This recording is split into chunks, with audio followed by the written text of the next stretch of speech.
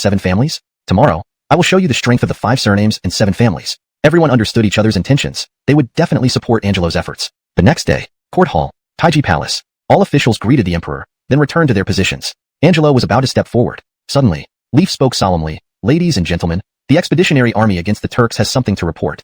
Boom. All officials felt a heavy weight drop into their hearts. Even those officials from the 5 surnames and 7 families who were tacitly planning began to feel uncertain. Next, Leaf had Dorian read the secret letter aloud. Then, the court hall fell silent. As for Angelo, he froze completely. What does this mean? Is Leaf voluntarily exposing the issue to give up on fixing things? Indeed, such a significant event, even occurring in the military, couldn't remain hidden from the influential 5 surnames and 7 families. You, Leaf Lang, do recognize the gravity of the situation. Wait, I will let you die with dignity, thought Angelo with a cold smirk. And he wasn't the only one thinking this way. After a long pause, all officials digested the shocking news. Someone prepared to step forward, especially Angelo, intending to deliver a fatal blow to Leaf Lang. Die or be hurt, either way, he aimed to make Leaf suffer. Suddenly, Leaf said sorrowfully, Helmet. Helmet stepped forward before Angelo could move. Your servant is here.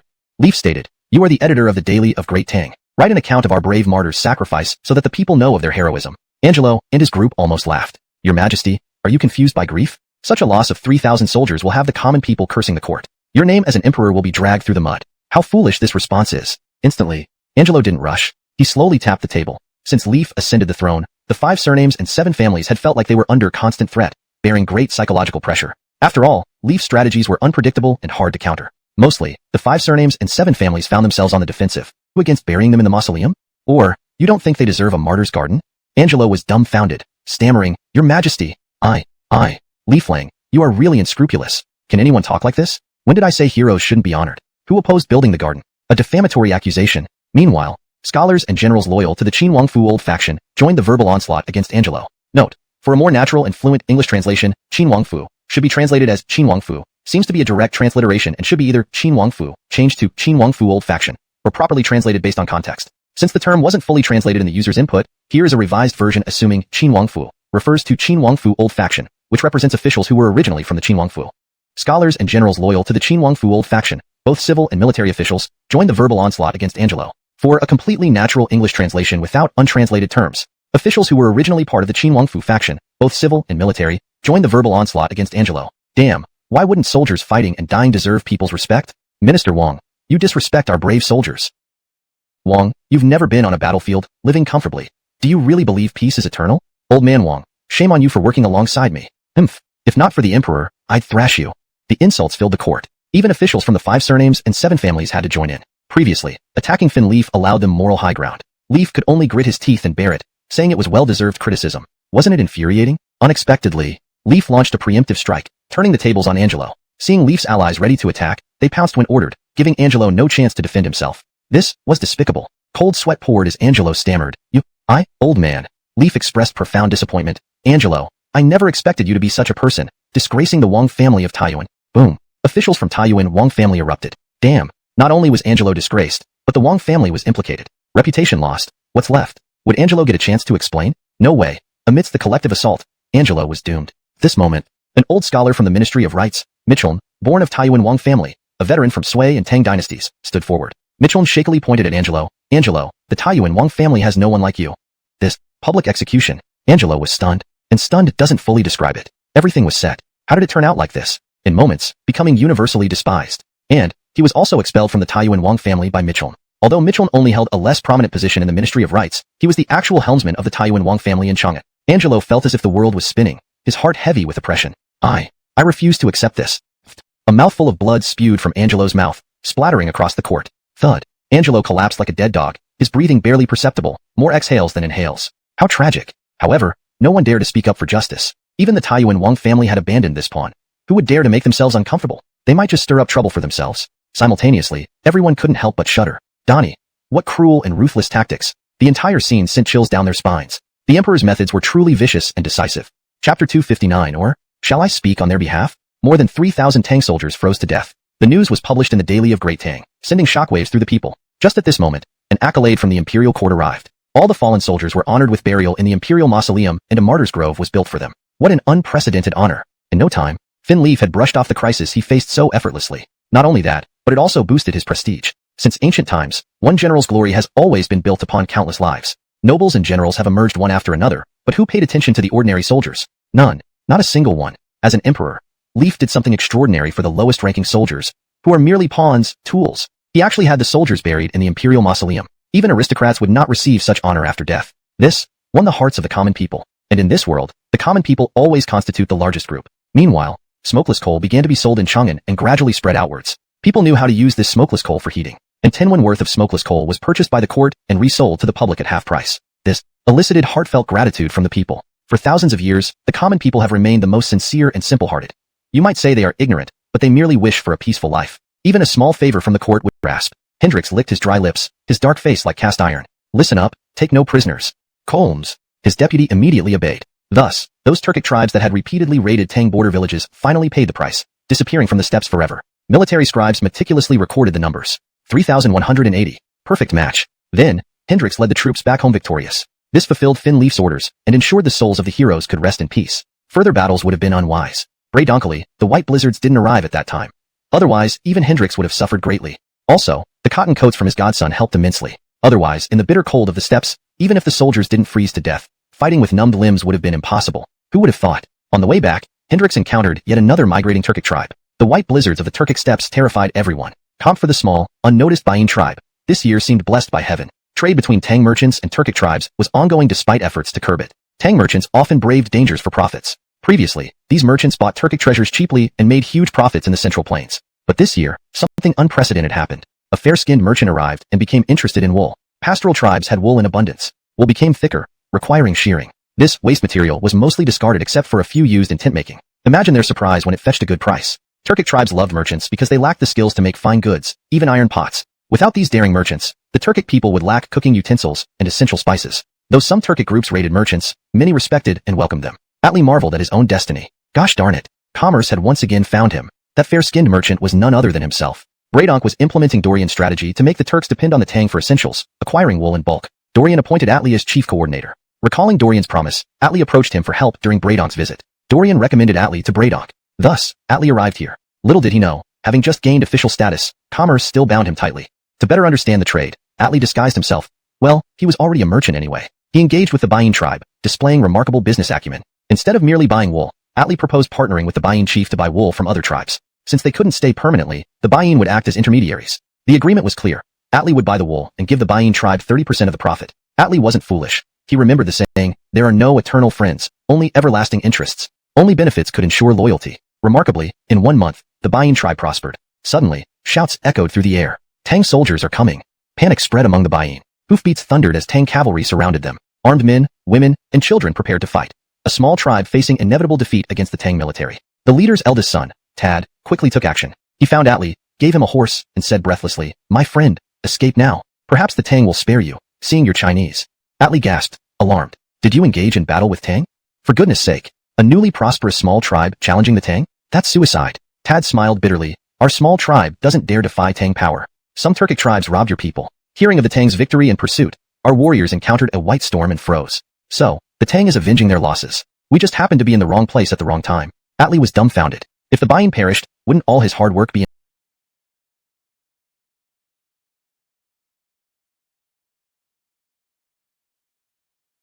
in vain? Atli paused, an idea forming. Or, shall I speak on your behalf? Tad. This, can it be said? Chapter 260. I am just a monkey. Atli immediately took off the Turkic clothing he was wearing. Kidding, if he were mistaken for a Turk and killed, not only would he lose his life, but he'd be mocked by future generations. Next, under Tad's stunned gaze, Atli leaped onto a horse and shouted, stay calm, wait for me. Ride. Hoofbeats thundered. Like a gust of wind, Atli dashed out. He had been waiting for this opportunity for so many years. It couldn't be destroyed due to the downfall of the Bayin tribe. As for the stunned Tad behind him, are you messing with me? It was said that Tang China despised merchants. Selling goods to the Turks as a merchant already violated Tang prohibitions, and being caught meant losing one's head. Compt, delivering himself into death? Hendrix left the tribe under the supervision of his deputy, unwilling to lift a finger more. Just a small tribe. It was unfortunate to run into them. As a battle-hardened general, Hendrix wasn't some pedantic scholar. Pitying others was a foolish act. I, Old Chung, have plenty of sense. This moment, the deputy returned with an odd look on his face, saying, Duke Gong, there's a Tang Chinese person from this tribe who wants to see you. Upon hearing this, Hendrix raised an eyebrow, cursing, see? Who is this guy? A Tang Chinese man in a Turkic tribe, a traitor. Have him torn apart by horses. Honestly, the deputy agreed. However, he continued, he says, he's the head clerk of the Duke of Braden's adopted son. Hendrix. What nonsense. Not many knew about my adopted son. right? This piqued Hendrix's interest. Old Chung, will personally inspect this. Let's see what this fool has in mind. Later, I'll take care of him myself. Surprised, the deputy asked, why not bring him here? Why does Duke Wagong need to go himself?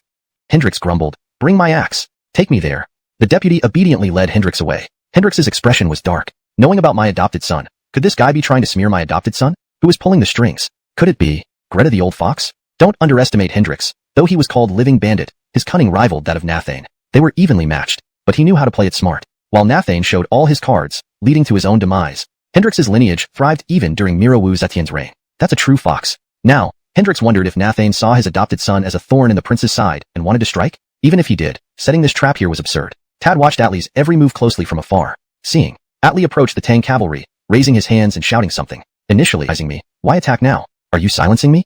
Silencing me? Damn it. Hendrix was also dumbfounded. To hell with this. What lousy luck. He aimed another axe. If he didn't cleave Atli, he wouldn't stop. Hearing, Atli yelled, Duke of Braden, you misunderstand. Killing me won't help your explanation to the young master. Hendrix paused, steadying the second axe. Better to ask first. So, Hendrix had Atli bound and gagged, preventing any false words. Tad's face turned pale. Damn, Shang brother survived one blow. Now, bound and taken away, probably facing execution next. In despair, Tad felt helpless. But as a brave warrior of Bayan, he wouldn't sit idly. Bound like a dumpling, Atli explained everything once his mouth was free. Joking, delaying would cost him his head. For his ambitions, Atli risked his life engaging with Bayan. Death wasn't much feared, but dying unjustly was different. After listening to Atli, Hendrix still asked incredulously, really? Economic strategies providing endless raw materials to Tang while profiting Turks, shifting from raiding, sounded far-fetched. Atli insisted firmly, Duke of Braden, Minister Tang established a department to handle this under merchant guise. You doubt me, verify it. Don't kill hastily, or I die wrongfully. Hendrix nodded, alright, old Chung will spare your head. Atli. My head? Brute. Living bandit. Insulting. Where's your dignity as a duke? Atli hurriedly added, destroying this tribe undoes my efforts and ruins Minister Tang's plan. Remembering something, he fished out a letter, showing it to Hendrix. Hendrix laughed heartily. Ha ha ha. Confused, Atli asked, Duke of Braden, what are you laughing at? I know it sounds implausible, but we'll see. The young master's plan is flawless. Laughing hard, Hendrix questioned, is this an appointment letter? You're a commander? Frowning, Atli answered, Colmes, it bears the Ministry of Revenue's seal. Hendrix burst into laughter. This is ridiculous. Atli's face darkened further. Relieved Chung believed him. Otherwise, he'd have died unjustly in the steppes. Hendrix kept laughing. A commander? That position doesn't exist in court. Are you kidding? Minister Tang is really messing around. The old man must be senile. Atli.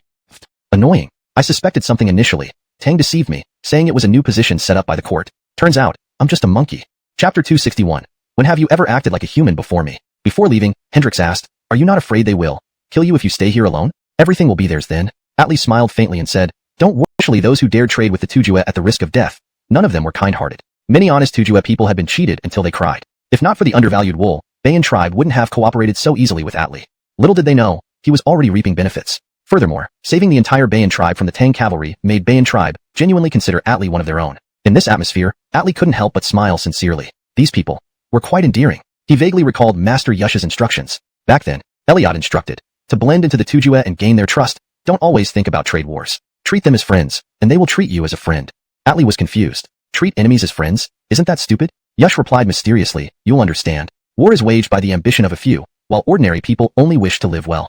And, if we succeed, the Tang Dynasty won't need a single soldier to incorporate the Tujue into our territory forever. Atli thought Master was crazy. Even as powerful as the Han Dynasty, it could only keep the Xiongnu from grazing south. To incorporate the Tujue into the Tang territory without a single soldier, Master really dares to dream. What a huge promise. Right at this moment, Atli deeply understood. And from this moment on, his mindset also changed. This trade war was not only about eliminating the threat from the Tujue, but also about integrating them into the Tang territory. Without a single soldier, this was not a dream. Just then, Tad loudly said, Benefactor, Tad wishes to become brothers with you. Are you willing? Atli was lowered from the sky and seriously said, Tad, remember, I am Tang, and the Tujue have often raided our Tang. Tad's face darkened. The surrounding youth of Bayan tribe also changed their expressions. This topic was too sensitive. Tad anxiously explained, Bayan tribe. Never. We didn't. Atli laughed. I know you never did. Though I'm just a merchant, I love my country. If you ever raided the Tang, I wouldn't cooperate with you on something like buying wool. Tad felt relieved. Atli added seriously, you must promise me never to invade the Tang. Otherwise, even if we become brothers, we may eventually fight each other. Tad responded loudly, rest assured, my brother. We Bayan are kind-hearted and prefer to earn food, iron pots, and salt through hard work. As he spoke, Tad's face turned iron gray, and he angrily said, Ron Khan forced us to raid the Tang. Because we refused, we were driven away from the fertile land. Losing fertile grassland, our Bayan tribe struggles to survive, with many freezing or starving every year. Hearing this, Atli felt reassured. So they had a grudge against Ron Khan. An enemy's enemy is a friend. Indeed, Master mentioned this. Plus, Bayan tribe hadn't raided the Tang, which increased Atli's favorability. Then, a naive Bayan youth said, our old chieftain once said the people of Central Plain seem like sheep, but they are actually fearsome tigers. Atli, displeased, angrily retorted, that's defamation. What rubbish. Just when you wanted to become brothers, you say this. What a joke. Seeing Atli's embarrassment, Tad kicked the youth and scolded, your loose tongue always causes trouble. Finish your sentences. Continuing, Tad explained hastily, our chieftain said, in ancient Han Dynasty times, our ancestors, the Xiongnu, nearly perished at the hands of the Han. If the Central Plain people get provoked, we will suffer the consequences. So, Bayan tribe will never raid them. Only by doing so can we avoid extinction. Atli finally understood. This old chieftain knew a thing or two. Looks like we can't underestimate the donghua. Thinking about this, Atli brightened up, recalling the Burnet wine mentioned by Master. Honestly, Ergutu was extremely popular in the Tang. However, Master also mentioned a potent form of Burnet wine which most people couldn't drink. Initially, he didn't intend to bring it out. Now, with the ravages of the white winds in the donghua region, Peach Blossom Land, Elliot received Atli's letter, delivered personally by Bradonk. The letter detailed the progress of the trade war. Elliot didn't pay much attention. After all, it was just a concept. Who knows if it would work? Regarding the donghua threat, Crawford would conquer them by the 4th year of the Pedruan era. Instead, Elliot focused more on the Burnet wine. The market for such strong liquor lay in donghua. Why hadn't he thought of this before? Seeing Elliot's shifting expressions and finally putting the letter down, Bradonk asked, Alvin, how do you think the trade war is progressing?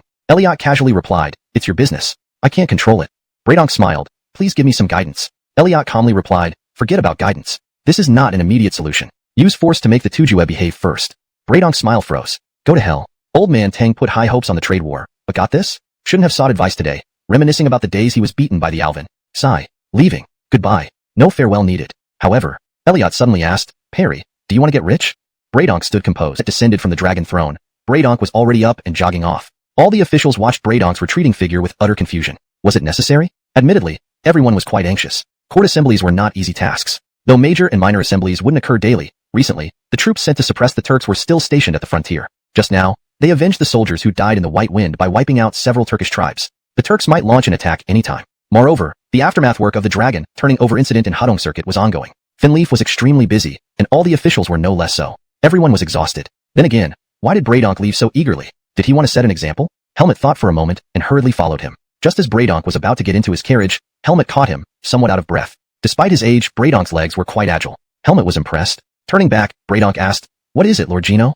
Helmet hesitated. I have some words. I'm not sure if I should say them or not. Bradonk. Why did this tone seem so familiar? Whenever the Alvin spoke like this, what followed was rather shocking. Bradonk replied calmly, then don't say it. Helmet. If only he could slap him. How could one respond like that? Seeing Bradonk climb into his carriage without a word, Helmet stopped him, saying, Minister Tang, please wait. Dissatisfied, Bradonk replied, Lord Gino, you've already asked me, and I told you not to say it. What else do you want? Helmet. Bradonk continued, you obviously wanted to say something. Why ask first? This is unnecessary. Helmet blushed. This felt oddly familiar. Minister Tang, you've changed. You've become shameless. Coughing, Helmet said, just a reminder, Minister Tang, don't rush to leave the court so eagerly in the future. Your colleagues have been gossiping about your behavior recently. Bradonk replied proudly, they don't understand anything. Helmet froze. What happened? Who am I? Where am I? What did I do? Helmet didn't do anything. Why was Minister Tang acting crazy? Bradonk continued, how can sparrows understand the ambition of swallows? Helmet.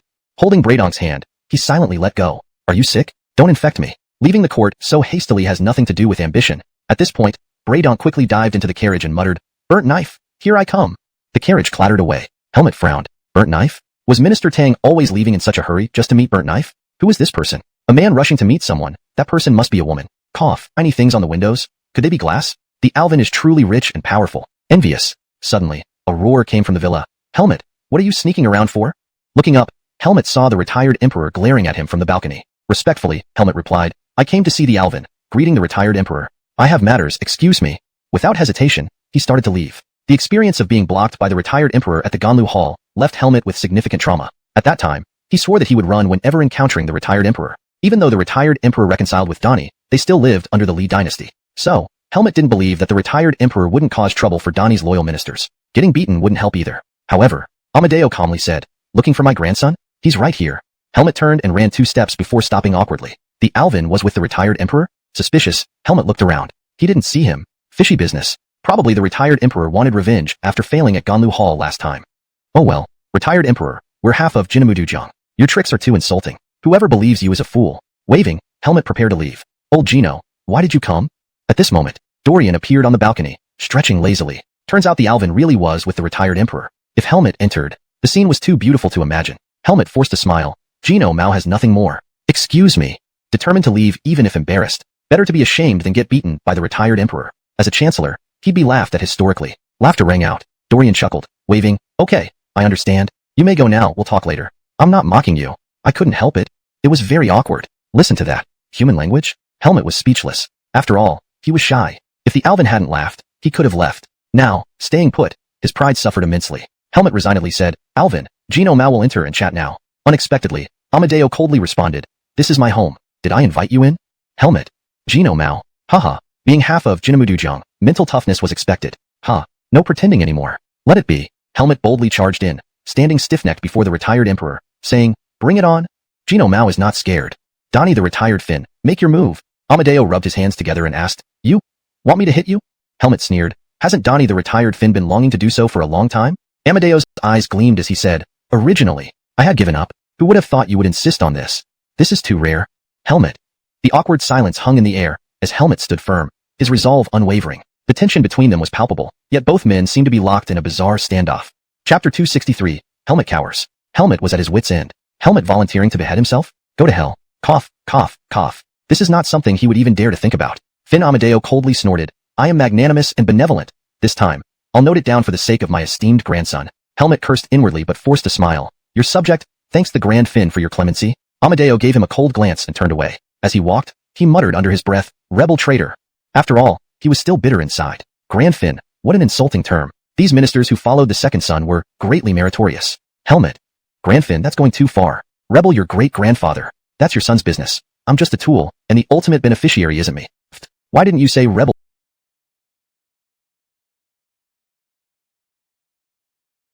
traitor in front of Donnie? Dare you? Dorian saw Helmet's expression flickering between red and white and advised, old Gino, you have the stomach of a prime minister. Don't take it personally with the old man. Helmet replied with a fake smile, this old man, ha ha ha, has a broad mind and doesn't quarrel with the elderly. Dorian, why are you so concerned with appearances? If you didn't look like you wanted to tear the old man apart, I might have believed you. Suddenly, a strong wind swept in. This gust was brought by Amadeo, who pounced over, yelling, you've got guts. Helmet's face went pale. Great-grandfather. Grandfin, didn't you leave already? Dorian was also baffled. Grandfather, do you eavesdrop appropriately? At least you're the Grandfin, right? Dorian sighed inwardly and took a step back. Unstoppable. Dared not stop. If the old man couldn't vent his anger, things would likely not settle well. Amadeo approached Helmet and shouted with spittle flying, Helmet, who did you call an old man? You're the old man. Your whole family are old men. Helmet had braced himself for a beating, but unexpectedly, the Grandfin opted for verbal combat instead of physical. But there was a lot of saliva involved. It seems the word old man reignited the Grandfin's anger. Amadeo, with hair and beard bristling, declared, I will duel you. Duel. Helmet sized up the Grandfin, hesitating to speak. What's that look for? Amadeo, like a cat whose tail was stepped on, yelled crazily, what do you want to say? Say it. As a respected chancellor, you find fault with an old man? How shameless of you. Helmet. Only officials can set fires, while commoners can't light candles. You can call yourself an old man, but if I do, it's unacceptable. And a duel. Would I dare harm a single hair on you? And shameless. The Grandfin is truly shameless. A duel is fake. Using the opportunity to kill me during the duel is real. Sigh. Scared. Helmet is scared. The Grandfin may be old but is fierce. I cannot provoke him. Let's go. Immediately, Helmet tried to slip away. Dorian, seeing this, pulled Amadeo aside and advised, Grandfather, that's enough. Old Gino is also a chancellor. Show some restraint. Helmet's eyes almost popped out. Alvin, are you trying to calm him down? It sounds okay, but couldn't you be more tactful? Mentioning Helmet enduring the Grandfin. Aren't you fanning the flames rather than extinguishing them? Alvin, at least we are colleagues. You can't treat me notably get affected. Even someone like Dorian, born as a concubine's son. But within a year, he brought to Tang the curved plow, sweet potatoes, cotton, and even the concept of government bonds. An ordinary concubine-born son wasn't scary, but one who unknowingly threatened the crown prince could become dangerous. Just like how the current emperor eventually killed his brother and imprisoned his father, not because of ambition, but ability, which significantly endangered the former crown prince. This is fate. Dorian, being the eldest prince born to a concubine, seemed to follow in his father's footsteps. But, shouldn't you not be concubine-born? Otherwise, it would be simpler. Because of this, Dorian's future was fraught with danger. Especially since he lacked any foundation in the court. Helmet knew Nathan very well. Even if the crown prince tolerated the prince, this cunning old fox wouldn't let him off. Bradonk, who had frequent contact with the prince, might help. Add Hendrix, the bandit-turned-general, along with the prince's contributions to Tang and the people's admiration, perhaps he could ensure the prince's safety. For himself, Helmet had no ambitions. He planned to retire soon and enjoy his twilight years. He couldn't do much for the prince's future. He couldn't directly voice these concerns. If he did, it might force the prince to emulate his father, which would make him the true Helmet and said, he said it. Helmet. So, You're throwing me under the bus now? Alvin, aren't you acting too childishly? Braydonk looked angrily at Helmet and shouted, slander! He was shaking with rage. At my age, Lord Gino, you still slander me like this. What are your intentions? Dorian whispered to Helmet. See, he's getting upset. Helmet awkwardly replied, hee hee. Braydonk, almost out of breath, cried, really? This is slander. Dorian calmly added, see, he's getting more upset. Helmet, stop talking to me. You're drawing all the fire towards me. Braydonk pointed at Helmet, trembling and stuttering. You are tarnishing my good name. Helmet, I regret this. Deep regrets. When I said it was for your own good, and for the Alvin, will you believe me now? Dorian exclaimed in mock surprise. Well, gee, his blood pressure must be up to 180. Braydonk, what is this 180? Blood pressure what? Dorian laughed helplessly. You even gave her a nickname, Burning Blade. Perry, you really know how to play. This way, her real name won't be exposed. Braydonk grimaced and retorted. Your woman's called Burning Blade? Is old Tang so tasteless? Dorian smiled. Tell us, what's your woman's name? Braydonk, furious, shouted. Perry has no woman. Dorian sighed. Poor you, doomed to solitude. Braydonk. Damn, Alvin, today you're being really childish. Perry, Dorian saw fit to stop. All right, no more jokes. Old Gino, don't overthink it. The Burning Blade that Perry mentioned isn't a woman. It's liquor. Helmet pretended to be stunned. Liquor? Burning Blade is actually liquor. Since when did Braydonk become obsessed with liquor? Braydonk was first confused, then realized. Alvin, you're really playing tricks on me. Alvin, I ask you something. Perry, go ahead. If I hit you, do you think Donnie would punish me? Dorian. Not that bad, right? Did I burn myself? Dorian weakly asked. Perry, this is just a joke, isn't it? Braydonk coldly responded. What do you think? Dorian earnestly said. I believe Donnie wouldn't punish you. After all, as a prime minister, your belly can hold a boat. Helmet on the side. This phrase sounds familiar. Braydonk smirked. Perry, is not a prime minister. Why should my belly hold a boat? To hold a boat inside, doesn't it mean suffocation? How big is your stomach, and how big is the boat? Dorian. Perry, you've changed. Now mastering wordplay. Just then, on the spot. Amadeo. Braydonk. Helmet.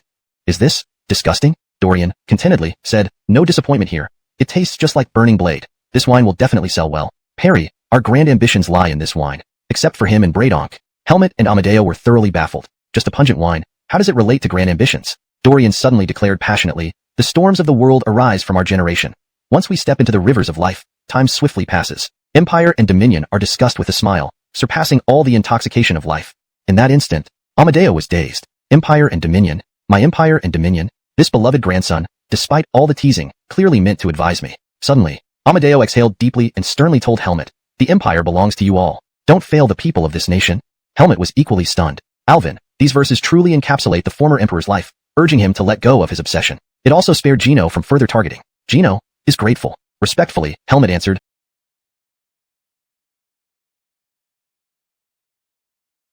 Resolved the threat of the Turks. Even the mighty Han Dynasty only temporarily suppressed the Huns, but they regrow like grass in spring. If the Tang can eliminate the steppe threat once and for all, that vision is beautiful. Helmet was so excited he could barely stand still, respectfully asking, Alvin, this is a great deed benefiting generations. May Gino join in? Dorian. Whether you join or not, why ask me? I was just describing it. It's not me executing the plan, but since you're offering, I'll accept. Otherwise, it's embarrassing for you. Absolutely not for show, just for respect. Colmes. Exactly that. Dorian nodded. Helmet happily responded, thank you, Alvin. Gino will return immediately and have my son inherit it. Dorian. The Green Hat King. Cough, cough, cough. Gino Iji, the eldest son of Dev? No. Why does your son have anything to do with you joining? It seems like you're paving the way for future generations. Dorian was at a loss. However, Braydonk's expression turned peculiar, his gaze oddly fixed on Helmet. Helmet remained unperturbed. Braydonk felt even more uneasy. Has Duke Liang lost his mind? This strategic concept belongs to the Alvin. If you want to pave the way for your son, it's understandable. Just have him join my Ministry of Revenue, and I'll arrange everything. But, by having Gino Iji come to the Alvin, you're attaching the Alvin's label to him. One day, when Hawk Jamar ascends the throne, your mansion will only retain the title of Duke Liang. Forget about anything else. Abandoning the Hawk for the Fin's illegitimate son. Oh heavens! Braydonk realized something, and he felt completely off. This can't be, right? Note, the term Green Hat King is a colloquial Chinese term referring to someone whose wife has been unfaithful, hence the awkward laugh and correction.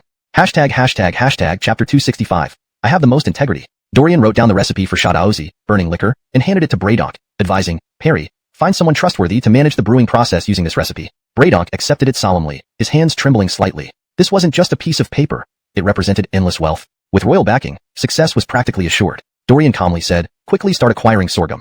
It's the main ingredient for making shadaozi. Also, there's no need to sign any contracts. I trust you, Perry. For the shareholding, let's do 70% for me and 30% for you. Without hesitation, Braydonk agreed. Bolivar was truly good-hearted. He only asked for 30% revenue from a royal recipe.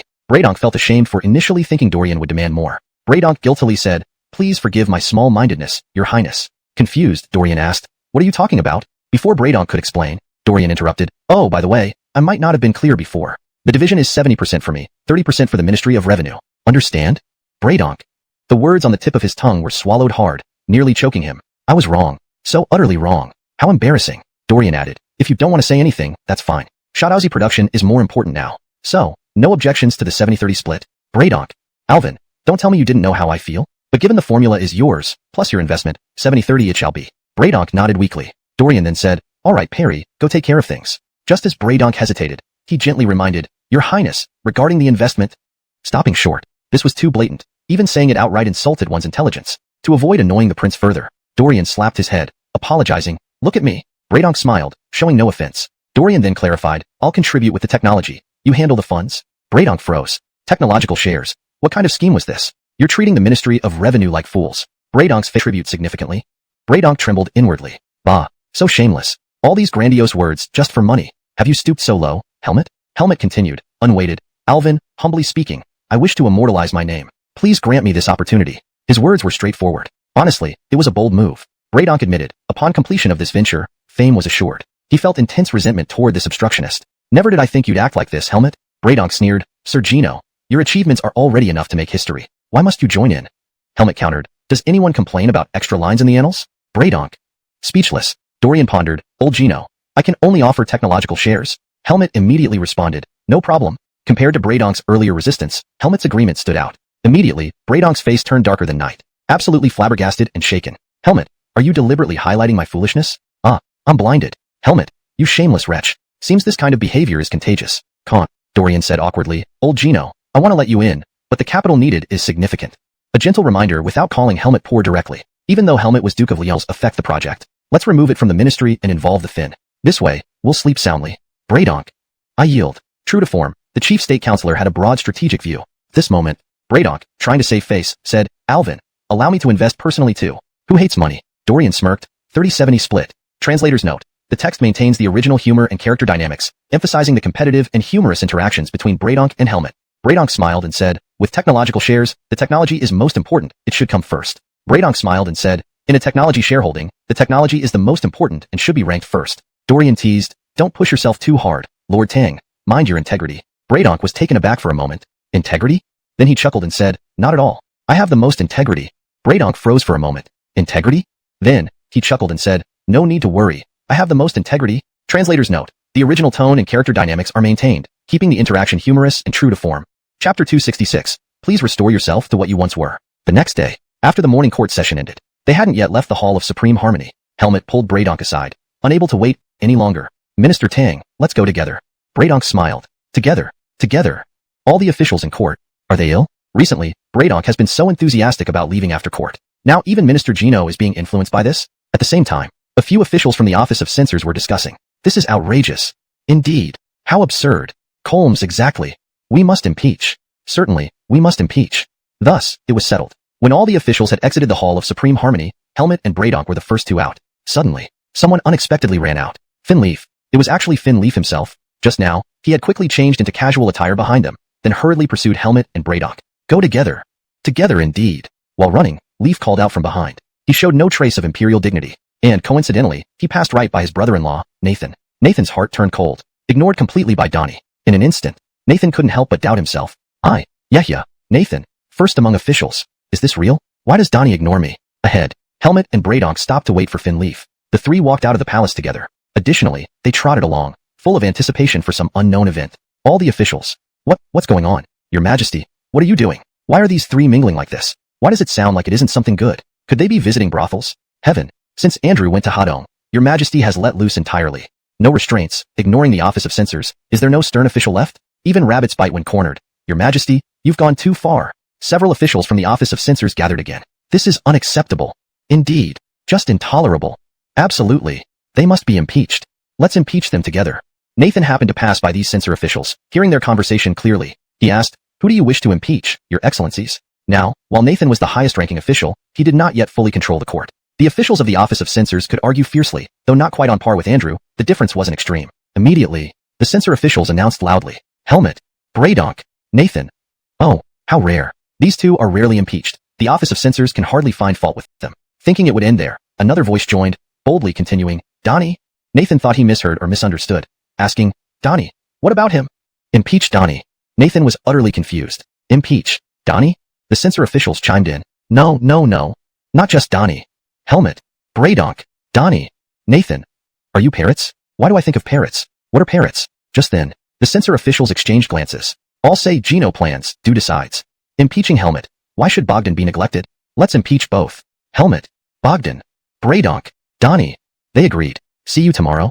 An honest man's word is hard to retract. I'm off. Me too.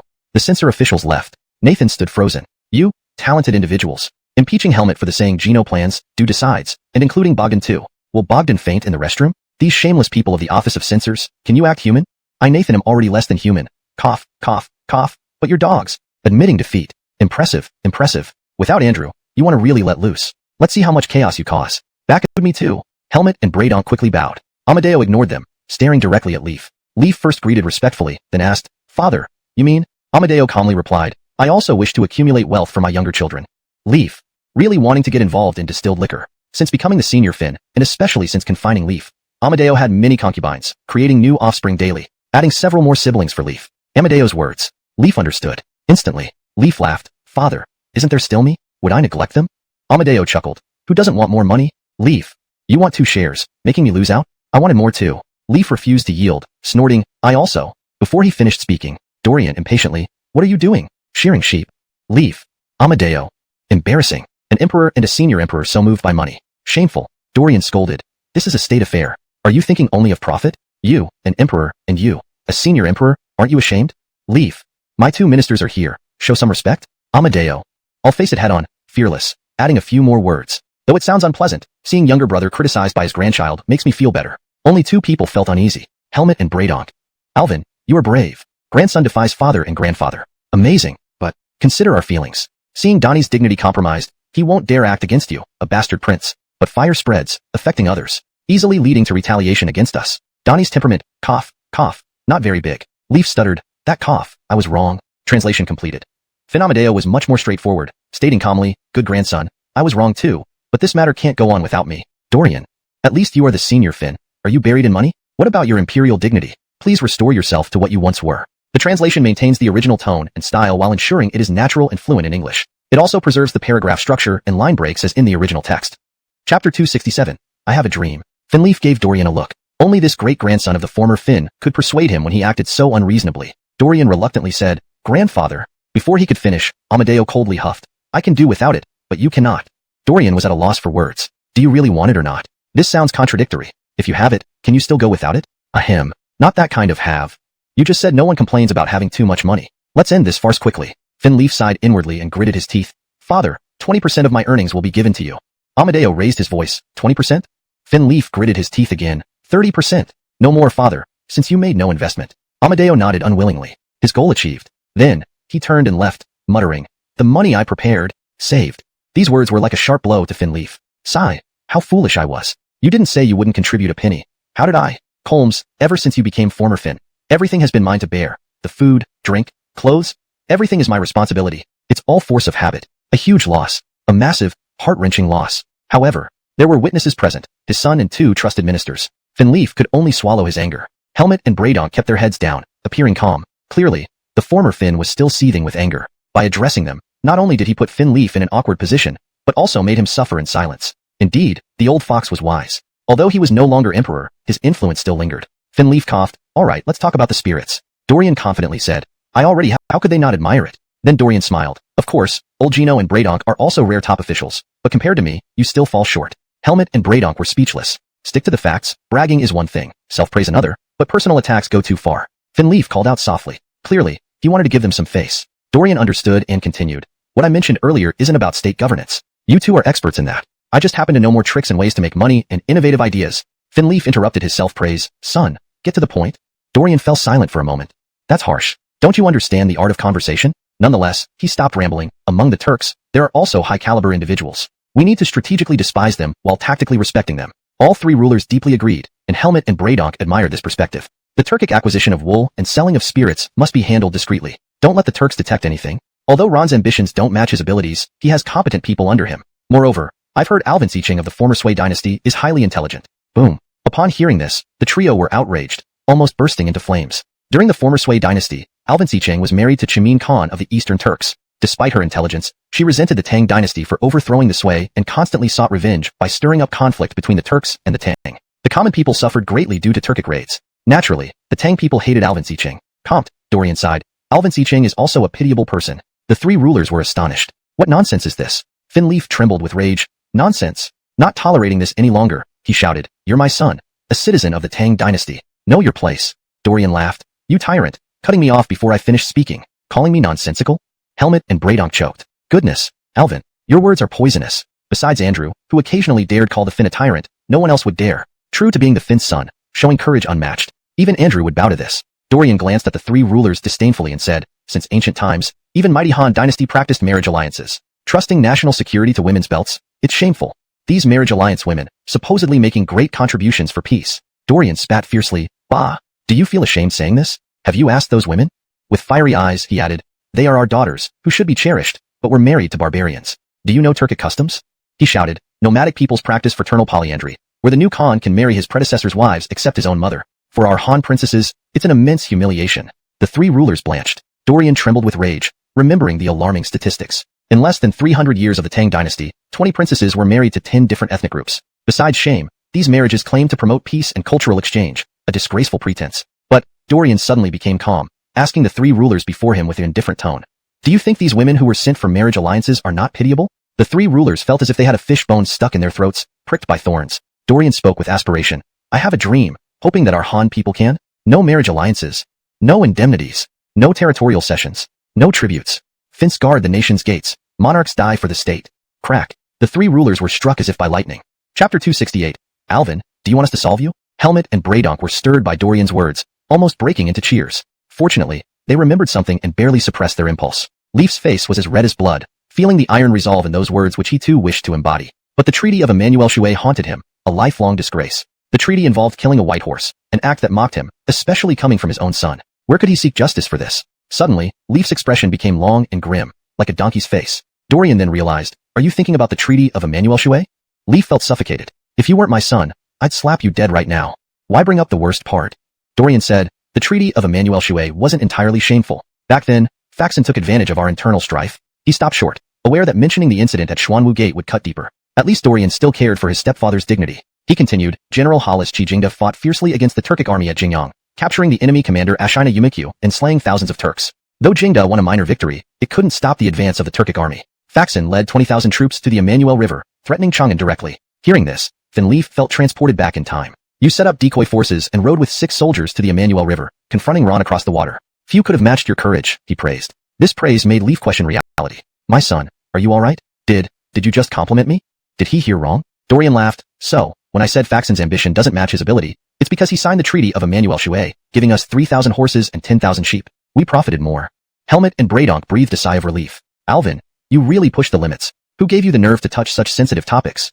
Braydonkily, the latter part sounded flattering enough that Donnie seemed less angry. But please, no more next time. Meanwhile, Leaf had made a decision. Comsterday, his shadow guards reported that Andrew had uncovered corruption in Hudong. In Taiyuan, the deputy official Hayward had warned of signs of unrest but was reprimanded. Consequently, Hayward resorted to illegal methods to inform the court and now sat in jail, accused of embezzlement. Andrew investigated further and confirmed that the Taiyuan Wang clan was behind it all, even misleading Inspector Bowden. Andrew asked how to handle it. Frankly, Leaf knew Andrew well. For him to seek advice indicated significant involvement. Most importantly, the Taiyuan Wang clan posed the greatest challenge. Andrew understood Leaf's stance on the 5 great clans and the 7 exalted families and recognized the impact of their actions on the empire. Therefore, he sought the emperor's judgment. Execute them, Leaf said coldly. Dorian was confused. Execute who? A bunch of scouting a trap. However, Dorian nodded. I've heard great things about Minister Bogdan. I've admired him for years. Thus, they headed towards Bogdan's residence. En route, Helmet detailed Bogdan's troublesome son, Hubert. Ultimately, Hubert was very mischievous. Bogdan, being ill, couldn't discipline him. Dorian could only lament. His history lesson recalled another troublemaker, Timothy, whose infamous legacy left much unsaid in old records. Perhaps during later power struggles, Frederick targeted the strategists Gino and Du, pushing them out of politics. But both Timothy and Hubert proved burdensome to their families. At the Duke of Kai's mansion, Bogdan looked grave, greeting Dorian. I've long heard of your highness. Without formalities, Dorian asked, what do we do about unruly sons? Helmet was taken aback. Were they here to solve others' parenting problems? New experience. Bogdan sighed. Difficult indeed. Dorian smiled. It's simple. To solve a problem, start with the one who poses it, Pardon me, start by acknowledging the issue. Helmet winced. Alvin, do you want us to solve you? Slip of the tongue. Chapter 269. In the end, I am still kind. Bogdan was immediately drawn into this topic, his concern for his underachieving son evident. He promptly asked, how do we approach this? Dorian passionately replied, devote oneself to a great cause. Unexpectedly, Bogdan interrupted him, suspiciously asking, are you pulling Du's leg? Dorian, surprised, said, how did you know? Spit, spit, spit. Do you distrust me so much? Helmet. Alvin, are you having a fit? Why does it always seem abnormal whenever you meet Kimming? Bogdan sternly replied, I'm not saying I don't trust you. I simply can't believe you. Dorian. Isn't that the same thing? Half of Gino and Du. Is this really how you are? Ismail, you probably can't imagine how much trouble your little son causes. If it weren't for your sake, I wouldn't bother. Who would help you educate your son? Dorian composed himself and said, do not worry, Minister Du, listen to me first. As I see it, flowers raised in a greenhouse will never withstand wind and rain. You should let them go out and be tempered by experience. Upon hearing this, Bogdan thought there might be some sense to it and asked, how should they be tempered? Where? Dorian glanced at Helmet and asked with a smile, old Gino must have told you about the trade war, right? Bogdan frowned, business affairs? The noble son of Duke Kai going into business. Whether or not I care isn't the issue. Would he even listen? Daily cavorting with a bunch of rich, unruly brats, all fearless of heaven or earth. Anything could happen on any day. Dorian spoke with righteousness. This is a matter of state. You call it just business affairs? Ease. Tying himself to a prince still left him uncertain. High risk. Who knows what could happen until it happens? Dorian didn't quite hear and asked, Ismail, what did you say? Bogdan.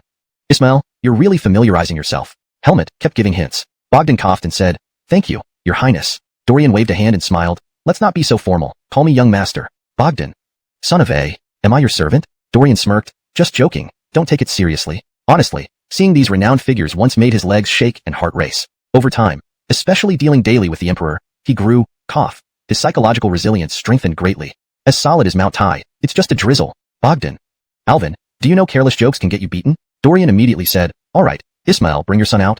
Bogdan didn't think much of it, assuming the prince just wanted to meet his son. So he asked the steward to call Hubert. Before long, a half-grown kid appeared, swaying awkwardly while walking. If someone didn't know better, they'd think he had hyperactivity disorder. Dorian's eyes lit up. Indeed, a classic example of a spoiled young lord. Pity, he met me, changing the fate of historical figures. Extremely challenging, but thrilling. I love it. Hubert became more serious upon arriving, bowing respectfully to Helmet. This demeanor could easily deceive anyone unaware. Suddenly, Dorian shouted, kneel? Helmet. Bogdan.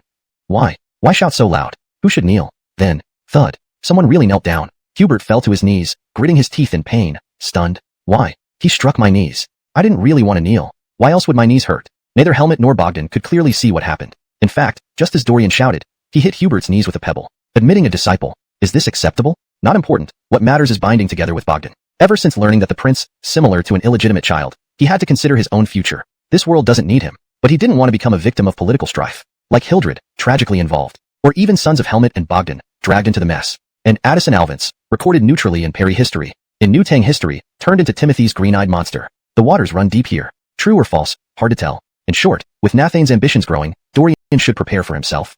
Dorian laughed, helping Hubert up. Good disciple. From now on you are my eldest disciple. Hubert was stunned. You? Who are you? Why am I suddenly your disciple? Dorian smiled. Because we're destined. Hubert rubbed his sore knee and angrily pointed at Dorian. Father! Dorian's face turned cold as he scolded. Call who's father? While it's true, a day's teaching makes a lifelong father. You can't just call me father without proper introduction. How old am I? I haven't even held a girl's hand, and you're insulting my dignity like this. Bogdan's face turned green. You bastard. Alvin, behave. Can you act like this? Hubert held onto Bogdan and pointed at Dorian. Father, listen. He's outrageous. Have someone break his legs. Bogdan. Brat. Breaking your legs is fine, but attacking a prince, just imagining it. Cough. Very hard not to imagine. Who wouldn't want to break the legs of someone who took advantage of their son right in front of them? Fortunately, he's a prince. Ultimately, I am still kind. Chapter 270.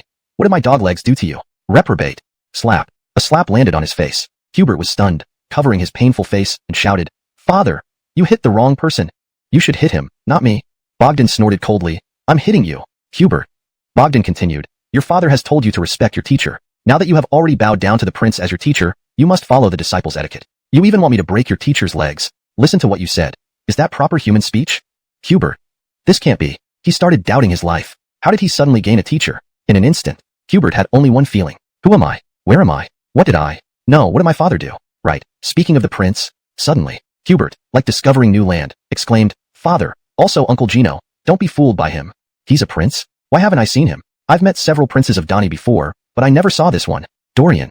Honestly, he didn't expect Bogdan to so easily let Hubert acknowledge him as a teacher. Otherwise, Dorian wouldn't have staged this surprise attack. Whatever Bogdan thought, he couldn't read minds. Who knows what's in his head? The laid-back Bogdan has changed, but he really doesn't want Hubert as a disciple. The son of the emperor you've met, yet your father hasn't? Your father and your uncle Gino met him when you weren't even born yet. Such stupidity. No wonder Nathan dealt with you so easily. Too stupid. Bogdan sternly said, today, your father invited the prince here to ask him to take you, this reprobate, as a disciple. Hubert still exclaimed in shock, Father, are you old and confused? How could he be a prince? Dorian immediately turned away, unable to bear watching anymore. Sure enough. Slap. Hubert got another slap. Bogdan spoke irresistibly. From today onward, the prince is your teacher. If I hear you disrespect the prince again, I will break your dog legs. Hubert stopped arguing about the prince and seriously said, Father, you're mistaken. I am your own son. If you break my dog legs, aren't you? This time, Helmut couldn't bear it either. This kid lacks a heart. Sure enough, cries of despair echoed from the Kai state mansion. Father. Father, I'm sorry, please stop. Father, you're not really going to break my dog legs, right? April, help me. Dorian. Helmut. Both looked at each other, utterly dumbfounded. Why did they come here earlier? At this moment, Helmut asked with a smile, Alvin, are you thinking of canceling the deal? As the saying goes, a gentleman's word is a four-horse team chasing behind can't catch up. Dorian responded helplessly, if no returns are allowed, then fine. I'll ask Ismail later if I can break this child's dog legs if he talks to me like this in the future. Helmut. On the other side, hearing this, Hubert was displeased. What does it have anything to do with dog legs? Did dog legs offend you? I offended you. You all think about breaking my dog cough, my legs. Too outrageous. Jinyang. Andrew had already arrested several officials and was ready to send them to Chang'an for punishment. Everything was to cooperate with Crawford's suppression of the 5 families and 7 prestigious clans. Unexpectedly, on the way, the escort encountered bandits, and those officials were killed. Andrew's expression was grim, never expecting the Jinyang Wang clan to be so bold as to kill witnesses. Fortunately, he remained in Jinyang to handle aftermath affairs. Otherwise, given the intense hatred the Jinyang Wang clan had towards him now, they would likely try to kill him too. Currently, Jamar was still in the Jinyang Palace. Upon receiving news, Andrew immediately went to report everything to Jamar. Jinyang Palace. Dwayne was released. After hearing Andrew's report, his face paled. Dwayne promptly advised Alvin Jamar, Your Highness, it seems unstable here. I suggest you return to Chang'an immediately. The disaster victims have been settled, and your mission is completed. It's time to report back. However, Freddie heard Andrew's report and Dwayne's suggestion, and coldly laughed without any respect. So timid. How ashamed should you be as an imperial official? Dwayne indignantly retorted, Your Grace, you're here to protect the prince. With Jinyang's bandits being so arrogant, priority should be given to ensuring the prince's safety. We need to leave quickly. Suddenly, Andrew interrupted, Not possible. Bolivar absolutely cannot leave now. Hearing this, Dwayne nearly fainted. Finished. 1 against 2. Even though he had little influence and was overshadowed by Freddie, but with Andrew opposing too. Leaving Jinyang and reporting back to Chang'an wasn't happening soon. If Nathan were here, Dwayne would have slapped him dead. Combs. Nathan indeed. If it weren't for Nathan, Dwayne wouldn't have come to this godforsaken place. Seeing Andrew initially, he sensed the Emperor was planning something here, specifically targeting the Jinyang Wang clan. Indeed, Andrew arrested several people. The Jinyang Wang clan dared to silence witnesses by killing them. Once this conflict escalated between the Emperor and the Jinyang Wang clan, staying here seemed very risky for Dwayne. History repeated itself. The fall of the Sui dynasty was such a precedent. Finyang tried to challenge the aristocracy but was deposed and thoroughly defamed. Now, too dangerous to contemplate. As the proverb goes, a wise man avoids standing under a falling wall. Immediately, a phrase popped into Dwayne's mind. Then, before Andrew could elaborate why the prince shouldn't leave, Dwayne declared, I was rash and ill-considered. Bolivar represents Donnie to comfort the disaster victims. Leaving now might embolden certain individuals. These words shocked everyone present. Freddie was particularly astonished. Didn't expect Dwayne to speak sensibly? Next, Dwayne almost enraged Jamar. He said, Given this, perhaps I should go first to report back to the Emperor and inform him of the situation here. What do you think, Your Highness and gentlemen? Run. Too dangerous. Resign and retire home. Given Nathan's cunning attitude, being sidelined by him was better than serving. Jamar. Freddie. Andrew. Sigh. Totally stunned. Jamar couldn't believe it. Uncle says consult Dwayne for everything. Is this it? Someone ready to escape? Can he be trusted? Uncle, are you blind? Far away in Chang'an, Nathan sneezed fiercely, suspecting someone was cursing him. Being the top figure, envy came naturally. Speaking of Jinyang Palace, when Dwayne uttered such shameless words, Freddie was ready to kick him dead when, report. The sons of the Liang and Kai state lords have arrived. Everyone pressed. Why? Why did I get kicked when I didn't say anything? That resentful gaze. Freddie declared with righteous indignation. Kicking him twice and you once is called fairness, so the foolish boy of the Ismail family won't be unsatisfied. Dev wanted to die. Fairness my ass. Clearly it's barbaric, violent, and unreasonable. Hubert also complained inwardly. Who was the foolish boy? Their old dads. Each one more unreasonable than the last. Slap slap. This moment, Dev and Hubert got kicked again. To their astonishment, this time it wasn't by foot, but rather by Andrew. Only to hear Andrew declare boldly, since Duke of Ugwa has done so, we can't treat you differently either. Treat differently? Is this what it means? Dev and Hubert almost questioned life. Though we have read little, you can't fool us like this. Most despairing was the Hawk Jamar. Am I not the main character here? You all. Each one steals the show from me. Don't you feel something's off? Don't your consciences hurt? Alright, you probably lack any conscience at all. Go to hell. Cough, cough, civil, polite, loving, I am the hawk, magnanimous enough to tolerate, damn it. This moment, Jamar's face turned dark. Freddy pointed at Dev and Hubert and said, look at you two. You've angered His Royal Highness, the hawk. Dev. Hubert. Is it really sons or such would be better? Why bring mud? You want the disaster victims to eat dirt? Andrew frowned too. Cement? Why does it sound so familiar? Why can't I remember? Dev innocently replied, how would I know why Master made us bring mud? Hubert said, maybe. Master wants the disaster victims to eat dirt? Everyone was shocked. Dev. Are you stupid? If you're not stupid, you must be dumb. As senior disciple, I'm ashamed to associate with you. Freddy. Ruined. Totally ruined. All say Gino is crafty and do wise. But, their children are so useless? Andrew. What did I do in a past life that makes me this brainless this lifetime? Jamar's face turned green. Eat dirt? Do it yourself. This moment, seeing Hubert might get beaten and drag him along too, Dev blurted out, well, Your Highness, my master also gave me a sealed letter for you. A sealed letter? Jamar's brows furrowed and asked, your master? Who? In the mansion. Roberto's residence. As the second son of the Jinyang Wang family, Sam came to visit his elder brother and ask about the progress of the plan on behalf of the patriarch. Roberto's face turned green. This second brother, always plotting how to knock him down and ascend himself, always eyeing the position of the head of the Jinyang Wang family. Key point. Do you have the ability? Sam smiled insincerely and said, elder brother, our clan needs to ally with His Highness the Hawk. There's no time to waste. If elder brother feels incapable, second brother can replace you? Roberto nearly snapped. Who is incapable? Who said who is incapable? How can a man admit incapability? Although, in certain aspects, he seemed somewhat lacking. Forget it. Don't mention unnecessary things. Roberto snorted coldly. Second brother, rest assured. Elder brother has it under control. Sam asked, then what are elder brother's plans? Roberto stiffened his expression. Plans? I've already arranged everything. Doesn't the Hawk wish to console the victims and gain some popular support?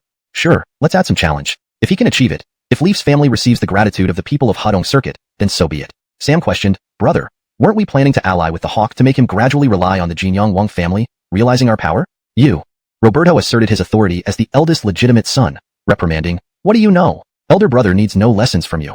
Sam laughed, elder brother, it's my concern for you. Of course, elder brother doesn't need my guidance. Roberto swept his sleeves and walked away coldly. Sam looked at his elder brother's back, seething with resentment. Even within the Jinyang Wang family, the competition was intense. As head, the clan leader could decide anyone's life and death. Others all had to follow his whims. Sam had been overshadowed by this twin brother since childhood. By less than half a stick of incense, he became the elder brother? I refused to accept it. From childhood, the Jinyang Wang family favored the elder brother, looking at me disdainfully. Wait and see. I'll work secretly and shock everyone. Comster Day you ignored me. Tomorrow you'll find me beyond your reach. Just wait and see. Meanwhile, in the temporary palace of Jinyang, outside, countless civilians gathered. Suddenly, the head of the Imperial Guards paled and rushed in to report. Obviously, with calamity descending and the masses gathering, trouble was brewing. Lives were at stake. Not long after, before the Hawk Jamar came out, the crowd outside began to clamor. We want to see the Hawk. We want to rebuild our homes. Your Highness, please pity us. Our homes are gone. The court cannot abandon us.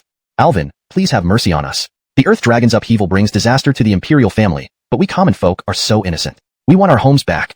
Suddenly, the guards stationed outside the temporary palace were drenched in sweat. Nonsense. Conspiracy. There must be a conspiracy here. Ordinary people, even if they lost their loved ones and homes due to natural disasters and became dissatisfied with the court, would not dare to say such things. Those who dared to speak such treasonous words were certainly troublemakers, and they intended to cause big trouble. The Wang family of Jinyang, no doubt about it. Chapter 272. The sycophant ends up with nothing. Bang. The gates of the Jinyang palace were wide open. The once noisy crowd fell silent in an instant. In the crowd, those who wanted to continue stirring things up were locked onto by a pair of murderous eyes. In that moment, these few people lowered their heads, almost holding their breaths. Evander, this deity of death, struck fear into everyone's heart. Surrounded by several attendants, His Royal Highness, the Hawk, faced the boisterous disaster victims. He remained expressionless as per Alfred's instructions and kept his gaze straight ahead, locking eyes with every face. How annoying. I can't act like this. This scene, there won't be a riot, right? Recalling that brocade bag, Jamar gritted his teeth, clenched his fists inside his sleeves, and shouted loudly, this palace assures everyone that within 1 month, all disaster victims will have a home to live in. I said it. Silence. A silence so profound. It was akin to the calm before a storm. Beside him, Evander was dumbfounded. Where does this young crown prince get such audacity? Even Donnie wouldn't dare to be so arrogant here. 1 month. Do you know how many disaster victims there are? Do you know how many houses have been damaged or collapsed? Didn't we just instruct you properly? This moment, Evander also couldn't hold back anymore. Even though Donnie had given orders for Duke of E Commandery to make independent decisions in emergencies without interference from anyone, even he was panicked. What authority does the court have left then? What a mess. But words once spoken are like water spilt. It was too late. Alfred reacted even more drastically, nearly fainting on his feet. Your Highness, you've caused trouble. Me. I'm done for. Greta the old fox will not let this go. Resignation is a luxury I cannot afford now. I might end up disgraced and disgraced thoroughly. Conspiracy. Barefaced conspiracy. Colmes. It must be. Greta the old fox has never liked me and is seizing this opportunity to get rid of me. Otherwise, why would he send only an official like me along with your highness to Hudong Dao? Is this something one person can handle alone? Thinking this far, Alfred felt dizzy and fainted dead away. Fortunately, a palace guard reacted quickly and carried him into the palace. How disgraceful.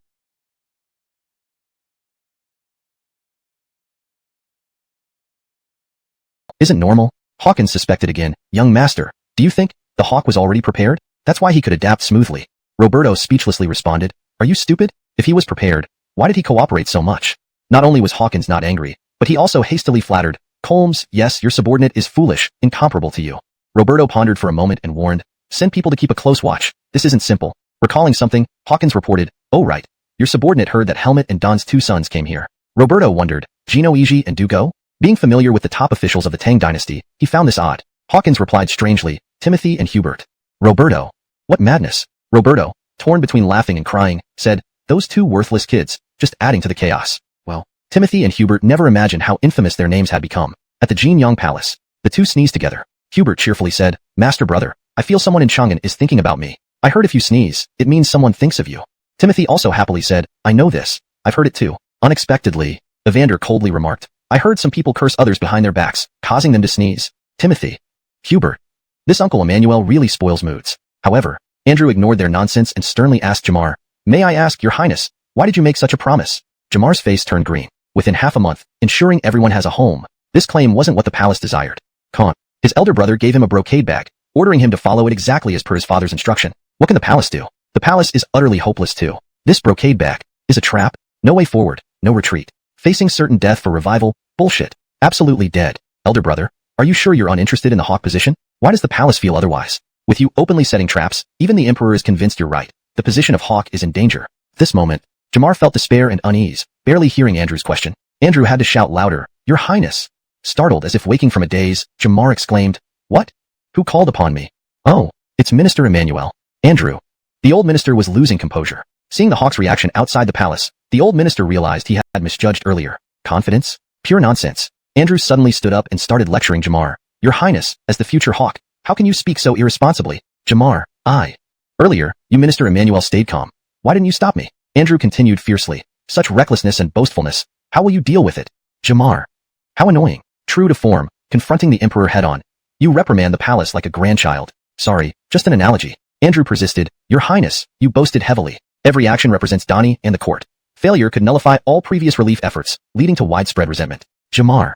Lecture on. Kill the palace through lecturing. Anyway, the palace can't retort. Not daring to against the emperor. How could the palace? Right, this isn't shameful either. Andrew, unexpectedly finding the hawk composed, angrily exclaimed, Your Highness, you're too reckless. Utter nonsense. Those around looked at each other, none daring to support the hawk. Alfred hadn't woken up yet. Evander, fearing Andrew, naturally dared not speak recklessly. As for Timothy and Hubert, they were just pitiful, trembling like little chicks, not daring to utter a sound. Note. I've converted the Chinese idiomatic expression into a more natural English equivalent, while preserving the imagery and meaning. Even if they wanted to, they had to hold it in. Ronnie, who was secretly guarding Jamar, acted as if he were invisible. Not my business. Not my business. Lee. Quite suddenly, from the shadows came laughter, unmistakably mocking. In an instant, Jamar's face turned red with embarrassment. Unable to bear it any longer, he stood up and shouted at Ronnie hiding in the dark. Ronnie, how dare you mock this palace? Come out here. Ronnie awkwardly stepped forward and said, Your Highness, I didn't mean to. I just couldn't hold back. Just couldn't hold back. Couldn't hold back. Jamar almost choked on his anger. This isn't right, Ronnie. How did you become like this? You're my brother's guard, only temporarily assigned to be by my side. So, you're siding with my brother, mocking me on his behalf. Me. I'm done holding back. No more taking the blame. Deal with it however you want. Jamar angrily pulled out the brocade bag and yelled, Everyone look at what's written here. Who told me to make such promises outside? I'm taking the blame for someone else. I quit. Andrew picked it up and glanced at it. Freddie leaned over. Do will be ruined by you too. Dev's heart skipped a beat. Fearing another kick from this demon, he hurriedly said, I'm speaking now. Hubert also hurriedly said, And I'm farting now.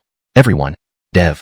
Nauseating. I almost wish to die. Do you plan on farting? Moving on. Afraid to give his fellow disciple any chance to speak again, Dev rushed to explain Dorian's arrangements. Master not only ordered us to bring cement over, but also sent many more batches of cement on their way. Everyone. The question is, what kind of mud is cement? What use does bringing mud have? Master dispatched many residents from Peach Blossom Spring to help disaster victims rebuild their homes. Everyone. Peach Blossom Spring. With only a few people. When can they finish rebuilding? Oh right. There's something else Master asked me to bring. Dev reached into his robes and pulled out. Jamar's eyes widened. A brocade pouch? Is it Elder Brother's pouch? Does Elder Brother have foresight and prepare for my sake? I misunderstood, elder brother. He must not covet the position of crown prince. Master asked me to give this to the hawk. Dev revealed the object in his robe and handed it to Jamar. Jamar. It's not a brocade pouch. How disappointing after all that excitement. He took the small booklet and read its title, Building Manual. Pity that even the unyielding Andrew can't see the crux of the problem. Wishing for every disaster victim to have a home, not mentioning the cost, merely the timber and time required, would 1 month be enough? Roberto analyzed while walking. Clearing the rubble of destroyed houses could provide some materials, but it's still insufficient.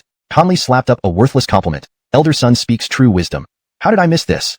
Elder son's wisdom surpasses anything I could ever achieve. Feeling pleased, Roberto ignored the obvious sycophancy and continued. Since ancient times, turning the earth dragon has been troublesome. Food and clothing are minor issues compared to housing, especially in this cold season. Inevitably, many will freeze to death due to delays in construction. At that time, people will curse Leaflang for killing his brother and imprisoning his father, leading to heaven's punishment on the common folk. Hearing Roberto's audacious words, Conley didn't find anything wrong with it. It's habit. Among the 5 clans and 7 houses, criticism of the Lee royal family was commonplace behind closed doors. Even the Longshi Lee clan, Leaflang's own clan, focused on personal gains. What realm? What people? You sit on the throne. I reap the benefits. Like Finn Josh of Sway, shielding the aristocratic families from public anger. When people are furious, the aristocracy can ride the wave and even replace the emperor. Isn't it so? The world nations had been laid. Dwayne, having woken from a coma, was preparing to return to Chang'an when he saw Alex and Hassan, servants accompanying Hawk Jamar, making him feel uneasy. He quietly pulled Jamar aside. Hawk, these two may be suspicious. Bringing them along might result in? Jamar smiled faintly. Lord Do, rest assured. I have it under control. I'm following Uncle's instructions. Dwayne incredulously asked. Truly? Jamar replied displeasedly. How could I deceive you? Dwayne hastily said. I dare not. Despite his words, his face still showed disbelief. Jamar. This old man is so annoying. Jamar smiled gently. Lord Do, weren't you planning to return to Chang'an? Dwayne glanced at Alex and Hassan helping the victims, cautiously replying, Hawk, I'm not in such a hurry. This response reassured Jamar slightly. So he hinted, Lord Do, with Ronnie protecting me, no one can harm me. Besides, my uncle instructed me to stabilize these two for now. Once we return, hand them over to my elder brother, to someone, Dwayne. Indeed, this supposed Hongnong Yang clan gentleman seems problematic. But did the hawk just mention his elder brother? I must have misheard. Right, misheard. Can a crown prince even have an elder brother? Impossible. Peach Blossom Spring. Dorian sneezed and said, Third Jinyang City. My territory. Who dares to challenge us here? These peasants, have they not always been submissive? For so long, haven't they shown their gratitude whenever we stepped in? Ignorant and naive. Mere servants of our noble family. Mere tools to manipulate as we wish. Ha ha ha. I am confident, assured of victory. Old second brother thinks he can usurp my position? Not in this lifetime, nor in the next. After a while, Hawkins swallowed his saliva, unable to contain himself any longer. Roberto opened his eyes, stood up, and calmly lectured. As a provincial governor, you must stay calm. Do not panic. Hawkins nodded, slightly nervous. Young master, there seems to be an issue with the disaster victims. Roberto brushed it off, casually asking, what now? Do they still believe the Hawk's promise of having everyone housed within a month? Hawkins shook his head. Young master, it's not about that. It's about the cement. Roberto nonchalantly remarked, that mud again? Does this mud from Chang'an really make such a difference, fooling those peasants? Hawkins recalled something, surprise flickering in his eyes. That mud looks like soil, and it's pale blue. Roberto interrupted, chuckling. Soil mixed with water makes mud, doesn't it? But this pale blue soil, I've never seen it before. The soil in Chang'an is indeed different. Hawkins remained silent. Damn you. If you weren't young master of the Jinyang Wang clan, do you think I'd hesitate to get rid of you? Interrupting me mid-sentence. Don't I deserve to speak? At this moment, Roberto ceased his self-indulgence and said, Speak. Hawkins organized his thoughts and began narrating. Today, I saw that many foundations have been laid completely. There were many carts unloading things, the cement. I saw someone from Chang'an's Teoyuan teaching the disaster victims how to mix and pour the cement. Regarding the rebar as thick as fingers, Hawkins hadn't seen them yet during his brief visit. Suddenly, hold on. Roberto interrupted, baffled. Pour mud to build houses? This hawk sure has some clever tricks. But these poor peasants can only use straw and mud to build walls. Pity, it may be sunny now, but soon there will be heavy snow. The melting snow won't give the mud walls enough time to dry and harden. They will collapse. Roberto imagined this scene and shivered in glee. Tell me, how many people will die? Thud. Hawkins's heart sank, cold sweat breaking out on his forehead. How ruthless can you be, young master? Can the young nobles of the aristocracy truly take joy in the deaths of countless peasants? What's so amusing about it? While I might not always behave honorably, I admit I'm not much of a benevolent official, but I couldn't stoop so low. Thinking of all those deaths sends chills down my spine. Roberto, even though I might act like a dog, you, Roberto, are not human. Then, straw? Hawkins's expression changed, hesitantly saying, young master. They don't seem to be using straw. Roberto was surprised. So, they're using just mud? Wouldn't that make the walls more prone to collapsing without snow? Hawkins nervously replied, perhaps. Suddenly, Hawkins panicked, young master. If buildings collapse and bury the peasants, will the court blame me as the governor? Roberto sneered, rest assured. Dealing with public sentiment is something we know very well. Watch how I make the hawk come beg for help. Hawkins flattered, young master's foresight is impressive. Roberto laughed proudly. In the disaster area, work was progressing feverishly. Initially, the victims harbored doubts, thinking the hawk was boasting. However, they thought a prince should consider his words carefully and wouldn't just make empty promises. Perhaps the hawk could actually fulfill his pledge. Thus, enthusiasm grew among the victims. Especially when faced with a new construction method, the simple-hearted peasants followed the hawk's instructions diligently. The first model house was completed. Using cement and steel bars, they formed the structure, temporarily repurposing fallen beams from collapsed houses to complete the roof. Walls were initially made of wood panels over mud to serve the purpose temporarily, to be replaced with bricks later. Several brick kilns were also under construction to provide building materials for the victims and offer future employment opportunities. This new construction method would be mastered by the victims of Jinyang. It marked Dorian's first step in changing Tang Dynasty through cement. Witnessing this, amidst the peasants' stunned cheers, Alex's heart skipped a beat. Hassan, utterly exhausted, asked in disbelief, "Master, houses can be built like this?" Alex kept quiet, his gaze fixed on Hawk Jamar. This prince had a very unique idea, and it had actually worked. Kill him. He must be eliminated. But alas, with the skilled protector around, there was no opportunity. Meanwhile, he couldn't let such talent grow unchecked. Atlas's eyes bulged wide, exclaiming, "Goodness gracious, this cement is indeed miraculous." Andrew was far calmer. Holmes, the villa for the Mira Queen was built using cement too. The key difference was that the victims' homes didn't need glazed tiles or multiple stories. A single-story structure sufficed. Hence, it was simpler and faster. Jamar trembled with excitement. "Elder brother, you are so kind to me. I believe you wouldn't vie for the crown. If you wanted it, why would you work so tirelessly for me? I should not have doubted you. Guilt. I am nothing, cough, just expressing my feelings. Don't take it seriously." On the other side, Dorian's two nominal disciples were most amazed. Dev and Hubert hadn't yet witnessed the wonders of cement. Though they had visited Teoyuan and seen cement roads, they hadn't pondered its significance. From this day on, the victims gained more confidence in rebuilding their homes. 10 days later, Hawkins, who hadn't been seen for a while, arrived again. Seeing the uniquely constructed houses standing neatly in rows and distant teams of victims still building, he was struck dumbfounded. Boom. A bolt of lightning struck on a clear day. Hawkins was left utterly dumbfounded, scorched both inside and out. Where did all these houses come from? Note: the translation preserves the original tone and style, maintaining the shock and disbelief expressed by Hawkins. The paragraph structure and line breaks have been kept consistent with the source text. Chapter 275. You? Do you even deserve to? The Wong residence. Conley stumbled in, stuttering as he cried out, Ma, master. Roberto, displeased, remarked, "Nerve. As the imperial censor, you dare barge into my residence unannounced?" On the side, Conley wished he could bury himself in a hole so Andrew wouldn't see him. Compared to him, Andrew was well aware that the governor of Jinyang was merely a dog of the Wong clan. But getting caught was another matter. Imperial censors were known to act on even the slightest hint. Who didn't know Finn Leaf's attitude towards the 5 great clans? If they couldn't deal with the 5 great clans, handling a minor provincial governor would be child's play. If Finn Leaf insisted, the Wong clan would rather sacrifice Conley than openly defy the court. It wasn't worth it. Roberto forced a smile and greeted, "Minister Emmanuel, your reputation precedes you." Andrew, expressionless, asked, "Who are you?" Roberto was at a loss. Shit. Are you serious? Leading soldiers into my house and asking who I am. Will anyone believe you don't know? Beside him, Conley's heart sank. Not, for master. Then, Andrew, after asking Roberto, "Who are you?" turned his gaze away and looked directly at Conley, coldly saying, "Governor you." Conley's face turned pale, almost breaking down as he stammered, Minister Emmanuel. "Why? You're not here for me, are you?" Andrew snorted. "What do you think?" Conley's hands trembled uncontrollably. Game over. No hope left. He wasn't just reported. He was under close watch. Andrew coldly ordered, "Take him away." 2 imperial guards immediately seized Conley. At that moment, Roberto angrily shouted, "Minister Emmanuel, you barge into my house and arrest people at will. Do you know who I am?" Andrew looked at him as if he were an imbecile. "I asked you, but you didn't answer. Can I be blamed for that? Such baseless accusations. Aren't you ashamed, despite being so young?" Roberto gritted his teeth and spat out, "I am the eldest son of the Wong clan of Jinyang, Roberto." Andrew simply responded, "Oh, just one word, nothing more." Andrew promptly left with 2 guards escorting Conley. Roberto shook with anger. Can't believe it. My name holds no weight, and the prestige of the Wong clan is ignored." "You stay right there." Roberto nearly lost it. No way was he letting Andrew take Conley away. If news got out, how would others perceive the Wong clan? How would they view me, the eldest son? People who pledge loyalty wouldn't feel safe trusting their lives with him. Humiliating. Embarrassment not just for the Wong clan, but also for him personally. Roberto roared, "Men, stop them." Swish. Several guards rushed out, blocking Andrew's path. Originally, the guards, seeing Andrew in official robes and escorted by imperial troops, dared not obstruct without Roberto's orders. Now that they had those orders, what were they waiting for? Roberto forced a smile. "Minister Emmanuel, think carefully. After all, I am the eldest son of the Wong clan. Is it appropriate for you to arrest someone in my residence?" Conley was filled with hope. Master, please protect me." But unexpectedly, Roberto said, "Minister Emmanuel, why not wait until he's outside? Just give me some face." Conley was dumbfounded. Underscore go to hell. Underscore damn bastard. Underscore you act so tough, yet you're afraid of Andrew. Underscore as the eldest son of the Wong clan. Where's your pride? Underscore if you let me be taken away like this, your future position as head of the clan will be in jeopardy.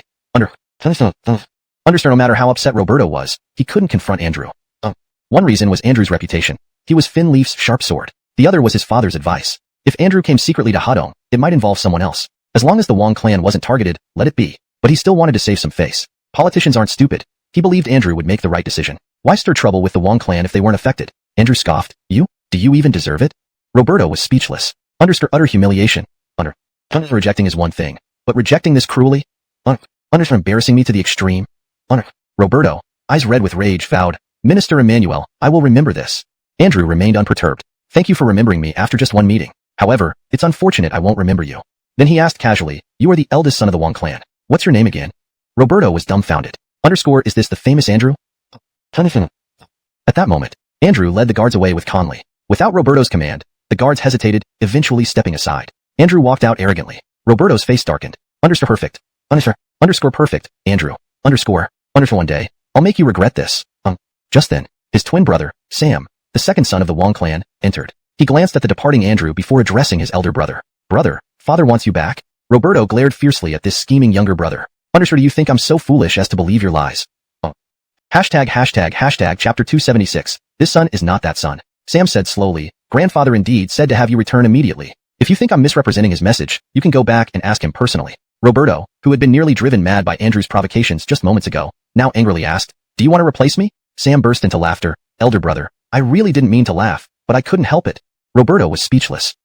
Dumbskin. Asking such a question just made him look stupid. Sam continued, grandfather knows that you and Governor Conley have been extorting the people these past years, tarnishing the reputation of the Jinyang Wong clan. So, he wants you to return for reflection. Roberto trembled all over. Indeed, Conley's extortion included his share. For the Jinyang Wong clan, plundering wealth would not use such clumsy methods that invite criticism. But Roberto was arrogant and extravagantly wasteful. Currently not in charge, even the funds provided by grandfather were not enough for his spending. Thus, he resorted to other means. Exposed, and is often mentioned by Donnie as you claimed. Listen, even the prince has accomplished much. Yet whom is Donnie praising? You. Helmet. Old buddy. Misjudged. Lincoln added with emotion. My son truly shows the demeanor of an elder son. The disaster relief efforts owe much to his wise strategies. Nathan. What a mess. This son is not that son. Bogdan. Turns out, it wasn't referring to His Highness the Hawk. Looking at Helmet, who appeared calm and collected, Lincoln then coldly remarked, the mere Jinyang Wong clan wanting to create difficulties for Fitzroy is simply despicable. He proudly chuckled. Ha ha ha. Didn't expect that. My son foresaw this long ago. I wonder if the Jinyang Wong clan is taken aback. Only my son could ensure every disaster victim has shelter within a month. None could tell which son Lincoln was referring to. Spit. As an emperor, speaking ambiguously. Was this intentional? Lincoln happily declared, good. Excellent indeed. Everyone.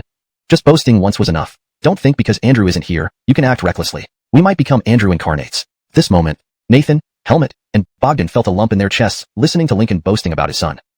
Their own sons were truly unambitious and brought no honor to them. Especially Bogdan, thinking of his dim-witted youngest son, felt heartache. A cunning bandit's son was vainly foolish. Helmet's youngest son acted carefree. Nathan's fourth son was mediocre with no outstanding talent. Only his youngest son was disgraceful and caused heartache. How sad for a loving father. Lincoln passionately ordered, Brandon, the Daily Tang must report thoroughly. Helmet solemnly replied, Your Majesty, rest assured, I won't neglect any disaster reports. Last night, we finished editing a new issue for immediate publication. Lincoln nodded and smiled. Hadong Dao's success highlighted Fitzroy's brilliance. As a father, I must not show favoritism. Thud. Nathan silently worried. Sure enough, Lincoln said seriously, my son worked tirelessly for the victims, providing cement and steel materials generously. Such actions reflect his commitment to the people. Everyone. Praise. Go ahead and praise. Overpraising your own son. Is this appropriate? Cough. Lincoln noticed the three senior ministers' strange looks and stopped appropriately. Brandon, mention this in the paper too. Helmet inwardly rejoiced and said cheerfully, rest assured, Your Majesty, I'll make sure of it. At this moment, Bogdan finally felt the his youngest Hubert lacked critical support. Worried, Helmet asked unexpectedly, what do you think of Donnie? Bogdan respectfully answered, Donnie harbors the well-being of the realm. With our assistance, we will achieve unparalleled prosperity. Helmet laughed without a word. Bogdan suddenly understood. The emperor differed from the retired Finn. The imperial succession concerned dynasty continuation and required the most capable successor. Khan. Bogdan murmured, Bolivar is born from a commoner mother. Helmet laughed, Brother Do. You'd be amazed at what awaits with the prince today. Let me show you. Bogdan. Please let me know if there's anything specific you need adjusted, or if you have additional text to translate. Honestly, as half of the strategic duo, Gino's planning and Do's decision-making, he also somewhat failed to understand his old partner's thoughts. Old buddy, what does this mean? Please let me know if you need any further adjustments or additional context. ##### Chapter 277. His Highness the Hawk, you have truly disappointed me. Jingyang Wang Clan. Roberto met with the elder of the Jingyang Wang clan and expressed his dissatisfaction. Father, Hawkins is my man. Are we just going to let Andrew arrest him like this? As the head of the clan, Cullen had high hopes for his eldest son. However, this time, he was very disappointed. Zhang'er, have you forgotten what I told you? I haven't, father, Roberto insisted stubbornly. Cullen snorted coldly, causing Roberto's face to twitch but biting his lip in silence. After a long pause, Cullen sighed. I let you interact with the Hawk on the surface to form an alliance, but the true purpose was to seek the greatest benefit for the Jingyang Wang clan after Leaf. Roberto argued, Father, the Hawk is too stupid. He acts like a mute.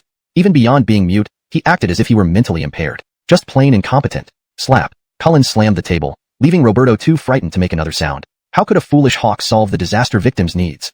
Cullen exclaimed. Roberto was left speechless. Recently, he felt triumphant, believing that ultimately, Hawk Eldon would fail to quell the disaster victim's anger, thus allowing him to emerge as their savior. At that time, the Hawk would surely be grateful. And when he showed his loyalty, wouldn't the Hawk be moved to tears? However, plans never quite kept up with reality. Cullen scoffed. I didn't expect Leaf's son to learn how to conceal his abilities at such a young age. Unconvinced, Roberto retorted. This Hawk must have some wise advisor guiding him. Cullen replied sternly, having a wise advisor doesn't matter unless someone is willing to guide him. Do you not understand? The more useless the Hawk is, the more advantageous it is for our Jingyang Wang clan. Do you really want to attach yourself to another Leaf? Realization struck Roberto hard. The harsh scolding awakened him. Originally, he shouldn't have made such a low-level mistake. But deep down, he underestimated Hawk Eldon as just a half-grown child. How wrong he was. Suddenly, Roberto, breathing somewhat rapidly, asked, Father, weren't we supposed to win over the Hawk? Why the assassination? Cullen's face turned cold, furious. A worthless Hawk is inconsequential, but a popular one among the people is detrimental. Not just to our Jingyang Wang clan, but to all the 5 great clans and 7 noble families. One Leaf is already troublesome. We don't need a second. These words seemed nonchalant yet revealed sheer audacity. They had decided the fate of the future Hawk. Roberto, now fully aware, realized the truth about assassinating the Hawk. It wasn't solely a decision by the Jingyang Wang clan, but the entire 5 great clans and 7 noble families, well, excluding Fanyang Braden clan. Certainly, his father wouldn't consult the Fanyang Braden clan. Iter, their patriarch, had become Leaf's loyal lapdog, who knew how Leaf had won over the Fanyang Braden clan on their spine, realizing they might be next. Back to the capital. When the Hawk returned to the capital, countless civilians saw him off outside Jinyang City. Unlike his arrival, this time he knew how to stage a show, how to be a qualified heir. Regrettably, he hadn't yet grasped the concept of water-bearing boats and also capsizing them. The accompanying entourage included 2 new faces, Alex and his attendant Hassan. During the relief efforts, both had performed admirably, assisting the Hawk. Alex sought ways to stay close to the Hawk. Surprisingly, Eldon invited him personally. Alex jumped at the chance. At this moment, as the Hawk disembarked under the guard of the Imperial Army to bid farewell to the disaster victims, a voice suddenly shouted, Your Highness. Instantly, countless voices echoed in agreement. Your Highness. Your Highness. Your Highness. Unable to express gratitude, the people cheered as the simplest way to thank him. Many brought their last eggs or old hens, hoping the Hawk would accept them. Hawk Eldon felt a knot in his heart. These gifts, how awkward. Too many items. Not treasures. No.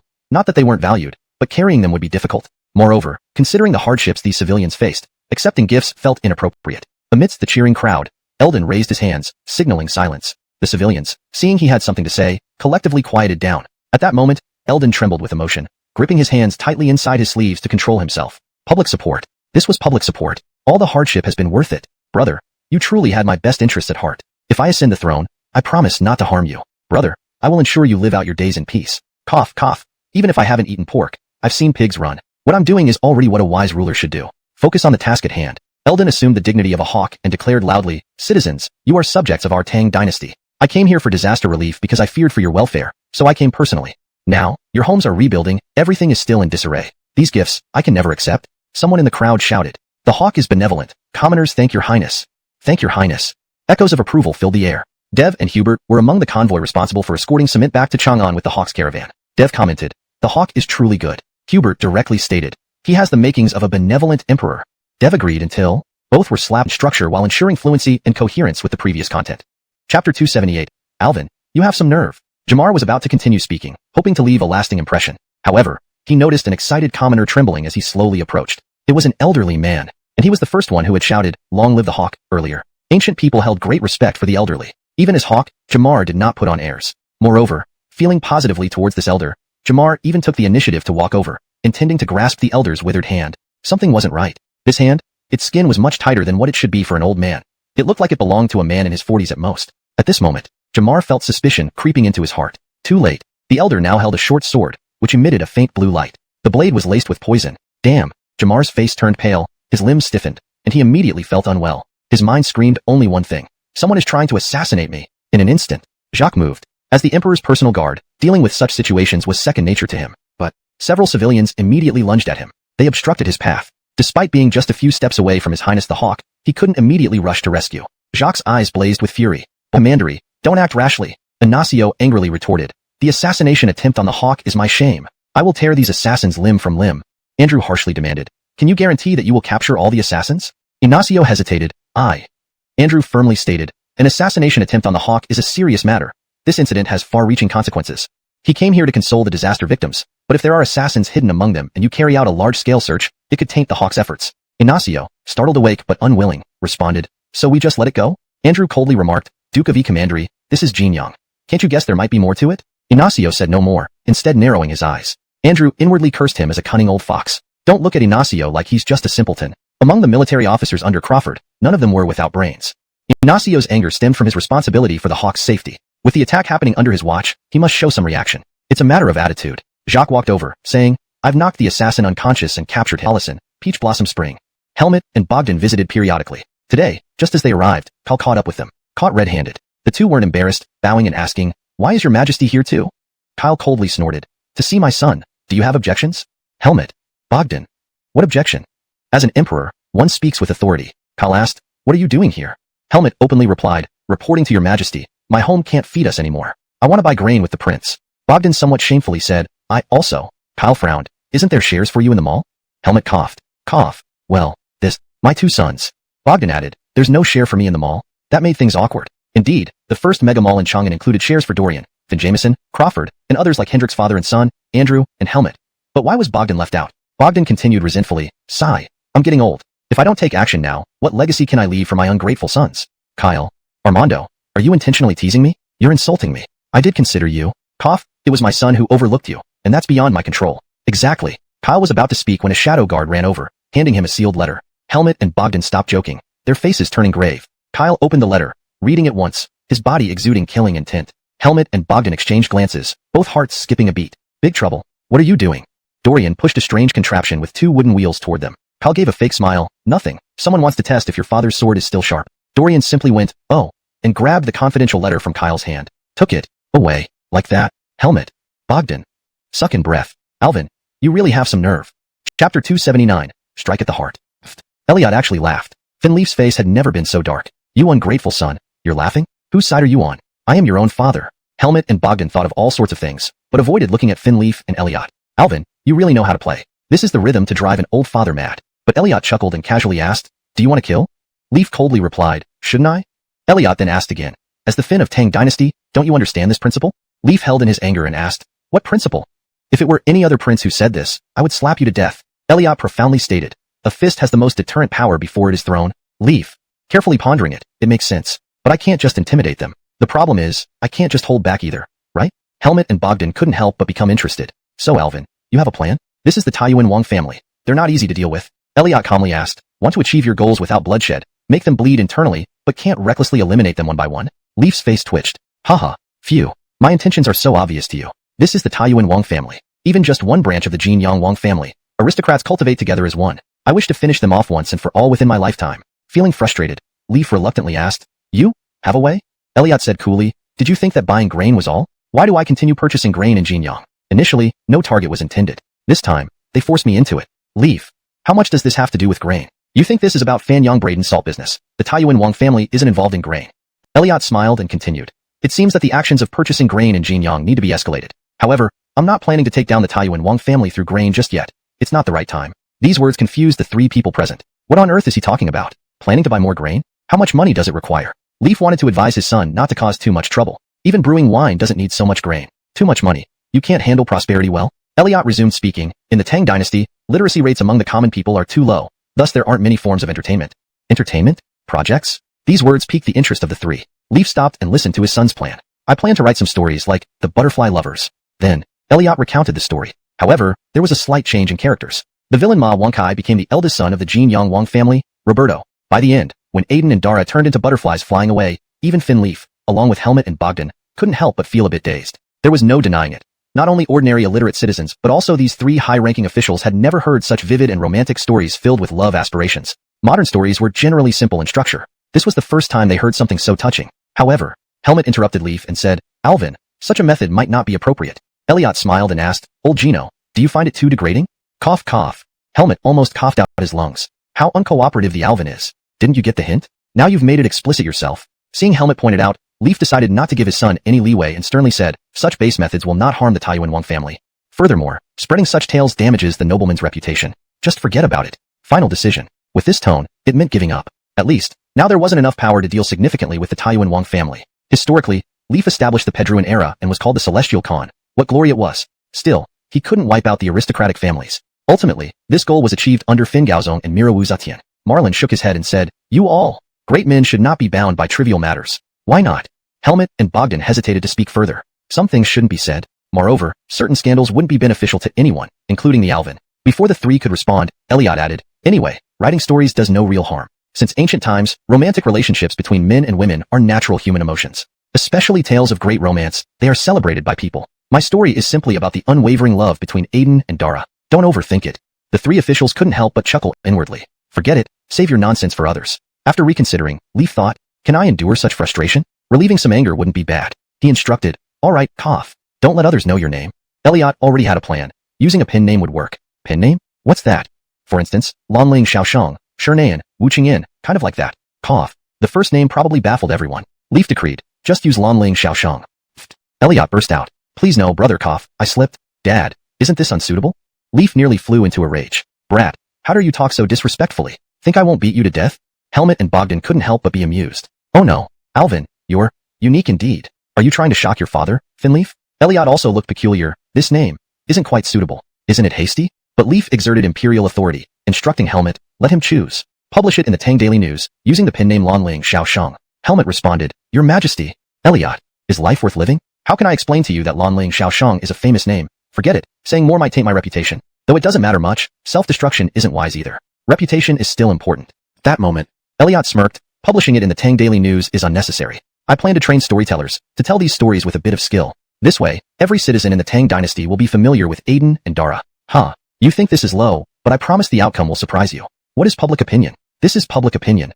Truth or fiction doesn't matter. If enough people believe it, it becomes truth. Listening to this, the three officials were stunned. Elliot proudly continued, What about Fin Yang of Sui? How many commoners don't curse him as a tyrant? Was he truly a tyrant? It was all due to aristocratic propaganda. Who knows the truth? Telling you, this is the effect of public opinion. The 5 families and 7 prominent clans can tarnish anyone's name. So why can't we turn their tactics against them? Leaf. I see the light. Helmut and Bogdan. SSS. Helmut and Bogdan took in a sharp breath. My God, Alvin, you dare mention that. But thinking about it, isn't it exactly so? The commoners are ignorant. Even if they wish to uncover the truth, what capability do they have to find it?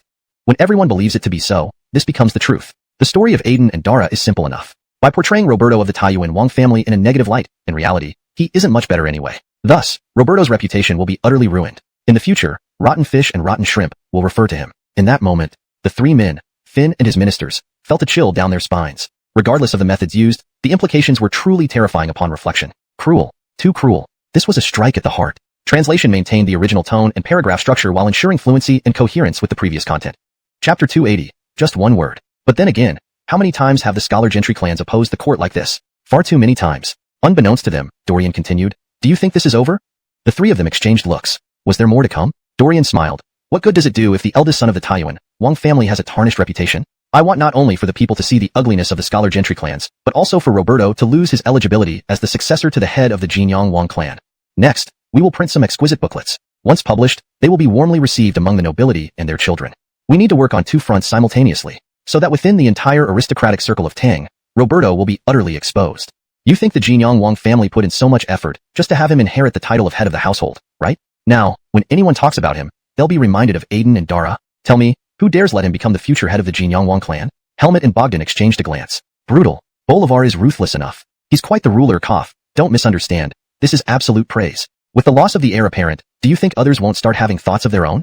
Can the Jinyang Wang clan remain as united as before? It will be easier to deal with once it falls apart. Every word cut deep. Helmut and Bogdan felt a chill run down their spines. Finleaf's face lit up, laughing uncontrollably. Ha ha ha. Good son. Truly worthy of being my offspring. Dorian.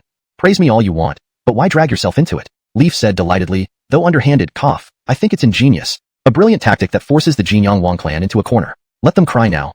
Unexpectedly, Dorian added, actually, I'm just providing an idea. Minister Gino and Minister Du can go back and write a dream of the Red Mansion. Dream of the Red Mansion? What kind of mansion is this? And what kind of dream? Dorian explained his rough ideas and adapted the dream of the Red Mansion, setting it against the background of the Jinyang Wang clan. Thus, Helmet and Bogdan. Terrifying. Military officers in the court always say civil officials kill without spilling blood, but comparing these civil officials with the prince, they're small fry compared to dragons. Leave. Son, you're terrifying. You intend to brand the Jinyang Wang clan on the pillar of shame forever. After saying all this, Dorian looked at the secret report and narrowed his eyes. This Alex seems interesting. Have the third brother send him over later. Leaf's expression changed. Don't be ridiculous. This is a remnant of the Sui dynasty. Dorian shrugged. I want precisely the remnants of the Sui dynasty. Otherwise, I wouldn't care. Leave. What do you mean? Helmet urged. Your Highness, it's dangerous to keep a remnant of the Sui dynasty around. Dorian asked. Then why put him near the third brother? Why not just eliminate him directly? Helmet hesitated. How would he know? If not for your mention of Alex, he wouldn't have known anything. As for the secret report, only you and Donnie saw it. Dorian was about to pass the report to Helmet and Bogdan when Leaf snatched it away and calmly said, we'll discuss this later. Clearly, Finn Leaf had his own plans for Alex. Helmet and Bogdan understood. As ministers, they must not be curious about things they shouldn't know, let alone pry. That could shorten one's life. Donnie isn't the type to abandon his loyal servants, but he's certainly no saint. Leaf said eagerly, son, hurry up and write the story of Aiden and Dara, and write the dream of the Red Mansion as well. After all, herding a cow or driving 2 sheep takes the same effort. Dorian, you make it sound easy, but did you consider my feelings? Ultimately, he agreed to his father's request. After all, the essence of the dream of the Red Mansion is clear only to him. Most regrettable is that the masterpiece will be wasted here. Of course, if written according to the original, this emperor father would definitely get upset. Everything decided. Leaf stared at the strange wooden contraption his son was pushing and asked, what is this? A bicycle. What's a bicycle? Not just Leaf, Helmet and Bogdan were equally curious. A bicycle is a means of transportation called a bicycle. Leaf, Helmet and Bogdan. Just a sentence. Wasted words. Curious, Leaf urged, a bicycle with 2 wheels, doesn't it wobble? Quickly show us if it works. A man mustn't say it doesn't work. Following this principle, Dorian demonstrated riding the bike right in front of his father and the ministers. Indeed, this was the first time he pushed out the contraption after creating it. It might not function as a modern bicycle did. After all, besides wooden wheels, the frame was primarily made of wood and some specialty materials. Especially, there was no chain, only gear structure. These gears were crude. Honestly, it was a whim that prompted him to find a few skilled villagers from Peach Blossom Spring to assemble it. On the spot, Dorian started riding. Pushing the bike for a short distance, he found the construction too crude. The wheels rotated. The gears turned. But it was exhausting. This thing, as a mode of transport, required a lot of effort. However, the 3 men, ruler and ministers, were stunned. 2 wheels didn't fall, which was beyond their comprehension. Dorian remarked regretfully, it works, but the craftsmanship is poor. 2 pedals almost exhausted me. Helmet stroked his beard. This item indeed appears novel to me. Perhaps the Ministry of Works craftsmen should study it and refine it further. Bogdan nodded. Leaf agreed. Dorian didn't refuse either. Originally, it was a spur-of-the-moment creation. If the Ministry of Works craftsmen can be used, why hesitate? At present, the skills of artisans in the Ministry of Works were extraordinary. Don't assume modern manufacturing techniques are superior. Though ancient people lacked advanced machinery, they crafted marvels with their skills alone. Take the seismograph designed and built by Yering, predicting earthquakes, a marvel even today. Some dismiss it as gimmickry, not acknowledging its validity. Comped during the dragon stirring, Dorian heard the seismograph did predict the general direction. So never underestimate ancients as less intelligent than modern people. Guiding the artisans from the Ministry of Works in studying the bicycle, Leaf had already sent imperial orders for the hawk and his entourage to return to Chang'an immediately. Regarding the Jinyang Wang clan, they would proceed according to Dorian's plan step by step, training storytellers and preparing exquisite booklets of Aiden and Dara. Everything was ready. Initially, in Chang'an, quietly, more storytellers began appearing in Chang'an's taverns and tea houses. For the entertainment-starved Tang Dynasty, this novelty was incredibly appealing. Almost overnight, the story of Aiden and Dara took Chang'an by storm. Moreover, taverns and tea houses hired storytellers to attract guests. Otherwise, patrons wouldn't visit. Irritating. Owners complained. These days, running a simple tavern or tea house isn't easy. Such hardship. Comp for other citizens, they were thrilled by this new form of entertainment.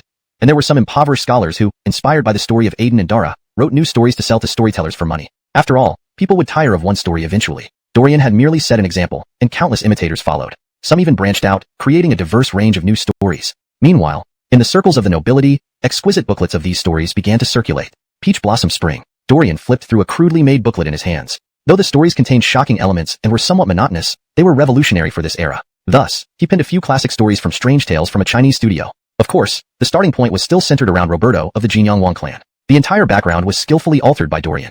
A booklet named Strange Tales from a Chinese studio emerged out of nowhere. The stories came alive. The books breathed life. The name of the author, Lan Ling Xiaoxiaxing, became household knowledge. At the same time, the character Roberto gained unprecedented popularity and widespread disdain. When the Crown Prince and his entourage returned to Chang'an, they heard the story of Aiden and Dara along the way. Except for the unappreciative brute, Freddy, everyone else was entranced by the story, especially Andrew, who discerned the implications without much effort. The Jinyang Wang family, eldest son Roberto. This was too obvious. Andrew had a bold hunch. This must be the revengeful cough, kind-hearted Finleaf, directing Nathan and the others. How could they bear the injustice of the assassination attempt on the Crown Prince? In the Ganlu Palace, Finleaf and Chancellor Nathan both sneezed simultaneously while discussing state affairs. Leaf wondered if it was a concubine missing him. Though he didn't have 3,000 beauties, he couldn't attend to them all. His thoughts were incredibly narcissistic. Nathan's mind was straightforward. Humph. As the first person of the court, many praise me while secretly envying and cursing me. Ha ha ha. I fear nothing. Anyone cursing me is simply despicable. On the imperial road leading to Chang'an, Andrew sneezed and thought, Finn, during my absence, you must have missed me. Without my daily admonishments, how can you advance towards becoming a wise ruler for the ages? With that thought, Andrew stuck his head out of the carriage and urged Freddy, who was riding ahead, Elder Hollis, we are almost in Chang'an, go faster. Freddy glanced at Andrew and muttered, is the Duke of Pedro so eager because he took a new concubine? Now he must be yearning for her. Though he muttered, Freddy's voice rivaled Hendrix's in volume. So, everyone around heard clearly. Andrew's face turned black as the bottom of a pot, twitching uncontrollably. Freddy, you are dead. Slandering a colleague, I will report you. Chapter 281, Dwayne resigns. The Hawk and his entourage returned to the palace and reported back to Finleaf. They arrived at the Ganlu Palace. Everyone entered. Finleaf casually told Jamar, that was splendid.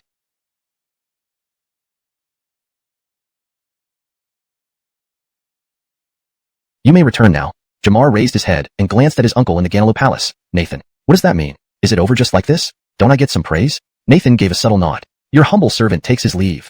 Jamar left the Ganlu Palace with many questions on his mind. Then, Finleaf looked at Dwayne and said, Minister Du, you've worked hard.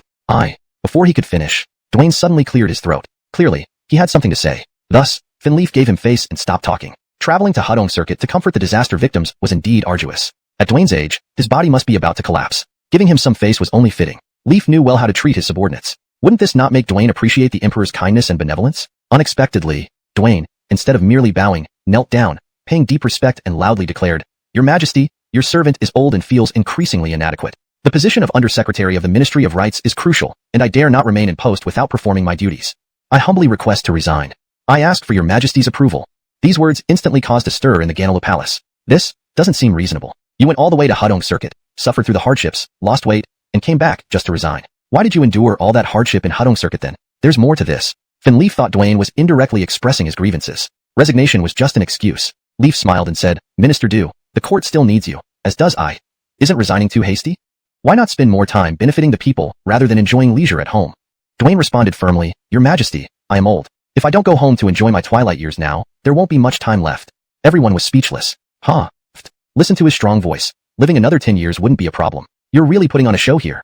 Finleaf continued to persuade, Minister Du, I still want to. He intended to promote Dwayne. This way, Du would reluctantly stay. Tomorrow, their exchange would be celebrated throughout the imperial court as a fine example of loyalty and virtue. However, kneeling again, Dwayne performed a deeper obeisance, which seemed excessive unless he were guilty of a serious crime. Dwayne earnestly said, Your Majesty, I speak the truth. Please don't doubt me. Though I speak strongly, my body has truly deteriorated. I might not have many good years left. Leaf was speechless. Are you insulting me with such nonsense? With so loud a kowtow, one might think I'm an inept ruler who orders executions without a second thought. How inappropriate. Finleaf was a little displeased but managed to smile. Minister Du, please allow me to retire. Minister Du, please let me enjoy my remaining days at home. Minister Du. Your Majesty, please release me. Du. Leaf almost jumped up. What do you mean release you? I'm not sentencing you to death. Go ahead, cough. Perhaps Minister Du should reconsider?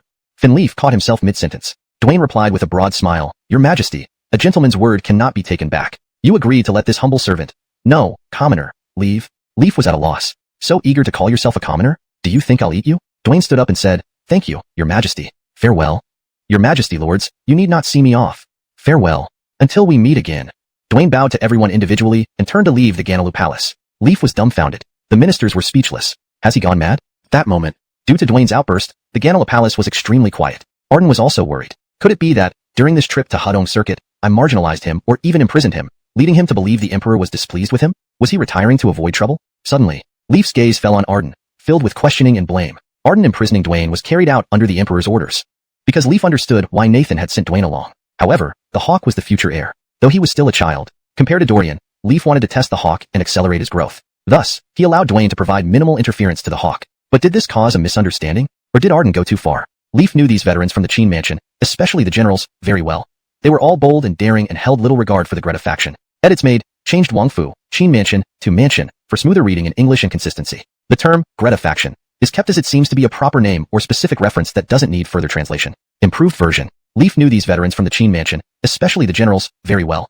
They were all bold and daring and held little regard for the Greta faction. In this case, Arden might have indeed gone too far. Gradually, Leaf's expression toward Arden became increasingly unkind. You idiot. How could you mess this up?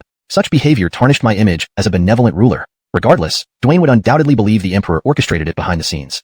Why do I have to take the blame? Unjust. Arden noticed Leaf's change and coughed, speaking gruffly. Your Majesty, I didn't act recklessly like Callan. Far away at the border, Hendrik sneezed for no apparent reason. He didn't know someone in the Ganelu Palace was criticizing him. After Nathan left the Ganelu Palace, an imperial physician followed him. By royal decree, Finleaf dispatched the physician to diagnose Dwayne on his behalf, showing care for the old minister and bolstering his image as a wise and compassionate ruler. Anyway, Dwayne was gone. Dwayne wasn't as close to Nathan or Helmut and Bogdan, and his departure was insignificant. The Emperor planned to fill the vacant position with his own men. Still, appearances needed to be maintained. Knowing Dwayne belonged to Nathan's faction, Finleaf intentionally sent his brother-in-law. Leaf wasn't bothered by this. Political factions were inevitable in court. His brother-in-law acted as a mediator between him and the prominent families, and simultaneously controlled the Guanzhong group. Only Nathan could be trusted with overseeing the Guanzhong group. Helmut and Bogdan were too disinterested in fame and power and satisfied easily. When it came to playing political games, they weren't as cunning as Nathan. It was appropriate. Arriving at Du's residence, Nathan entered and expressed his intention for the physician to examine Dwayne.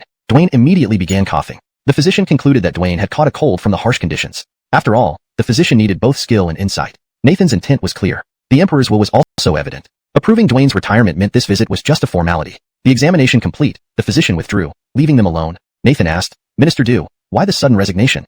Dwayne weakly replied, old age. Nathan chuckled. Nonsense. Stop pretending before me. Chapter 282. Does Anwar want to be Hawk too? Nathan asked. How has the Hawk been performing in Hudong? Dwayne did not hide this point and reported honestly. Finally, he added, that's all I know. During this period, I was under house arrest. Nathan nodded, unsurprised. As Finleaf's brother-in-law, he understood Donnie's intentions very well. This wasn't a bad thing. The Emperor wanted to train the Hawk early on, which for the latter only meant a more secure position as heir apparent. However, for Dwayne, who still aimed to climb the ranks within the 3 provinces, Nathan found it puzzling why he suddenly wanted to resign. Nathan smiled and asked, Lord Du, we're alone here. May I ask why you insist on resigning so urgently? Dwayne responded indifferently, just getting old. The tone was quite distant. He harbored many grievances toward Nathan. You had to send me to Hudong, where the Hawk was almost assassinated. Thank goodness nothing happened. Otherwise, I would have died with the Hawk. Don't think too highly of the Emperor's magnanimity. He can laugh off insults from Andrew, but forget the incident at Xuanwu Gate? This is a ruthless man. So, let me return home and enjoy my remaining days. While Finleaf lived, he would surely clash with the 5 great clans. As someone who had risen from humble origins, Dwayne decided it was better to stay out of these matters. Let whoever wants to fight for the Emperor do so. Old man Du. I'm out. On the other side, Nathan could sense that Dwayne held grudges against him. In his heart, he felt ostracized. With the assassination attempt on the Hawk, Dwayne must have been terrified and thus resented him. Nathan didn't take it to heart. He bowed slightly and said, as Lord Du is leaving court to return home, I, due to official duties, won't be able to see you off. Why don't I wish you good health and smooth sailing now? Dwayne replied coolly, thank you, Lord Greta. He didn't fear offending Nathan. With one foot already in the grave, he saw no need to suppress his feelings. Nathan, an old fox, wasn't petty anyway. In the Eastern Palace, Ronnie was still guarding Hawk Jamar. Upon returning to the Eastern Palace, he offered to leave, saying, Your Highness, we are back in Chang'an, and my task is complete. Can I leave now? Jamar asked, Troy, where are you going? Ronnie responded formally, I'm now the bodyguard for young Master Dorian. I must go back to protect him. Jamar.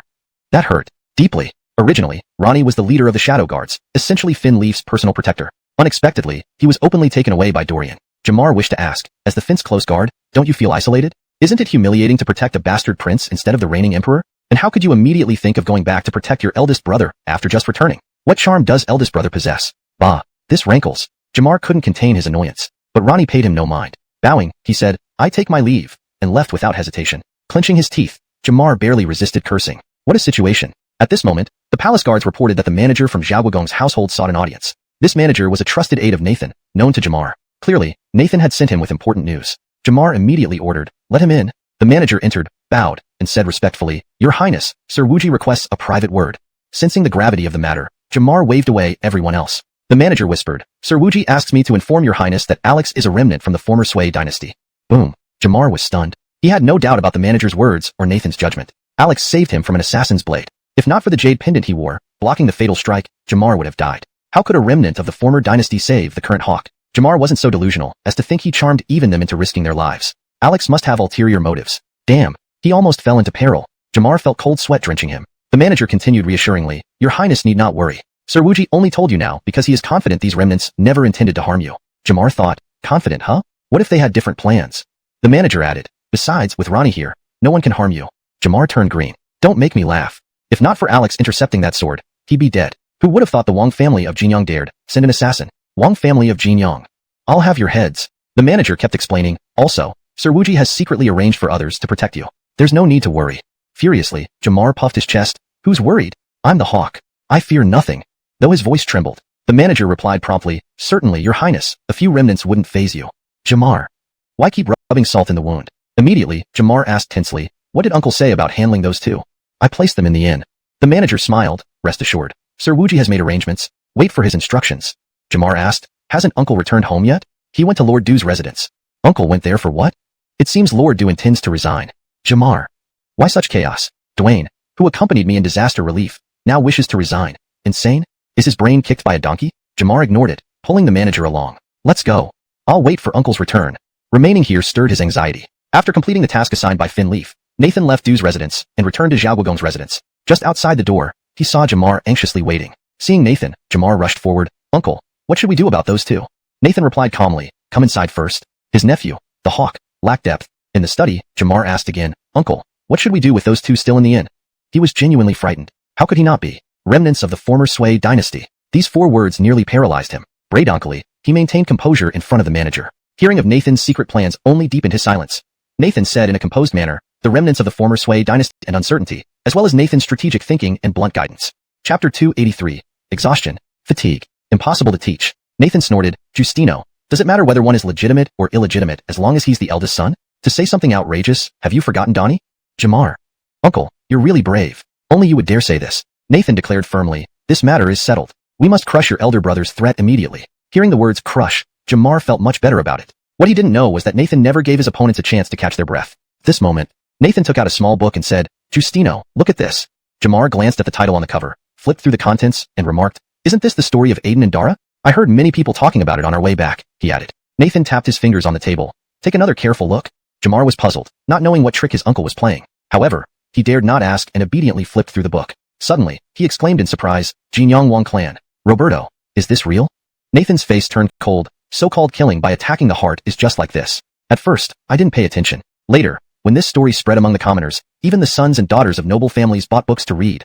I realized how terrifying this story could be. He couldn't help feeling a chill down his spine. The 5 clans and 7 families depend on public opinion for their standing. This story seems absurd and despicable, not worth the enemy's notice. But a single spark can start a prairie fire. Most commoners are illiterate and ignorant, believing everything they hear. Then, the truth or falsehood of the story doesn't matter. If many people believe it, it becomes true. So, Jinyang Wang clan's eldest son will likely be disgraced for eternity. After analyzing this, Jamar admired, this person is indeed skillful. In his mind, this was avenging him. Nathan added, your elder brother wrote this story and is behind its promotion. Jamar excitedly responded, elder brother, he's so good to me. This moment, Nathan nearly spat blood. How deluded can you be? To take your brother's actions as vengeance for you. Don't you find that terrifying? Your elder brother's methods are deep. If he competes with you, can you win? Nathan stared coldly at his nephew, the hawk, without a word. Jamar shrank his neck, cautiously asking, Uncle, did I say something wrong?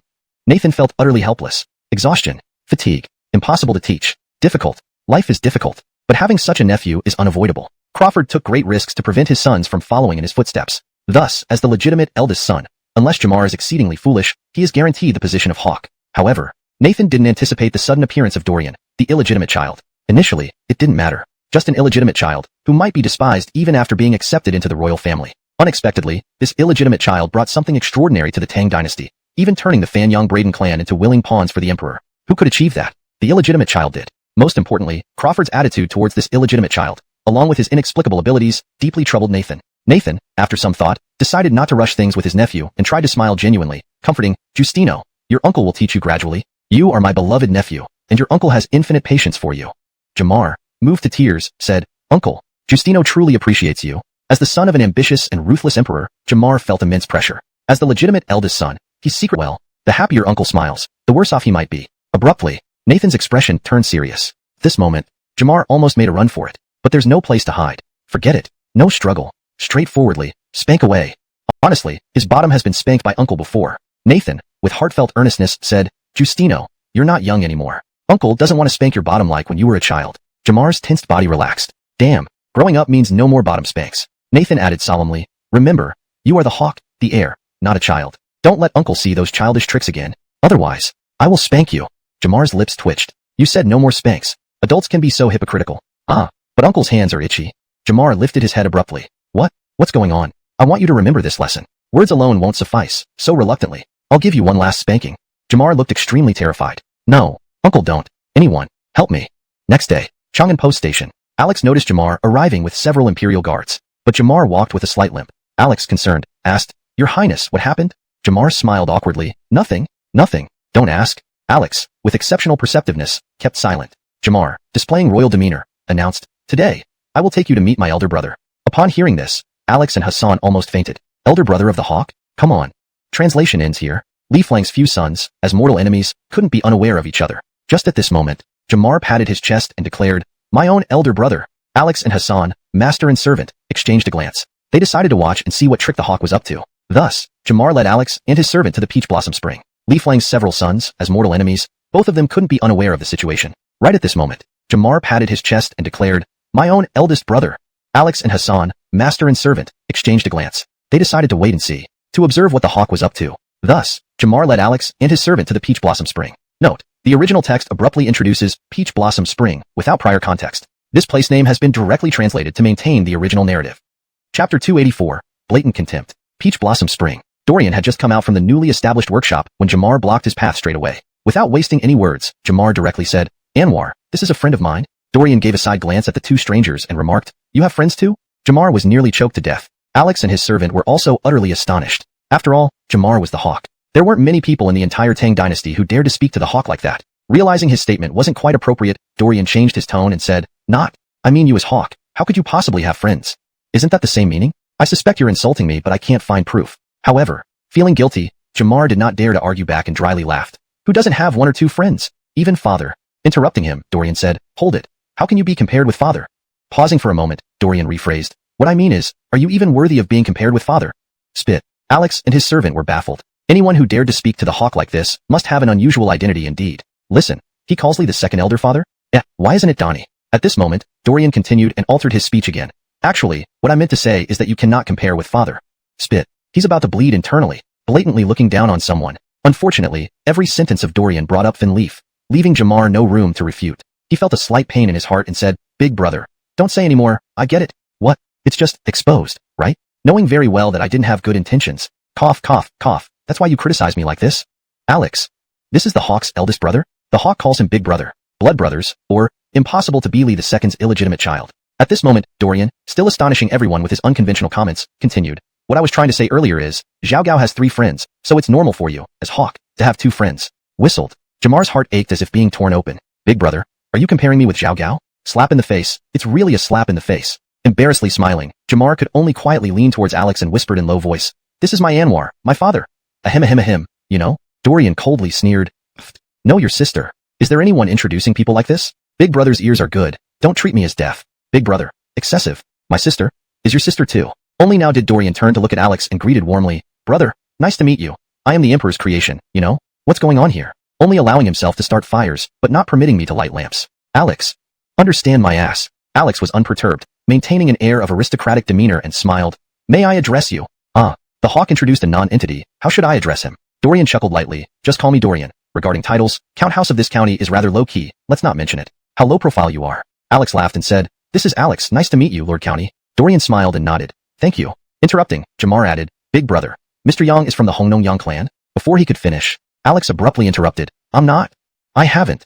My surname is Yang, but I have nothing to do with the Hongnong Yang clan. Hawk misunderstood. Don't make things up. In a flash, Jamar was stunned. F***CK. Am I making things up? Making things up your sister. Right in Jin Yang. Weren't you claiming to be a son of the Hongnong Yang clan? Though I've already known your true identity now. Saying this in front of my elder brother. Slapped in the face again? Do you think I won't dare to destroy you? Dorian mocked. Younger brother, you're impressive. Even misidentified. What intention made you approach my younger brother? SSS. This sentence shocked Jamar and Alex along with his servant simultaneously. Jamar wondered if his elder brother knew Alex and his servant were remnants of Sui Dynasty. Over. Uncle. It's not that I'm incompetent. Elder brother is astute. I can't figure out how he knew about Alex. Was it Ronnie or Benny? These two individuals, one close to the fin, another near the Grand Fin, are more than just guards. Therefore, does father know too? Ronnie definitely wouldn't conceal it from the fin. Why didn't he tell me? Thinking this way, Jamar immediately lost his calm, a chill running down his spine. He didn't know how to react anymore. Alex also assumed Dorian knew his true identity. At least, he determined his purpose in approaching the hawk was impure. Hassan barely resisted drawing his blade. Bradonkly, Alex's glance stopped him. This hawk's elder brother hasn't finished speaking yet. An old saying goes, one must enter the tiger's den to catch its cub. Or, gamble? Alex's palms were sweating profusely. This moment, all three of them inadvertently broke out into sweat. What? So thrilling. Chapter 285. The leader is finished. Alex let out a long sigh, breaking the eerie silence. With a guilty bow to the hawk, he said, to be honest, I am one who has great aspirations but lacks the further. Why involve my big brother? At that moment, Dorian had already gotten friendly with Alex, putting an arm around his shoulder. Young Master Yang, I happen to need capable people. Why don't you stay here with me? If you truly have talent, I assure you that I will recommend you to the court. Before Alex could respond, Dorian interrupted him, saying, rest assured, Chancellor Helmet of the Zhongshu Province, Grand Historian Andrew, and Minister of Revenue Bradonk are all my friends. National Lord Braden, Hendrix, is my godfather. Recommending someone like you is just a minor matter. Upon hearing this, Alex was deeply moved. With the hawk present, he dared to make such boasts, which must mean he isn't exaggerating. What kind of status does this elder brother of the hawk hold? Is he simply Leaf's illegitimate son? Immediately, Alex decided to stay in Peach Blossom Spring and wait for developments. On the other side, Jamar was stunned. I didn't do anything, yet Big Brother took him away. Was Big Brother's strange attitude toward me earlier because he saw Alex as talented and wanted to recruit him for himself? Hence, he kept disregarding me to prove to Alex that he could offer what Yang desired. But, Big Brother, these two are remnants of the Sui dynasty. Since you're so eager to take them in, I'll oblige you. Truly, heaven is helping me. This is your fate.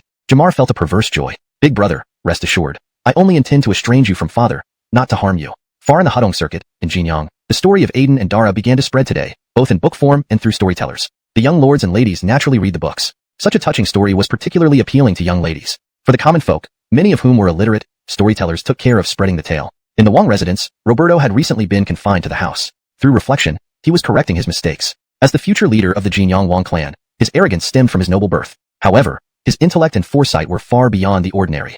Wandering around the estate, Roberto suddenly overheard maidservants whispering. Coincidentally, they were facing away and didn't notice their master approaching. Is this true?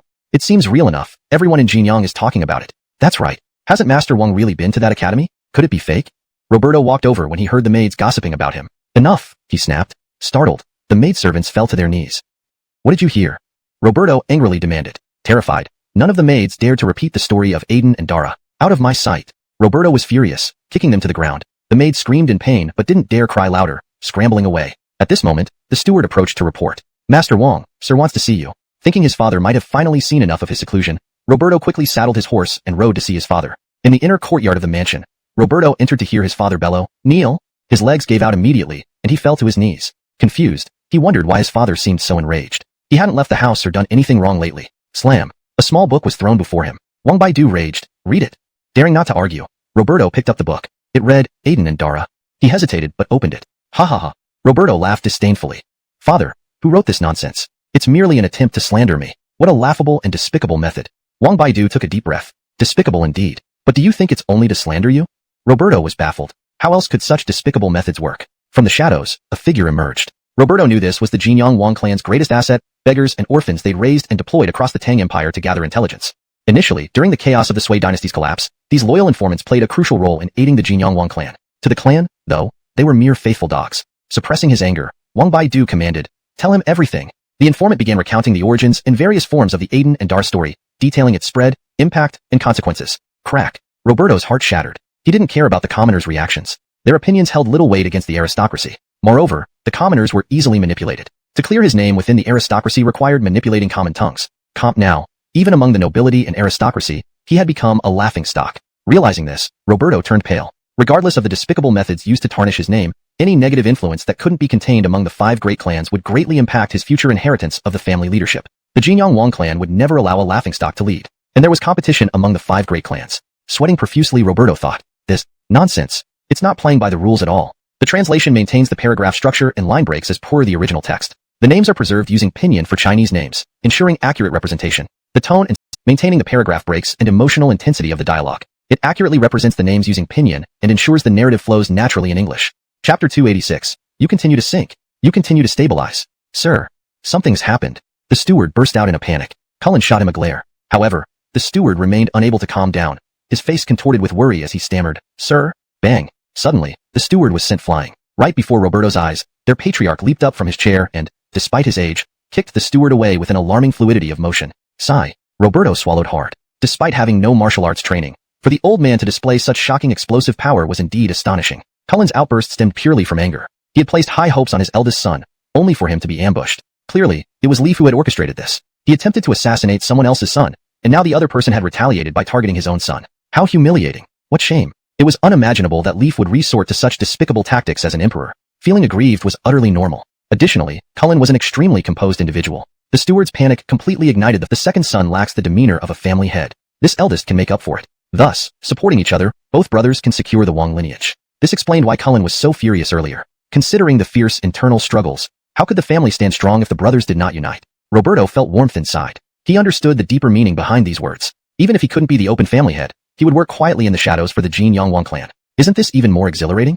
As for assisting the second brother, go to hell. I want to be the power behind my second brother. Wait, something seems off about this phrase. Compte. Roberto couldn't pinpoint exactly where it went wrong. So strange. Bang bang bang. Suddenly, the steward started banging his head against the ground in a frenzy. Impressive. The sir is so calm, but I might lose control and die any moment. With something this big, can we listen first and act later? Otherwise, who bears the consequences? Definitely me. Roberto was shocked at the steward's reaction and incredulously asked, Father, has old Wang lost his mind? Cullen. His face darkened, rebuked, no nonsense. Then, turning angrily to the steward, he said, Old Wang, whatever you've encountered, don't forget you are the steward of the Wang family. With such the glory of supreme power. Thinking about it made a radiant light appear on Cullen's face. Roberto was thoroughly impressed. Indeed, he had much to learn from the old man. Then, the steward saw the unexpectedly agitated sir and felt another wave of chill. Mustering all his courage, he continued, Sir, the second son has run into trouble. When he was castrated. Simple. To the point. And then, the steward stood there waiting for death. Escape was futile anyway. Cullen's brows twitched, sensing an ominous premonition. Castrated? You explain in detail. Steward. Such an obvious issue, yet need details? With a heavy heart, the steward recounted the whole incident. Turns out, Sam had peculiar tastes, keeping women he abducted in a private residence and holding orgies periodically. These women were treated horribly until he grew tired of them, then sold to brothels. Cullen knew all about this. However, Sam showed no signs of reform. So, Cullen let the matter slide. Due to this, when the position of family head fell to the second son because the eldest was ineligible, his unusual habits left Cullen uneasy, wanting the eldest to assist the second to maintain their lineage's status. As for the tormented women, a spray of blood shot from Cullen's mouth, directly splattering onto the steward's face. The steward. Roberto rushed over in panic, exclaiming, Father, what's wrong with you? Cullen opened his mouth. Thump. He and the chair fell down together. In the inner courtyard of the Jin Yang Wang clan, there was a cacophony of wails and howls. In a secluded area, Benny chuckled and said, Old rogue, still putting on an act. You continue to sink. You continue to stabilize. Chapter 287. The Fin's heart is greatly consoled. Chang'an, Ganlu Palace. Fin Kyle was about to hold a council with Nathan and others when he saw that Fin Emeritus Amadeo strolled in, glancing at everyone, finally resting his eyes on Fin Kyle. Everyone hurriedly said, Greetings, Your Majesty, the Fin Emeritus. We will take our leave first. Several people left Ganlu Palace. Kyle asked curiously, Father, why are you here? Amadeo replied indifferently, My grandson was attacked. I am very angry. Kyle, I am also angry. But, Amadeo continued sorrowfully, from the beginning of our reign, I have been very generous to the 5 surnames and 7 illustrious families. How could they dare defy the world? Do they deserve my kindness?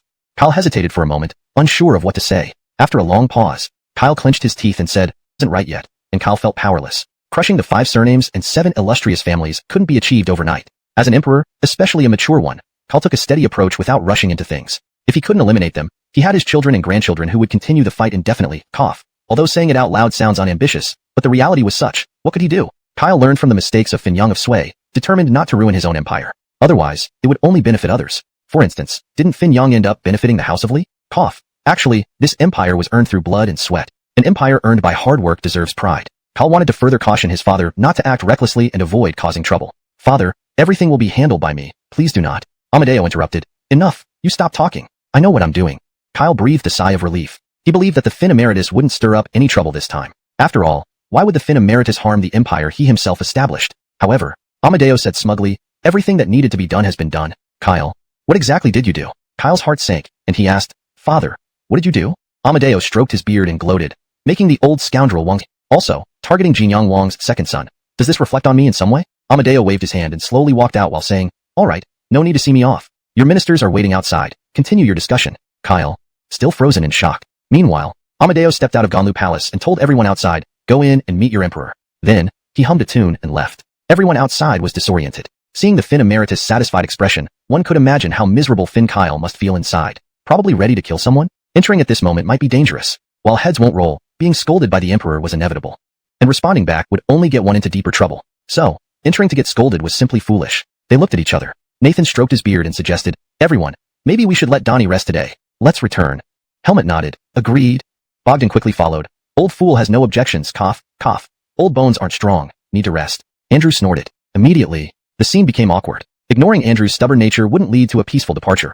Only entering Donghua Palace would ensure peace. At this moment, Nathan didn't want a confrontation with Andrew. Andrew's obstinacy was well known. What do you think? Damn, old fox. But Nathan chose diplomacy and led everyone into the palace. End of chapter. You are the foremost person in the court. Is it proper to drag us two old brothers along as scapegoats? Helmet and Bogdan were speechless. Before either of them could speak. Get in here, all of you. Everyone exchanged uneasy glances. It's over. Let's go in. Things won't be easy later. As they entered Donghua Palace, they saw Finn Kyle's chest heaving irregularly. Each one chose to keep their eyes downcast, not daring to speak first. Nathan decided to bite the bullet. I'll just be mute too. After a long pause, Kyle asked suspiciously, where did Andrew go? No one answered. Kyle shouted angrily, are you all deaf? Unable to help it? As the foremost person in the court, Nathan couldn't escape Kyle's gaze. He had to step forward and say, Your Majesty, Minister Emmanuel, returned just now. Kyle, returned. Already? Helmet felt uncomfortable hearing this. It didn't sound favorable for Andrew. As a considerate person, Helmet stepped forward and explained, Your Majesty, Minister Emmanuel thought you worked tirelessly every day. He said there are no major issues today, so it would be better for you to rest. In an instant, Kyle felt a surge of warmth and said with deep emotion, Emmanuel Dominic, my heart is greatly consoled. Everyone.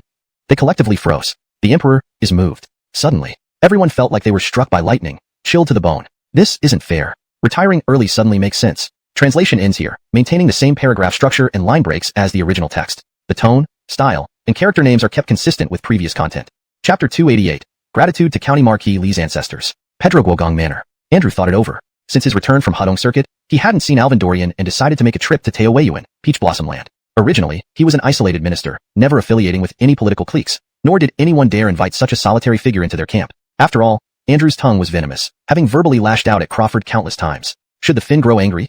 It wouldn't take much for him to order Andrew's execution. Since becoming acquainted with Dorian, Andrew found himself increasingly concerned about this prince's future. After all, emperors grow old, and when that time came, the prince's position might be precarious. Thus, Andrew wished to do something for Dorian, especially after witnessing how the hawk failed to perform convincingly during his farewell, with the turning as Dorian's personal guard, naturally joined them. His vigilance towards Alex and his servant remained undiminished despite outward indifference. Andrew was momentarily stunned. Was he being ignored? Typical royal behavior. Well, even the emperor often got sidelined. So why should Emmanuel care? Bored, Emmanuel decided to tag along, intrigued by the concept of smooth roads, especially its relation to cement. After witnessing the rapid construction and durability of houses built with cement in Hudong, Emmanuel had developed some thoughts. Perhaps he should invest? Dorian showed Alex around Teoyuan before stopping on a cement road. Stomping his feet, he explained, This is a cement road. Fast construction, mixed with gravel, incredibly hard once formed. Alex was slightly amazed that cement could build roads too, but it was short-lived. Pointing at Hassan, Dorian joked, You look like a strong man. Hassan. Strong man? Dorian added, Test the cement road with your knife. Alex nodded, figuring cooperation was best. Hassan promptly slashed at the road. Clang. Hassan almost lost his grip due to the force. How was that? Asked Dorian. Hard, replied Hassan succinctly. Dorian chuckled. These roads are faster to construct, cheaper, and durable compared to stone. Thus, using cement for imperial highways could yield tremendous profits. Alex. Enough. All this talk of profit. Fuming, he wondered if testing his abilities through commercial matters was insulting. Even Hassan was irritated, while Andrew was speechless. Bolivar's ideas stretched beyond typical royal pursuits. Unable to contain himself, Emmanuel started to speak, but was cut off by Dorian. Harris, not yet. Andrew. Fine. Emmanuel would give him face. Andrew eyed Alex and his servant cautiously, knowing certain topics were best left unspoken in front of them. Dorian passionately spoke. Imagine the Tang Empire covered with these roads. No more muddy journeys. Regardless of weather, carriages will run smoothly, significantly boosting trade. Furthermore, communication and military logistics will vastly improve, making troop movements twice as fast. Andrew trembled at the implications. Cement served more than just convenience. Who knew Dorian had deeper plans? Leading them further, he introduced, I've recently tested iron rails, replicating the ancient Qin Empire's transit system, swapping wooden tracks for iron. Following Dorian's brief introduction, they reached the test site where a rail carriage was prepared. As it zipped past like lightning, Emmanuel felt chills run down his spine. Meanwhile, Alex and his servant gritted their teeth. Boasting, Dorian remarked, Imagine deploying troops via rail. Speed and efficiency with Lee's instructions without hesitation. Dorian nodded, saying, That's excellent. Andrew. Why are you two in such a hurry? And why does the prince feel the need to urgently recruit Alex? Emmanuel can't see his great talent at all. Are your eyes blind? Andrew had to speak plainly. Cough, cough, cough. Alvin, may I have a word with you privately?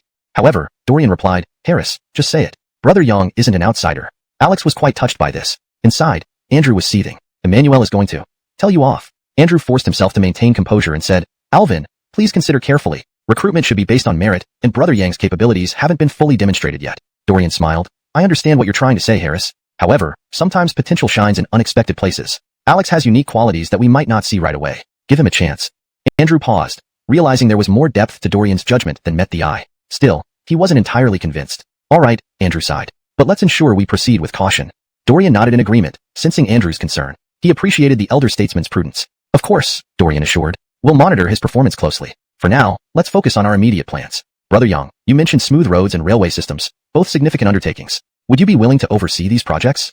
Alex felt a surge of responsibility and excitement. This was no small task. Once completed, it could transform the Tang Dynasty. I accept, Alex affirmed. With County Marquis Lee's guidance, I will do my best.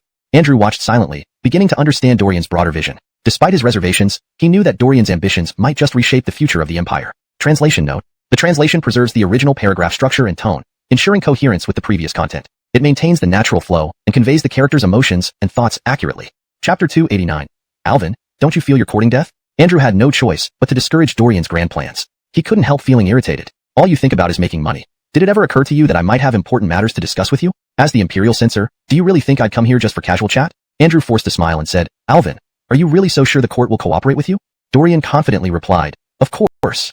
Andrew shook his head. This smooth passage. Do you know how massive the engineering project will be? The entire Tang Empire is vast. It will consume an enormous amount of resources. Tang is still in its infancy, with many industries waiting to flourish. There isn't enough money to build official roads, at most only repairing those around Chang'an. Alvin, don't be too confident. His tone grew increasingly blunt. Dorian treated Andrew as if he were just another critic in this empire, laughing amiably. Harris, let me ask you something. Andrew responded calmly. Go ahead. Heh. Out of arguments now? Alvin, you're still young. Your thought's too simplistic. You have no idea how impoverished the national treasury is. Dorian asked seriously. Harris, tell me, what is my father's greatest concern? Andrew answered solemnly. The donghua. Just the mention made him grind his teeth in frustration. Recently, the army led by Bowen suffered significant losses against the donghua. Fortunately, the prince suggested burying over 3,000 soldiers who died of cold alongside the imperial tombs, preventing catastrophic outcomes. However, Dorian disagreed. Harris, you're wrong. Andrew inwardly chuckled. Can the prince even be wrong about this? He asked. So, please enlighten us. Dorian sneered. My father's true concern is the 5 clans and 7 aristocratic families. Oh, the Fanyang-Braden clan no longer counts.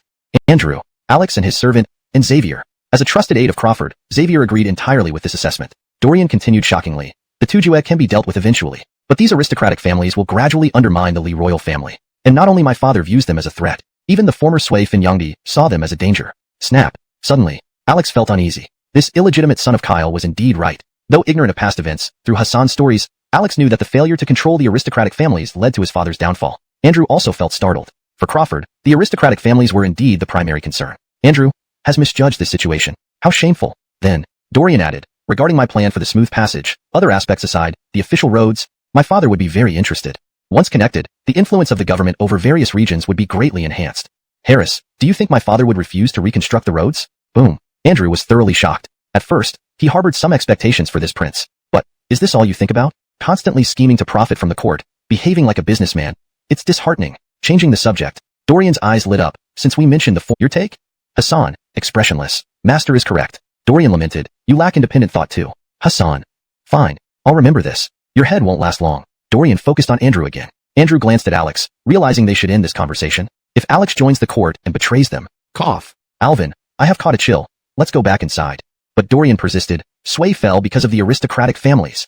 Andrew's eyebrows shot up, almost covering Dorian's mouth. Dorian continued. When Yangdi ascended the throne, he foresaw the dangers of the aristocratic families. He campaigned against Goguryeo to win public support and tackle these issues. But he rushed into things, unable to proceed cautiously. Consequently, the nation couldn't endure constant strife, and the aristocratic families controlled public opinion. Despite exploiting the people, they blamed Yangdi for the unrest. After hitting dead ends, Yangdi became disillusioned, and the aristocratic families instigated rebellion, toppling the sway.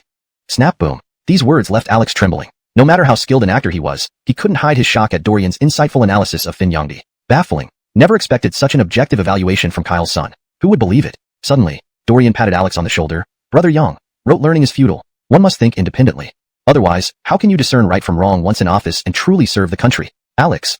This response was tough. Disagree, and risk disappointing Dorian. Agree, with Andrew present. He isn't Kyle's illegitimate son. Some things can't be said freely. Want to join the court? Dream on. Bradonkily, Dorian didn't press further, turning to Andrew. Harris, am I correct? Andrew. Alvin, don't you realize you're courting death? Translation note. Names have been transliterated according to Pinyin and maintained in English as characters' names. Right? But this topic is indeed too outrageous. We can't continue with this. Splat. Suddenly, Andrew's eyes rolled back, and he fell straight to the ground. If it were an act, it wouldn't look very plausible. After all, such a stiff fall would be incredibly painful. Could anyone endure that? Dorian exclaimed in surprise. Harris, what's wrong with you? Beside her, Ronnie's lips twitched uncontrollably. Young master, don't tell me you don't know what's wrong with Darren Emmanuel? If you don't change the subject now, are we going to end up discussing the incident at Xuanwu Gate next? The thought was crazy, and who knows, it might actually happen. Then, Dorian shouted, Ronnie, quickly carry Harris back inside, and go fetch the Imperial physician. Ronnie, young master, you're asking me to do two people's work alone. Are you not afraid of causing delays? It cannot continue any further. Thump. Suddenly, Andrew rolled his eyes and fell straight to the ground. If this were an act, it seemed highly improbable. After all, such a stiff fall would be incredibly painful. Could anyone endure it? Dorian exclaimed in alarm. Harris, what's wrong with you? Beside him, Ronnie's mouth twitched. Young master, don't tell me you don't know what's up with Lord Emmanuel? If you don't change the subject quickly, are we next going to analyze the incident at Xuanwu Gate? The very thought is crazy. And, who knows, it might really happen. Then, Dorian shouted, Ronnie, quickly carry Harris back inside, and go fetch the Imperial physician. Ronnie. Young master, you're asking me to do two people's jobs at once. Are you not afraid of messing things up? Chapter 290. Is this a confession? Ronnie carried Andrew away, but Dorian and the others did not follow. On the road, Ronnie asked, Minister Emmanuel, do you want to get down? Ouch. What happened?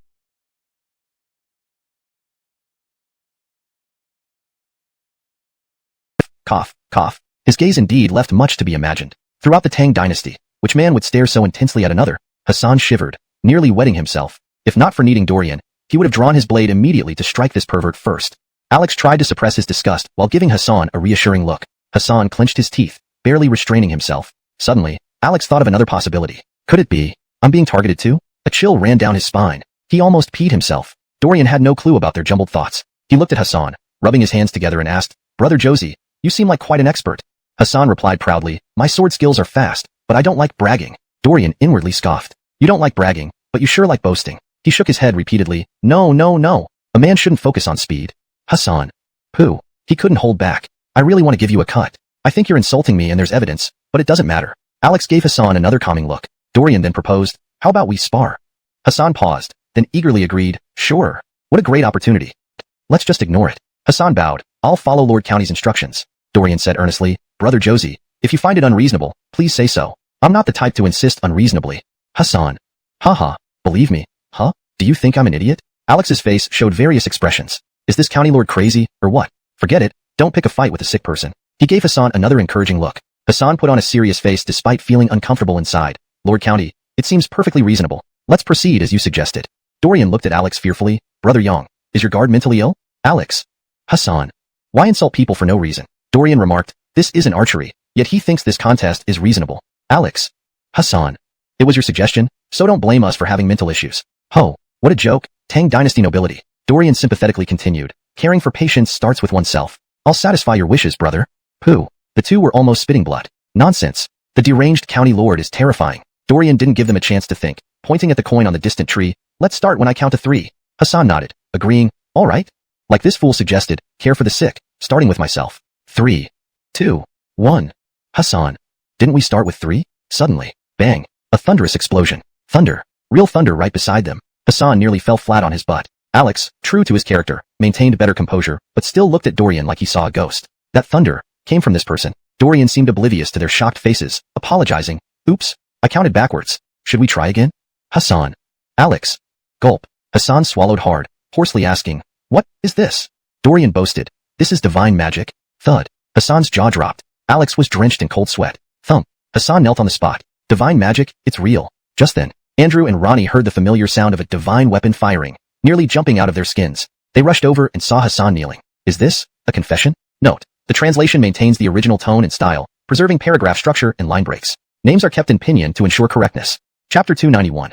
So you think you're Andrew? Is that all you know? Clang. The short knife slipped from his hand and fell to the ground. Hassan cupped his hands in a gesture of submission, saying, Josie acknowledges defeat. Immortal magic was already involved. Now they should be comparing hammers. Andrew and Ronnie exchanged glances. Admitting defeat? Isn't this acknowledging guilt? Dorian waved her hand and said to Hassan, Brother Josie, that's not right. How can you admit defeat before we even begin? This is too unmanly. No, we must have the match first. Tears welled up in Hassan's eyes. You know immortal magic, and yet I fight on? That would just invite pain. Do you think I'm as foolish as you are? Andrew finally couldn't hold back and asked, Alvin, what are you doing? Dorian replied as if it were the most natural thing, fighting of course. Andrew nearly burst out laughing. The Alvin wields an immortal weapon, and you still want to fight him? How unethical. Ronnie looked at Hassan with sympathy. He had also witnessed that immortal weapon. Hassan certainly wasn't his match. Even he lost in a blink under the power of that immortal weapon, let alone Hassan. Well, only a drunkard would challenge the young master to a duel. It's easy for someone like the young master to lose control, and then, well, accidents happen. However, Dorian turned to Andrew and said, Harris, you're awake? I thought you wouldn't make it. Andrew, how about you? And your whole family? But for Donnie's sake, I won't bother you further. Unexpectedly, Dorian circled around. Bang! Another thunderclap followed, making Hassan's ears ring. Alex's eyes widened. He realized that the sound of thunder came from the sleeves of Li Flang's illegitimate son. There was even faint smoke drifting from the cuffs. Indeed, no immortal magic. This kid definitely has some kind of powerful hidden weapon. Dorian blew on his sleeve and said calmly, you lost. Then he turned and walked away, not forgetting to instruct Ronnie, boldly, go to the Ministry of Household Affairs and inform Perry about Braden Tong's plan. Andrew interrupted, no need to trouble Minister Lee. Emmanuel can handle this matter. Next, he continued, you two get acquainted here. Once the talks with the court are done, it will be your turn to act, old Yang. Our county marquis is busy with official duties, goodbye. Saying this, Dorian led Andrew and Ronnie away. Alex bowed to see them off. Only after they vanished did he mutter, busy with official duties my foot. You don't even hold an actual post? How can you have official duties? Meanwhile, Hassan ran towards the tree where the Kaidi Tong bough was tied. Upon closer inspection, he sucked in a breath. In the center of the Kaidi Tong bough, there was a deep hole. A concealed weapon. Sure enough, it was a concealed weapon. And what a formidable one at that. Hassan silently pocketed the Kaidi Tong bough into his sleeve, reminding himself of the county marquis's terrifying concealed weapon. At that moment, Alex walked over and asked, how is it? Things in front of Andrew. And he thinks the 5 clans and 7 prestigious families caused the fall of the Great Sway. Hassan admiringly said, young master, I believe this county marquis is correct. Without the chaos caused by these 5 clans, how could the Great Sway have? Alex raised a hand, signaling him to stop. Rest assured, as long as I live, I won't let the 5 clans escape retribution. Inside the villa, this place was recently built by Dorian. Ronnie revealed Alex's true identity. Andrew shuddered and said, your highness, Emmanuel was truly worried that this child might try to assassinate you. Dorian replied, assassinate me for what? Andrew, your highness, don't you have any self-awareness? You are the son of the reigning emperor, even if only an illegitimate one, carrying royal blood. With the downfall of the Sui and the rise of the Tang, wouldn't the remnants of the Sui dynasty hate you? Dorian said profoundly, Harris, do you wonder why I boldly evaluated Josh and analyzed the reasons behind the fall of the previous Sui in front of them? Suddenly, Andrew's face changed dramatically, horrified. Your highness, you wouldn't be planning to speak up for the previous Sui. Dorian cryptically replied, exactly. However, Andrew continued, to sympathize with the fallen Sui? Dorian's expression froze. Sympathize? Just that? Andrew raised an eyebrow. Well then, your majesty is once again arrogant and boasting. How can I not challenge you? Cough, cough. Feeling the faint murderous aura, Leaf hurriedly explained, Xian Cheng, I was just using a metaphor. Surely, you wouldn't even allow me that? Andrew gave a faint smile. Your majesty, rest assured, I am most reasonable. Leaf, go to hell with your reason. Speak reasonably to anyone but me. However, it's too late. Andrew started citing classical examples, quoting scriptures, improvising, and almost drowned Finn Leaf with saliva within the time it takes to burn one incense stick. Despite this, Leaf listened attentively, not daring to interrupt, as if he were a student listening to his teacher. In fact, since Andrew had resigned from his post and become Yashuan's steward, Leaf had enjoyed considerable freedom. No one else in the court dared challenge him so boldly. It was a good time that would never return. Thinking of this, Leaf almost shed tears. To preserve his legacy as the sage emperor, he must endure this. Emmanuel Xincheng, don't give me a chance to find fault with you. Otherwise, even if you pass away, I'll break your tombstone. Ironically, history recorded that Leaf indeed did such a thing, though he later rebuilt Andrew's monument, leaving a stain on his reputation for accepting advice. Shuddering involuntarily, Leaf wondered why he felt guilty over something he had done against Emmanuel Xincheng. Impossible. It must be a delusion. Ever since employing Emmanuel Xincheng, whenever they argued, wasn't Leaf always the one smiling through the criticisms? Recalling past events, Leaf couldn't remember ever having such intense arguments even before ascending the throne. Andrew shivered too. What's going on? Why do I feel uneasy? Emmanuel Gio should be confident. Your Majesty, should we invite Chancellor Braidonk to discuss this matter? Andrew abruptly ended his tirade against Leaf, perhaps because of a momentary chill. Leaf gladly agreed, relieved to avoid further criticism. Agreed. Let's also have Fuji join us for discussion. After a while, Braidonk received the summon and came to Ganlu Palace. Before entering, he saw Frederick, Gino Schwanling, and Du Ruhui waiting. They exchanged glances, wondering why they were summoned together. Then, they heard the guards outside announce, Braidonk has arrived. Frederick has arrived. Gino Schwanling has arrived. Du Ruhui has arrived. Braidonk. Frederick. Gino Schwanling. Du Ruhui. Nonsense. You are just a guard. Why compete with eunuchs for announcing arrivals? The guard innocently said to the eunuch, your voice has been sore lately, so I've been helping you. Eunuch, thank you. Guard, no need. Eunuch, thanks to your whole family. Guard.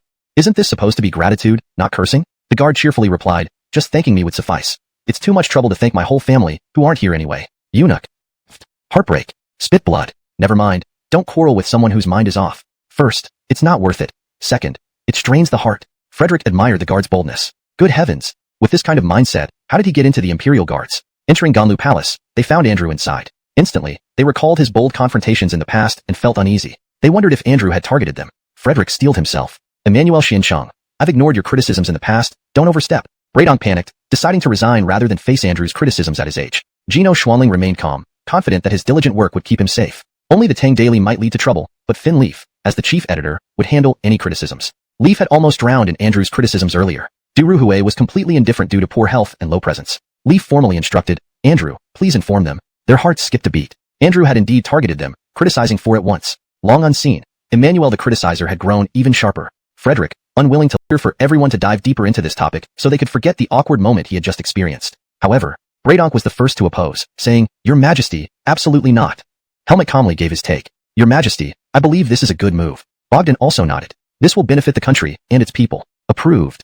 Braidonk grew anxious. Approved? Approved your ancestors? He who doesn't manage a household doesn't know the cost of daily necessities. The Ministry of Revenue has only been wealthy for a few days, and the troops sent to fight the Turks haven't returned yet. All of that requires money and provisions. Braidonk jumped up and pointed at Nathan and the others, shouting, You are simply wasting your positions. There are many beneficial measures, and I would love to implement all of them. Do you have money? Do you have money? Do you have money? Each question was louder and more forceful than the last. The final one was practically screamed. However, the people in front of him remained unperturbed. Nathan led the way, saying, Isn't the Ministry of Revenue quite well funded recently? Helmet chimed in, Indeed. Bogdan added, Absolutely. Braidonk, are the three of you teaming up against me? Huh, I'm not afraid. Braidonk, defiantly, addressed Crawford, Your Majesty, the ministry does have funds now, but how many craftsmen will this project require? Their salaries are no small sum. Crawford laughed, Minister Tang, don't talk about funds all the time. Look ahead. Braidonk nearly choked with rage, insisting, Your Majesty, without money, nothing can be done. If you want it, here's my life. Why not find the funds elsewhere? Crawford ambiguously replied, We'll see. Braidonk refused to back down, Your Majesty, as the Son of Heaven, you must give us a clear answer today. Crawford nearly fell off his chair. Me? Give you an answer? Who's the Son of Heaven here? At that moment, Andrew unexpectedly spoke up, Minister Tang, I guarantee the funds. No need to use the ministry's resources. Everyone was shocked by this statement. No mistake? You're just a censor. Even if you're devoted to the people, making such boasts is inappropriate, isn't it? Braidonk chuckled but ignored Andrew. Unexpectedly, Andrew got even more enthusiastic and said to Crawford, Your Majesty, no need for ministry funds. I will find a way. However, I ask for one condition when the time comes. Initially reluctant to let Andrew make a fool of himself, Crawford became intrigued by these words and nodded, Very well, it's all up to you. This decision left everyone stunned once again. Nathan and the others exchanged glances. Even Braidonk, who didn't want to allocate funds, was taken aback. Are you two playing around? Do you think this will get our ministry to relent? Dream on. Crawford disregarded their shocked looks and declared, It's settled. Andrew reiterated, Your Majesty, don't forget to fulfill my condition when the time comes. Lincoln smiled, Dominic, I am the Son of Heaven. My word is law. Rest assured. Andrew bowed. Thank you, Your Majesty. Lincoln smiled silently. What is Andrew up to? Blow all you want. I'll play along. When the bluff fails, we'll see where you stand. The matter of funding was thus decided. Nathan looked at Andrew in admiration, asking, How did you come up with this, Minister Emmanuel? He referred to the transportation system, a tool for enhancing control over the regions. Though not exclusive to Tang Dynasty, it appeared in the Qin Empire long ago. But since then, no one dared attempt it due to the financial strain and the required labor force. It could easily invite criticism from officials who might deem it overly harsh. Andrew shook his head. Not from me. Nathan asked in surprise, Then who? Before Andrew could respond, Crawford proudly said, My son. Nathan exclaimed, The hawk? Lincoln glanced at Nathan with dissatisfaction. Which son of mine are you talking about, Jonas? Note, Fuji is a reference to Nathan's courtesy name. It should be translated as Jonas for consistency and fluency in English. Nathan smiled awkwardly. I've heard something. Damn it. I rushed to conclusions again. Though I am merely the hawk's uncle, I wish for his success too. If the hawk suddenly becomes wise, wouldn't that be wonderful? Looks like. I overthought again. Lincoln continued proudly, It's this son of mine, whom you've met, the Gaylord County. Helmet and Bogdan exchanged glances, inwardly bitter. Well, clearly, the Emperor had already made up his mind to proceed with this road connectivity plan. Seeing Andrew willing to provide the funds, something suspicious was happening. They both thought of the Emperor's son. Seemed like Andrew was just a decoy, ultimately involving a prince. Looking at this Jonas, something still wasn't right. Suddenly, Nathan clapped and praised, This young man is indeed talented. Huh, how clever of me. Wood that stands out in the forest invites wind. I'll praise him to death. Praising to death, you know what it means? Lincoln listened happily. Unexpectedly, Andrew pointed at Nathan, his face darkening. Nathan, you're praising to kill the prince. What are your intentions? Puff. Helmet and Bogdan were dumbfounded.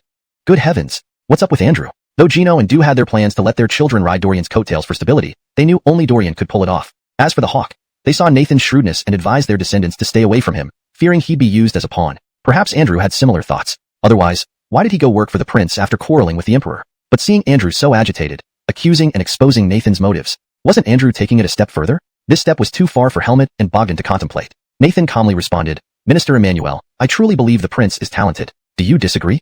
Before Andrew could speak, Nathan continued, look at the sweet potatoes, winter greens, the curved plows, water wheels, the daily news, and the treasury bonds that enriched the ministry. Without great talent, how could the prince achieve so much? Lincoln felt even prouder, nearly lifting his head to the sky. Andrew sternly countered, Alvin is still underage, just a youth. Ancient wisdom says, wood that stands out in the forest invites wind. If you truly care for the prince, don't praise him excessively. Otherwise, drawing too much attention might harm him. Lincoln agreed. Emmanuel Chung is right. Jonas, please refrain from saying such things in the future. Nathan immediately conceded. I acted rashly. Forgive me, your majesty. That's it. The plan to flatter the prince to death is dead before birth. But, can this stump me? Andrew's eyes flickered with concern. Translation completed for this section. If you have more text to translate or any other instructions, feel free to let me know. The hawk's evaluation was spot on. Nathan was indeed a crafty old fox, capable of both yielding and striking back, making him the most terrifying.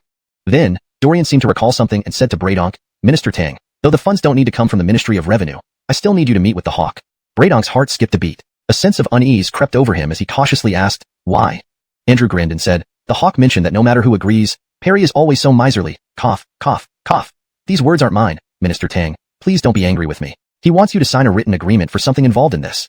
Bradonk, bewildered, asked, what kind of agreement? Andrew chuckled, that the Ministry of Revenue won't spend a single coin. Bradonk.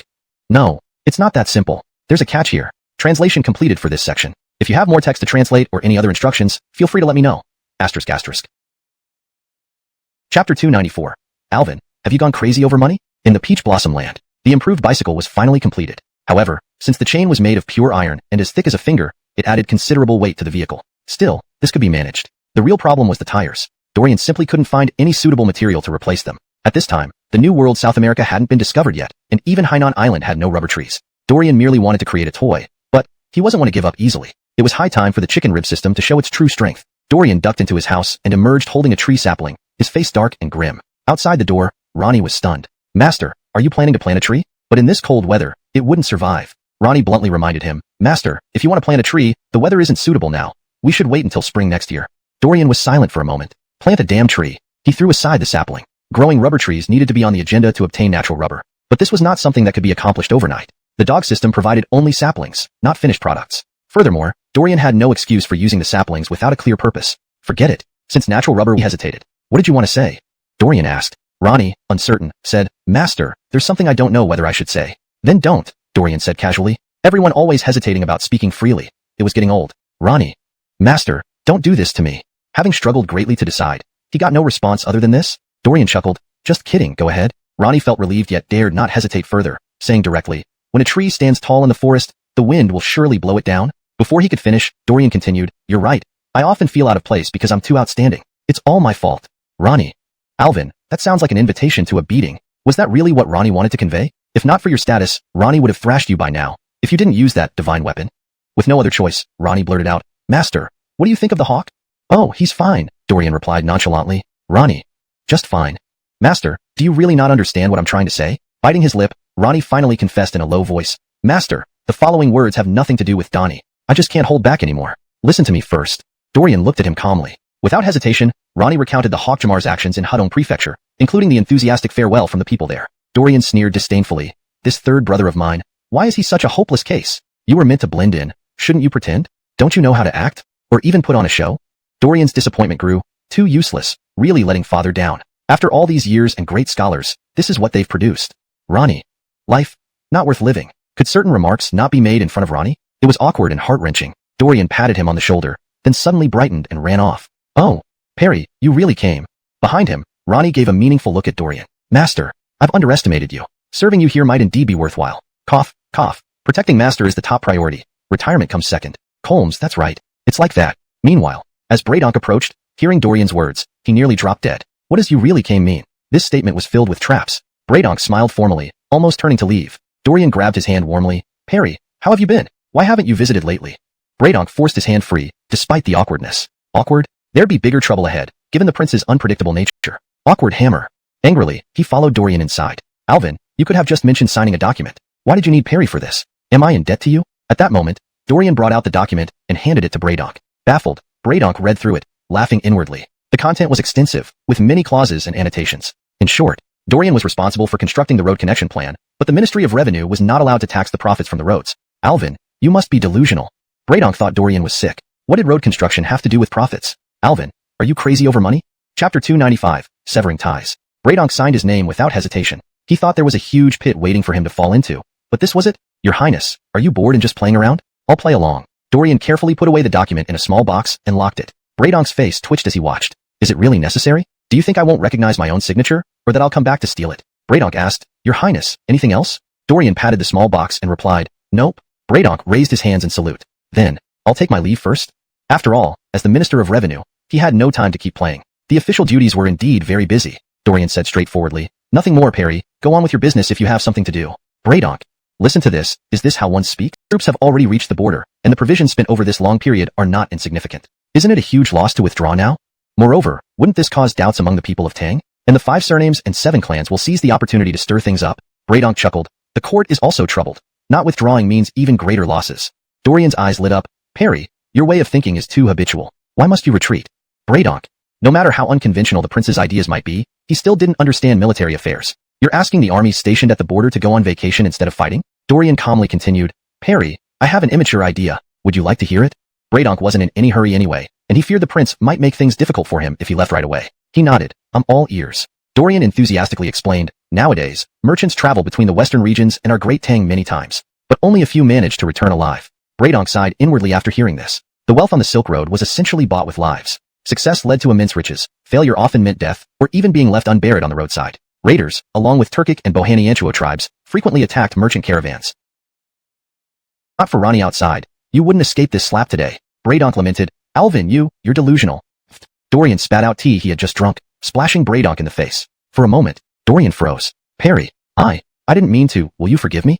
Bradonk's face alternated between white, black, and green, like a peaking opera performance. Dorian dared only criticize internally, fearing Bradonk's fragile heart couldn't handle it. Bradonk shook with rage, pointing at Dorian threateningly. Alvin, I will impeach you. You wait. Even Donnie can't protect you. I, Minister of Revenue. Bradonk, said it myself. As soon as the words were spoken, Bradonk turned around and stormed out. At the door, his sleeve got caught on a splinter. Ryup, Dorian, Bradonk. Outside, Ronnie stared at them both. Bradonk yanked hard. Ryup, half his sleeve tore off. Too embarrassing. Bradonk, infuriated and embarrassed, declared, I sever ties with you here and now. With that, he threw the torn piece on the ground and walked out. Ronnie pulled him back, asking, Minister Tang, what happened? Bradonk fumed. I'm going to see Donnie to impeach the Alvin. Ronnie, confused, tried to stop him. Don't. Bradonk bellowed. Don't stop me. Even if I'm not as steadfast as Andrew, I can't stand seeing the Alvin degrade himself like this. Dorian.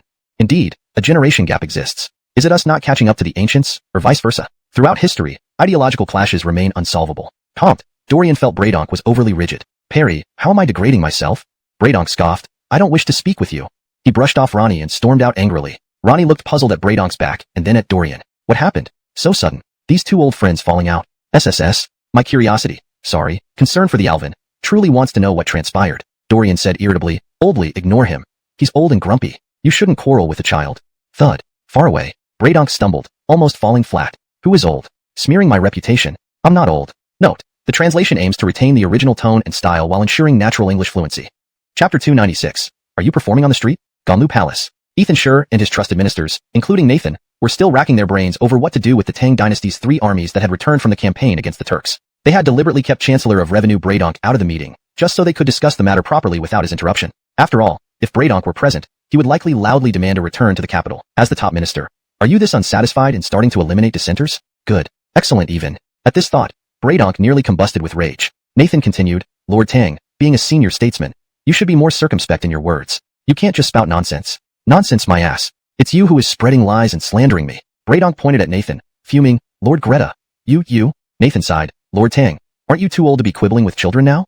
Indeed, you were trying to tarnish the impression the hawk left with Donnie. How shameful. Surely you're one of those illegitimate ones. Isn't it right for you to stand by the hawk? He is the legitimate eldest son. He is the future heir. Inside Ganlu Palace, Helmet and Bogdan, observing Bradonk's heaving chest, worried that he might faint on the spot. Just as they wanted to lighten the mood, Bradonk suddenly roared at Nathan, Old fox. Old trickster. Crack. Everyone was taken aback. None of them expected Bradonk to resort to personal insults. This was amazing. Earlier, Nathan's remarks were laced with hidden barbs. Even Helmet and Bogdan couldn't sit quietly.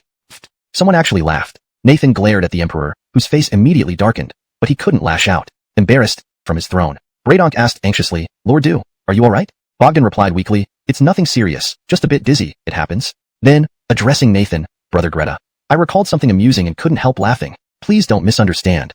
Nathan forced a stiff smile. Brother Du, how could I misinterpret you? I trust you completely. Bitterness surged within. If you hadn't emphasized it, I wouldn't have thought like that. Now, did you really feel dizzy? You're lying. If I believed you, I'd truly be an idiot. Then, Bogdan thanked everyone and the emperor. Janice sighed in relief. Next, he intended to ask Bradonk about the impeachment. Bradonk laughed. Under Nathan's watchful eye, he laughed openly, without any trace of embarrassment. Bradonk stated firmly, Lord Greta, I'm not mocking you. If Donnie found something amusing and laughed, so can I. Isn't it reasonable to laugh at something amusing? Janice. Secretary Tang, don't drag me into this. How embarrassing. Helmet and Bogdan gazed heavenward. Inside Ganlu Palace, they looked at the ceiling instead. Nathan felt his lungs being poked repeatedly by Bradonk's tiny stick. Laugh if you must, but you weren't the first. Moreover, the emperor started it. Could you at least give a lame excuse rather than act so justified? Besides, wasn't it your insults that made everyone laugh? Don't your conscience hurt? Bradonk said seriously, Lord Greta, stop staring at me. I will start impeaching the prince now. Move aside, everyone. Everyone. Impeach away, but asking us to move aside. What are you, performing on the street? Chapter 297. The Sky's Black Pot. Impeach him. Destroy him. Forget it. Can't stop it. Nathan no longer wanted to intervene, as even the emperor was mocking the old man. Why should I care anymore? Then, Bradonk spoke with righteous indignation. The court is discussing how to handle the 3 armies in the campaign against the Turks. Alvin Eldon had an idea. Nathan, despite not wanting to interfere, couldn't help but say, it's good that the prince has thought of a way to assist the court. He subconsciously avoided saying the words hawk and tried to muddle through since he was the hawk's maternal uncle. Crawford glanced at him coolly. Zach, don't interrupt. Listen to what Chancellor Tang has to say. Nathan. It's over. Everyone could tell this nephew's idea would be awful. The Finn obviously couldn't bear it. Nathan decided to give up. Lincoln gestured for Bradonk to continue. Bradonk angrily continued. Nathan. That's it. It looks like this time, Donnie plans to seriously discipline the hawk. However, the Finn's fury also indicated his deep hopes for the hawk. The Finn must still have a soft spot for him. So, Nathan remained silent, deciding to be mute from then on. Bradonk looked surprised at Nathan. Wow, this old fox, siding with the prince? While the prince called him uncle, he wasn't a close relative. Did Nathan suddenly change? Meanwhile, Lincoln fumed. Bring the hawk here immediately. Outside the hall, the eunuch hadn't even spoken when a guard replied, As you wish, your majesty. Eunuch.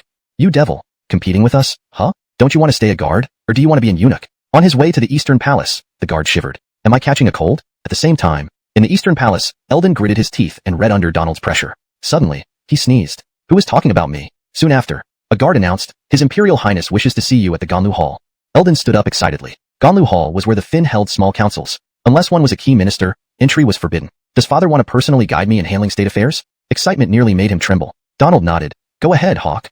Eldon left carefully, fearing any mistakes that might lead to a lecture.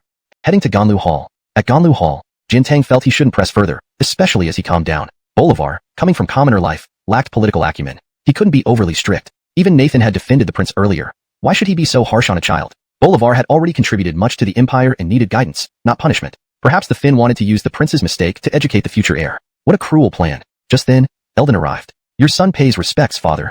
Greetings, uncle. Greetings, Minister Tang. Greetings, Ministers Gino and Du. How meticulous. Suddenly, Bradonk changed his stance. Your Majesty, I withdraw my impeachment. All present were shocked. Impeachment withdrawn? Eldon was bewildered. What happened? Is he impeaching me? Nathan watched, bemused. Lincoln glowered. You can impeach whenever you feel like it? Jintang nervously replied. Bolivar was naive. It's understandable. Eldon. Sarcastic sympathy. Bradonk, I'll remember this. Lincoln became angrier. Naive? That's ignorance, stupidity, and incompetence. Jintang felt despair. What did I do? I've angered Donnie, harming the prince. Fall to your knees. Lincoln roared at Eldon. Eldon knelt instantly. Confused, he wondered what crime he committed. Bradonk, seeing Eldon fall, realized something was wrong. Why is the Finn angry at the hawk? Lincoln, exasperated, scolded. Hai Ming, you are the hawk and considered having the army become bandits. You ungrateful brat. I will beat some sense into you. Slap. A slap struck Eldon's face abruptly. No one reacted fast enough to stop it. Not just that, Lincoln kicked Eldon too. Thump. Eldon flew out and groaned on the ground. Instantly, Bradonk's face turned green. Misunderstood. This was unexpected. Lincoln, in anger, blamed the hawk instead of the prince who proposed the idea. I clearly said prince. Who would have thought Donnie would think of the hawk? It seems that when Donnie mentioned the hawk earlier, there was a misunderstanding right from the start. Reprobate. Crawford was about to continue his tirade. Nathan hurriedly stood in between. Helmet and Bogdan also rushed to dissuade him. Your Majesty, don't be impulsive. Your Majesty, don't be hasty. Bradonk regained his senses and directly hugged Crawford around the waist, shouting at the top of his lungs. Your Majesty, please show mercy. Both with your hands and feet. Hear me out first. I just came here talking about a prince, but you thought I meant the hawk. It turns out you thought I was referring to the hawk instead of another prince, but what I really meant was the hawk, not any other prince. Everyone. Are you speaking in tongue twisters? Bradonk, spitting wildly, continued. This is all a misunderstanding. The hawk has been wronged. Crawford. am slightly confused. Nathan. I get it now. I initially thought Braydonk was playing some kind of mind game by saying prince, without mentioning the hawk. Turns out, my mind games were too heavy-handed, and I inadvertently put my own nephew, the hawk, into a bind. Helmet. Well, sigh. Bogdan. I see. The hawk is in deep trouble. Eldon stopped groaning. In this moment, great wisdom possessed him, and he immediately understood what Braydonk meant. So, this slap and kick I received were for someone else's mistakes. The black pot came down from the sky. I am so miserable. Chapter 298. A misunderstood black pot. It turned out that everything started with a simple misunderstanding. Braydonk had indeed referred to a prince, but not specifically the hawk, yet everyone misunderstood him right away. Reprobate. Crawford raged on, ready to vent more anger. Nathan quickly interjected, standing firmly between them. Helmet and Bogdan also rushed forward, trying to calm the Finn down. Your Majesty, don't act rashly. Your Majesty, don't be too hasty. Braydonk, regaining his composure, hugged Crawford around the waist, shouting hoarsely, Your Majesty, please show mercy, both with your hands and your feet. Please let me explain. I just arrived and mentioned a prince, but you thought I meant the hawk. You assumed I was talking about the hawk rather than another prince, but I truly meant the hawk and not any other prince. Everyone. You're speaking in tongue twisters. Braydonk continued, spitting wildly. This is all a misunderstanding. The hawk has been wronged. Crawford. I am slightly confused. Nathan. I understand now. Initially, I thought Braydonk was playing mind games by mentioning a prince, without specifying the hawk. It turns out my overthinking led me to inadvertently trap my own nephew, the hawk. Helmet. Well, sigh. Bogdan. I see. The hawk is in deep trouble. Eldon stopped groaning. In this moment, great wisdom took over, and he instantly grasped Braydonk's meaning. So, this slap and kick I received were for someone else's mistakes. The black pot came down from the sky. I am so miserable. With the misunderstanding now clear, Nathan decided to stay silent, knowing that any further words might only dig a deeper hole. Helmet and Bogdan exchanged glances, both realizing they needed to tread carefully. Crawford looked at Eldon, whose face bore marks of both shock and bewilderment. For a moment, no one dared to speak as the room fell into an uneasy silence. Finally, Crawford sighed deeply, his expression softening just a little. Rise, Haiming. This is a lesson for you, and for all of us. From now on, be more cautious in your actions and thoughts. Eldon nodded humbly, still processing the events. He knew this was a turning point, and he must change to prove himself worthy of the crown. Chapter 298. The greatest wronged soul, none other than me. Braydonk said with a straight face and even a hint of grievance. Your Majesty, what I just mentioned was about the prince. You referred to the hawk, which isn't what I was talking about. Ethan sure. I am so wronged. Looking at Jamar, who looked like he could burst into tears at any moment, Nathan quickly gave him a warning look. Jamar barely managed to hold back. Me is utterly wronged. Finleaf's face flushed slightly, and he awkwardly glossed over the misunderstanding, coughing. Minister Tang, you mentioned impeaching a prince. Which prince are you referring to? Seeing this, Jamar felt hopeless. Bogdan also added, true, children have a tendency to act out. We did the same when we were young. Jamar felt utterly betrayed. You've got to be kidding me. Father, the three officials. How can you defend the prince so heartlessly? Does your conscience not hurt? Nathan smirked coldly. Your Majesty, gentlemen, this view is incorrect. Haha, old man. Nathan, the Chancellor of the Ministry of Works, the first person in the Empire. He intends to cause trouble. Alvin, don't blame me for being ruthless. It's just that you're blocking the hawk's path. So, you must fall. Though the prince is still among commoners and has not yet returned to the Li imperial family, since he knows his true identity, he should uphold the prince's morals. Such nonsensical talk may seem harmless now, but if spread, wouldn't it bring shame to the Li family? Nathan's words were indeed venomous. What seemed like personal grievances was framed in high-minded terms. Finally, Nathan sighed. How would your Majesty feel then? Braydonk, Helmet, and Bogdan all cursed inwardly. Old fox. Scheming bastard. That last sentence forced Finleaf, who aspired to be a great ruler through the ages, to take action. He couldn't let this slide. Sure enough, Finleaf said mildly, no more words, I will go to Teoyuan. Then, he turned to Helmet and Bogdan. Brandon, Armando, you stay here. Helmet. Bogdan. Finleaf and his party arrived at Teoyuan. Jamar was allowed to come along. Upon seeing Dorian, before anyone spoke, Dorian exclaimed, surprised by Jamar's swollen face. Third brother, why is your face swollen? Jamar. Why rub salt in the wound? This whole situation started because of you. I'm the one who's wronged. Dorian, showing protective concern, asked fiercely, who did this? Tell me, big brother will thrash them. Finleaf. I am embarrassed. Jamar laughed inwardly, moved slightly and pointed awkwardly. Big brother, remember what you said? Fulfill it. Look at you. Go ahead. Don't hesitate. I won't stop you. Finleaf almost kicked his son away. Are you still pointing? You mischief maker. That moment, Dorian, who had been glaring angrily, suddenly looked up and mumbled to himself. What nice weather today. Jamar.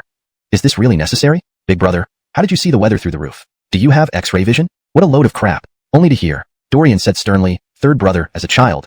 You should honor it. Tremble? Nathan couldn't bear it anymore, and was about to scold Dorian's impolite behavior. But, Jamar, unable to withstand the pressure, directly apologized to Finleaf. Father, I was wrong. Nathan. Dumbfounded. Almost died on the spot. Finleaf was equally astonished. Oh heavens. Brilliant. You were beaten and still. I am the emperor. You were wrong. Finleaf put on a paternal demeanor. We are both sovereign and father-son. I forgive you, do not worry. Wah! Jamar cried. How wronged I feel. The greatest wronged soul in the world, none other than me. Ultimately, unable to endure the mental torment, he ran away. As he ran, tears flew through the air. Dorian stared open-mouthed. You ruined it. By running away, you lost points with father. Splash. From afar, Jamar tripped and fell clumsily. Finleaf's face twitched, feeling somewhat guilty. Look what I've done to my child. Oh, poor guy. It's the paternal joy, a disaster. Note. In translating names, I've used pinyin forms, e.g., Nathan, Braddock, and retained the original names for places and titles to maintain consistency and accuracy. His turned black. Crawford couldn't help but laugh as well. Nathan's heart raced. How could this be tolerated? Donnie shows no intention of punishing him. How can I stir up trouble? Before he could speak, Dorian pointed at Braddock and retorted, Perry, you still have the nerve to laugh? Even someone as old as Chancellor Greta has come here. Are you really going to impeach me? Oh my. He almost blurted out, old fox. Thankfully, he reacted quickly. Surely this old fox didn't catch on, right? Nathan's face darkened even more. He must rival Zhang Fei now. Crawford coughed, unable to let his son continue acting unruly. A little lesson for his brother-in-law would suffice. As an uncle, why argue with your own nephew? Are you crazy? Crawford immediately asked, all right, don't blame Minister Braddock. After all, you made the mistake first. Dorian pouted. You all are so stubborn, yet you blame me. Fine, adults have reason, children have no rights. Crawford.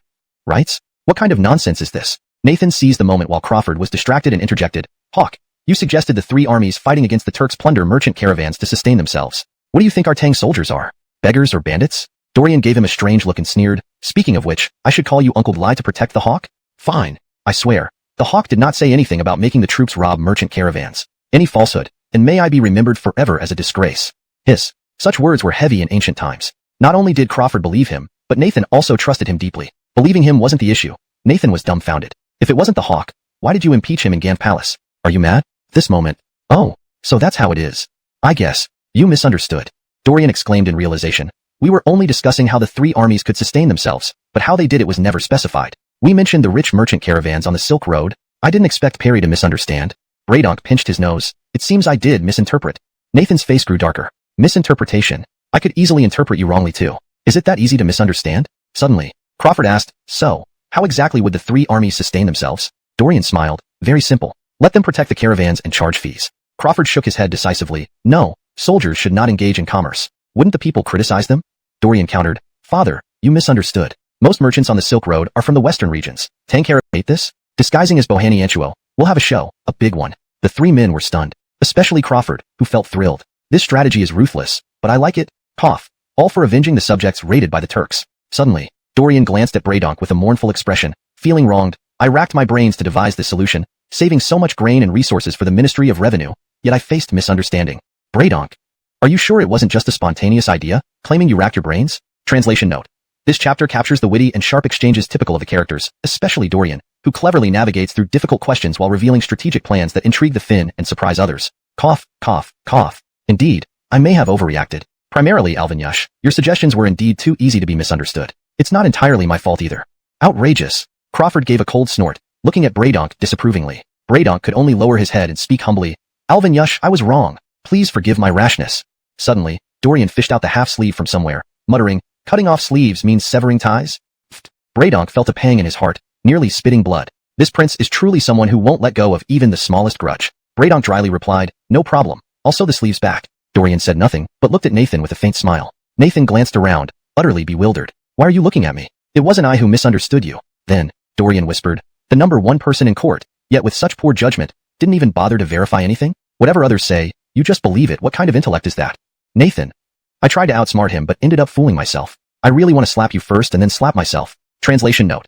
This chapter continues the witty banter between the characters, emphasizing the tension and subtle jabs amidst formal politeness. The humor and personality quirks remain consistent with previous content.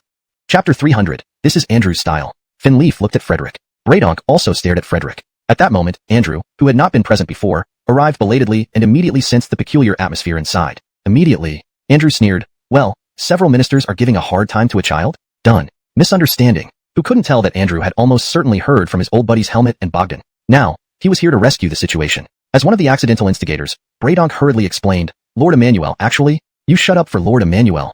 Andrew erupted with rage, pointing his finger at Braddock and scolding, Braddock, Lord Tang, as the Minister of Revenue, you just clutch your money bag tightly. Have you increased tax revenues for the state? Braddock's face turned red. He hit the nail on the head. Emmanuel Scold's mouth was truly venomous. Andrew coldly stated, how much additional grain did Alvin Yee's idea of national bonds bring in for the revenue department? Not to mention the sweet potatoes and potatoes that can be planted next year. Once widely promoted, it will not only save countless lives, but also add immeasurable taxes for the court. Are you grateful, Lord Tang? Braydonk, I, embarrassed, old me, has no place to hide anymore. Bow my head. I wish to dig a hole and bury myself. Please let this pass. Humph. Andrew coldly snorted and fixed his sharp eyes on Frederick. Frederick blurted out, this matter has nothing to do with me. Andrew retorted sarcastically, Lord Greta, are you going to quibble as well? Frederick, done. Let's take the scolding first. No more talking. Speaking would invite trouble. Andrew said with a sorrowful look, Lord Greta, this child calls you uncle, perhaps because Braydonk, preoccupied with troops at the border, suddenly becoming so composed only magnified the infinite disdain. Frederick felt blocked up, nearly dying right there. Great, Emmanuel scold. Leave me alone. Fortunately, Andrew stopped criticizing him and began to directly address Finn Leaf. Thud. Previously, Finn Leaf was merely watching the spectacle. After all, though Andrew scolded people, it was rare to see him scold two major officials. Today was like witnessing a grand drama. It must be watched carefully. Unexpectedly, now it was his turn. Leaf quickly responded, Xin Cheng, please listen to me. Your Majesty, please shut up. Fine. Though politely said, it was full of resentment. Leaf felt powerless. Not speaking, I'll stay quiet, begin your tirade. Andrew's beard trembled as he said, Your Majesty, you're this child's father, his biological father.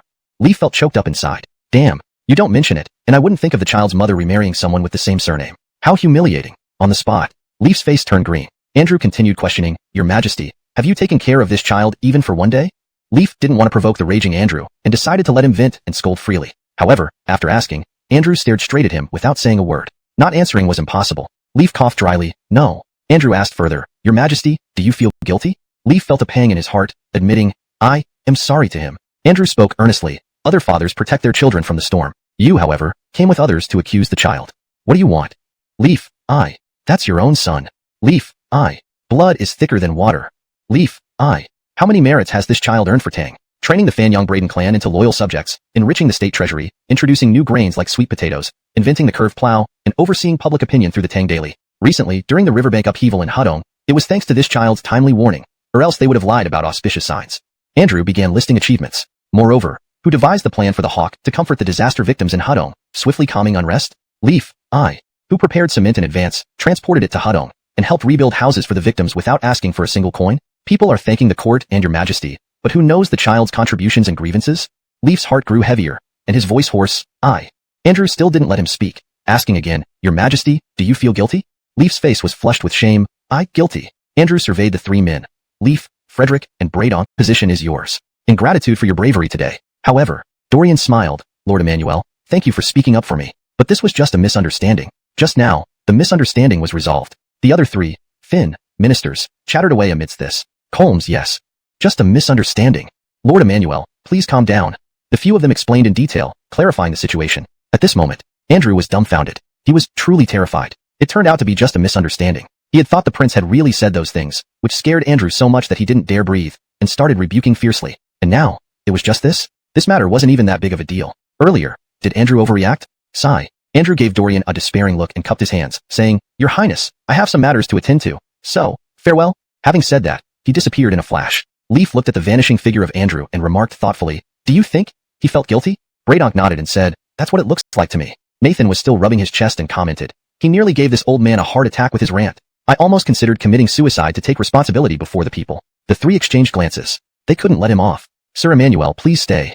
Wait, Xin Cheng. Come back here.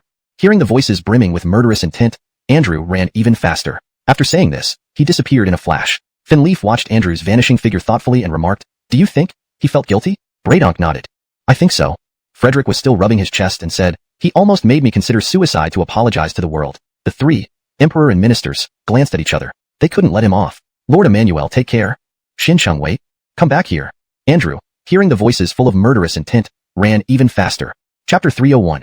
I said it. Dorian stood alone, gazing into the distance. Andrew seemed quite nimble on his feet, as he was the first to climb into his carriage and flee. Would he remember this favor? One day, I mustn't let Donnie smash Andrew's tombstone. Just then, Amadeo walked in with his hands behind his back, pacing back and forth. He chuckled, What a fine grandson you are.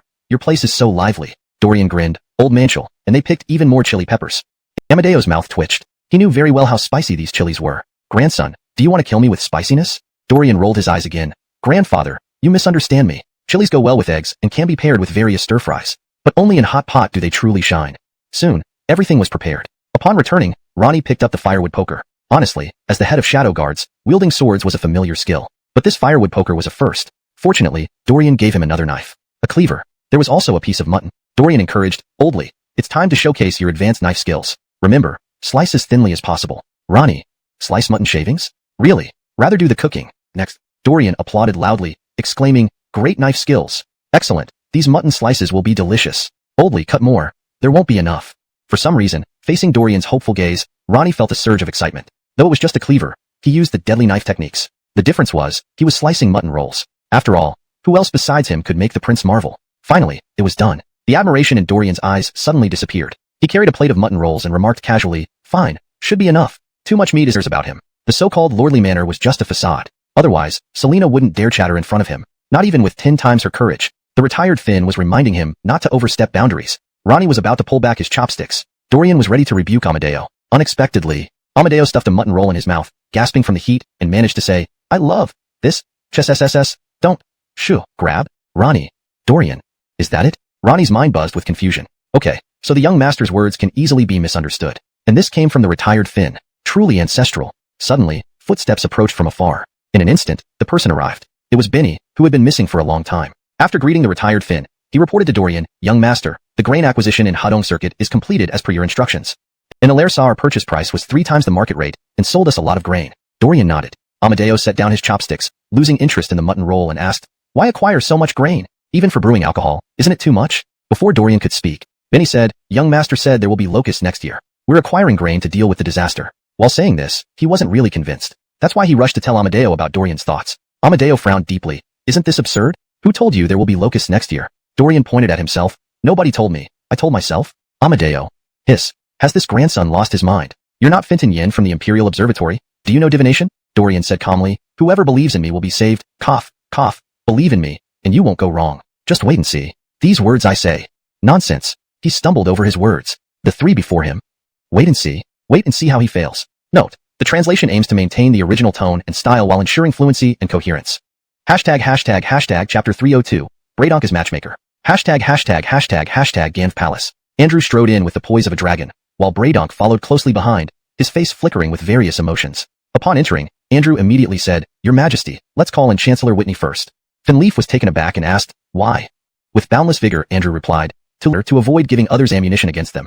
However, Braydonk chuckled inwardly. As a minister and early friend to the Emperor, he knew Leaf all too well. Obviously, Donnie was tempted, and warning Hendrix was also a way to block his own options. Even the Emperor cannot resist the allure of wealth. Who could blame him when the court was so poor? At that moment, Andrew boasted, how about it? Wasn't the prince's idea brilliant?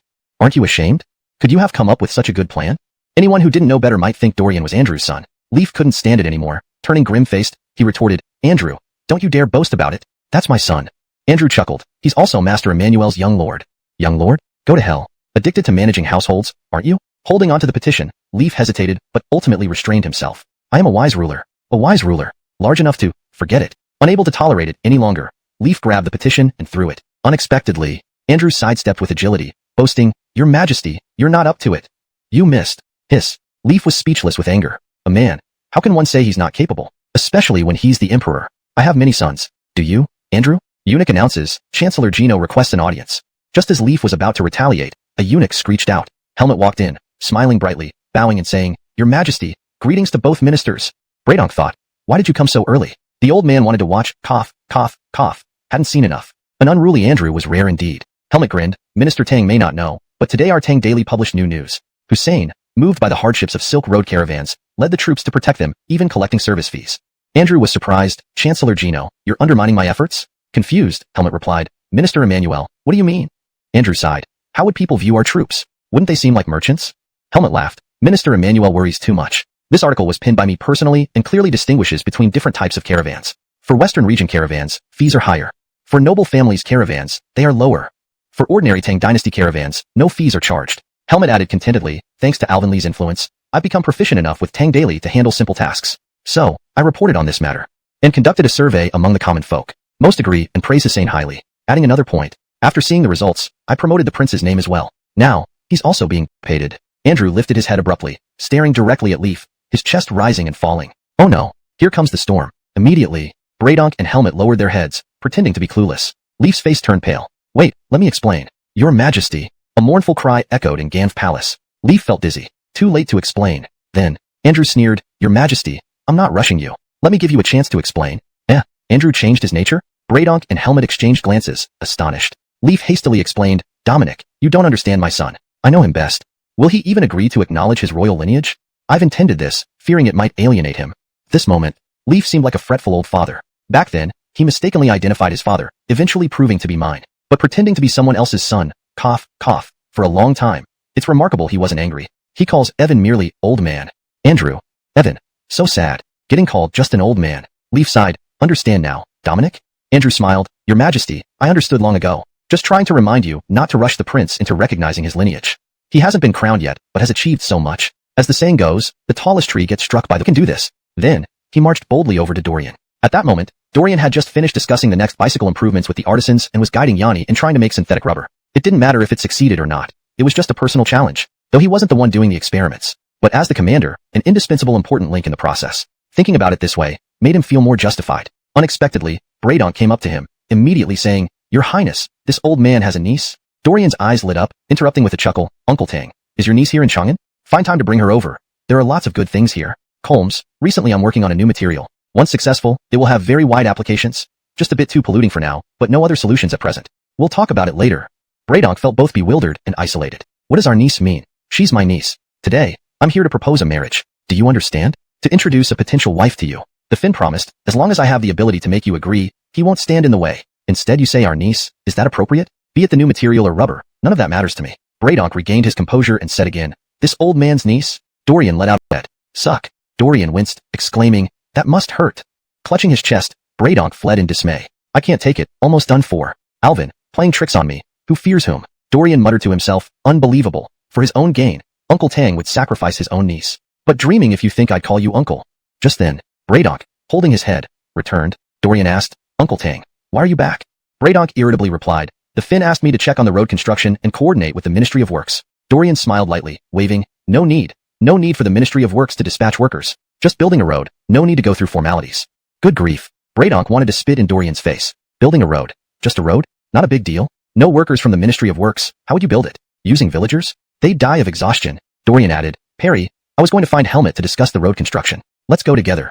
Braydonk chuckled. "Together then. Let's see how you plan this railway construction with Helmet." In the Tang Dynasty news office, Helmet loved being here, unless otherwise engaged. Controlling the newspapers that influenced Tang Dynasty public opinion. Power? What power does the Tang Dynasty daily have? It's all about accomplishment. This simple pursuit drove Helmet. Citizens will eagerly participate in foundation work. After all, outside official roads, dry weather means dust, wet weather means mud. Who wouldn't want a cobblestone path? But, who can afford it? Now, finally a foolhardy person. Ahem, people will definitely think this way. After all, if the Alvin doesn't deliver on his promise, it would be infamous for centuries. One mistake could lose face for hundreds of years. The final trump card, stone tablets. Surefire winning strategy. Over the next few days, the road construction news spread across Chang'an. Meanwhile, the cement roads of Peach Blossom Village extended outward. Neighboring villages saw Dorian start road construction and pause at boundaries. Alex, responsible for the project, approached neighboring village leaders, stated his intentions, then left without waiting for a response. The next day, there was no action from the neighbors. By the second day, the outer edges of the cement roads were usable. Villagers had never seen such efficient roadwork. All were amazed. By the third day, villagers gathered to work on the foundations. This scene repeated with more roads built, drawing more participants, working feverishly. Ronnie and Benny took turns driving carriages. Dorian, inside the carriage, marveled at the simplicity and earnestness of the people. If in modern times, his idea would fail miserably. Thinking this, the carriage arrived at Kieran's residence. Dorian got off the carriage with gifts in hand and said to the servant at Kieran's residence, "I am the Marquis of Wanyin County, a friend of Lord Tang despite our age difference. Please inform him that the Marquis has come to pay a visit. And I've also brought gifts for our niece."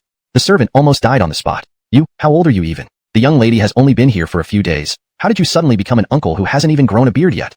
Seeing the servant stunned, Dorian reminded him, "Go and inform him quickly. Otherwise, I might just walk in myself, and don't blame me for lacking etiquette." The servant snapped back to reality and hurried off to report. Soon, Braydonk came out with a broad smile to greet him. Dorian immediately walked over and loudly asked, "Perry, where's our niece?" Plop. Braydonk fell flat on his face. "Alvin, do you have any sense of shame? Who's your niece?" In this passage, the interaction between Dorian and Braydonk continues in its playful yet irritating manner. Dorian's casual and disrespectful use of our niece further annoys Braydonk, leading to a humorous and awkward situation. The tone and style are maintained from the previous sections, emphasizing the comical misunderstandings and miscommunications between the characters.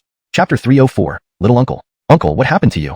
Dorian was about to help the pitiful Braydonk when she heard a voice as melodious as a lark. A graceful and pure young girl hurried over and supported Braydonk. Suddenly, "Dude, see, I call you Perry, seeing you as my older brother. Your niece calls you uncle but me little brother. Doesn't that mess it up? Bradonk's eyes widened. Is that true? Isn't this just a sophistry? Talking about ageless friendship, you can fool old man Tang. Huh. Dorian then asked the young girl. You call him uncle. He sees me as his brother. You call me little uncle. Isn't that right?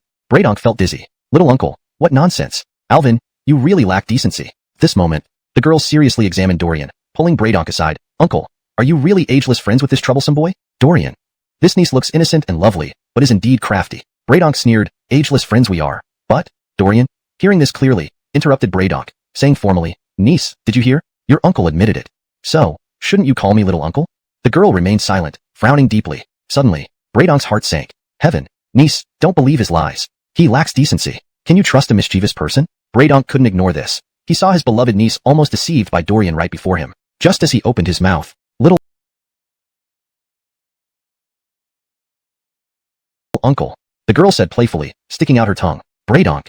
What a fool. You really call him little uncle. Nonsense. A calamity. As a matchmaker, I was supposed to arrange love, not bridge family relations. My first time as a matchmaker ended like this. Embarrassing. Bradonk felt suffocated, saying, Dorian waved. Leave. Bradonk's face turned white. Furious. Old man. Dorian impatiently replied. Perry, go to your work. Bradonk choked. Hating, you? Dorian showed disdain. Go. Bradonk. Enough. Nothing more to say. Alvin, you made me short of breath. Just wait till I lie down and scare you to death. Dorian ignored Bradonk, lifting a small exquisite box in his hand. Niece, little uncle has a gift for you. If you don't like it, tell me, and I'll get you another one. Unexpectedly, the girl responded without any reserve. Why not give me everything at once? Dorian. What a revelation. Indeed wild. On the side. Bradonk. I'm out. Do whatever. I wash my hands off you both. Waving, no cloud follows. Until Bradonk vanished. Neither Dorian nor the girl spared him a glance. Absolutely. Heartbreaking for Bradonk. Silence reigned. Finally, Dorian chuckled. Wild ways. The girl frowned. Who are you calling? Dorian corrected. Okay, Wild Path. The girl. What kind of person is this? Not human, surely. Such mischief for someone so young. She spat. Are you sick? What courtesy? What good courtesy? Anyway, her uncle was Bradonk, the Minister of Revenue. Moreover, this person in front wasn't decent. And now, her uncle thought she would fall for this trick, which failed miserably. Unexpectedly, Dorian casually remarked. You have medicine, cough, slip of the tongue. Don't take it seriously. The girl's face hardened, losing all traces of playfulness, coldly replying. I have poison. Want some? Dorian exclaimed. You want to be Pangelian? The girl put her hands on her hips, accusing. How dare you insult me? Dorian wondered aloud. You know who Pangelian is? Good heavens. Pangelian and Wu Dalong hadn't been born yet, much less blackened. How did this girl know? Wasn't this? Lost in his thoughts and bold speculations, the girl wrinkled her little nose, annoyed. Can anything good come out of your mouth? Dorian. Indeed. For nothing. Dorian sighed. Life, truly lonely as snow. The girl laughed uncontrollably. You, ha ha ha. You, oh my, ha ha. Dorian was stunned by the dramatic shift. The girl gasped between laughs. You, a kid, feel melancholic? Dorian lightly remarked. You don't understand. What you see may be just surface, while what you perceive sincerely is the truth. The girl cunningly challenged. So tell me, what did you sincerely perceive? Dorian chuckled, appraising the girl quietly. TSK, TSK, TSK. Just too young for him considering his mental age. Also, she was a wolf in sheep's clothing, probably unbeknownst to old Tang. The girl, despite her innocence, was very crafty. Probably Tang believed his niece to be demure and elegant. Then, the girl, with her serene face turning fierce, scolded. Kid, where are you looking? Dorian shook his head, chuckling. I've played along for so long. Shouldn't you thank me? Criticizing me, ungrateful. The girl scoffed. You accompany me? Clearly I accompanied you. Sure enough, Bradonk must have informed her of the matchmaking beforehand, evident from her strong reluctance. Please note, in translating this passage, certain cultural references specific to Chinese history or literature might need additional context. For instance, references to figures like Pangelian, from water margin, were adjusted to ensure clarity. That call of little uncle was meant for Bradonk to hear. Poor Brader head, turning it into a nest of hair. Cough, cough, cough. Just a moment longer. Don't rush. The young girl. Note. In translating this passage, specific cultural elements like familial terms have been kept consistent with previous translations, ensuring clarity and continuity for English readers. Chapter 305. Master, you're really skilled. In the study, Bradonk was sulking. Oh, what a calamity. I must have been kicked by a donkey to think about playing matchmaker. This niece of mine is so clever. How could she let this unscrupulous prince lead her around by the nose? Truly a calamity. Bang bang bang. At this moment, there was a knock at the door of the study. Bradonk wanted to say, come in. However, the door opened. The person who came in was Dorian. Behind him was Bradonk's niece. Seeing this scene, Bradonk's heart throbbed painfully. How painful? Am I not compatible with princes? The losses are countless. Dorian walked over and asked hopefully, Perry, when are we eating? Bradonk clenched his teeth and said, you still want to eat? Turning my niece into your little aunt, and you still want to eat at my house. It looks like you want nothing more than fresh air. Dorian exclaimed, what's wrong with eating at your place? Aren't you that stingy? Bradonk snorted coldly, I. Surprisingly, Dorian readily replied, never mind then, goodbye. With that, he waved and started to leave. The girl stepped forward swiftly, saying, "Hold on, ahem, little uncle, wait a minute. Braydonk. It sounds so natural now. When you called me uncle, you always hesitated and never sounded this bold." Dorian asked in surprise, "Niece, what's up?" The girl pointed at the delicate small box in Dorian's hand and said, "The gift." Dorian suddenly understood and said, "You mean this? I thought you didn't like it and didn't want it anymore." The girl's eyebrows twitched slightly as she responded with a slight sneer, "I really like it. Stingy old man. You just want to take it back. You brought the gift but don't want to give it away. What a unique brat. This girl has called you little uncle so many times, and now you owe big time. No compensation is not an option." Dorian clung to the gift and laughed, saying, "Little uncle hasn't even told you what the gift is, and you already like it?" The girl cleverly replied, "Whatever little uncle gives me, I will like it." Braydonk. Are you two trying to kill me? Oh, what a disaster. Whoosh. With a blur, Braydonk ran away. If I don't run, I'll be killed by anger. The girl put one hand behind her back and extended the other, beckoning with her finger. Dorian looked utterly serious and said, "It's wine, fruit wine, and it smells exceptionally fragrant." The girl removed the cork, and a faint floral scent refreshed her senses. "Smells great. Even better after drinking," Dorian maliciously said, and then vanished like a puff of smoke. The girl was busy examining the glass bottle and didn't pay attention to him. Instead, she began to doubt Dorian's words. "Fruit wine? Does it smell like this? Can't be fooling me, right? Well, let's try it. It smells nice, so it shouldn't taste bad." Immediately, the girl sipped a small mouthful. The taste was mild and not as fragrant as the smell. Did I drink too little? Thinking this, she took another large gulp. It tasted strange, yet still not as fragrant as the aroma. Fraud. What fruit wine? It's better to sprinkle some on my body. It would smell much nicer. Just then, Braydonk walked over with a dark look and asked, "Liza, where's the prince?" The girl turned around, surprised. "Which prince?" Braydonk paused. "Trouble. I forgot to tell my niece about the prince's identity beforehand. Such a lousy matchmaker." Embarrassedly, Braydonk said, "Uncle forgot to tell you that the young man I introduced, that one just now, is the prince. And the emperor holds him in high regard. Can you believe a prince daring to see at all? I think this little uncle's brain isn't functioning well. Why not use this fragrant thing as perfume?" As she spoke, she sprinkled a bit on her sleeve and sniffed it. The light floral scent had already captured the girl's heart. Braydonk initially didn't plan to tell the girl the truth, but thinking about the prince actually tricking his niece to drink this, his anger surged. Now the match is off. He needn't fear the girl hating him. Braydonk coughed, "That, Liza. This thing, Uncle saw Queen Greta using it." "Really?" The girl exclaimed, "So, he's really a prince." Then she frowned. He said, "His mother is gone. Sending fruit wine must be to curry favor with the queen." Sympathy washed over the girl. "Ah, how pitiful. Braydonk. So, you didn't believe I said he was a prince earlier? Currying favor with the queen? What nonsense. And, pitiful. Are you? Letting yourself be sold and even counting the money while saying thank you? Isn't it you who's pitiful?" Fortunately, the match didn't go through. Otherwise, the prince might mislead this naive niece to no end. Braydonk didn't want to waste more time and directly said, "Let me tell you, niece, this isn't fruit wine at all, but a type of cosmetic water. If I'm not mistaken, it should be called perfume." The girl's face stiffened as she asked dryly, "Uncle, you didn't deceive me, did you?" Braydonk replied with feigned heartache, "How could Uncle deceive you?" The girl's face turned from red to white, then from white to black. Finally, from black to green. Thud. Braydonk inwardly panicked, fearing that the girl might cry her eyes out. He wouldn't know how to comfort her either. However, bastard. Fraud. You're dead. I'll get you. Whoosh. The girl vanished in a whirlwind. Outside the Jigwa public residence, Dorian jogged up to the carriage and urged, "Hurry up. Let's go." Ronnie and Benny looked on in amazement. "Why does young master look like he was bitten by a dog?" Dorian snapped. "What are you waiting for? Go." The two carriage drivers snapped back into action and drove off. Suddenly, they heard the girl's furious shouts from behind. "Hold it right there. Bastard. Screw you. You think you can trick me and run without consequences?" At this point, who cares about image anymore? It's a matter of pride now. Behind the girl, Braydonk, hearing his niece's angry cries, sighed in exasperation. "Alvin, you've gone too far. I won't let you off. Look at what you've done to my sweet and adorable niece." She's cursing nonstop. Braydonk stamped his foot and told the girl, "Chainier, wait here. This prince has overstepped the bounds. I'll go see the Finn." Before he had taken 2 steps, the girl grabbed him and said through gritted teeth, "Uncle, life in the palace must be tough for him. Please don't go to the Finn." Braydonk. What's going on? Where did this sudden sympathy come from? He only heard, "This revenge, I will take myself."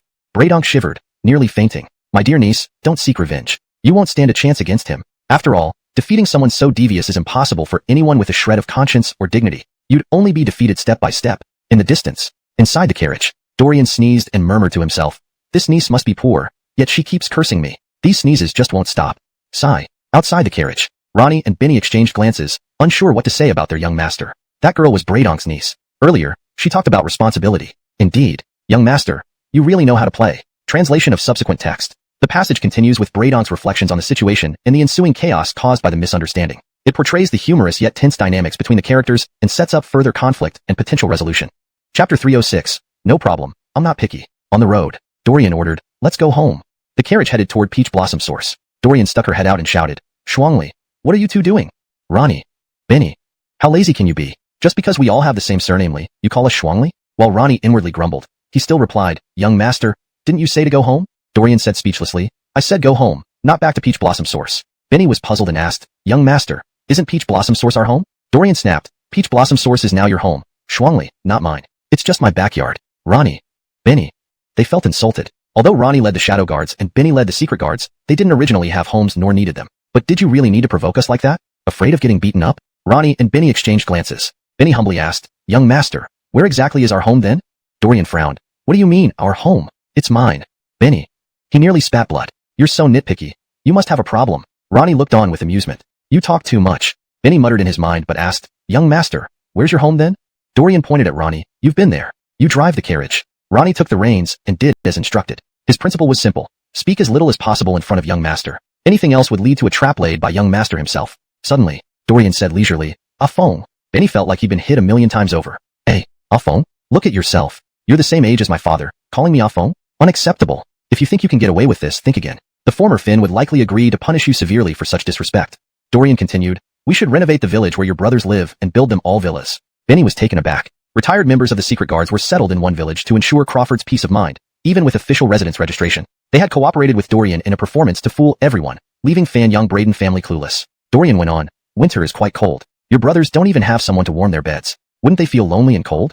Lonely and cold? Benny thought the last few words sounded ominous. I plan to redesign the village layout and relocate it near Peach Blossom Source to help guard the backyard. Then I'll provide them with central heating, so they won't feel cold anymore. Even the residents of Peach Blossom Source don't have this luxury. Boom. Benny's face paled. Ronnie's eyes twitched, trying hard not to look at Benny. Good heavens. Indeed. Dorian smiled. When your shadow guards retire, I'll arrange for them too. Sibilant shock filled the air. Ronnie nearly died from fright. Although he had warned the prince about potential threats from the Crown Prince Eldon, this matter was too sensitive. Benny's eyes brightened. Did young master already harbor ambitions? Previously, young master seemed utterly indifferent to the throne, even saying being an emperor meant sleeping late and waking early. But now, Benny decided instantly to follow young master's lead. After all, it was young master who ensured the safe retirement of the secret guards by advocating to the emperor. Dorian continued talking without realizing their intense inner conflict. Though you walk in darkness, you've served the court. Let's use my father's name to settle them down, and I'll provide the funds.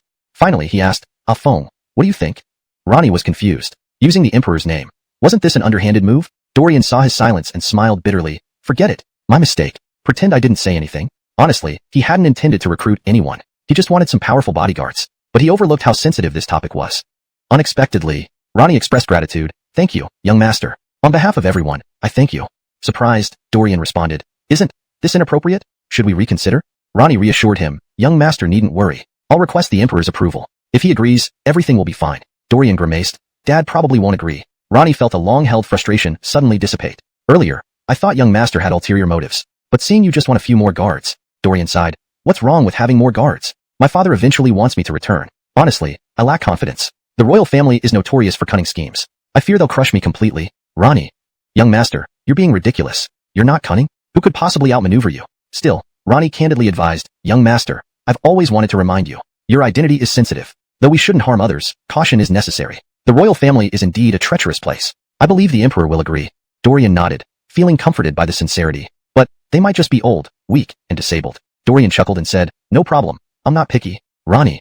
You're talking as if it's about eating. At this moment, Benny looked at Ronnie with a serious expression and said, since that's the case, you should also tell Donnie about the matter of our shadow guards. Ronnie stopped short and said, aren't you afraid? But Benny replied, I suddenly realized something. Now that the shadow guards have retired, they are all concentrated in one village, which is essentially like being under house arrest. Doing so isn't necessarily good. If we want them to live peacefully and ordinarily, it's best for them to lead normal lives and integrate into the general population. In other words, he was still worried that Crawford might not keep his word. Ronnie didn't press him on it. Dorian understood and immediately said, this is simple.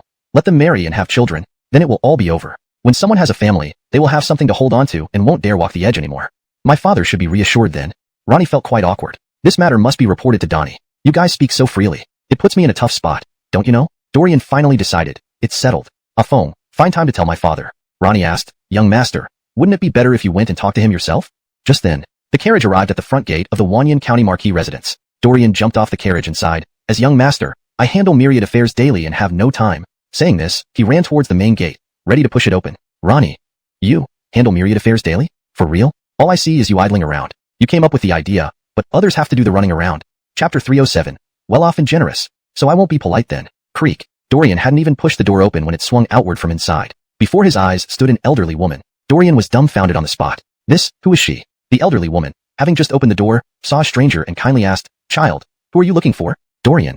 "Child? Forget it. No point in being too serious with an old lady." Dorian curiously asked, "Ma'am, how did you come out? From inside?" The elderly woman replied, "I'm the house manager here. If I don't come out from inside, should I enter from outside?" "Manager? Never mind. Patty has really made this place her home." Dorian cupped his hands and asked, "Ma'am, do you know whose house this is?" The elderly woman gave him a strange look and said, "Of course, it's our Mrs. home." Dorian asked again, "Does your miss have the surname Braden?"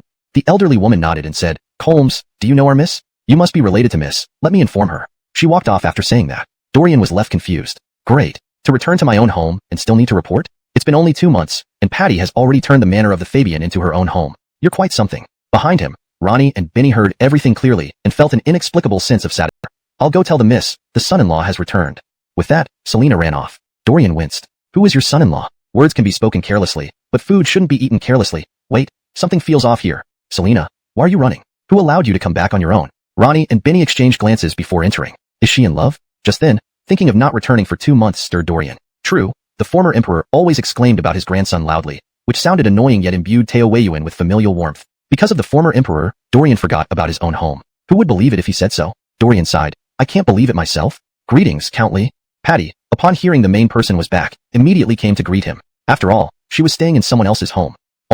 She had almost taken over as the master due to the owner's absence. Outside, it was rumored that the young Count Lee, despite his age, had taken a wife. After taking a wife, the young count seldom stayed home, earning the reputation of a faithless man. Bradonkly, Dorian hadn't heard this. Otherwise, he might have bled internally from frustration. Such a smear, truly unfair. This moment, Dorian asked, Miss Braden, have you been comfortable here? Patty replied nonchalantly, reasonably. But Dorian retorted, Miss Braden, does your conscience not hurt speaking like that? This is my home, and you've lived here long enough, even bringing your servants here, treating it as your home. Still, you say reasonably. If I don't return, will you change the plaque outside to House of Braden? Patty remained unperturbed, saying, Count Lee, please speak frankly. Dorian nodded approvingly, truly worthy of a scholar from the Fan Young Bradens. Usually, others couldn't remain indifferent under such persuasion, but Patty was the first. The county chief finds you intriguing. Dorian looked at her with interest, enticingly saying, Miss Braden, haven't you felt idle here? Life might be peaceful, uneventful, even humiliating, living under someone else's roof? Patty calmly replied, No. Dorian. So calm? Pushing me to bring out my ultimate move. Dorian rubbed his thumb and forefinger together, smiling lightly, Miss Braden, you've lived here for over 2 months, so let's calculate it for 2 months. My estate isn't bad. With the added value of the manor of the Fabian, 1,000 coins per month, right? Meanwhile, Ronnie and Benny, despite wanting to give the young master and this woman privacy, still regarded Patty warily due to her background. Even though the Fan Young Braden clan became Finleaf's followers, members of his faction, they couldn't be careless. Especially with Patty, knowing she came with different intentions set by her brother Ider. But she didn't act according to script. She treated the place as her home, and unless the young master sought her out, she never approached him. This woman wasn't ordinary. Both remembered Dorian's instructions. Unless explicitly stated, combat was within their protective scope. Their young master feared death immensely, as if doing too many wrongs and fearing retaliation. Honest truth. Hearing Dorian mention rent, in such an outrageous amount, Patty kept her face composed. But inside, she was seething. 2 months apart, upon first meeting, he brings up rent? Doesn't he know why Miss came here? Dorian continued, let's call it 2,000 coins for rent. Other costs, I'll bear them. But you've made me stay away for over 2 months. You should compensate economically and emotionally. Patty, completely bewildered. Economic compensation? Emotional compensation? Is extortion acceptable? Patty took a deep breath and asked, Count Lee, how much? If you don't want this estate, I can buy it. Wow, well off indeed. So, I won't be polite then. Dorian bashfully smiled, thought of asking for 20,000 coins, but as Selina is my maid now, make it 30,000 as compensation. Even Patty's strong heart couldn't withstand that. From 20 to 30,000 coins without blinking? Dorian chuckled. If Miss doesn't have the money, Patty sweetly said, bring 30,000 coins for Count Lee. Fine Ling for the money. The elderly woman left immediately. Dorian was puzzled inside. According to what he knew, when Patty came, she didn't bring much with her. From Selina's account, her young miss was virtually penniless, akin to leaving with nothing but the clothes on her back. Result. He extorted 30,000 coins on a whim, and it was given without a second thought? Not long after, under Selina's instructions, an elderly house servant brought over several chests and opened them one by one. Patty looked at Dorian with a half-smile, saying, Fabian, would you like your 2 servants to count them? Just in case there's 1 coin missing. Ronnie and Benny felt utterly helpless. Who are the servants here? You're the servant. We are. Ronnie, Benny, the heads of the prestigious shadow guards and secret guards, do you have any fear? At that moment, Dorian asked in slight surprise, where did you get all this money from? Did you sell any antiques from my house? Patty was amused yet irritated. Antiques in your house? Are you sure they exist? Chapter 308. Maid? Dowry? Concubine? Suddenly, Dorian saw Selina sneaking behind Patty, hiding discreetly behind her young mistress. In that instant, Dorian was utterly confused. So, I was tricked by a maid? Dorian looked at Selena with a despairing expression and said, "Maid, you've betrayed my genuine feelings for you." Upon hearing this, Selena's face turned pale as she retorted, "Young master, you? Don't say nonsense. I didn't." Dorian sighed and remarked, "Why is sincerity always taken for granted? Is this the fate of good men?" Puff. Behind him, Ronnie and Binny were both shocked, seeing disbelief in each other's eyes. Who would have thought the young master liked this maid? It sounds like there's a story here, and it's quite an enthralling one too. Unfortunately, the young master was fooled by this maid. TSK, young man, don't indulge in beauty. See, didn't you get shipwrecked? These two couldn't help but feel amused. However, Patty cast a suspicious glance at Selena, pulling her aside and sternly asking, "Linger, what is your relationship with him?" Selena, who usually was somewhat ditzy, showed extraordinary quickness now. Before she could finish her question, Selena blurted out, "Miss, I didn't. He is saying nonsense. I am innocent. We are innocent."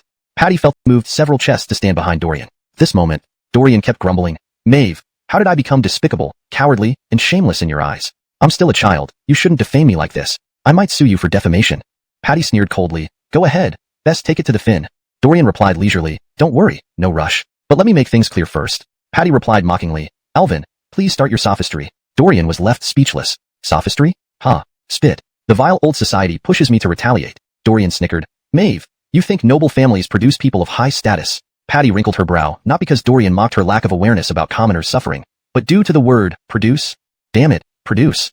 That's called birth. He's uneducated. Dorian continued, "You don't understand what a maid yearns for most. Of course, perhaps not every maid believes they are inferior to their lords." As he spoke, his tone grew more intense. "I'll speak specifically about your maid. She's a few years younger than you, still a child. Only the so-called 5 great surnames and 7 esteemed clans, along with those damnable noble families, would heartlessly employ children.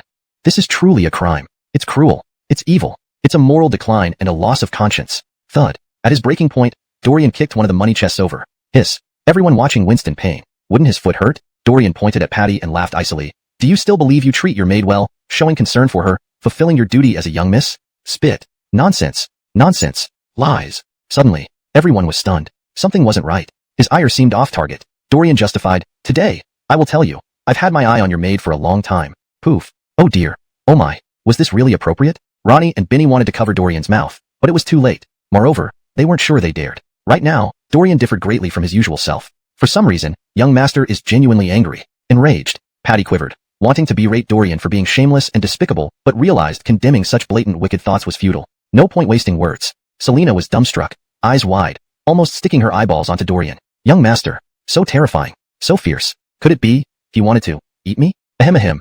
Not literally, just metaphorically. Never did anyone expect Dorian's next words to completely stun everyone. "Listen closely." Dorian went on indignantly. "What future or prospects does your maid have by following you? The best future is marrying into another family as part of the dowry. If fortunate, she serves the groom, bears a child or two, and becomes a concubine for someone else. If you're displeased, she might end up beaten or killed without cause. I've watched palace dramas too and heard discussions about them. They're dark inside." Patty. Palace drama? What kind of show? About imperial harems fighting over the emperor's favor?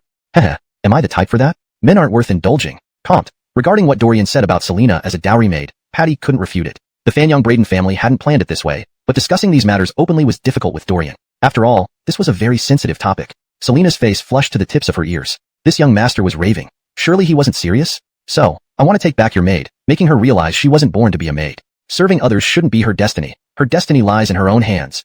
"I want to turn her around, give her a proper household registration, and find a suitable young man for her to marry. On that day, let her understand this is her rightful life." Maid? Dowry? Concubine? Huh. Spit. Patty. Ronnie and Binny. Why bring this up? Wanting someone else's maid, you aim to do? This has been so kind to me, I would never leave her. Dorian chuckled and said, "Is that so?" Then, he smiled slyly at Patty and provocatively said, "Miss Braden, I heard you're a talented woman. Do you dare to compete with me in literature?" Before Patty could respond, Dorian continued, "If you're afraid, then let's forget it." Indeed, Patty's greatest weakness was her scholarship. How could she remain indifferent when her reputation as a talent was questioned? "Fine, if you insist on humiliating yourself, I'll make sure you get what you want." But Dorian interrupted, "Wait." Patty mocked, "Are you regretting it?" Dorian shook his head. "There's no way I could regret it. I just think a simple literary contest isn't interesting enough. Let's add a stake." Patty snorted. She saw right through Dorian's scheme. But as one of the foremost talents, she had absolute confidence in her literary skills and wouldn't lose to Dorian. Upon hearing her scoff, Dorian said, "Are you scared and backing down?" Patty spat at him disdainfully. "I know your plan, but I'll ruin your plot. Any stake can be decided by you." Dorian clapped his hands. "Good." Then he pointed at Selena and declared, "If you lose, she will come with me." Selena's face turned pale as she grabbed her mistress' sleeve pitifully. "Miss, don't agree to this." But Patty said, "Agree." Dorian waved his hand. Signing a bond of servitude is unnecessary. Patty's stubbornness rose up. I swear by my honor that if I lose, I will sign a bond of servitude. You tell me what to do, but you can't order me to kill or burn buildings. Snap. Selena was dumbstruck. It's over. Miss has no saving grace. But Mrs. Scholarship is so formidable. She definitely won't lose. Selena clasped her hands together in prayer. Dorian couldn't help laughing bitterly. What a joke. If I made you kill or burn buildings, the Tang law wouldn't spare me. Patty coldly replied, let's decide what we'll compete in, as you please. Dorian looked triumphant, rubbing his hands together. In that case, let's have a couplet competition. Couplets? Small fry. Patty sneered, you go first. If I can't respond, I'll admit defeat. Thud. Somehow, Jacques and Benny felt anxious for Patty. This little missy has fallen into the trap. After all, young master's schemes always work. Cough, cough, cough. It may not sound flattering, but it's the truth. I accept. Dorian smiled innocently and slowly recited. 3 lights, sun, moon, stars. Silence. The air froze. The scene became bizarre. Boom. Patty wobbled, barely managing to stay standing. She gritted her teeth and held on. This couplet seemed simple at first, but upon closer examination, it was chilling. My lifelong reputation, ruined. And by this scoundrel. What a curse. Let's go. Goodbye. See you in 3 days. Dorian strode out boldly, reminding Jacques and Benny to not forget to take the money. Jacques and Benny loaded several chests onto the carriage, leaving no room for passengers. So, Dorian sat on the driver's seat. Jacques was sent off to meet Crawford to discuss rebuilding the villa for secret agents and handling retired shadow guards. Poor Benny. Dorian found it cramped sitting side by side and told him to sit on the roof. On the road. They proceeded. Along the way, so many people were watching, and Benny looked like a big macaque. They had just arrived at Peach Blossom Land. Amadeo strolled over, glanced at Dorian, and said, good grandson, someone came looking for you today. I told her you weren't here, and she said she would come visit you tomorrow. Dorian casually asked, who was it? Amadeo replied with a peculiar look, I don't know her either, but she left her name, saying she is called Tanya. Tanya? Dorian was taken aback. And she's a woman. I don't know her. Note, to maintain the original paragraph structure and line breaks as requested, I have kept the formatting consistent with the provided text while translating it into English. Chapter 310.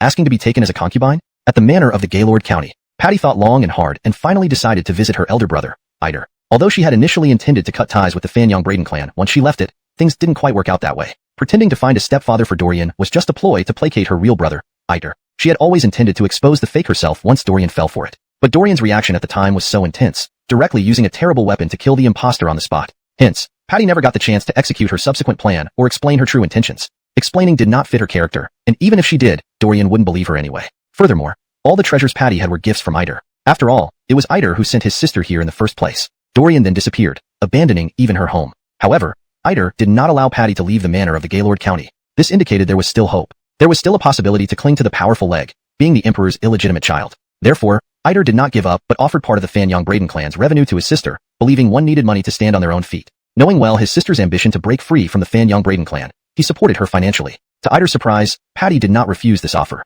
On a particular day, the risk sighed, after all, you've been associated with the prince for 2 months. Seeing her anger flare, he quickly added, of course, I believe nothing happened between you and the prince. Moreover, he's still young, probably unaware of worldly desires yet. Patty nearly burst into laughter. His belief meant little, showing a lack of trust and respect for her. If you wish for my help when Fanyang Braden clan faces trouble, tell me who the most famous scholars in Chang'an are, she stated coolly. This almost made Ider faint. If she were marrying someone, it wasn't the prince. Hence, he might indeed need her advice. But why these scholars? Did she plan to quiz each one before deciding whom to marry? Are you concerned about reputation? He gasped, knowing this would tarnish both her and the clan's image. Brother, if you don't want to talk, forget it, she coldly retorted, ready to leave. Desperately holding onto her, Ider stuttered, there's Donald. Her eyes lit up. He panicked inwardly. Surely not. That's an old man. Seeing her nod approvingly, he hastily suggested, he's too old. How about another? She agreed. Indeed, we can't meet such a revered figure. Relieved, he listed others like Helmut. Seeing her nod again, he tried to warn her about Gino's jealous wife. Not a problem. Chapter 311. A day in the life of Ider. Outside the mansion of the Duke of Liang, Ider hesitated and felt a pang of pain at the same time. What a disaster. If he didn't come, his sister Josie would have taken action herself. As the eldest legitimate son of the Fanyang branch of the Braden family, if he really did something like this, the family's reputation would be completely ruined. It might even leave an infamous mark in history. Spit. It's utterly disgraceful. Ider felt as though his sister was roasting him over hot coals without allowing him to turn over. Roasted on one side, already scorched black. However, he still had to admire his sister's ingenuity in creating the couplet. In fact, he secretly thought that probably no one could match it. But what if someone did? He stomped his foot. He gritted his teeth. Ultimately, Ider approached the gatekeeper and explained the purpose of his visit. Fortunately, today was Helmut's day off. Before long, the gatekeeper returned and led Ider to Helmut's study. Usually, visitors were received in the front courtyard. But Helmut knew that Ider was now tied to the Fin's chariot, making them allies. To show intimacy, he received him in the study. Moreover, this was the first time Ider visited as a member of the Fin's faction. For the sake of the Fin, Helmut couldn't afford to be impolite. When they met, They exchanged pleasantries. But Helmut noticed that Eider seemed troubled. So, Helmut asked, Minister Braden, is there something on your mind? Eider sighed inwardly. There was no escaping it. Since he had come here, he had to speak up. Comte, he retained a bit of caution. First, he mentioned the couplet. If it couldn't be matched, there was no need to say more. After returning home, his sister wouldn't have any leverage either. But if it could be matched, sigh, please, heaven above, may you protect Eider just this once in my life. With trepidation, Eider said, Minister Gino, I have an upper line of a couplet, and I've been struggling to find a matching lower line. Helmut chuckled. Couplets were merely an excuse. Civil servants like to show their refined tastes. Well, not me, Helmut. After all, I'm a man of practical ability. Smiling warmly, Helmut said, couplets indeed help cultivate one's disposition. Let's hear your upper line, Minister Braden. Eider, teach? What teaching? I didn't even create this upper line, but now isn't the time to say that. Without hesitation, Eider recited, 3 lights, sun, moon, stars. Helmut smiled, nodded, and was about to respond. Suddenly, he froze. This upper line had depth. Originally, he only intended to make small talk. After all, in officialdom, it was taboo to reveal too much too soon. Now, he and Eider didn't have many topics to delve into deeply. If he chatted aimlessly, it wouldn't be good for building camaraderie. Thinking this, Helmut began to view Eider with renewed respect. This person is extraordinary. Continuing to think about the upper line, Helmut's expression stiffened. How amazing. This person has great talent. This is truly a matchless upper line. Such talent is admirable, but using such an absolute line to build camaraderie wasn't quite appropriate. Was Eider's heart not in it? Or was it all just a misunderstanding, a result of thinking too much? Otherwise, no one would use such an unmatchable line to make others difficult. Too hasty. Embarrassing. I can't think of a lower line. Not even a clumsy one. Helmut's smile melted away, and he started deep in thought. Finally, with a wry laugh, Helmut cupped his hands and said, Minister Braden is too talented for me. I can't match that. Hearing this, Eider breathed a sigh of relief. Thank goodness, the Duke of Lyon couldn't match it. This hurdle was passed. Eider replied cheerfully, Minister Gino flatters me. I heard this upper line from someone else. I can't claim such talent. Helmut became interested and asked, a person who could think of this line must be incredibly talented. Who composed it?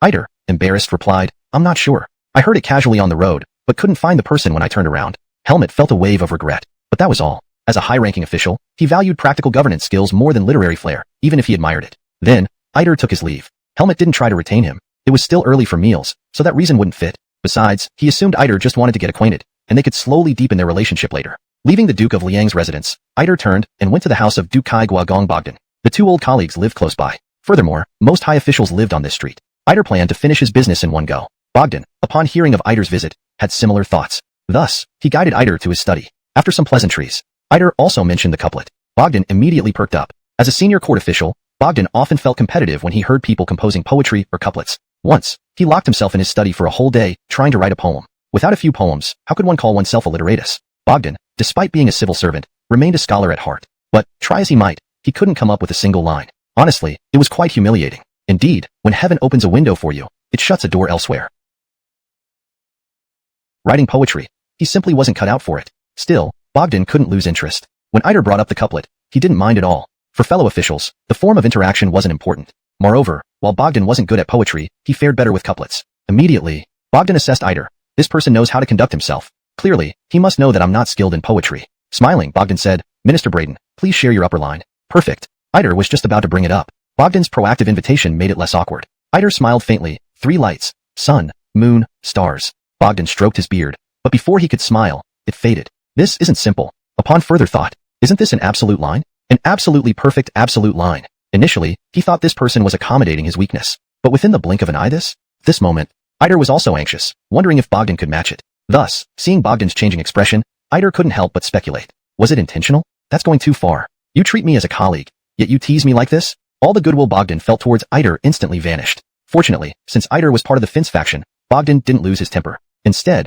Bogdan remarked coldly, excellently lost his temper on the spot. As a solitary minister, few people usually visited him. Moreover, he seldom saw his fellow officials from court. Exchange feelings with colleagues? Him, Andrew, the imperial censor. Not necessary. But today, Eider came to visit. Even after being turned down, he didn't give up and even mention wanting to exchange couplets. Haha, Emmanuel's scholarly talent. How could you compare? A challenge, is it?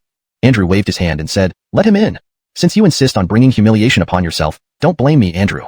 Chapter 312. You still think you can stand up to someone like me? The study. Once again, the study. Andrew sat upright, his expression as calm as water, exuding an innate air of dignity. This dignity did not stem from the aura of a high-ranking official, but rather from an inner sense of righteousness and integrity. Andrew asked in a matter-of-fact tone, Minister Braden, what brings you here today?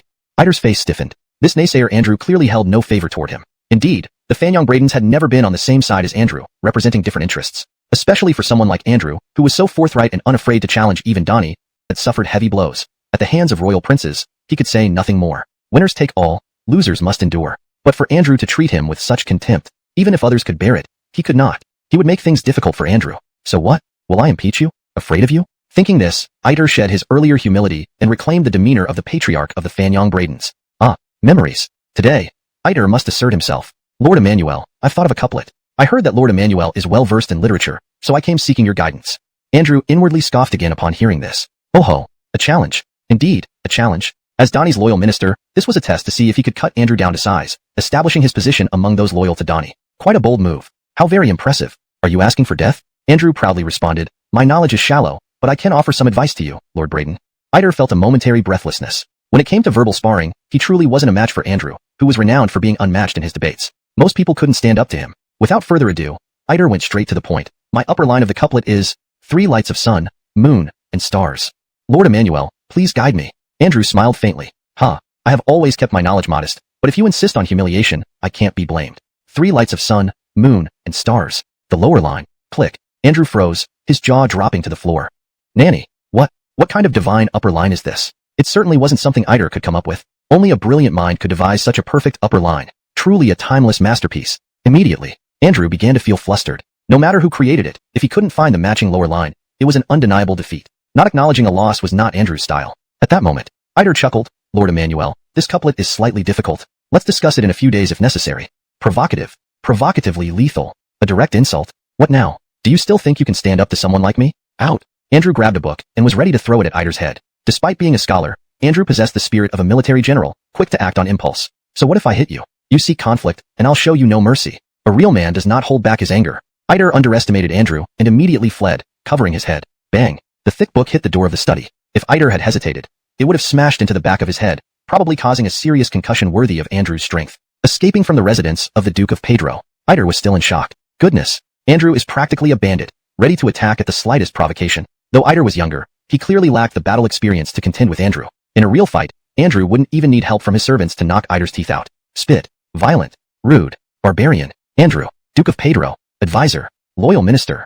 Comte Donnie said Andrew was like a mirror. Like this? Crude and uncouth. Eider despised sharing company with him. Eider decided not to visit Donald's place either. Donald's erudition was undisputed, but what was absolute elsewhere might not be with him. If Donald found a lower line, how could he respond? Marry my sister to whoever matches the lower line? Seriously, saying that would invite violence from the old man. Forget it. He'd report back to his sister. Eider rushed home and found Patty, bluntly stating, Helmut, Bogdan, and Andrew. None of them could come up with a match. Especially Andrew. Claiming his limited knowledge, he flew into a rage, nearly attacking me. Patty, incredulous, asked, Brother, Lord Emmanuel is known for his integrity. Did you say something inappropriate? Piercing words. Andrew is upright, but your brother isn't, am I wrong? What did I say that made him react so violently? Absolutely. At this moment, Patty suddenly remembered. Wait, what about Donald? Eider shook his head vehemently. No. Absolutely not. He's too old.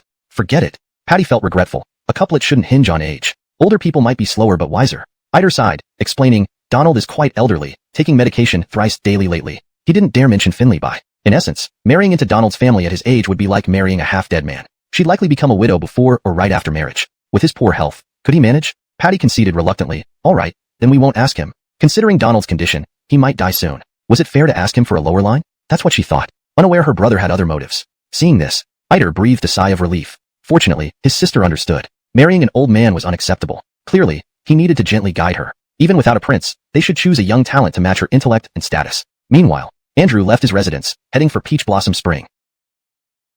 Chapter 313.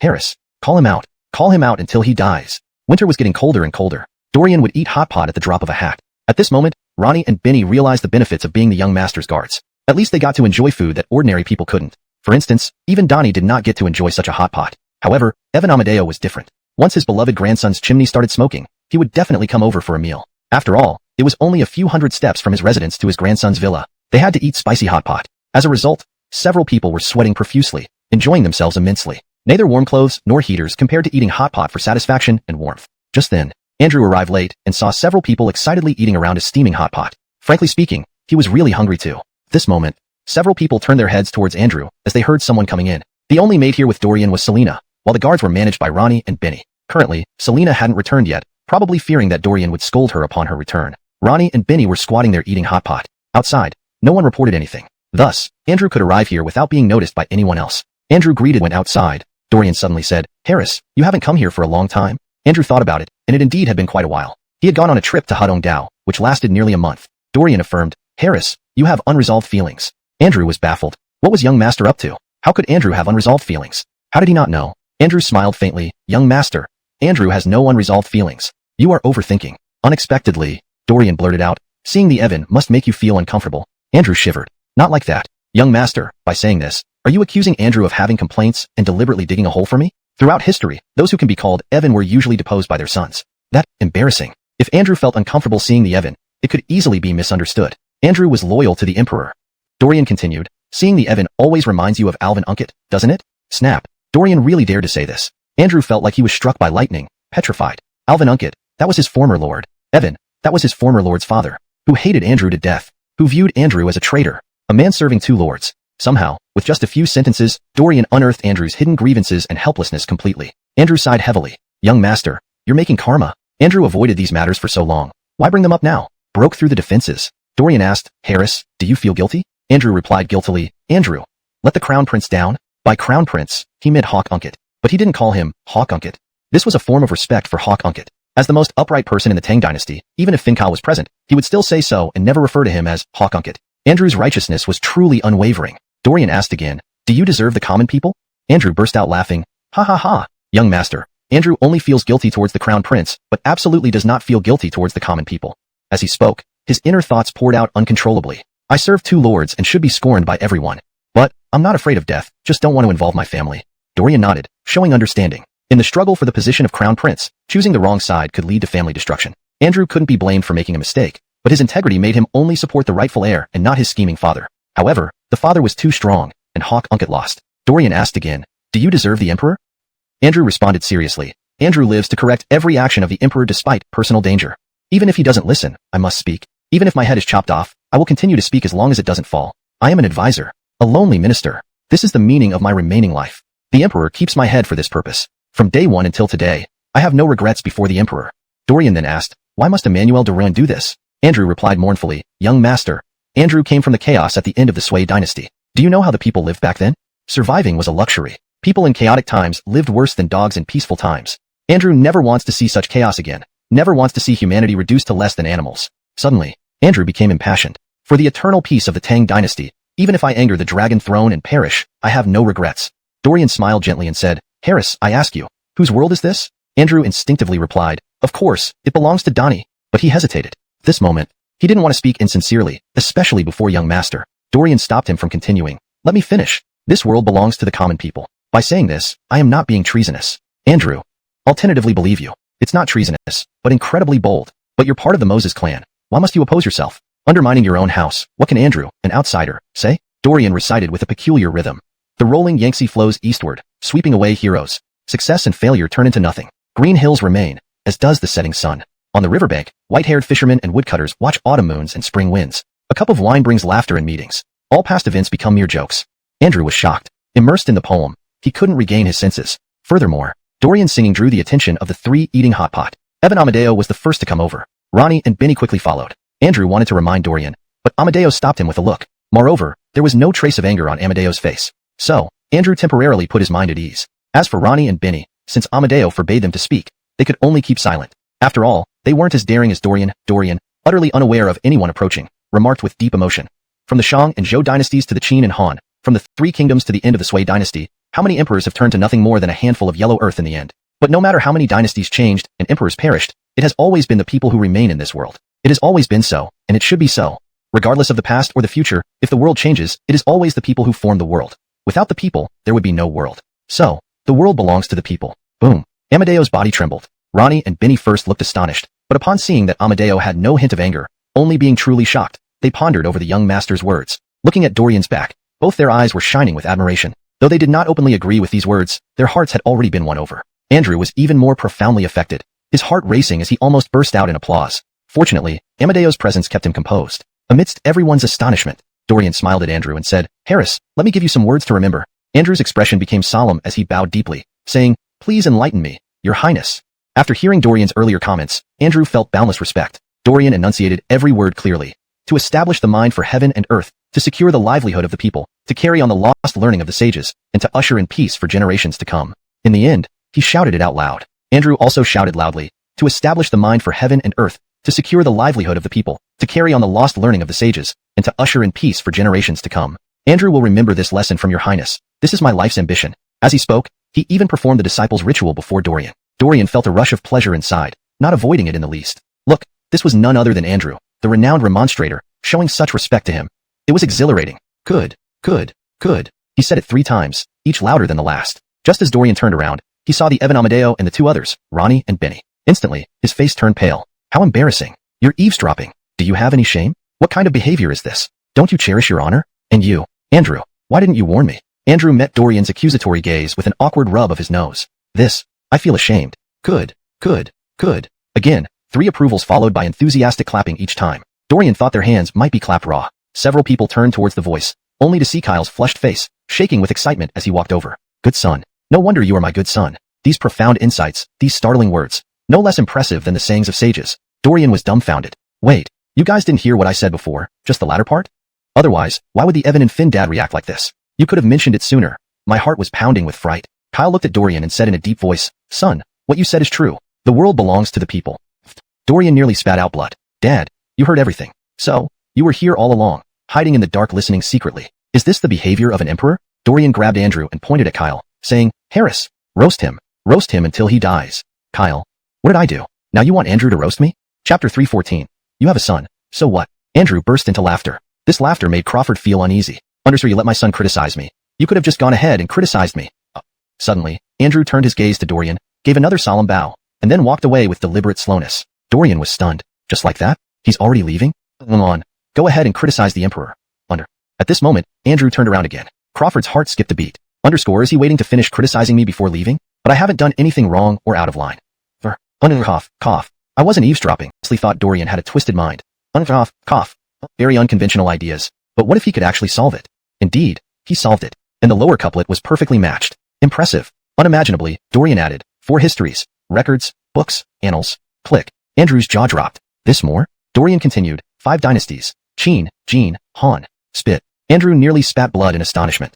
Please, no more . Dorian smiled slightly. 1 storm, wind, thunder, rain. 2 brotherly states, Tang, Han. 4 odes, Feng, Ya, Song. 4 histories, records, books, annals. 5 dynasties, Qin, Jin, Han. Smack. No way. Andrew was stunned. 5 perfect responses in one breath. Andrew exclaimed happily, Thank you, Alvin. With that, he ran off immediately. Dorian didn't stop him or ask a single question. After all, whatever happened next would likely be very interesting. Even Dorian, the instigator of all this, couldn't imagine how interesting it would become. Crawford walked over, curious, and asked, Son, what did you 2 talk about?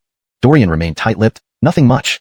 Lincoln also pressed, sighing with emotion, I didn't expect even Emmanuel Dominic to be taken aback by your words. Dorian disliked distorting the facts and retorted, Dad, talking like that, do you think? Oh, forget it. You probably don't have a conscience. Spit. Lincoln nearly spat blood at his son. This son was too bold with the emperor. But Lincoln actually found it delicious. His other ministers acted like mice seeing a cat when they met him, offering no familial warmth. Just then, Amadeo approached and patted his grandchild's shoulder, saying, If Andrew can live up to your words, I won't make things hard for him anymore. Lincoln broke out in a cold sweat. Poor them. His trusted ministers were suffering but preferred coming to his son rather than dealing with the former emperor, who despised them deeply despite putting the Tang Dynasty first. Amadeo provocatively said, Younger brother, what do you think of my excellent grandson? To establish the mind for heaven and earth, to secure the livelihood of the people, to continue the interrupted learning of past sages, to open peace for future generations. Does even Donald have such aspirations?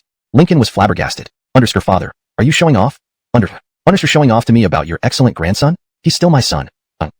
So he is mine after all. I should be the one showing off. The next day, in the court assembly, Lincoln mysteriously announced, My lords, there is something I wish to discuss with you. No minister dared to deny the emperor's request. Even those from the 5 families and 7 noble clans wouldn't oppose Lincoln over something trivial. Without waiting for anyone's approval, Lincoln looked forward and declared confidently, Comsterday, I heard a young man say, to establish the mind for heaven and earth, to secure the livelihood of the people, to continue the interrupted learning of past sages, to open peace for future generations. Inside Taiji Palace, the statement echoed. Boom. All officials were electrified. Good heavens. This is the ultimate goal of human existence. A perfect expression of the scholar's highest ideal. Especially the civil officials felt as if they saw a new world. What power, what profit, compared to these words that stirred their blood. It was certain that this youth would rise swiftly from now on. Donald, invigorated, stepped forward as if rejuvenated, exclaiming, Your Majesty, this statement is commendable. It will be my lifelong aspiration. Other civil officials chorused, "It will be my lifelong aspiration too." The generals weren't as affected. They understood the words, but the scholarly tone gave them goosebumps rather than excitement. Except for one person who remained calm, Andrew. He never expected the prince's inspiring words would be flaunted in the imperial court. Instantly, Andrew felt both happy and worried. Of course, as a former guardian of the prince, he felt proud of the prince's achievements. However, the prince was the emperor's illegitimate child, unclaimed by the royal lineage and born out of wedlock. Truly regrettable. At this moment, Lincoln proudly announced, "These words came from my son's mouth." Suddenly, the court was silent. Finally, Donald exclaimed emotionally, "I truly hoped that the crown prince would." "It's not the crown prince," Lincoln cut him off abruptly. Donald held back his half-finished sentence, feeling very uncomfortable. Frederick's face changed. Not good. Could it be? Other ministers were extremely curious and kept asking Lincoln, "Your Majesty, which prince said it?" "Bolivar indeed has great talent." Lincoln laughed heartily but waved his hand. All right, let's focus on business here." All officials. Just like that? Still hiding it like a treasure? "You have a son. Big deal. Everyone else does too, just maybe not as talented." Andrew noticed something. Was the emperor preparing to bring the prince back into the royal family? With those words, who would dare look down on the prince for being an illegitimate child? "You're the legitimate heir. How much talent do you have?" Slap, slap, facepalm, silencing critics. "Alvin, are you ready?" Translation completed while maintaining the original structure and style, ensuring it remains natural and fluent in English. Chapter 315. How could it be the Alvin again? The court session concluded. All officials went back home. Suddenly, Andrew loudly said, "Lord Braden, please hold on a moment. Someone has already come up with a response to your couplet's first line." These words immediately drew attention from the surrounding colleagues. Something was brewing. Was Lord Braden so bold as to have humiliated Andrew publicly before? This moment, Iter turned around, looking at Andrew in surprise. Not possible? Really managed to find a match? Suddenly, Helmut and Bogdan's expressions also changed. Upon hearing this couplet, again, Lord Braden.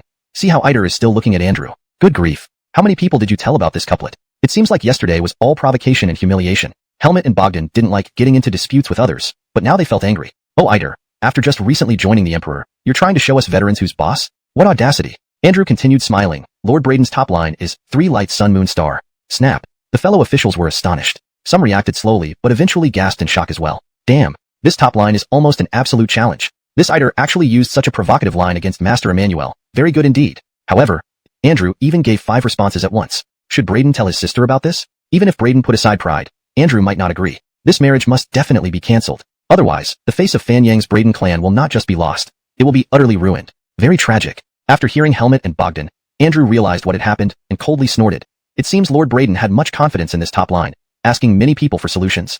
Iter glanced around, nearly overwhelmed. If only I could faint. Why am I so damn awake? With a distorted expression and hoarse voice, Iter admitted, "Indeed.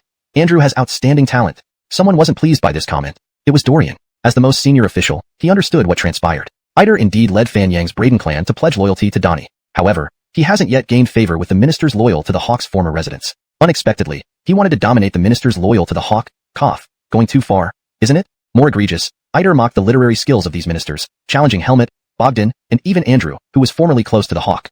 Why didn't he approach me? Is my scholarship inadequate? Being one of the Emperor's ironclad quartet of scholars, myself, Helmut, Bogdan, and Andrew. You singled me out for contempt, unbearable. Thus, Dorian lied, rounding officials. I can see your disdainful expressions. You're surely cursing me silently. Crowd. Aware of it? And you voiced it. Absolutely shameless. Andrew said coolly. Looks like none of you were listening carefully to Emmanuel just now. Crowd. Listen carefully? Listen to what? Andrew pronounced each word distinctly. Emmanuel said. Crowd. Enough. Must you repeat yourself? So boastful. Is this appropriate? Just as they thought. Andrew said. The couplet has been matched, clearly not by myself, but by someone else. Understood? Crowd. Matched. So not by him, but by someone else. Completely misunderstood. Whoosh. Suddenly, a quick shadow approached Andrew. Startled, he saw it was Iter. Iter asked with special anticipation, Emmanuel, sir? Who responded? Hopefully a young talented scholar rather than Andrew. Iter knew Emmanuel wouldn't agree. Andrew, admiringly, said, it was the prince who responded. Russell. Crowd in uproar. How could it be the prince again?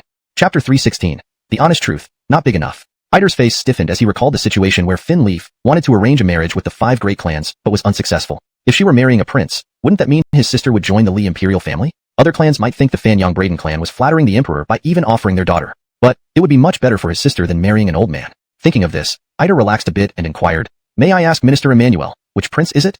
Elsewhere, Nathan felt an ominous premonition. Andrew usually had little contact with princes except for the emperor's illegitimate son. Could it possibly be him? Andrew proudly replied, Bolivar I mentioned might be the same one the emperor referred to.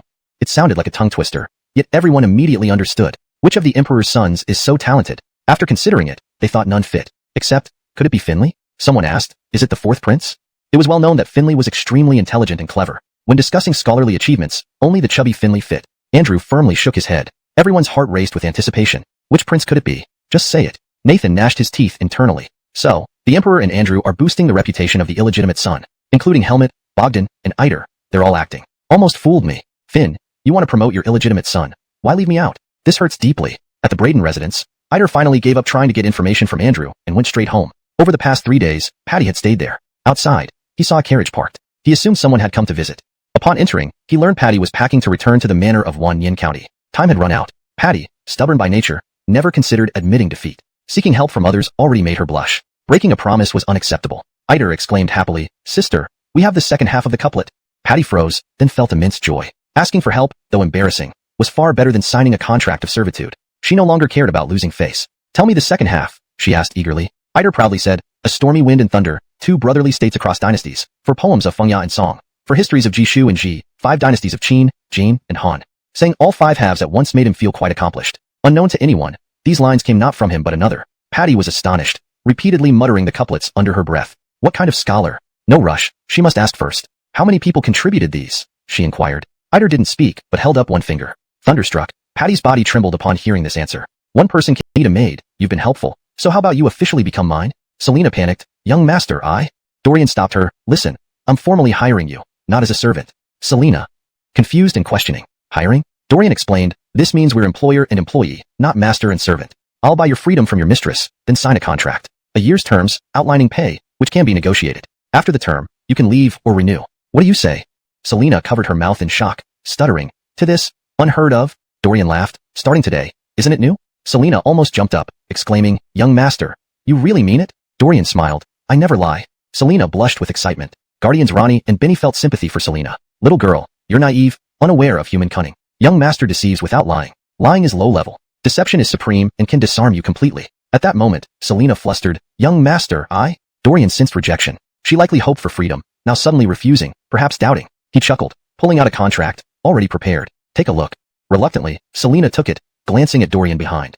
Turning around, he saw Patty standing behind him. Don't interrupt, he told her. I'm discussing something important with Ling. To Selena, he added, working for me pays 30 guan per month. There's holiday bonuses, minimum 10 guan, an annual bonus, minimum 100 guan. Selena glanced nervously at her mistress, while looking at Dorian with gleaming eyes. Wow, am I worth so much? Young master is generous. So tempting. Patty finally understood what was happening.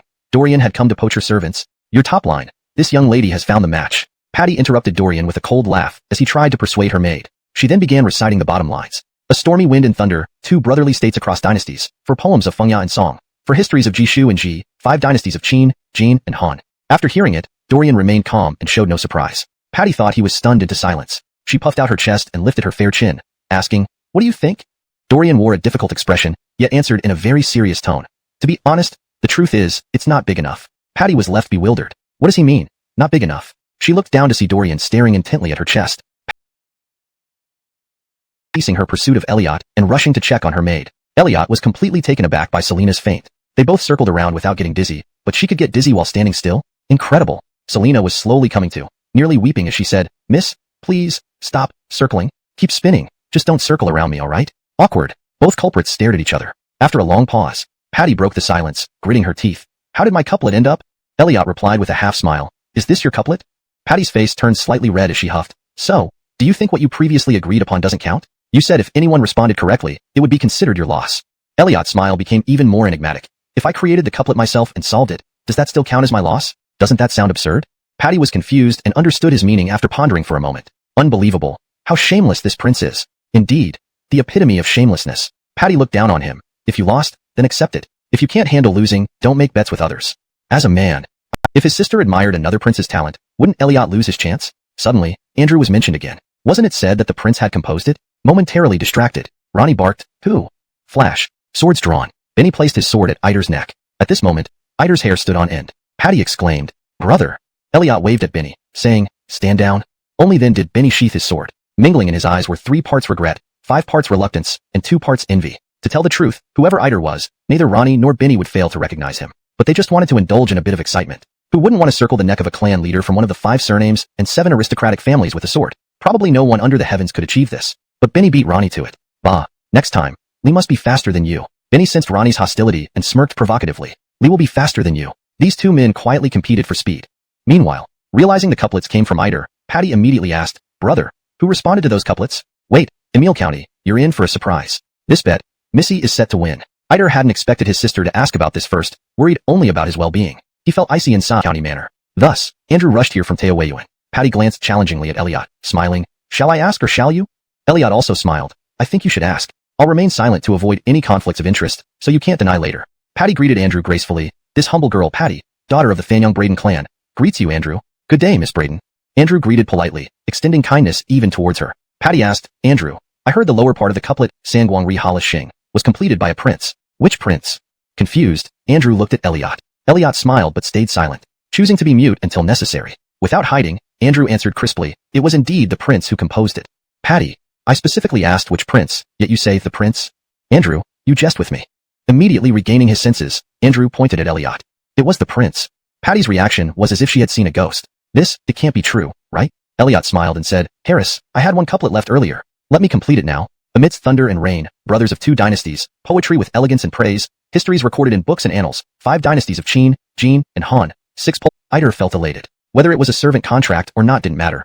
He had long wished for his sister to be attached to Dorian. It was just that his sister's prideful nature made things difficult. Moreover, Dorian was still young, and matters of romance hadn't crossed his mind yet, so one couldn't force it. Who knew the contract would be signed so quickly? What a clever prince. Heaven favors the Fanyang Braden family. The path toward securing rare goods advanced even further. Only one person felt miserable. Selena looked at Dorian with teary eyes. After putting away the contract, Dorian sighed helplessly and said, "Linger, if you have anything to say, go ahead." Selena begged, "Young master, can you not make Miss sign the contract?" Dorian sighed again. "You should have spoken earlier. It's already signed." Selena.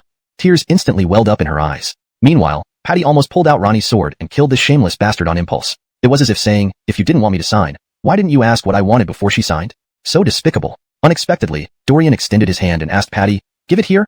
Patty's heart raced chaotically. Her reputation as a talented woman was thoroughly damaged. Who could have guessed that not only did Dorian pose an unbeatable couplet, but also solved it himself? He explained, "Your Highness, it's all a misunderstanding." Dorian interrupted, laughing, "Let's drop it. It's over."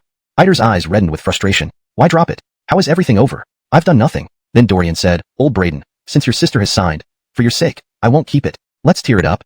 He was about to rip it apart. In an instant, Patty's heart leaped with joy. "Great. Tear it up. It's you who decided this, not a breach of promise on my part. Don't blame me." However, Eider grabbed Dorian's hand firmly, declaring, "No. My younger sister is the eldest daughter of the Fanyang Braden family and must honor her word. From now on, my sister belongs to your highness." This time, Patty almost spat blood. "You're my brother. Blood is thicker than water. Isn't it shameful for the Fanyang Braden family? Doesn't this tarnish our name?"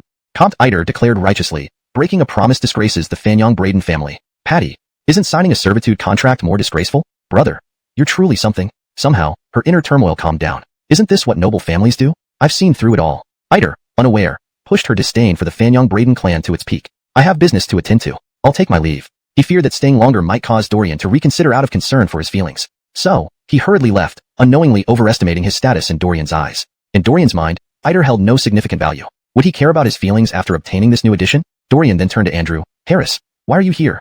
Andrew simply expressed his desire for heating. Dorian agreed immediately, but noted the expense involved. Comte, Andrew's salary and rewards were sufficient. Thus, he left contentedly. Dorian suddenly told Patty, "Pack your things and come with me." Patty numbly obeyed and went to pack. Selena, despite being sold, rushed to help her mistress. Dorian called out, "Right, you haven't given me Selena's contract yet." After packing, they headed back to Peach Blossom Spring. On the way, Patty handed over the contract. Dorian gave it to Ronnie, instructing, "Take her to the government office and change her registration." Changing the contract wouldn't help as Selena's status was slave. He planned to convert her to a free citizen and then re-sign a contract, letting her temporarily stay with her mistress. Selena was bewildered. Dorian smiled. "I dislike servants with slave statuses. I'll change yours to a free citizen and sign this contract. Stay with your mistress for now."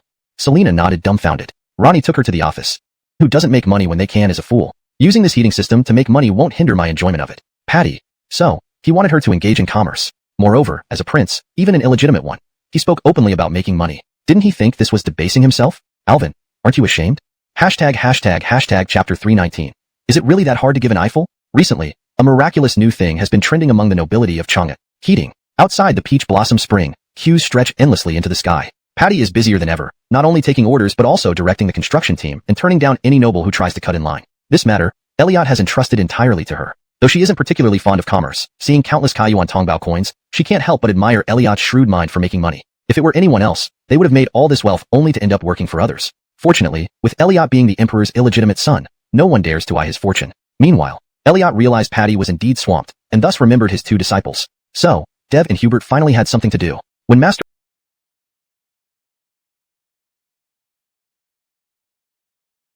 Only Andrew remained lively and robust. Once Andrew promoted it, everyone knew about heating. Each official probed how to obtain heating. Andrew mentioned the Peach Blossom Spring. Hence, endless queues outside the Peach Blossom Spring. Unfortunately, while others might not know, how could Nathanji not recognize that it belonged to the Emperor's illegitimate son? TSK. What a way to neglect proper pursuits. Can't. It undeniably made money quickly. Nathanji envied it. Want him to build heating to pay the illegitimate son? Forget it. Even the window wouldn't open for him. But, as the weather grew colder, with snow imminent, there was nothing he could do but indulge the illegitimate son. Go, find County Ho Wan Yin, tell him I want heating installed. The steward immediately accepted the order. 2 hours later, the steward returned. Nathanji asked, how is it? Can we start installing tomorrow? The steward bowed his head. My lord, County Ho Wan Yin. Bang. Nathanji slammed the desk. Good kid. Refusing even my steward? Too arrogant. Too arrogant. Doesn't respect his uncle. Holmes, this uncle had no blood ties. Still, an uncle and elder. Not necessarily bound by blood. Embarrassedly, the steward replied, I told him you sent me. He did see me. Nathanji. Immediately. Nathanji rebuked. Speak clearly in the future. If you cannot, Nathanji found a way to put Elliot in his place. Fine. Since you made me queue, don't blame me. Disrespecting elders. Filial impiety. Let Donnie deal with you. Coughing, he said, Holmes, growing old, increasingly intolerant to the cold, likely to get arthralgia. Ha ha ha. This laughter didn't come from Nathanji but Crawford, who laughed heartily. Dumbfounded, Nathanji thought. Was Donnie gloating? Lincoln chuckled. It's not just you, but also Keeman and Brandon suffer in the cold. Speaking, he muttered, heating is indeed wonderful. Unfortunately, not everyone can afford it. My good son is filial. The volume of his voice suggested he wanted everyone to hear. In an instant, Nathanji comprehended. Ah, so it is. That illegitimate son gave Donnie heating first. Donnie came to show off? Only you have heating? We don't? Cannot let this go unpunished. Nathanji remarked mildly. I heard lately in Chang'an, the trend is heating. Kevin was the first to install it. Now, many are queuing at Peach Blossom Spring, registering and paying for installation. Surprised, Lincoln asked, is the entire Chang'an getting it installed? Didn't this son say the cost was too high to spread widely? Heard it's mostly nobles, explained Nathanji, knowing better than to spill more dirt. Crawford smiled. Son indeed didn't lie. The cost is high, but he's smart. Even though commoners can't afford heating, they can use coal. This coal idea came from my son, including cheap coal. Now, Chang'an calls me wise. Oh, why bring up coal again? Another boast about his son, including himself in the praise. Old man still wanted Donnie to handle the unfilial son, yet he digressed. Indeed, ruler is ruler, minister is minister, could only follow Donnie's lead. At this moment, Crawford suddenly asked, right with Gigi, aren't you installing heating? Eyes lighting up. This was a direct invitation from Donnie, couldn't refuse. Cough cough. A sudden fit of coughing. Nathanji, shivering from the cold, said hesitantly, well, it's not that I don't want to use it. Leaf remarked nonchalantly, it seems you're short on funds, Fuji. Nathanji, who is short on funds? As the Yehya, if I can't afford this, I must be poorer than dirt. Nathanji forcibly steered the conversation back, saying, I had my steward go find County Ho Wan Yin. He said we need to queue and can't jump the line. Leaf slapped the desk. Nathanji smiled inwardly. Hee. Alvin, this time, Donnie will have to deal with you. Even if he doesn't, you'll lose points in Donnie's eyes. Your son did the right thing. Nathanji couldn't help but feel that this comment didn't quite fit the context, his face stiffening. Leaf continued earnestly, everything has a proper order. Fairness and justice must prevail. Nathanji silently spat out a mouthful of blood. His heart turned icy cold. Trying to give an eyeful was this hard, and it's the first time he faced repeated setbacks like this. The ruler is ruler, and the minister is minister. Despite the setback, Nathanji couldn't let this go unchallenged. The exchange with Leaf left him both frustrated and determined to seek justice for himself, and the other officials suffering through the winter without proper heating. Nathanji had intended to subtly bring up the issue again when Leaf suddenly interjected with unexpected praise for his son, highlighting the benefits of the new heating system. This further complicated the situation, leaving Nathanji in an awkward position. However, Nathanji knew better than to argue directly with the emperor. He needed to find another angle to make his point while maintaining respect and decorum. The subtle maneuvering and delicate balancing act between the ruler and minister continued, each trying to gain the upper hand in their own way. Chapter 320. Feinting south to attack north. Peach Blossom Source. In a courtyard, a long queue stretched from inside the compound out onto the street. Ider had just located his younger sister and was planning to cut in before finally revealing the originator of the quote. For Patty, this revelation was like being struck by lightning. You thought these were your own words? Truly, this was his flesh and blood brother, unafraid of getting beaten. At this moment, Patty felt a whirlwind of emotions. This, really said by the Marquis of Wan Yin? Patty carefully sought confirmation. Ider, slightly jealous, replied, could it be fake? With these words, wouldn't anyone want to be remembered in history? Whoever said this wouldn't give it away to someone else for any reason. Patty believed him. She never expected Dorian to say something like that. Unfortunately, he was only the Emperor's illegitimate son. Otherwise, Patty felt a pang of regret for Dorian. However, she no longer felt any qualms about the indenture contract. To serve such a person, even in commerce, was a willing choice. This prince was far more than what met the eye. Admiration made her blind, and indeed, she was blinded. Taking advantage of the moment, Ider added, sister, The prince is truly exceptional. Keeping you here is for your own good. Patty's gaze suddenly turned cold. Iter immediately shifted topics. Sister, I can't bear the cold anymore. Could you speak to the prince about installing my heating system a few days early? Spend a bit more if necessary. Patty gave a chilling smile. Brother, do you think the prince is as money-obsessed as you are? She criticized her brother without reservation. Iter, with his thick skin, laughed. How can I compare to the prince? As a family member, Iter's shamelessness left Patty speechless. Fine, triple the fee, and you'll be moved up. Iter agreed immediately. Money was no object. Even with reduced wealth, the Fanyang Bradens were still better off than most. Suddenly, Patty said, 30,000 strings of coins. Blurt. Iter nearly choked. Heating originally cost 1,000 strings. Tripling that would make 4,000 strings. Where did 30,000 come from? Extortion wasn't this brutal.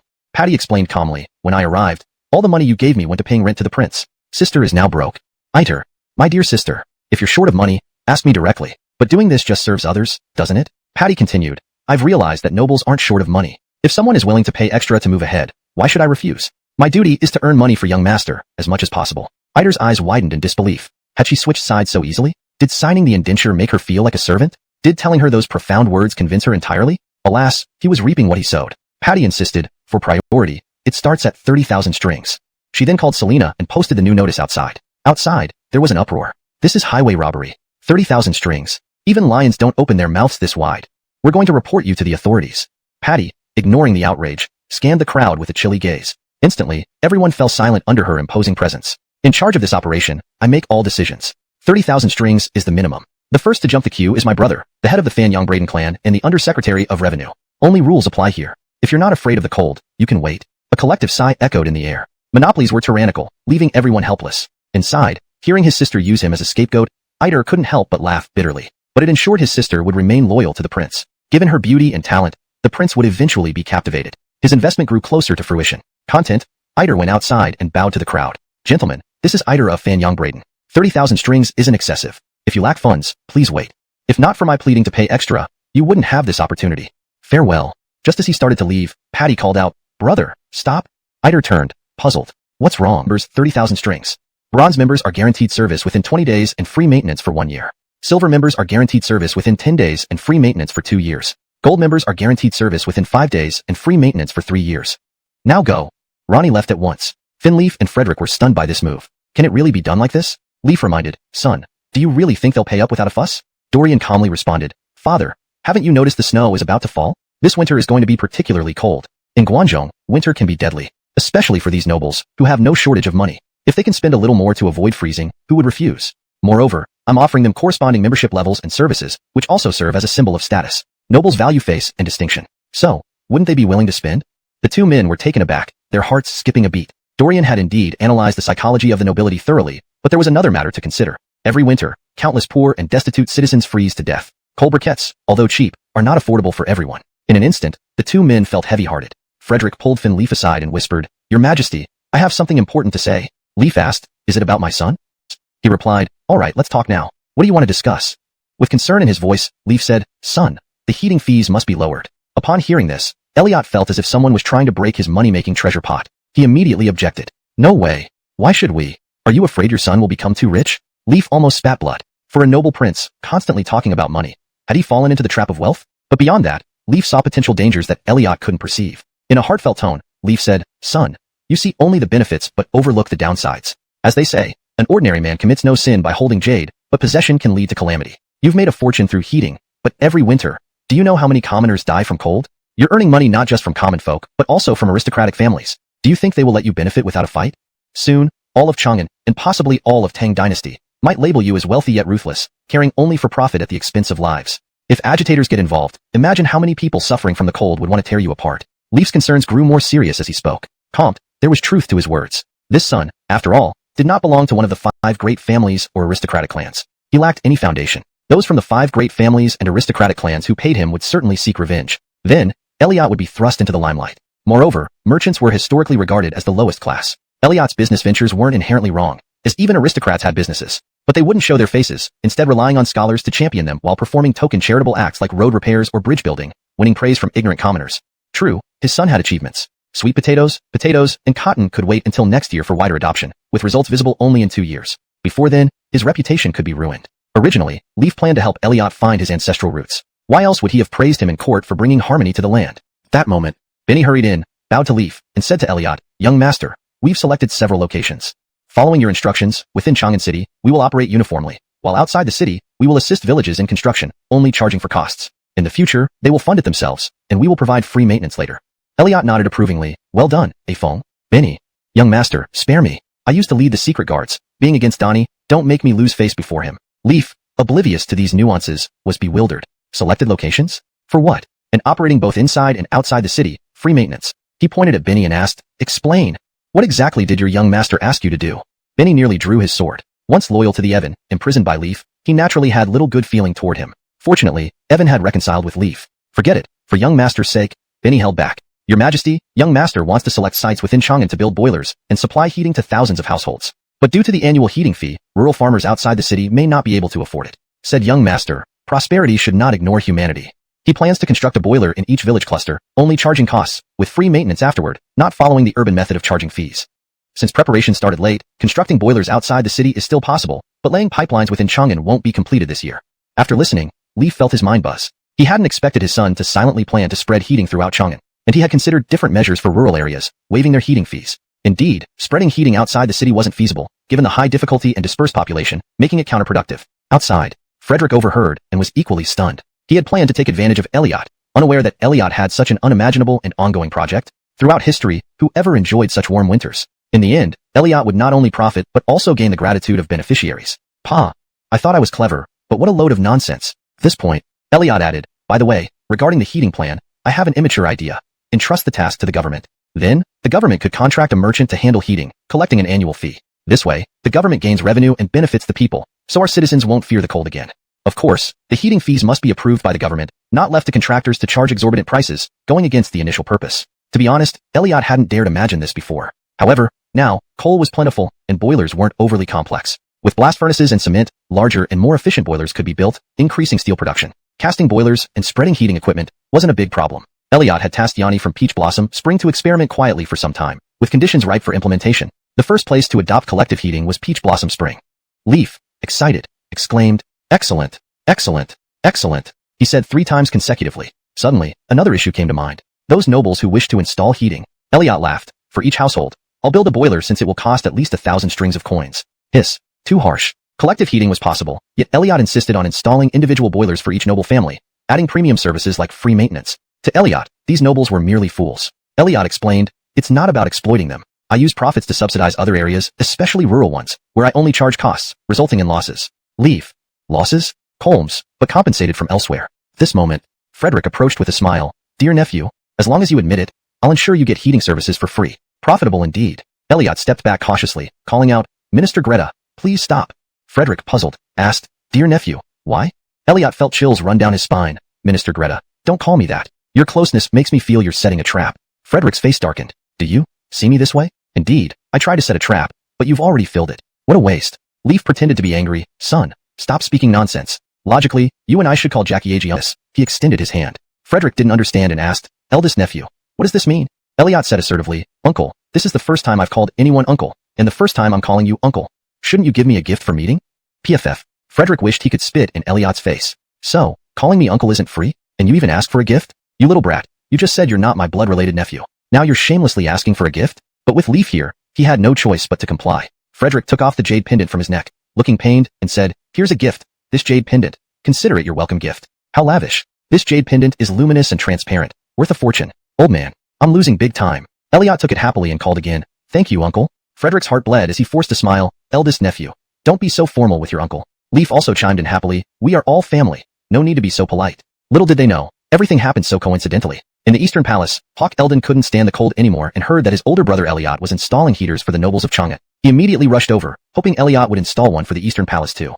But before he entered, he overheard Elliot and Frederick exchanging pleasantries, addressing each other as uncle and eldest nephew. To make matters worse, Frederick even gave his cherished jade pendant to Elliot. That jade pendant, Eldon had been eyeing it for a long time but never dared to ask for it. Today, it ended up in his elder brother's hands. The worst part was, Frederick addressed his brother as eldest nephew. Shouldn't the eldest nephew be me? Moreover, father said they were family. I get it. Today, father had Frederick acknowledge my brother as the eldest nephew, preparing for him to find his ancestral roots. If Frederick really acknowledges it, wouldn't I become the second nephew? The thought made him feel uncomfortable. Translation notes. 1. The paragraph structure and line breaks have been preserved as in the original text. 2. Character names have been transliterated according to Pinyin. 3. Effort has been made to ensure the tone, style, and narrative flow remain consistent with previous content. Chapter 322. The Hawk raises money for charity. The next day, Hawk Jamar appeared at the Imperial College with dark circles under his eyes. He even dozed off in class and was slapped on the hand by Donald 10 times. To Donald's surprise, the Crown Prince, who usually had a face twisted in pain after just one slap, barely flinched today. Oh well, he's gotten tougher. Thus, Donald slapped harder. By the time he reached the 10th slap, the lesson had just ended. Jamar's hand was swollen like a pig's trotter. However, the distracted Crown Prince did not cry out in pain. Dev, Hubert, wait for me. Dev and Hubert had become reading companions of Hawk Jamar. When they heard the Crown Prince's call, they naturally stopped. Actually, compared to studying at the Eastern Palace, both of them would rather help their master's wife, Patty. It was more comfortable than studying. Jamar pulled them aside and whispered mysteriously, "How much money do you two have?" Dev immediately became alert and said, "Your Highness, you know how stingy my father is." Hubert retorted, "Master, don't be silly. Your aunt loves you so much. Would your uncle dare to stop you?" Dev, Colmes, he was the most spoiled one at home. But you stupid disciple, don't you realize what's going on? Why are you undermining your own master? But Jamar pressed urgently, "Forget that. How much money do you two really have?" Dev asked calmly, "Your Highness, why do you ask this?" Hubert joined in, "Calma. Why do you need to know, Your Highness?" Jamar blushed slightly, but, thinking of his grand plan, he steeled himself and said, "I want to do something significant." Dev scoffed, "Your Highness, we are just kids, not adults. What big things can we do?" Jamar waved his head from side to side, saying, "A man's ambition isn't making fun of me, performing some act." Jamar separated the two who were about to fight and said bluntly, "Let's raise money and distribute clothes to the citizens of Chang'an. What do you think?" Dev, "Can't escape this, huh?" Hubert. Even if he was foolish, he now understood. The Crown Prince wanted to squeeze some money out of them. Hubert put on a pained face, "Your Highness, the three of us together can hardly raise much money." Jamar countered indifferently, "Three cobblers with their wits combined equal strength. With determination, anything is possible." Dev sighed and reluctantly admitted, "I have 10 strings as pocket money." Hubert interjected in surprise, "Don't you get 100, ugh?" Dev quickly covered Hubert's mouth, hating him deeply. "If you want to spend money, don't drag me into it. At least I'm your senior brother. As a junior, you shouldn't betray your senior like this. Won't your conscience hurt?" Jamar's face darkened. "Cheapskates. Penny pinching. People unfamiliar with you would think you're the children of Braddock, the stingy minister of revenue." Dev, enduring the pain, added, "Next month's money, I'll advance for my mother. But that's all I have. 100 strings. More than that, I can't offer without robbing anyone." Hubert also said, "I'm alright. About 120 strings. My master has arranged many tasks for me recently, leaving me no time to play. Let's lend this to your Highness first." Jamar's face turned darker upon hearing this. Then Hubert realized the Crown Prince disliked the amount and pleaded, "Your Highness, that's all I have. 120 strings will leave me penniless. To you, Your Highness, I would lend money. If my senior brother asked, I wouldn't give him a single coin." Dev's face darkened too. "What kind of junior are you? Do you have a grudge against me?" Jamar unwillingly asked. "Do you have any way to make money?" Dev quickly distanced himself. "Your Highness, I'm still young. I always ask my mother for money. Besides that, I have no other way to make money." Hubert whispered mysteriously, "I have a way." Jamar perked up. "Really?" Hubert nodded seriously, more genuine than pearls. Jamar asked eagerly, "How?" Hubert whispered, "Borrow 9 out, return 13 back." Snap. Dev was shocked. "Damn you, Hubert, this is usury. How can you suggest such a thing to the Crown Prince? You must be crazy." Comte. Jamar felt intrigued. Dev grabbed him tremblingly. "Your Highness, this is dangerous." Jamar was indifferent. "I've made up my mind. To show my compassion towards the people and surpass my brother, what's a little usury?" Immediately, Jamar asked Hubert again, "How does it work?" "Follow me, Your Highness." Hubert didn't think much about it. Seeing things were going wrong, Dev tried to excuse himself. "I have business to attend to, goodbye." But Jamar and Hubert dragged him out of the Eastern Palace. Under Hubert's lead, they arrived at a gambling house called Pinyin and approached the shopkeeper with their intentions. "How much do you need?" 1,000, no, 30,000 strings. Jamar clenched his teeth. Then, the shopkeeper prepared the contract and sealing clay. Jamar asked Hubert quietly, "What is this for?" Hubert replied matter-of-factly, "Without your signature, how can you take the money?" Jamar nodded eagerly, his eyes shining. "Good people. Now I have no fear of lacking money in the future." So, without even glancing at the contract, he signed his name and stamped his seal. The staff at Pinyin Gambling House immediately brought out the coins and prepared a cart to deliver the money. The coachman asked, "Young master, where to?" Jamar, in high spirits, answered, follow me." They went to the only super mall in Chang'an, buying all the winter coats inside and other food supplies. 30,000 strings spent entirely. The shopkeeper here, coming from Teoyuan, did not recognize the Crown Prince or his companions.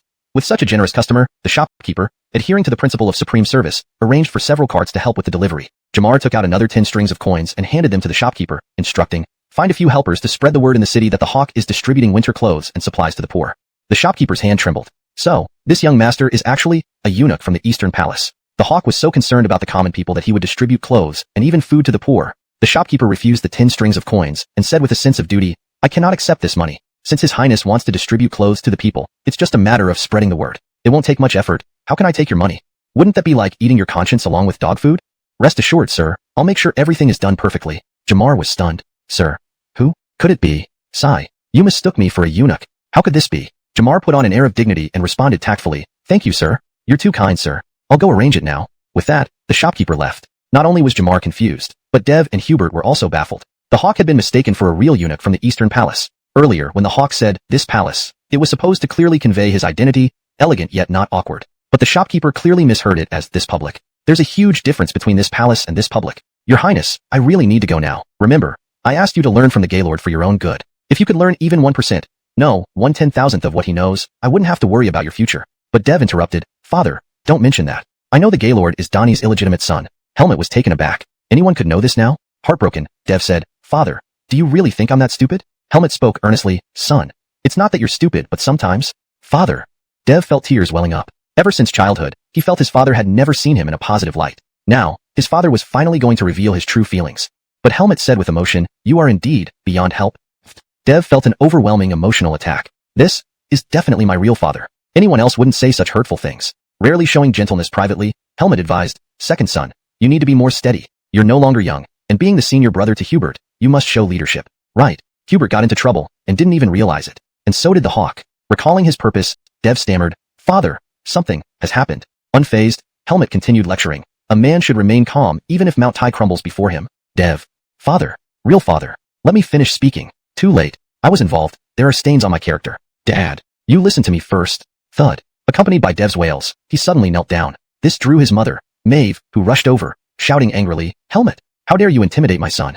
Confused, Helmet wondered why his son was kneeling. After all, he was only trying to teach him how to behave properly. Suddenly, his ear hurt as Maeve twisted it skillfully. Meanwhile, she moved towards Dev to help him up. Unable to escape, Helmet could only bow low. Otherwise, his ear wouldn't survive. Maeve comforted her son, Sweetheart, get up. But Dev remained still. Normally, once his mother appeared, he could jump up instantly. Today, he felt glued to the ground. Determined, Dev said, April, I won't get up until father lets me finish talking and doesn't blame me afterward. Oh, negotiating. Helmet reluctantly nodded. All right, I agree. Finally, his ear was freed. Taking a deep breath, Dev recounted, today, after class at the Imperial Academy, the hawk called Hubert and me. Helmet understood. So, his son, the hawk, what does the hawk want? I'll go see the Emperor. Helmet hurried out, ordering his attendants to prepare a horse, even skipping his carriage. Clatter. This was the first time Helmet galloped through the streets since the Tang Dynasty was founded. Ganlu Hall. Kyle was reading the latest issue of the Tang Dynasty Daily, where praise for Dorian made him beam with pride. Brandon's writing skills were outstanding. He almost felt embarrassed by how much his son was being praised. Next time, more praises. Hopefully, by New Colmar, his son could officially join the family, and they could celebrate together. Your Majesty, Minister Gino requests an audience. Let him in. Upon entering, Helmet panicked. Your Majesty, something happened? The hawk borrowed from a loan shark. Kyle laughed. As hawk, Justino has everything he needs. Why would he borrow? Clearly, Kyle didn't understand the gravity. Helmet explained, Your Majesty, 9 out of 13, means lending at exorbitant interest rates. Kyle's smile froze. Moments later, Ganlu Hall echoed with furious shouts. Wretch! Imperial Guard, follow me out. Chapter 324.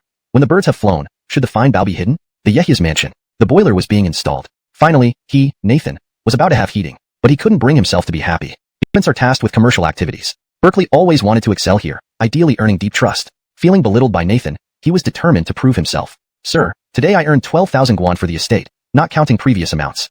9/10 borrowed, 13 returns, Jamar borrowed 30,000 guan, which means Ping and Casino's net profit was indeed 12,000. Nathan rebuked, Berkeley, I sheltered you due to your ladyship's request, and I hate braggarts most. Do not boast in front of me.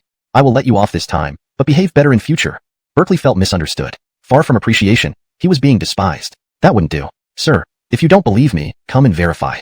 Nathan laughed inwardly. All right, I spared you once, and you dare challenge me? Fine. Accomplish it then. Immediately, Nathan had a carriage prepared and came to the place Berkeley mentioned. He stepped out only to find it was the back entrance. What did this mean? With many officials involved in commerce, would he be reduced to sneaking around? Berkeley laughed nervously. Sir, it's too chaotic at the front. We'll enter through the back. Nathan thought more deeply. Too chaotic, meaning too crowded. Impressive. This Berkeley has a talent for business. Otherwise, how could there be no space for him to enter the main gate with such prosperity? So, obtaining Berkeley was like acquiring a treasure trove. Finn's illegitimate son's businesses flourished in Chang'an, from taverns to salt mines or superstores. All were raking in profits. Even the Finn and Helmet benefited, along with Hendrix, the latter receiving shares as the illegitimate son's godfather. Read with envy. Not him. Completely overlooked. Underestimating him? Fine. Today, he gained a business genius, ensuring a wealthy duke status from now on. Moreover, self-reliant, identifying talent wisely. Nathan patted Berkeley's shoulder contentedly. Good work. Keep it up, and I might recommend you to the Ministry of Revenue. Plop. Berkeley knelt down. Surprise was an understatement. It was astonishing, unimaginable. Thank you, sir. Let's go inside first. Berkeley led the way. As Nathan entered, suddenly, swoosh, countless armored soldiers surrounded him. Instantly, Berkeley screamed, "Who are you?"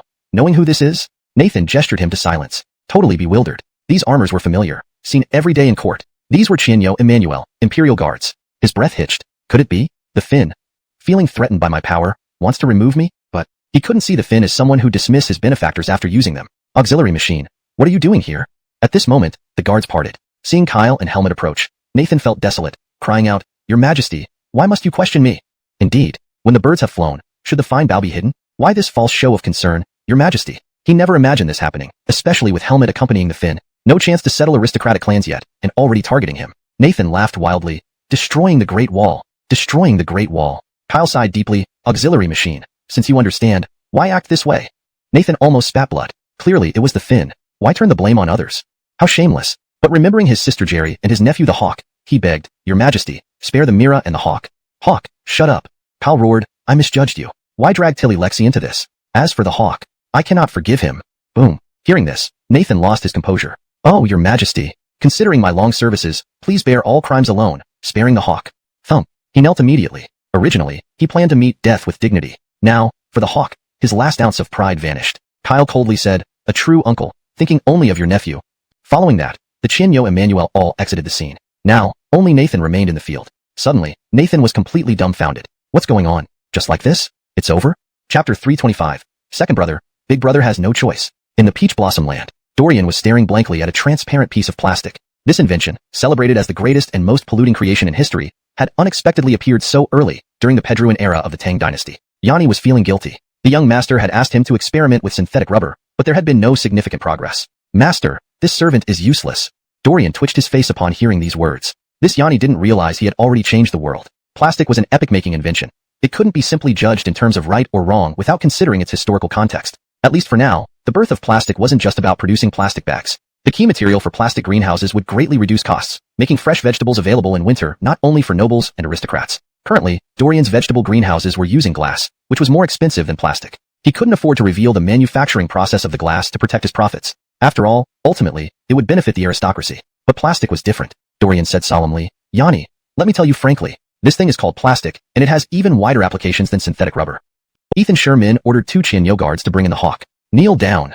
The Hawk, though kneeling reluctantly, argued, "Father, what did I do wrong? I was just trying to help the people. Snow is coming, and many might freeze to death. I distributed clothes to them. Is that wrong?" Enraged, Ethan Sherman picked up a thick stick. Seeing the size of the stick, Eldon turned pale. He dared not argue further, but looked like he wanted to cry. Dorian was puzzled. Why did the Emperor bring him here? Enraged, Janice Min demanded, "Guess what your second brother did?" Dorian was uninterested. "Nothing interests me more than making money." He borrowed money with 9 out 13 returns. Dorian was shocked. Was their father really that strict? Sympathetically, he said, "Second brother, you poor soul. As crown prince, I have nothing else to say." Eldon almost cried. Truly, his elder brother understood him. Janice Min scowled. "What are you thinking? Do you think I'd neglect my son?" On Dorian's face, 3 words were written. "You are." Feeling suffocated, Janice Min continued, "Expenses in the Eastern Palace have never been lacking. As a crown prince who cares for the people, I am proud. But borrowing with such interest, even asking me directly would have been better. How can I refuse when he asks?" Dorian sighed. "Second brother, that was foolish. Asking father would gain you good publicity, and you wouldn't lose anything. Why did you borrow with 9 out 13 returns? You'll end up owing more. Do you know you have to pay it back?" Dorian.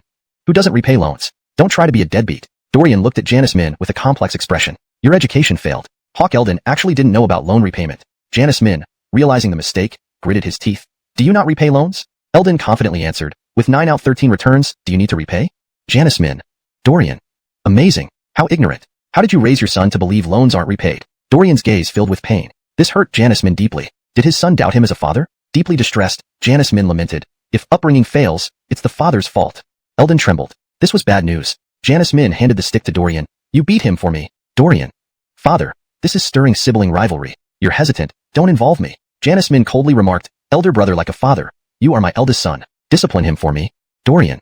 "I'm illegitimate. I understand this. Beating a legitimate firstborn. What message does this send?" Eldon, seeing Dorian taking over, felt relieved. Knowing how kind-hearted his elder brother was, he felt safe. At that moment, Dorian gently said, "Second brother, I have no choice. Father's command cannot be refused."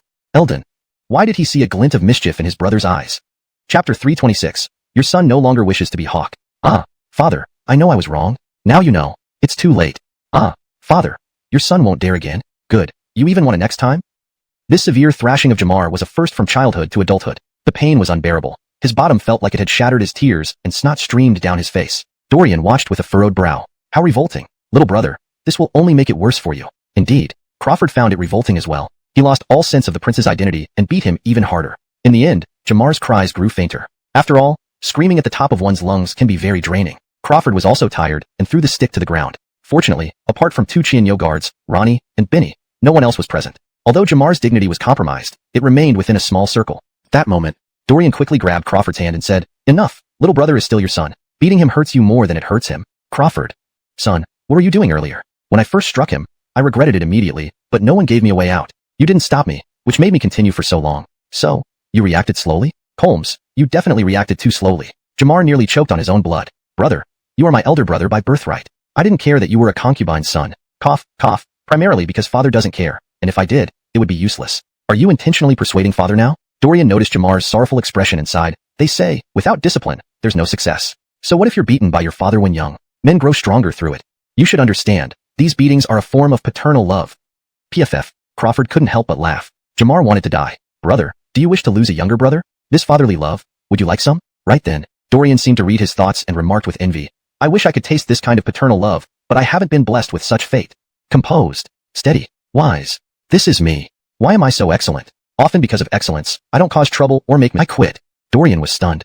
"What are you up to, little brother?" Crawford picked up the stick with a sinister look and approached. Dorian pulled Jamar up, urging, "You're finished. If you don't want to die, run." Jamar regretted his words instantly. "Big brother, thank you." Then, he limped away. Fortunately, though the beating was severe, Crawford hadn't damaged any bones or tendons. Otherwise, Jamar would have been crippled forever, unable to walk again. The two Qianyo guards saw the crown prince running but received no order to stop him, so they pretended to not notice. However, Benny excitedly asked, "Your Majesty, should I help catch the crown prince?" Ronnie. Dorian. Crawford. "Did you do that on purpose?" Cough, cough. Crawford cleared his throat and said, "Junxian, tell them we need to relocate them near Peach Blossom Spring and build villas for my sons. Is this appropriate?" Ronnie chuckled inwardly. "Didn't you already agree?" Benny's face turned red with flattery. "Your Majesty, as a wise ruler, you must agree." Everyone shivered. Even the head of the secret guards spouts such sugary praise, though it lacks sophistication. "That. I have matters to attend to. I take my leave." Blushing, Benny hurried away. "Lee, not clean anymore. Your Majesty, you're despicable, forcing me to say those words. I see where Maputation. Close it, and seize its funds for clothing and food. This secretly solves the problem while preserving his honor, and teaches him a lesson for future oversight. We should establish relief systems, initially in Chang'an as a pilot program. For the destitute, provide warm clothes in winter and meat during New Colmar. Though modest, it shows the Emperor's concern." Crawford trembled. This plan requires money, but not excessively, limited to Chang'an, yet garnering immense public goodwill. Absolutely worth it. Translation complete. The original tone and style are maintained. The storyline and logic remain consistent with the previous content. Dorian added, "You also have an Emperor's column in the Great Tang Daily, haven't posted for a while, right? Take this opportunity to show your concern for the people. I won't say more. You are the Emperor after all, there's no need for me, as your son, to teach you these things." Crawford looked at this son, liking him more and more. Compared to the crown prince, the eldest legitimate son, this eldest illegitimate son was much more pleasing to the eye. Dorian added, "Oh right, second brother has already let the news out, so don't forget to mention that you were moved to write because of the hawk's behavior. This addresses the redundancy, Buchongdal was repeated and corrected, ensures natural fluency in English." This remark moved Crawford. Indeed, this son displayed the demeanor of an elder brother, considering and protecting his younger sibling. Unfortunately, why aren't you the legitimate eldest son? Suddenly, Crawford was startled and quickly suppressed this thought. Chapter 327. Speak it out and let Harris spit at me. For Nathan to become the first man of the court, it wasn't because he was Ethan's brother-in-law, or because his sister was Celeste. It was because he was Nathan. While walking back from the gambling den to the Zhaoguogong mansion, even before entering the door, Nathan had it all figured out. Misunderstood. And it was a serious misunderstanding. Though he still didn't know about his nephew borrowing 9 out 13 return for the royal family's gambling den, the gambling den problem was certainly one of the origins. At this moment, the Imperial Guards brought back the paralyzed Berkeley, directly dumping him in the Zhaoguogong mansion courtyard. The guards then saluted Nathan and left without saying a word. Berkeley hadn't been tortured, but once he found out that the person he introduced to gamble was actually the hawk, he was utterly terrified. It's over. It's over. To dare borrow 9 out 13 return to the hawk, it wasn't a matter of having had enough of living. It was like wanting to ascend above the world and ride the crane westward. Who knew he would be sent back again? This means there's still a glimmer of hope. "Master, I don't know anything." Berkeley clung to Nathan's legs, weeping bitterly. Nathan ordered his men to pull Berkeley up and bring him into the mansion. Then, Berkeley explained the entire situation. Spit. Nathan spat blood on the spot. Berkeley nervously asked in panic, "Master, what happened?" Nathan wanted to kill this despicable thing. "What do you think happened? Don't tell me you haven't a clue?" Uncle lent 9 out 13 return to his nephew, which isn't the main issue. The real problem is, this uncle is the current chancellor, and the nephew is the current hawk. How can Donnie not be infuriated? Out. Master, have you forgiven me? Nathan. Forgive? From which eye did you see that I've forgiven you? Get someone. Throw this wretch out. Berkeley panicked. Master, didn't you just forgive me? Nathan laughed in anger. Are you blind and deaf? When did I forgive you? Bang. Berkeley was thrown out. Nathan coldly remarked, go as far as you can. If you dare to step inside again, I'll break your hind leg. Berkeley lamented, Master, I am a distant relative of Tilly. Instantly, Nathan flared up. Distant relative? Go to hell. You nearly got me killed, you scoundrel. Hit him. Hit him. Break his legs. Two servants lunged at Berkeley viciously. Seeing no hope, Berkeley got up and ran. Prepare the horse. I must go to the palace. Right now. Nathan's heart felt broken. I have encountered this. Hawk had already spread the news about distributing clothes. Regardless of the motivation, something appropriate has been done, and the court needs to give an account to the people of Chang'e. Helmet immediately agreed. Bogdan added his support. Ethan declared, that's how it will be. Everyone understood except Andrew and Braddock. Helmet and Bogdan were both enraged and embarrassed. After all, their sons had involved the hawk in borrowing 9 out 13 return. Nathan felt even more awkward, almost wishing to bury himself. Embarrassing. He understood the Finn's intention. The gambling den had already been seized, and the money would be confiscated. Additionally, the hawk borrowed 30,000 guan, which, with interest, wouldn't be repaid. This money would be used to help the unsupported elderly. This was a form of reprimand. Nathan loudly proclaimed, I concur. Another one agreeing. Andrew carefully considered and said more enthusiastically, I agree. Your Majesty's actions are virtuous. Ethan was elated. Getting praised by Andrew is rare. Braddock fretted, my lords, you can't all just agree. This year we'll do it, but what about next year? The required funds are not a small amount. Ethan decisively said, my decision is made. Braddock. Easy to say, but where will the money come from? Ethan added, the funds for the first year will be covered by me. Braddock protested inwardly. It's not just about this year. We aren't rich, and next year, we need to conquer the Turks. The Ministry of Revenue will be broke again. Ethan firmly declared, I want the people of the Tang Dynasty to know that I have not forgotten them. That statement was beautiful. Braddock had nothing else to say. Opposing further would mean caring nothing for the people. A reputation he didn't want. Braddock thought it through. This action would benefit the court's image. Tighten belts if needed. Matters settled. Ethan handed the draft article to Helmet for publication in the Tang Daily News. He then dismissed the ministers. But then, Andrew straightened up, stepped forward, and sternly asked, Your Majesty, I heard that the Ping and gambling den in Chang'an was sealed by the Imperial Guards. The Imperial Guards aren't officials and shouldn't handle such matters. Shouldn't this be dealt with by proper authorities? Silence. An awkward silence. Amidst the awkwardness, Braddock felt curious but didn't ask. The insiders looked at each other awkwardly. Regret. Should have never invited Andrew. Nathan trembled. Your Majesty, you should know about old Emmanuel's nasty habits. Why did you inform him? Andrew looked around, coldly remarking, Your Majesty, are you hiding something from me? Ethan. Only your eyes notice. Helmet and Bogdan exchanged looks. They didn't care, but Nathan was difficult. Nathan. Harris, why meddle? Braddock quietly asked Nathan. What's really going on? Nathan. Can I tell you? Speak it out and let old Emmanuel spew at me. Chapter 328. The Reform Plan. Finleaf goes all in. Helmet, holding the article given to him by Leaf, instinctively thought of Dorian. For matters like this, it was always best to consult her first. After all, who was an advisor if not for asking advice? If advisors weren't there to be questioned, what value did they have? This line of thinking made sense. Moreover, Dorian had recently commissioned a reader survey for the Tang Daily. This was the key reason Helmet needed to find her. Peach Blossom Land. Dorian first reviewed the survey results and asked, Old Gino, do you see any problems? Helmet sighed. Not only were there problems, but the issues were significant. Currently, the Tang Daily's primary audience consisted of literati, according to the survey. Another part comprised the aristocratic families who studied the Tang Daily to predict Leaf's motives and respond accordingly. Dorian slapped the table and declared, We must adjust the Tang Daily if we are to control public opinion. Helmet inquired, How should we adjust it? Revise the format? How exactly? Dorian hesitated. While she was an advisor, he shouldn't depend on her for everything. However, since she knew this topic inside out, Dorian took up the responsibility. Dorian first asked, Did my father give you anything? Helmet admired her insight. Incredible. It must be Alvin Lee's idea. He envied this foresight. Comparing his own son to the prince, he felt disheartened. Dorian looked at her father's article and found no major issues. It eloquently conveyed the emperor's care for the people. The layout needs revision. Firstly, politics. That includes interpretations of court policies and officials' perspectives. We can invite ministers to contribute articles. But won't the Tang Daily then serve as a platform for others? Helmet worried. Dorian replied, Old Gino, don't worry. Truth becomes clearer through debate.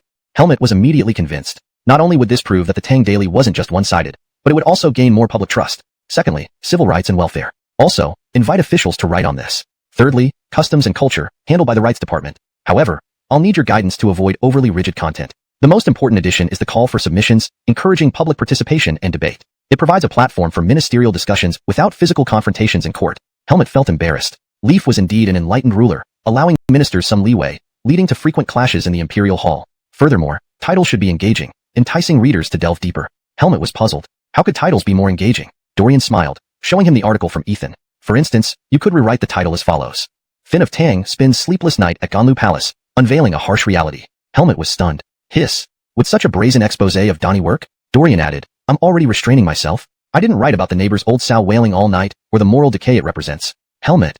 Ugh. Dorian grinned mischievously. Also, consider a gossip section, compiling interesting news and recent events close to the people. Wouldn't this appeal to ordinary folk? Helmet was astonished by this bold idea. This may lack manpower. Dorian chuckled. Simple. Set up a submission box. Offer rewards for accepted contributions. Won't people eagerly provide content? Helmet had no retort. Dorian explained further. Our main goal is to undermine the aristocratic family's hold on public opinion. Gino, think of all scholars aspiring for fame. Comte, even aligning with noble clans doesn't guarantee them opportunities. Can't the Tang Daily provide that chance? Confused, Helmet asked, how? Dorian smiled. Poetry, prose, philosophy, literature. Everything is fair game.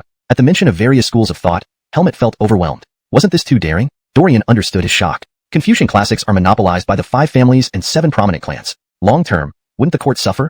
Helmet instantly grasped it. The Han Fin banned all schools except Confucianism to maintain power. But when the enemy exploited this, Confucianism became expendable. Immediately, Dorian detailed specific reforms. Helmet listened intently and left for the palace. Ganlu Palace. Helmet presented the reform plans. Leaf pondered, then declared, let's try. If unsuccessful, we'll reassess. He was determined to counter the aristocratic threat. If unaddressed, the Tang Dynasty might become another sway. He wouldn't allow it. For the various schools of thought, Leaf had prepared plausible deniability. After all, these were just submissions, reflecting individual views, not imperial decrees. Furthermore, freedom of speech would shield contributors. Most importantly, giving scholars a platform would ensure their loyalty. In the next revision of clan registers, scholars would favor the Li family. 3 days later, the new Tang Daily was released. A headline caught everyone off guard.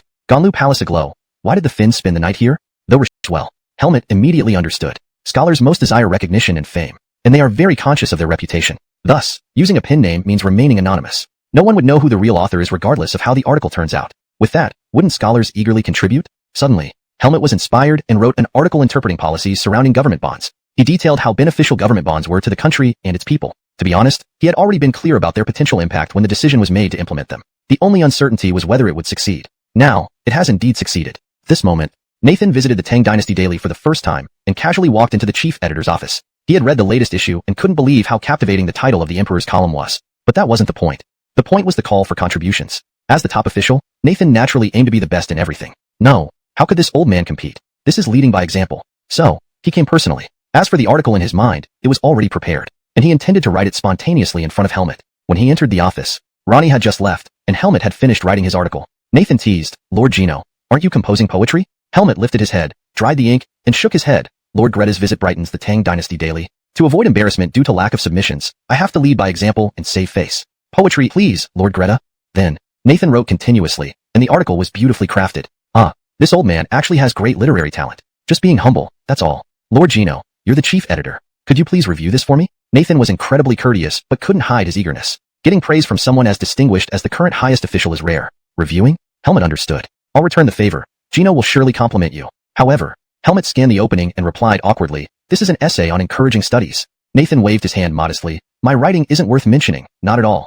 Helmet. Not worthy indeed. Not only is it unworthy, but it makes Gino feel quite awkward. Unexpectedly, Finleaf arrived. Behind him was Andrew.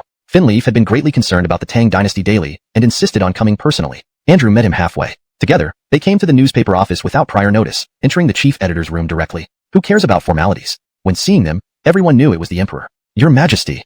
Helmet.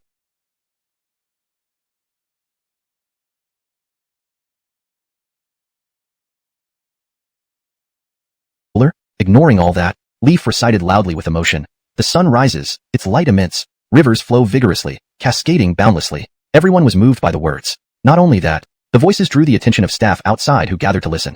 The past spans thousands of years, horizontally through all realms. Our future is vast as the sea, stretching infinitely forward. Leaf's hair and beard stood on end, filled with battlefield zeal. Helmet couldn't hold back. He memorized the entire article after the first read. At that moment, he shouted, beautiful, our youthful China, eternal like the sky, mighty, our Chinese youth, boundless as the nation. Boom. The crowd was profoundly moved. Well done. The applause sounded like thunder. Concerns about disturbing the Emperor were forgotten. Finleaf smacked his lips and glared fiercely at Helmet, wishing he could kick him away. Brandon, aren't you detestable? The last sentence. You actually competed with me to read it. Helmet also realized this and gave an awkward smile. Outside, someone had already gotten worked up, shouting without any restraint. Your Majesty, who is the author of this article? Leaf's heart turned cold. All of you, can't you assume that since the article is in my hands, I wrote it? While inwardly complaining, Leaf glanced at the article and said, Fate. Outside, everyone was puzzled. Dorian, the Gaylord County. Immediately, Cecil summoned a few household servants. The world has but one measure of talent. The exiled immortal possesses 8 measures. I have one, and the remaining is shared from ancient times till now, he said. Spread this statement is mine. In the Hedong region, while Alvin Jamar was consoling disaster-stricken civilians, it became apparent that the Taiyuan Wang clan set a trap for him. But Dorian dispatched men who quickly constructed shelters out of cement for the affected civilians. The Taiyuan Wang clan was furious. They must retaliate. As an undersecretary of the Ministry of Rights, how could he not fuel the fire? It was rumored that Dorian was also Crawford's illegitimate son. Once this son of his gained immense popularity among the literati, what would Alvin Jamar think? Li Flang, oh Li Flang. Since your coup at Xuanwu Gate, aristocratic clans helped sustain your actions. The throne of the Moses dynasty must not be legitimate. If you want legitimacy, we will make you falter. In the end, this world belongs to the gentry. Immediately, Cecil made a significant decision. Summon the representatives of the 5 surnames and 7 clans here under my name. The first to receive the invitation was the chieftain of the Fanyang Braden clan, undersecretary of the ministry. The project would later expand to other areas. Bradonk reviewed Dorian's plan and decided to send someone else instead. After all, every time he visited the prince, he ended up getting tricked. Bradonk harbored psychological scars from those experiences. Besides, he had other pressing issues to deal with. You tell Secretary Tang that everything will be handled by this Braden. Ida agreed readily. Just a minor matter. No need for an imperial decree. Discussing with the prince is incredibly simple since Ida is in the prince's favor. Ida immediately decided to head to Peach Blossom Spring. Burp. Alright, burping before the prince isn't embarrassing. Losing composure in front of one's own subordinates is no big deal. It's just a momentary loss of decorum. At Zhao State Duke's mansion, inside the hall sat several of Nathan's close confidants. Every important figure needs loyal followers, especially the esteemed Zhao State Duke, the most influential person in the empire, chancellor of the Imperial Secretariat, Fin Leaf's brother-in-law, and Alvin Jamar's uncle. Of course, it's normal to have a few trusted advisors. Moreover, these are certainly not death commandos. They aren't like the 5 surnames and 7 clans who might secretly harbor such units. Absolutely impossible. You all listen well. You are old man's death commandos. Nathan's words got stuck mid-sentence. Stutter oops, slip of the tongue. No death commandos. Absolute was perhaps too arrogant. By comparing Dorian to Chao Zijian, Cecil appeared to praise him while subtly harboring malice. Thus, Dorian became famous. And famously so. Previously mocked as the greatest fool of the Great Tang, he was now hailed as its foremost scholar. At the Sweet Dew Pavilion, bang, memorials flew everywhere. Leaf was enraged. Never did he imagine his son's simple essay, A Young Man's Perspective on the Great Tang, merely an encouragement to study, would cause such turmoil. If the literati and commoners truly admired his son's talents, the emperor would feel proud. Even emperors hope for excellence from their sons. More so,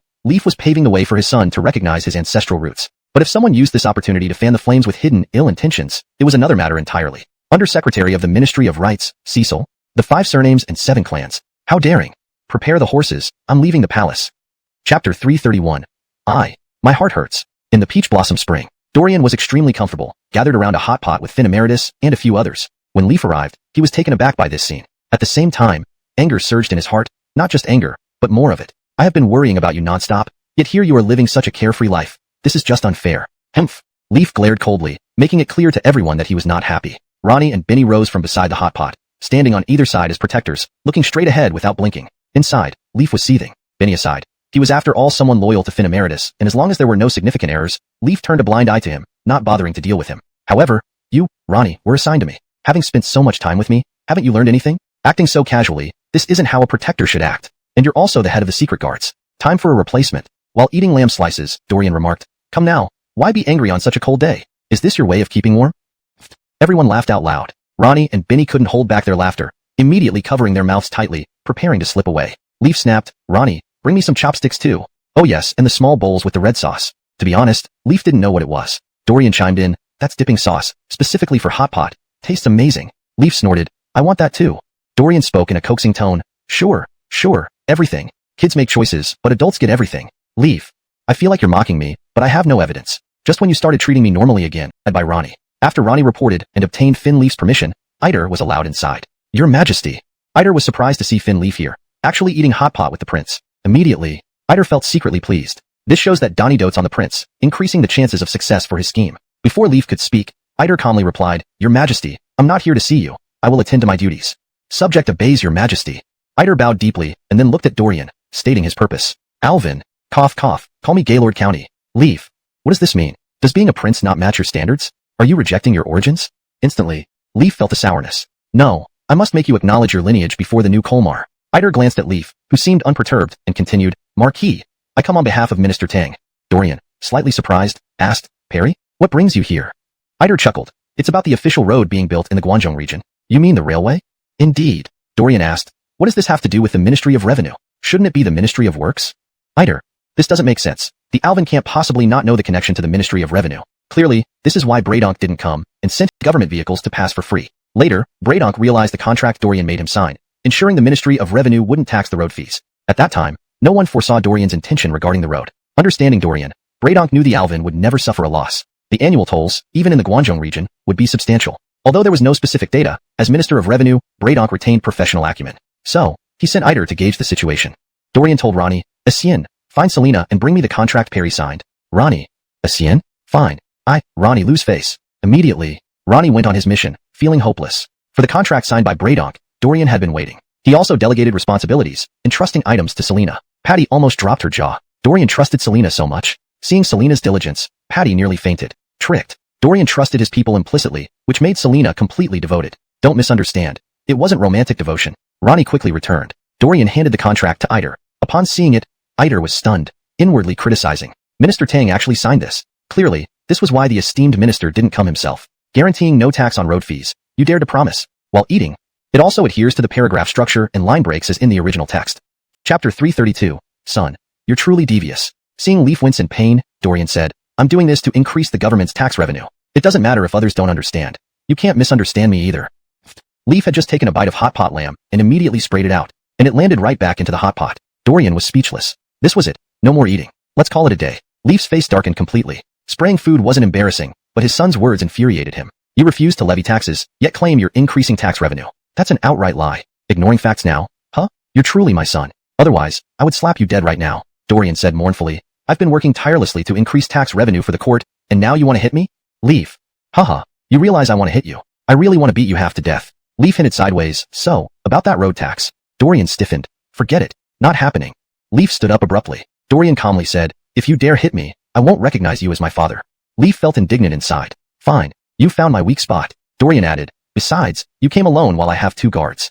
Leaf glared fiercely at the 2 guards. Jacques looked innocent. Damn you. Your father-son conflict has nothing to do with aristocracy. They merely pretend to be merchants. Dorian concluded. So, you say rulers are like boats, and the people are like water. Water can carry a boat, but also capsize it. But we collect taxes primarily from poor farmers, while letting the ultra-rich aristocrats secretly flourish with minimal taxes. Does that sit well with you? Leaf cursed. Hell no. He understood what his son meant, but raising commercial taxes wasn't as simple as elevating the status of merchants. The biggest obstacle was the aristocracy. It was like cutting meat off their bodies. Dorian laughed. Now, the official roads in Guangzhou are built by me personally, without costing the court a penny. I build the road, and I charge tolls. Is that unreasonable?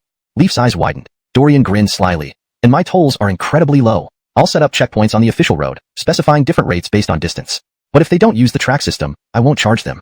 Leaf exclaimed in shock. Son, can you actually collect money this way? Dorian wasn't worried. Father, merchants compete. Would you let your competitors' goods arrive first? Faster transport time means competitive advantage. Merchants aren't stupid. They're smart. They'll definitely know if using the track system benefits them. Moreover, the track system requires track cars. So, I'll manufacture up homeless and destitute.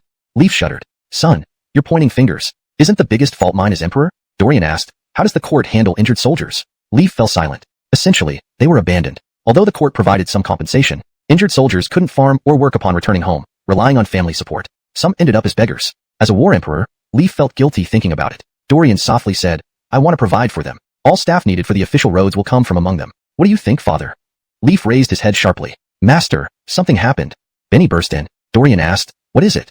Benny replied, many people from Peach Blossom Spring came, calling themselves scholars. They challenge you.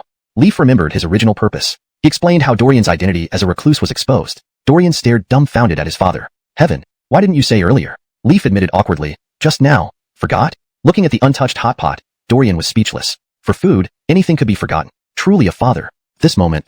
Note, the story maintains its natural tone, ensuring that all 5 came from the Imperial College and belonged to the prestigious 5 surnames and 7 lineages. They were Che from the Bowling Chui clan, Clem from the Qinghua Chui clan, Pedro Chong from the Xingyang Pedro clan, Woody from the Zhao Junli clan, Galen from the Longxili clan, and Amias from the Fanyang Braden clan. Apart from Che, Clem, and Pedro Chong, the other 4, including Woody, were hyped up like they had an adrenaline rush, ready to challenge Elliot. However, Galen and Amias silently groaned inside. What bad luck. Being illegitimate and from a minor branch left no room for rebellion. One had to follow the clan leader's orders, like Bennett Long, or Amias. These 2, one from the Longxili clan, related to Crawford, and the other, though part of the scholar elite, did not wish to oppose their own emperor. Just before leaving, the clan leader of the Longxili clan hinted to him that this Gaylord was actually the illegitimate son of Crawford. Lincoln might soon legitimize this son. Hearing this, Galen felt chills down his spine, but knew there was no way out. Even with Finn Amadeo's lineage within the Longxili clan, They dared not openly defy other aristocratic families without suffering dire consequences. Crawford has always been at a disadvantage against the powerful clans, and the Longshi certainly didn't want to be everyone's target. By two inseparable guards. The people had gotten used to it, especially the villagers of Peach Blossom Source who greeted him warmly. As for Lincoln, the villagers also recognized him as the frequent visitor. Che sneered, quite the grand entrance, escorted by people. Clem echoed, if he weren't guilty of something, why fear retaliation? Pedro Chong laughed coldly, guards won't help. There are knights who will uphold justice. Woody spat, shame on us for sharing the same surname. Galen hesitated. Amias remained mute. They were mere decorations. The others shot them icy glares. Galen and Amias pretended not to see. You don't want to share my surname? You can change it. Elliot grinned, focusing on Woody. So bold. Perfect opportunity. Woody braced himself for a counterattack. Unexpectedly, Elliot ignored them and shouted to the crowd, you lazy villagers, hurry up and leave. Or do you want me to tell the village chief to discipline you? Swish. With those words, half the crowd dispersed. Che nearly panicked. Fortunately, the other half stayed. Otherwise, there'd be no audience for their planned humiliation. Hello, Marquis. No, call him young master. Hello, young master.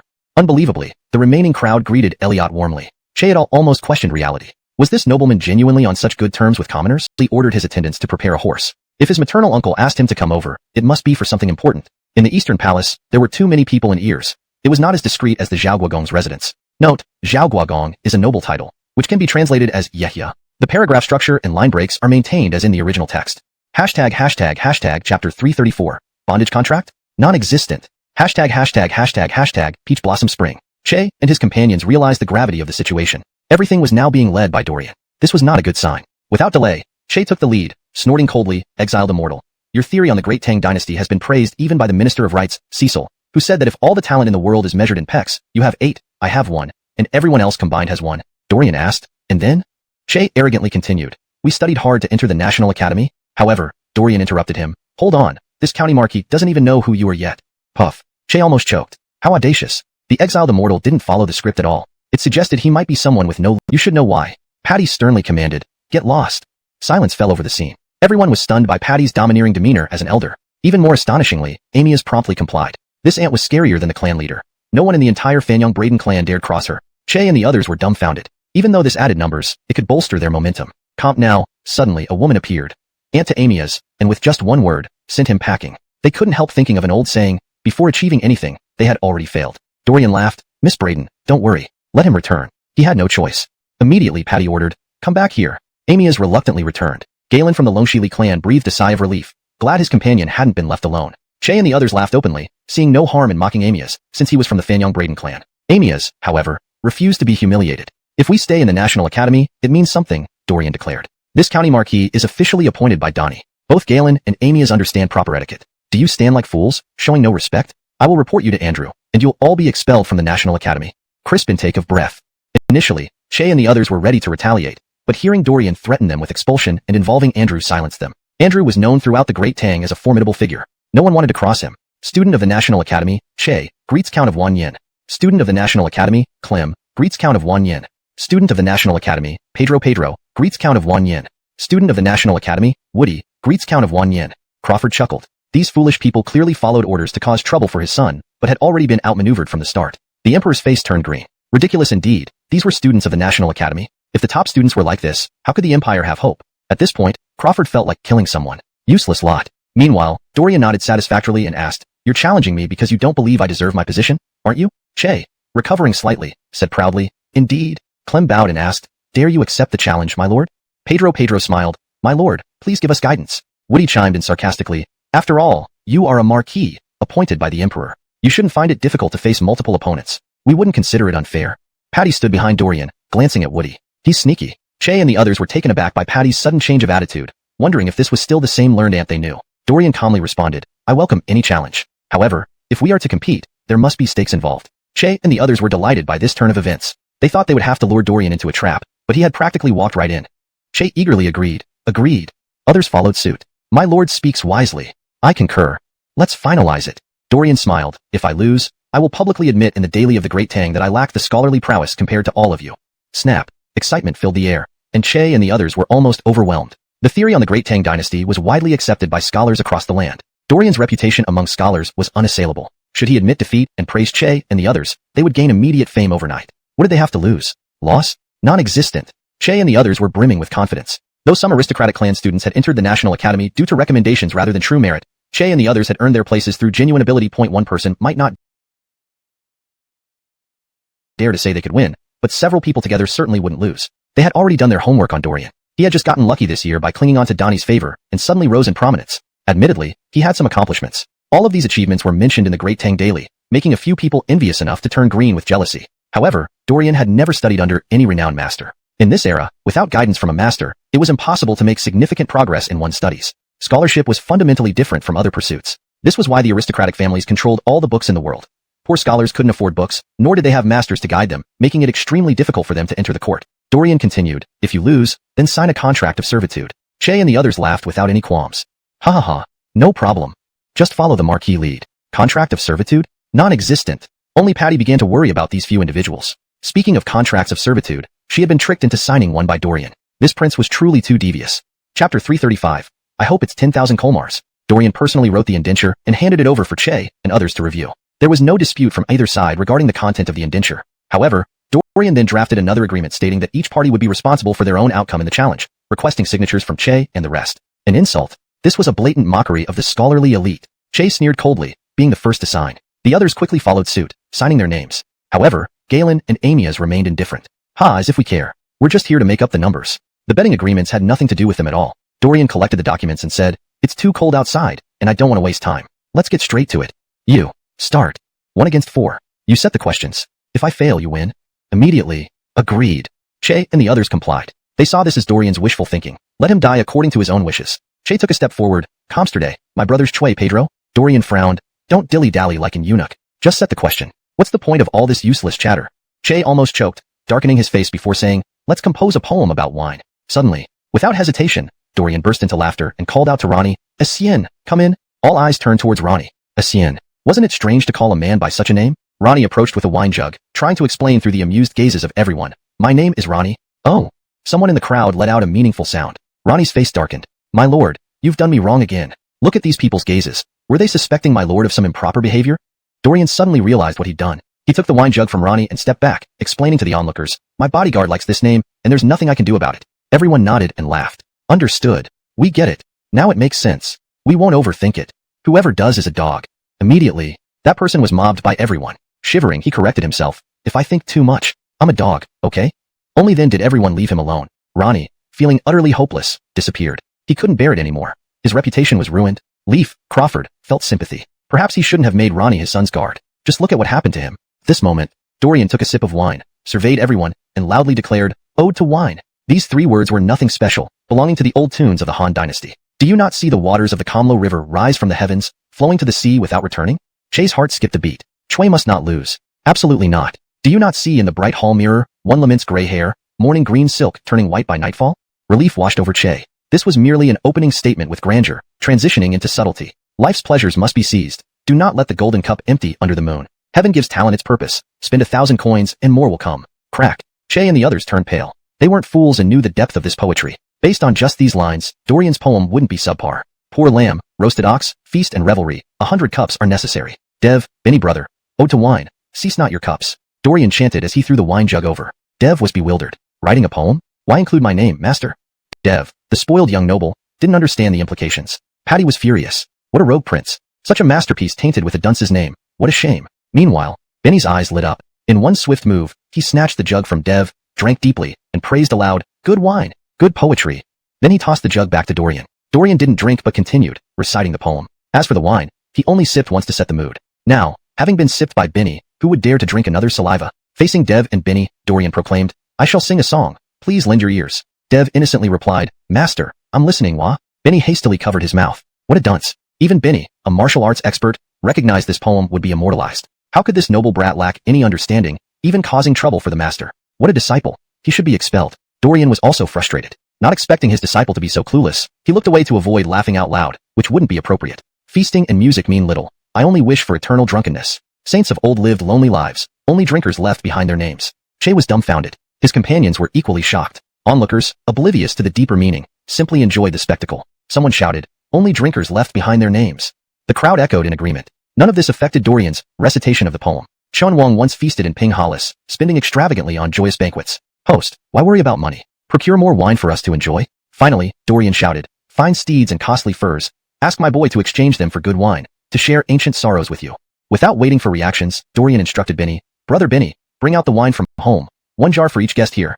Benny immediately agreed, shaking in excitement, thrilled and trembling hands. Master's poem would definitely go down in history. So, would he, Benny, through this association? Wow. In the meantime, Leaf glared at Benny as he left, then looked at Dev, considering how he might slap the fool. Why should a dunce gain fame? As the Emperor, he wished he'd been included. Suddenly, Leaf's eyes reddened. Dev shivered, sensing a tiger staring at him. Turning around, he saw the familiar figure of Finn Leaf. His legs nearly gave way. Finished. Having already been thrashed at home because of the 13 out of 9 affair, Finn clearly still held a grudge. Surely, he would personally thrash him again. Dev rubbed his sore buttocks, feeling a chill run down his spine. Hubert, noticing his elder brother's distraction, wondered what was going on. At this point, he hadn't fully grasped the teacher's favoritism. Patty murmured to himself, occasionally looking at Dorian, his eyes shining. Che was crestfallen, defeated, and convincingly so. The others shared similar expressions of defeat. In a hidden corner, Ronnie pounded the ground in regret. As head of the Emperor's shadow guards, he wasn't uneducated. He understood the value of the poem all too well. Therefore, he deeply regretted it. If only he hadn't hidden earlier, maybe Benny's name would have been replaced by his own in the poem.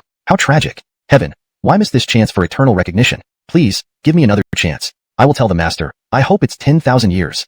Chapter 336. How about changing the topic? Dorian glanced at Che. Chui has lost, said Che tactfully, not minding losing face as he immediately admitted defeat. This way, he would lose less face. With that said, he walked away with a grim expression, retreating behind a few people. As Che passed by Clem, he whispered, keep letting him write poems. No matter how talented he is, it's absolutely impossible for him to produce 2 such exquisite poems in succession. This made sense. However, Che didn't know that Dorian couldn't possibly come up with poems on the spot, but plagiarism, well, that's another story. Troy, you're mighty and splendid. Troy, your literary talent is astounding. Troy, we have faith in you. The crowd cheered loudly. Dorian waved to acknowledge them. Clem wouldn't let him revel in his triumph, stepping forward with a bow. Chui comes here for guidance. Please, Duke, teach me. Dorian smiled and replied, sure, give me a topic, and I'll wait to enlighten you. Clem was speechless. Was he really so shameless? Dorian continued, by the way, if any of you win me, consider me defeated. Unless all of you lose, there's no need to sign the indenture contract. Instantly, Che regained hope. Regardless of how arrogant Dorian sounded, this arrangement favored him. After all, with so many witnesses and the pre-prepared contract, it would be hard to renege without ruining one's reputation among scholars. At this moment, Clem smirked insincerely and said, Duke, since you are proficient in poetry, let's not be unfair. How about writing another poem or verse related to the bright moon? Patty suddenly stepped out, pointing at him. You're too despicable. Clem responded unperturbed, Miss Braden, do not tarnish my integrity. I'm merely accommodating the Duke. You. Miss Braden, go home, said Dorian, gently pulling her back by her hand. In an instant, several pairs of eyes nearly fell out. Especially Clem, who almost wanted to bite Dorian. What injustice. A talented woman from the Fanyang Braden family, so proud, was treated so disrespectfully by a man. Hit him, slap him, kick him. Not just Clem. His companions also thought this with disgust. Blushing, Patty freed herself from Dorian's grip, glaring at him. If you touch me again, I'll chop off your hand. Dorian laughed awkwardly. Couldn't help myself? Everyone was silent. Heavens. It was only fair for him to cite so flawlessly. No way. Even if he were a reincarnation of Wenchu Star, it was impossible. Feeling deceived, Clem couldn't expose him. After all, unless proven otherwise, this verse belonged to Dorian. Defeated. Thinking of cheating. Chui's companions might support him brazenly, but Patty stood nearby. Dorian asked humbly, how about it? You won. Stammered Clem. Louder, everyone can't hear. Dorian said. Clem shivered. So cunning. You won, he shouted, then left in disgrace to join Che. Ripley and Woody exchanged glances, feeling a bit uneasy. Dorian stood firm, smiling. Take your time deciding the next topic. Che and others huddled together. This immortal is truly gifted. We can't be careless anymore. We only have 2 more chances. Losing isn't a disgrace, considering our lesser talents. But the indenture contract remains. Regret flooded them. They weren't convinced. I don't believe it. His talents aren't that high. Let's keep challenging him with poetry and verses. Let's make him write another verse. The last one must have been prepared earlier, hitting our topic by chance. He won't be so lucky the Chinuan Shun Bohan. Che and others nearly spat blood. So quickly? Even if you can create it so fast, can we take a break? It's too breathless. Though you don't feel tired, the shock is intense for us. Our hearts can't take it. Patty also looked at Dorian with astonishment. Listening on, Dorian declared boldly, North country scenery, thousands of miles icebound, 10,000 li snow flying. Looking north and south along the Great Wall, all one sees is boundless white. The Kamlo River, east and west, suddenly loses its mighty flow. Mountains twist like silver snakes. Plateaus race like waxen elephants, vying with heaven in height. Wait until the sunny day. See her dressed in red and white, exceptionally enchanting. In one breath, he finished the first part. Crack. Herb's heart shattered. It's over. Pedro has lost. Is this immortal man some kind of fiend? The country is so beautiful that countless heroes would bend their waists. Pity Aston and Han Wu D lacked literary grace. Amiri and Hall were slightly inferior in style. The great hero Carson knew only how to bend the bow. All past events have faded away. The real heroes are still to be seen today. Thud. Che and others' jaws dropped. Plunk. Herb sat down heavily on the ground. Patty stared at Dorian in horror, as if examining a lab mouse, desperately wanting to slice open his head to see what was different. If we lose. Gulp. Woody bit into his spit, looking weakly at his companions and asking hesitantly, if I also lose? Chase said blankly, I won't blame you. Clem said pale-faced, I won't blame you either. Herb grabbed Woody's collar, saying, no way, we will not lose. Woody was startled. You guys. If I lose, we all lose. Will you throw the blame on me? Thinking of this, a chill ran down Woody's spine. Signing the indenture contract was a huge humiliation. Sign or not sign. Either way, it was bad. Woody's expression turned cold. He clenched his teeth and marched toward Dorian with a do-or-die attitude, declaring, this time, let's compare couplets. Dorian responded calmly, all right, no problem. Patty glanced at Woody, who seemed outwardly strong but inwardly weak. Courting death. You probably don't know that he gave a 1,000-year-old absolute antithetical couplet, which he even paired himself. Che and others became anxious. Couplets? Woody isn't good at couplets. None of them are. To use something they aren't good at for a contest. Were they giving up? Don't. Before they could finish, it was already too late. Woody threw caution to the wind, announcing, 3 lights, sun, moon, stars. SSS. Upon hearing this, Che and others immediately doubted their lives. Is Woody possessed by the star of literature? Or did he hear this somewhere? Though they weren't good at couplets, it didn't mean they didn't understand how difficult this one was. Woody was pushing his luck. He overheard this couplet from someone working in the court. At that moment, it passed casually without much thought. Now, pondering it, regardless of who came up with it, pairing it was basically impossible. As for whether it would eventually be exposed, he couldn't care less at the moment. Besides, as long as Dorian couldn't pair it, he would win. Winning was the most important thing. Instantly, Patty watched Dorian with a strange look. Dorian frowned and said, I feel I shouldn't bully you. Why don't you change the topic? Woody shuddered, exclaiming, you? Specialize in couplets? Suddenly, Herb burst out, pulling Woody and shouting excitedly, brotherly, don't fall for his trick. He's just trying to fool you because he can't come up with a match. Woody gasped. How sinister. Almost falling for it. Dorian. What a show. Why so many wild imaginations? Woody sneered. Stick with this one. Dorian looked troubled. Really not changing it? You'll regret it later. Upon hearing this, Che and others instantly perked up. Well, looks like this immortal man can't handle it. Woody felt oddly uneasy, thinking for a moment before saying, but, let me clarify, I overheard this couplet. I didn't create it myself. Dorian waved his hand. If I can't answer, I lose. But really not changing it. Woody firmly replied, no. This rare opportunity I'm giving you, are you sure you don't cherish it? Huh, no change. Really? Colmes, really? As he spoke, Butler Yang started trembling uncontrollably. Ha ha ha, he's stuck. I won. You lost. Woody shouted impatiently, immortal man, you lost. Dorian was speechless, saying, I didn't say I couldn't pair it. Why are you in such a hurry? Good advice falls on deaf ears, I warned you. Woody pressed forward, then, tell me the matching line. Bystanders whispered among themselves. He can't do it, can he? What's wrong with losing? He's already beaten 3 out of 4. But he agreed to sign the indenture if he loses to any one of them. Well, maybe the young master let them win. But losing means signing the indenture. Instantly, the crowd grew restless. You're bullying the outnumbered. That's not fair. Aren't you embarrassed? Let's call it a draw. Some tried to smooth things over. Dorian stopped the agitated crowd, smiling faintly. Thank you all for your concern. But as a clerk appointed by the court, I represent the dignity of the court. Words spoken, water splashed cannot be taken back.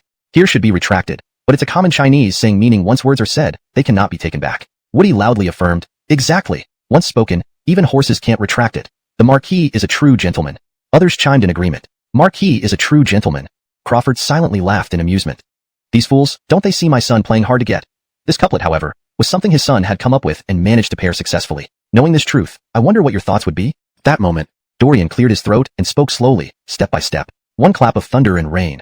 Crack. Woody felt as if he were struck by lightning. Herb's expression changed dramatically. Che looked like death incarnate. Clem was in agonizing pain. How unfair is the sky? Why allow a young man to have already attained the title of Marquis of Wanyin County and such immense talent? Don't you leave no room for others to live? Just then, Dorian continued, 2 brotherly states spanning dynasties. 4 poems from the Book of Songs, 4 histories and records of the Grand Historian, 5 dynasties from Qin, Jian, and Han. Boom. It felt as if heaven had collapsed and the earth had cracked. Thud. Woody and the others fell to the ground. In one breath, 6 matching lines, it was just too monstrous. Dorian grinned widely, holding out the prepared indenture contracts, not even giving them a chance to breathe, distributing them one by one. Come on, sign the indenture. The few men nearly lost control. Dorian added, you're all disciples of the 5 great clans and 7 prestigious families. If you don't sign, it's fine. I, the county lord, do not mind. With these words, Che gritted his teeth and was the first to take up the prepared brush and write his name. Seeing this, the others knew better than to cheat. This wasn't a matter of whether they could cheat, but if they could afford to. With so many witnesses, especially Patty, Dev, and Hubert present, not to mention the gossipy natures of Dev and Hubert, who could spread today's events across Chang'an in a heartbeat. This would be a stain on the reputation of the 5 great clans and 7 prestigious families. To protect their family's honor, they had to sign their names through clenched teeth and tears. Even upon returning home, they would likely be forced by their elders to confirm their signatures. For the scholar official families, reputation was everything. Anyone could be sacrificed to maintain the family's prestige. Dorian happily collected the signed indentures. County Marquis Wanyan had asked Benny to distribute wine to each individual after making the promise. At this point, he had returned with the carriage and was distributing the alcohol to the people. Finally, the scene cleared up. Galen and Amias apologized to Dorian and were about to slip away. I bid farewell, Marquis Lee. I take my leave, Sir Braden. Wait. Dorian raised his hand and handed over 2 indentured deeds to them. Instantly, Galen froze, and Amias stared dumbfounded. They looked at each other in bewilderment. Then, Your Excellency, I just came along to make up the numbers. Your Excellency, I'm from Fanyang's Braden clan. You know that? Dorian chuckled and pointed at Galen, asking, Are you a disciple of Longshisley clan? Galen nodded. Dorian asked again, Do you know who I am? Wasn't this a pointless question? Speechless, Galen replied, You are the county gaylord. Dorian sneered, Still pretending? You're here and don't know who I am? Galen clenched his teeth and refused to speak. Just then, Finleaf appeared with a stern expression. As a disciple of Longshisley clan, how could Galen not recognize Finleaf? Panicking inside, he immediately knelt down. Amias quickly followed suit. Originally, Tang Dynasty did not have many formalities even before the emperor. If one wasn't a criminal, they only needed to arch their hands. But Galen felt guilty. As a disciple of Longshisley clan, belonging to the same lineage as Finleaf, colluding with other aristocratic families was a cardinal sin. Amias was equally confused, but also knelt out of instinct, only to hear Leaf's stern voice say, A disciple of the Leaf family breaks trust. Truly shameful. With a pained expression, Galen signed the indenture deed, unable to withstand the pressure placed by Finleaf as a national university student. Finleaf added, I haven't coerced you, right? Barely holding back vomit, Galen answered, No, everything was according to my bet with County Marquis Wanyan. A gentleman should keep his word. Finleaf nodded approvingly and left immediately. Relieved to be ignored, Amias sighed with relief, thinking he'd escaped unscathed. However, Dorian chatted with Patty, saying, Miss Braden, your disciples from Fanyang's Braden clan aren't impressive. Patty huffed, I think so too. Nothing unusual, get used to it. Get used to it? Amias nearly cried. Auntie, you're the firstborn daughter of Fanyang's Braden clan. Can you stop turning against us? Considering the clan leader's resolve to cling to Dorian, Amias stood up, exhaled his frustrations, closed his eyes, and signed the indentured deed. Your Excellency, give me 3 days. I'll return in 3 days, definitely. Staggering, Amias walked away. Galen also said, Your Excellency, I will too, then bowed and chased after Amias. Braden brother, will you really come back? You don't understand. If I don't return, the clan leader will break my legs. In that case, I'll come back too. Why? The emperor surely isn't pleased with our clan leader this time. To vent his anger, he'll certainly break my legs. The shared miseries brought these 2 brothers in arms closer instantly. Speaking of Che and his party, leaving Peach Blossom Spring, they suddenly felt something was off. Why does it feel like something is missing? Che wondered aloud. Isn't there something we forgot? Clem coldly said, Are you talking about Galen and Amias? Those 2 were never reliable. Herb angrily added, Traitors. If those 2 had posed questions to test Dorian, they would have had more chances. Maybe winning once, they wouldn't have ended up signing indentures. Woody kept silent on the way, feeling extremely embarrassed. Had he not tried to outsmart by proposing couplets and even using his opponents, they wouldn't have lost so terribly and shamefully. The others treated him as non-existent. No beating yet still showed leniency. Suddenly, Mencius Galen and Amias caught up. Spit. Che's group spat in disdain.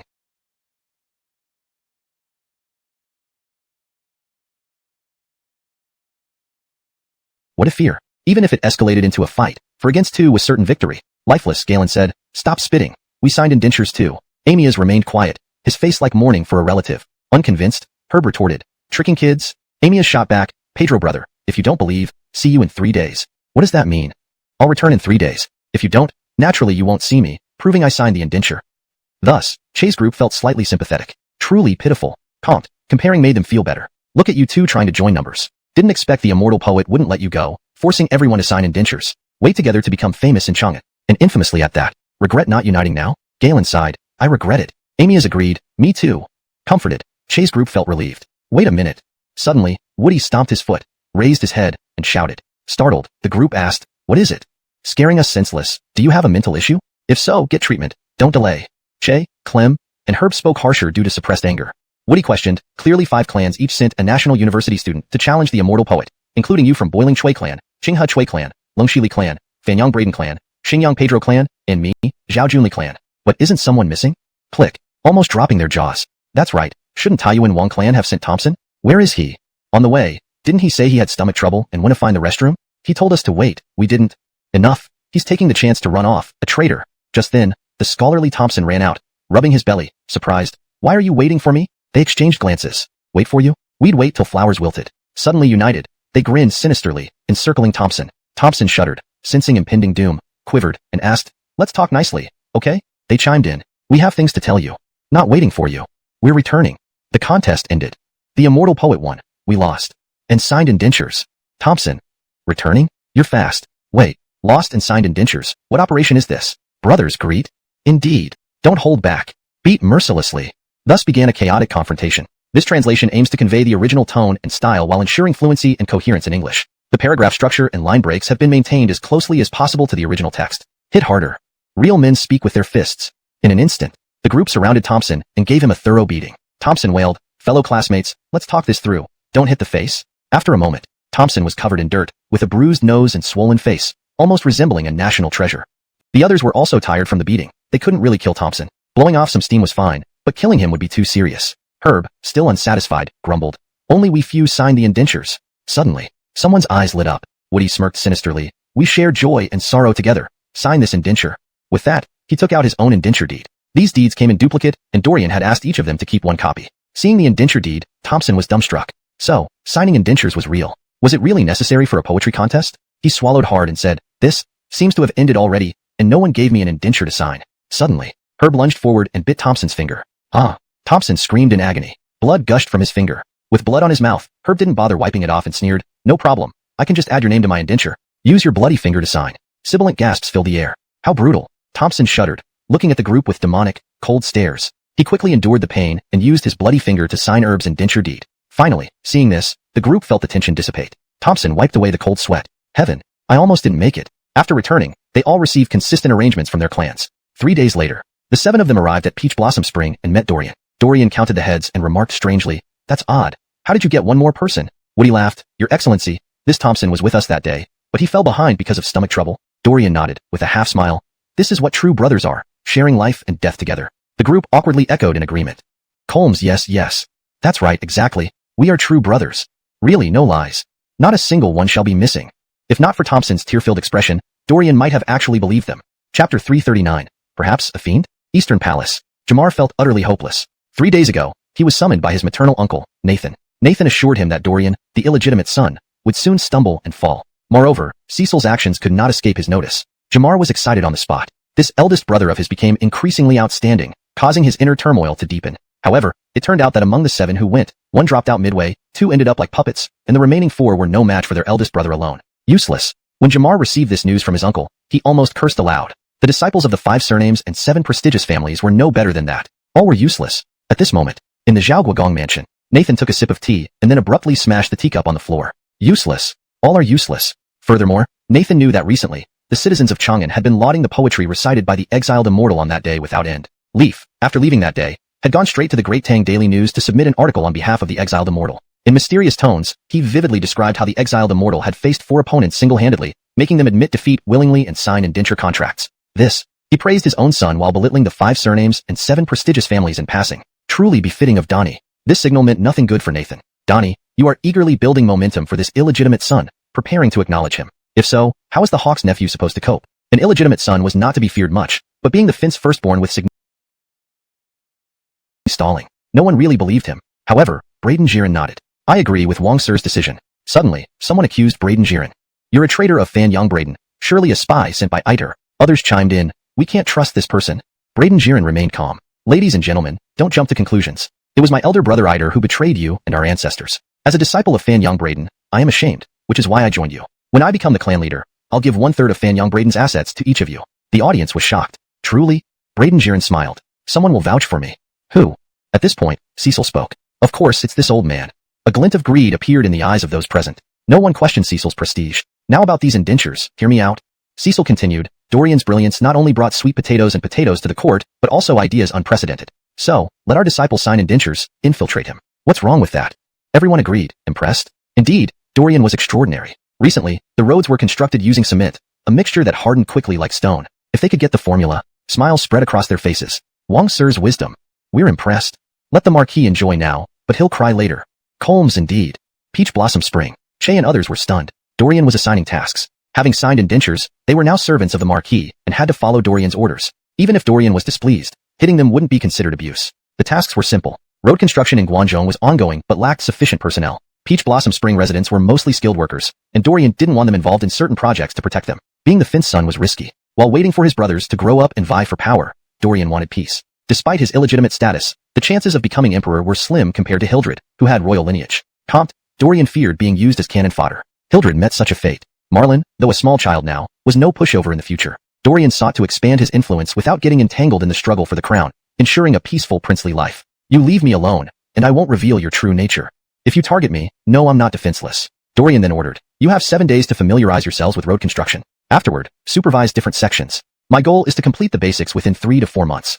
Lastly, passing the final evaluation will release your indentures. Fail, and you'll miss the chance. Most of them harbored hidden intentions, except Galen and Amias, who saw no reason to plot against Dorian. Amias was instructed by Eider to stay, a decision that left him feeling abandoned. Che and others, however, felt differently. Family orders aside, as students of the Imperial College, they didn't wish to parade as servants. Now, Dorian offered an alternative, and they were willing to comply. They accepted the task without hesitation. This moment. Che, Clem, Herb, Woody, and Thompson were all as energized as if they had just been injected with adrenaline, brimming with vigor. Dorian asked, you are students of the Imperial College. Do you feel that this task is a waste of your talents, or even an insult to you? Che immediately replied, no. Clem quickly followed, saying, I feel greatly honored. Herb added, matters concerning the common people bring me glory. Woody shouted loudly, we will follow the Marquis's orders. Thompson roared, we will lead as commanded. Galen and Amias felt that if they did not react, it might draw attention, so they echoed in unison, we will heed the Marquis's commands. Dorian smiled faintly, nodding in satisfaction. Heh, trying to trap me, but didn't I easily dismantle your plans without a fight? That day, when Cecil and the others heard about Dorian's promises to their disciples, they nearly spat blood on the spot. What nonsense. This boy is truly sinister. His grasp on human nature is simply terrifying. With just a few words, he shattered their delusions. Could he be a demon? In this passage, Dorian's calm demeanor and strategic foresight left his opponents frustrated and outmaneuvered. The reaction from both his new subordinates and his rivals highlighted his adept handling of complex situations. The tone and style are maintained, staying true to the original while ensuring natural English flow.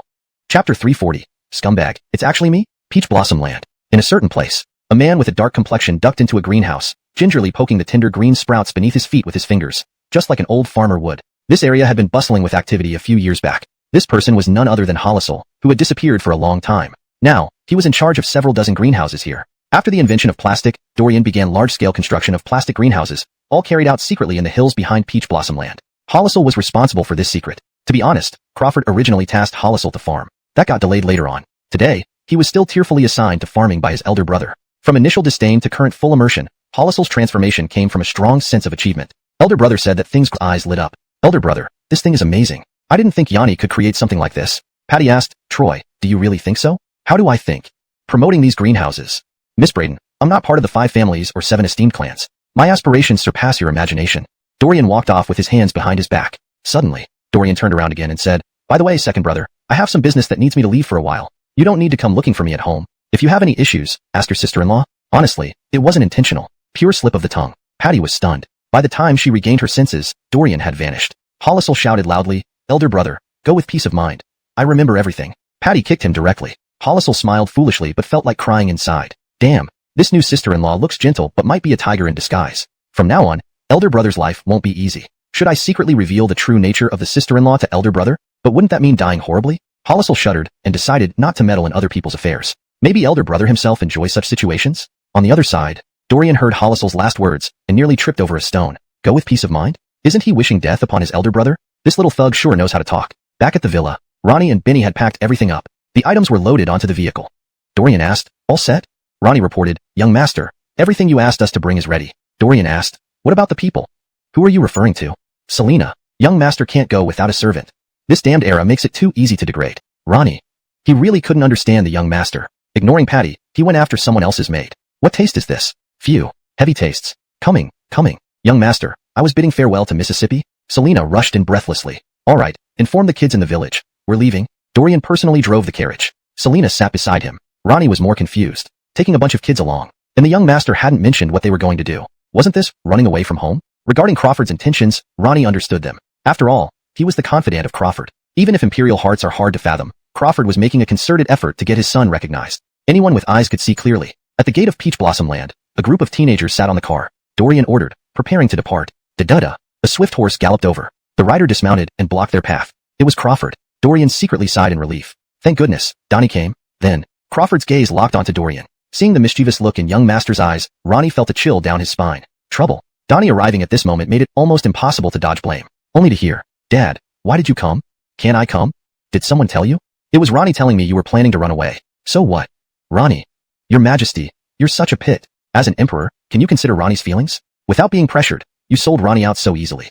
Forget it. Feeling cooled, Ronnie would stay obedient and maintain a safe distance from Donnie. Cherish life. Stay away from the Emperor. Comp, note it down. Dorian glared at Ronnie hatefully before saying, run? Impossible. I've done nothing wrong. Why would I run? Suddenly, tears welled up in Crawford's eyes. He choked out, son, I only want to make up for the past years I've missed with you. Can't you give me a chance? Dorian replied indifferently, I don't think you owe me anything. He wasn't the same person anymore. For the issue of being the Emperor's illegitimate son, he harbored no resentment towards Crawford. The only thing that bothered him was being the son of an emperor wasn't exactly an enviable position. Just that. Upon hearing his son's indifferent response, Crawford felt a pang in his heart. Such indifference must mean deep hatred. Formerly showing such indifference meant estrangement. The more indifferent the son was, the deeper the hatred toward him. It had to be this way. Crawford grabbed Dorian's hand tightly and declared loudly, absolutely, you cannot leave. Absolutely not. I say. Dorian felt thunderstruck. What was this all about? What were you doing? You're the celebrated Heavenly Khan, and this reaction isn't fitting. Why does it seem like a father about to lose his child? But, I'm perfectly fine, not spiraling out of control. Don't cause trouble. No, I won't let you go. Father, you're the Emperor. Can you have some dignity? People are watching. To save face means losing you, so I don't care about dignity. Speaking, Crawford faced the crowd and sneered, what did you all see? Immediately, Ronnie closed his eyes and declared loudly, I saw nothing. Benny also chimed in, my eyesight is poor. I couldn't see clearly. The commoners and children also yelled, we know nothing. Dorian. End of chapter 340. Theo lies so boldly. Aren't you afraid of being struck by lightning? As a person, one should be honest. Suddenly, Crawford cheerfully remarked, speaking of which, Dorian, your majesty's illegitimate son. This can't be true, right? Dorian spoke earnestly. Old man, I won't be back for some time. You should spend more time with your concubine and not just think about the thousands of beauties in the harem. A man shouldn't be fickle. Crawford. How could his son portray him as such a cat? I am not that kind of person. At this moment, da-da-da. Crawford was puzzled too. Who was galloping over so urgently on horseback again? It turned out, Bradonk jumped off his horse and rushed straight to Dorian, weeping and wailing, Alvin, where are you going? Dorian, Perry, are you so sad? I'm not dead, and it sounds like you're cursing me. Bradonk cried mournfully, Alvin, what will happen to my niece once you leave? Dorian, what does your niece have to do with me? Swoosh, countless eyes, sharp like lightning, fell upon Dorian simultaneously. At this moment, Dorian almost heard everyone's thoughts. A faithless man, scumbag, rake, Dorian, the Fint's illegitimate son, cough, cough, cough, the Fint's own son, branded as a scumbag, a rake, it's actually me? Chapter 341. How about we just marry her? This is ruining my good name. Your niece, I only met her once and don't even know her name. How did I become a scoundrel? I didn't wrong her. Dorian looked at Bradonk solemnly and said with deep concern, Perry, I only met your niece once. No matter what happened to your niece, you can't throw mud on me. Bradonk stomped his feet and retorted, Alvin, I and you are age-old friends. How could I besmirch you? Pooh. Dorian really wanted to spit on Bradonk's face. Finn Leaf had never seen such a grotesque expression from this son of his. You rascal. What did you say to me just now? In the end, it was you who abandoned her after playing with her feelings. Alas, this is still my own son. Bradonk said this in front of so many people. Are you old man out of your mind? Finn Leaf whispered, Minister Tang, let's discuss this privately. Don't worry, I will give you a satisfactory response. However, Bradonk shouted, no, this cannot be discussed privately. Hiss. Finn Leaf covered his chest, pained by fury. Bradonk, if you disagree, fine. But did you have to shout it out like that? Do you want everyone to hear? Dorian also got angry. This matter must be addressed openly, not privately. If I've done nothing wrong, I have nothing to fear. Everyone. Is it that exciting? We don't have a choice but to listen? Let's listen. It's the young master's private affairs. The key point is, his father the Emperor is here. Thinking about it gets us excited. Will we be silenced by the Emperor? A few kids were whispering among themselves. Should we leave first? Why leave? Are you stupid? It's an imperial secret. Might we get decapitated for hearing it? So scary. But the young master won't let us die. Finn Leaf. These children, speaking nonsense. Am I the kind of despot who kills indiscriminately? Decapitation? Go to hell. At this moment, Dorian urged Bradonk impatiently. Perry, hurry up and explain clearly. Bradonk's eyes reddened as he sorrowfully replied. My niece is barely hanging on. Dorian angrily said. I asked you to explain the situation, not to speak these words. Bradonk sighed. My niece has been sick, running a high fever for days. We even invited imperial physicians, yet they're powerless. Everyone. It seems we misunderstood just now. Finn Leaf asked. That's all? So lost, Bradonk replied. What else can there be? What else? Do you have any shame left? Finn Leaf almost slapped Bradonk. You nearly scared me to death, thinking my son had messed with your niece. Why do I feel regretful? Dorian staggered, grabbing Bradonk, gritting his teeth and asking, Perry, did you do this intentionally? Bradonk sadly responded, Alvin, what are you saying? That's my niece. Why would I wish her ill? Alvin, are you running a fever too? Losing your mind? Dorian, whether I'm confused or not, you almost ruined my reputation forever. Immediately, Dorian, fuming, scanned those around him and yelled, lift your heads, look at me. No one dared to raise their heads. Too embarrassing. You suspected me of abandoning her, right? No one dared to respond. You, Ronnie, you answer. Did you think this way? Ronnie, why me again? Young master, can't you pick someone else next time, like Benny? Ronnie, feeling lifeless, replied, young master, I truly didn't. Dorian chuckled, didn't. Then why say really didn't? Just say didn't, right? Ronnie, heaven. Just emphasizing by adding a word, and it's considered wrong? Dorian scoffed, such emphasis, like declaring there's no silver here. Ronnie. Fine. You're the young master, whatever you say goes. Me, Ronnie, Shadow Guard leader. So hard. Wants to cry. Benny glanced at him, secretly gloating. Next time, don't tattle. Didn't you know this would lead to trouble? Braydon continued, Alvin, if you can cure plagues, surely this shouldn't be an issue? Dorian asked seriously, how long has your niece been running a fever? Everyone. Finleaf almost slapped his son. Braydon's niece is about the same age as you. Calling all right. I'm prepared. Do as you see fit. Immediately, Braydon shakily walked out. He couldn't bear staying inside. Finleaf followed, quietly consoling, Minister Tang, grieve well. Pooh. Dorian was bewildered. Does the Emperor know how to talk? Indeed. Upon hearing this, Braydon almost collapsed. Outside, his family heard Finleaf and thought the girl was gone. Instantly, a chorus of wails broke out. Comte Braydon gritted his teeth, yelling, Stop crying. She isn't dead yet. Stop causing trouble and distracting the Alvin from treating her. Suddenly, Braydon's family regained hope, stopping their cries. Finleaf was embarrassed. I actually said the wrong thing. Embarrassing. Ashamed. I should disappear for a bit. Inside, only Dorian and the girl remained. Perfect to avoid clearing the room. After all, the appearance of amoxicillin was too exquisite, unsuitable for others to see. Otherwise, how would he explain its origin? 1 hour later, Dorian emerged. Countless eyes focused on him. Dorian smiled. Perry, your niece's fever is subsiding. In a few days, she should be fine. Let the Imperial physician handle the rest. Thump. Braydon fell to the ground. Finleaf was elated, praising with flushed cheeks, truly worthy of being my son. Dorian. Dad, do you think it's appropriate to be so proud at this moment? Dorian was genuinely afraid that his father might say something inappropriate, so he hurriedly bid farewell to Braydon and pulled his father away. Just then, Braydon's wife sobbed with joy. Thanks to the Alvin, Liza's life has been saved. Braydon also happily remarked, Colmes, we owe it all to the Alvin. Liza? Dorian turned back upon hearing these words and asked, Perry, our niece isn't named Iris, is she? Right, didn't you know, Alvin? I know now. So, Iris was Perry's niece. Previously, when Amadeo mentioned that a woman named Iris had gone to Peach Blossom Spring without meeting him and would visit again, Dorian was puzzled since he didn't know any woman named Iris. Turns out, it was this girl. And Dorian knew why she came to visit him. Most likely, it was because of the perfume incident. In an instant, Dorian felt a twinge of guilt. My God, could it be that she got a bacterial infection from drinking that perfume, causing her fever? After all, Dorian couldn't guarantee that the perfume-making process was sterile. It wasn't like making wine. Thinking of this, Dorian ran as fast as he could. Leaving the residence of Kierango, Finleaf smiled sardonically. Son, you seem to be fleeing just now. Did you really do something to wrong Perry's niece? With no change in his expression, Dorian replied, Nonsense, I'm a man of honor. How can you think so little of me? Leaf asked suspiciously, her fever, it wouldn't have anything to do with you, would it? Dorian nervously chuckled, denying, Dad, you're overthinking. Your son is too kind-hearted to hurt anyone, especially not Perry's niece who has done nothing to offend me. This only made Leaf more convinced that his son was the culprit. Finally, facing his father's interrogating gaze, Dorian admitted with a wince, I just tricked her into thinking the perfume was fruit wine, and she actually drank it. Leaf. Son, you're simply such a lovely girl, and you harmed her like that. How could you do such a thing?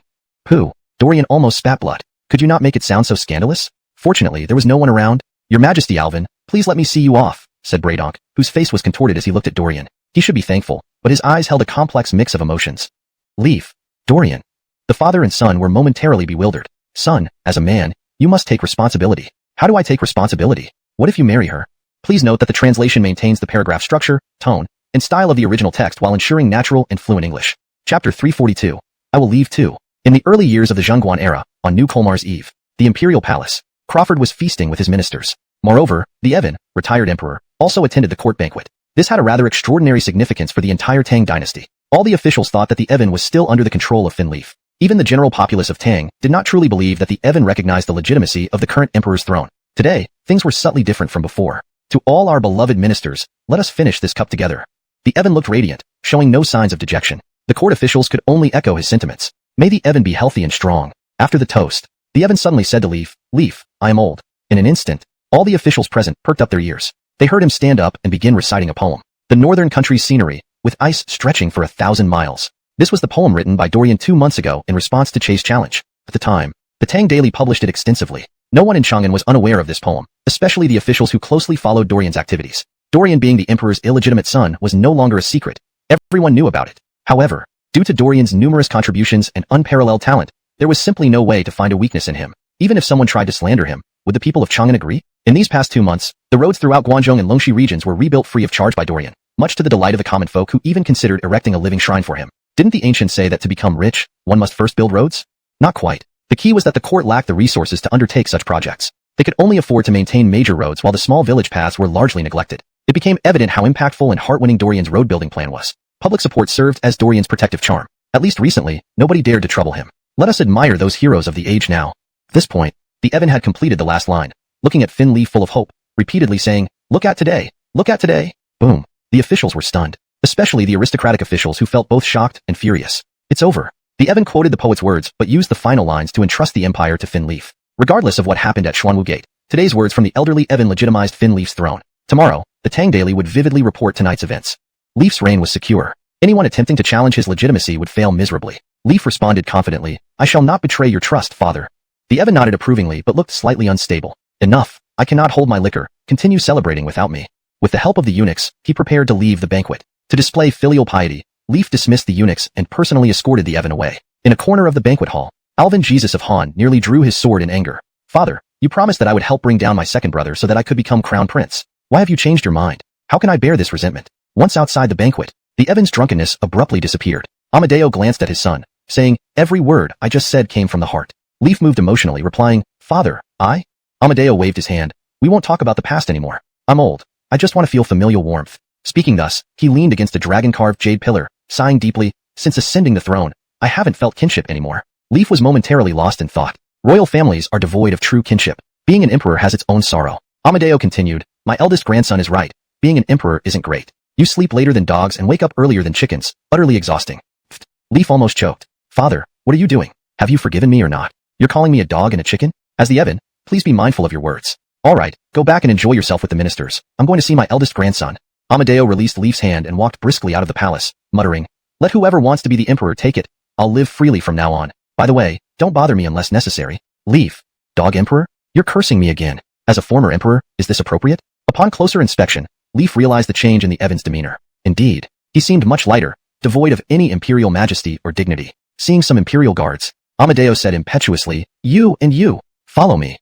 Benny, that rascal, is guarding my eldest grandson, leaving me without attendance. How unreasonable. Do I not deserve respect?"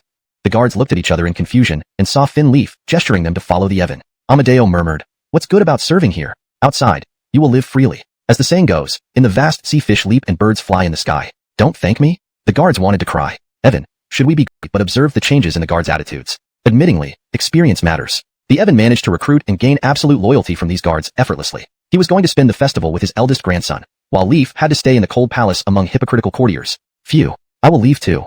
Chapter 343. You are the justified and reasonable venerable. Immediately, Leaf returned to the banquet, raising his cup and said, "My dear officials, please drink this cup to the fullest. May Donnie remain in good health." It was that same line again, too cliché. Leaf then said, "I cannot hold my liquor well. Today's banquet will be hosted by the Hawk. He will join you all in celebration." Jamar was in a daze, his mind preoccupied with admiration for his eldest brother, nearly feeling inferior. But upon hearing those words, he instantly perked up as if injected with adrenaline. The whole court was bewildered. "Your Majesty, what do you plan to do?" This rare moment of spontaneity from Leaf saw him immediately leading Celeste away. Everyone noticed. Oh, it seems not only does one not indulge in wine, but also has other intentions on the Mira. Thus, everyone exchanged meaningful glances. Celeste was immediately confused. Upon exiting the palace, Leaf looked at her seriously. "Lexiabai, it's cold here. Let me take you to experience how common people celebrate the new Kolmar." As the mother of the nation went out of the palace, Helmut steadied himself and dragged Bogdan hurriedly towards the palace exit. "Hurry, quickly to the Peach Blossom Spring. Otherwise, it'll be too late." At that moment, Alvin Tai of Hollis, Finley, having just come back from relieving himself, overheard Helmut and Bogdan. Intrigued, he hastily approached Jamar. "Older brother, I can't hold my liquor anymore. Please excuse me." "Jamar, can't hold your liquor? You little fatty, father never lets you drink. Where did you get can't hold your liquor from?" Finley didn't wait for a response and sprinted away. "Hawk, I also can't hold my liquor." Meanwhile, at the ladies' banquet, a mischievous little girl stood up and chased after the small fat boy. Jamar called out, "Coral, what's going on? You little brat, are you learning excuses from your fourth brother? Can't you think of a different reason?" "Hawk, this old man feels unwell and will take my leave." At this point, Nathan stood up. "Jamar, got it. You're playing me. Uncle, are you also turning against me?" Nathan had no time to explain, bowing respectfully before walking away. "Dear uncle, blood is thicker than water." Peach Blossom Spring. "Grandchild, I've come." Amadeo stepped out of the carriage, rushing into the bustling crowd. Suddenly, the noise hushed. The villagers gathered around the bonfire, surrounded by diverse and delicious foods including barbecue and hot pot that made them sweat and salivate. There was plenty of wine and food. However, Amadeo's arrival threw the villagers into confusion. Evan joining them on New Kolmar's Eve? Is this real? Dorian asked in surprise. "Elder, why did you come?" Amadeo snapped. "To spend the new Kolmar with my beloved grandchild." "Got a problem with that?" Dorian whispered. "Elder, tell me honestly, did you quarrel with father?" "Nope." "Then why are you here?" "To keep you company. Otherwise this place is..." He stopped mid-sentence. Seeing everyone around, villagers of Peach Blossom Spring, Zeus and Hubert weren't at home but here, including Che who signed his indenture. Even Alex and his servant didn't miss this gathering. Wait, that dark-faced one is Duncan, son of the notorious bandit Hendrix. Minister Chung. This humble subject greets the Evan. Hendrix lowered his head, trying to slip past, but was caught. Anything but the fin would work for him. Amadeo asked, Hendrix, weren't you supposed to be unable to return tonight? Before the new Colmar, Leaf had issued an imperial decree for Ho Junsi to guard the border while Hendrix should return for the new Colmar. Chung replied he wouldn't make it due to the long journey. Con. Here he was at Dorian's place. Hendrix, stop it. You are the epitome of reasonableness. Translation provided in the requested format, maintaining paragraph structure and line breaks from the original text while ensuring natural fluency in English. Chapter 344, Born to Alvin, Die to Alvin's Ghost. Unexpectedly, a maid emerged from behind Leaf, pulling along a chubby little boy. The chubby boy, Finley, smiled and said, Father Finn, isn't it reasonable for Addison and me to come celebrate the new Colmar with elder brother? Leaf was speechless. It turned out he wasn't alone. Your Majesty, isn't it reasonable for this old man to come celebrate the new Colmar with my great-nephew? What was even more surprising was that Nathan walked in at this moment, as if he had every right to be there. Initially, Nathan intended to leave, but after reconsidering, why should he run? After all, he wasn't the only one who did this. Leaf was utterly baffled. You're not even a real uncle, so why are you here? Dorian was most bewildered. It made sense for Amadeo to come. As an Emperor Emeritus, his presence could overshadow everything else at a banquet. Helmut and Bogdan were here because their sons were present. For Leaf to come, trying to make up for things with his son, was understandable. Mira joining him was perfectly natural. Seeing Finley, the mischievous chubby boy, and the playful Alvin's Addison, their childish antics were indeed justified. Mira covered her mouth, pointing at a figure and exclaimed, Your Majesty, look over there. Eldon, harboring 3 parts of defiance, 5 parts of unease, and 2 parts of resignation, trembled as he said, Father, this humble son also thinks it's reasonable. Leaf held his forehead, deeply regretting. Wretched brat. You were supposed to host the banquet. How could you have run off? Eldon seemed to read Leaf's thoughts and chuckled nervously. I asked Uncle Wong for help. If Leaf weren't in his prime, he might have died on the spot. Only Dorian remained entirely innocent. Can this new Colmar be enjoyed any longer? This wasn't the end. Andrew arrived fashionably late, glanced around at everyone, and declared assertively, Andrew has always been the manager of the prince's household. Born a prince, died a prince's ghost. To come here for the new Colmar, it is reasonable. Puff. Everyone collectively burst out. Whether it was reasonable or not, he defined it himself. In the second year of the Zhengguan era, after the new Colmar, Dorian took his maids, disciples, servants including Che, and his guards, and left home without any hesitation. He, Dorian, Leaf's illegitimate son was frightened by the events of the new Colmar's eve, especially by his third brother Eldon's dejected expression. Dorian couldn't help but think, being too excellent is also a sin. What's wrong with you? Hendrix rubbed his face and laughed. Your Majesty, this slap really hurts. Looks like I'm not dreaming. Leaf, do I seem so miserly in your eyes? Haha. Suddenly, Leaf's face beamed. Hussein, the supermarket opened by my son indeed made a hefty profit. Last few months dividends alone gave me 30 million guan. Indeed, when he learned of the dividend amount, even as the Tang Dynasty's Fin, Leaf's eyes turned red with excitement. Unbelievably, commerce brought such astounding returns. Hendrix also chuckled, remembering his own share of dividends. Dry son is better than real sons, never forgetting his dry father's share. Your Majesty, please review this ledger. Only now did Leaf open the ledger and examine it carefully. Anyway, I have money. Want money? You shall have it. If Ministry of Revenue won't release funds, I'll pay for my private treasury. However, upon seeing the ledger, Leaf's entire scalp tingled as he raised his head and stared at Hendrix in shock. Bang! Leaf pounded the table and roared, Hussein, why did you let the soldiers behave so violently? Hendrix was taken aback. Violently? What do you mean? Why raid and plunder? You're Hussein, not a bandit from Wagongzai. Back then, they raided the rich to help the poor, acting righteously. Leaf lamented, You've disappointed me still here. Ronnie reported, Your Majesty, Alvinley has asked me to personally inform you that the 50,000 soldiers who were sent to subdue the Tujue in the frontier can now return to the capital. As soon as Hendrix heard this, he was upset and exclaimed, My dry son doesn't know how much commission we've earned. He's thinking of a big campaign this year. How can they return now? Ronnie didn't respond but handed over a letter. Upon reading it, Leaf immediately said, Braden Duke, prepare for the army's return. Hendrix, unwilling to accept this, said, Your Majesty, why is this happening? There must be a reason, right? Ronnie reported, Your Majesty, Alvinley has sent me to personally inform you that the 50,000 troops dispatched beyond the Great Wall to campaign against the Tujue can now return to the capital. Upon hearing this, Hendrix immediately protested, My adopted son doesn't know how much commission we've earned. I was planning on a big operation this year. How can they return now? Ronnie remained silent and presented a letter. Crawford read it and promptly ordered, Hussein, prepare for the army's return to the capital. Hendrix, still not satisfied, asked, Your Majesty, why is this happening? There must be a reason, right?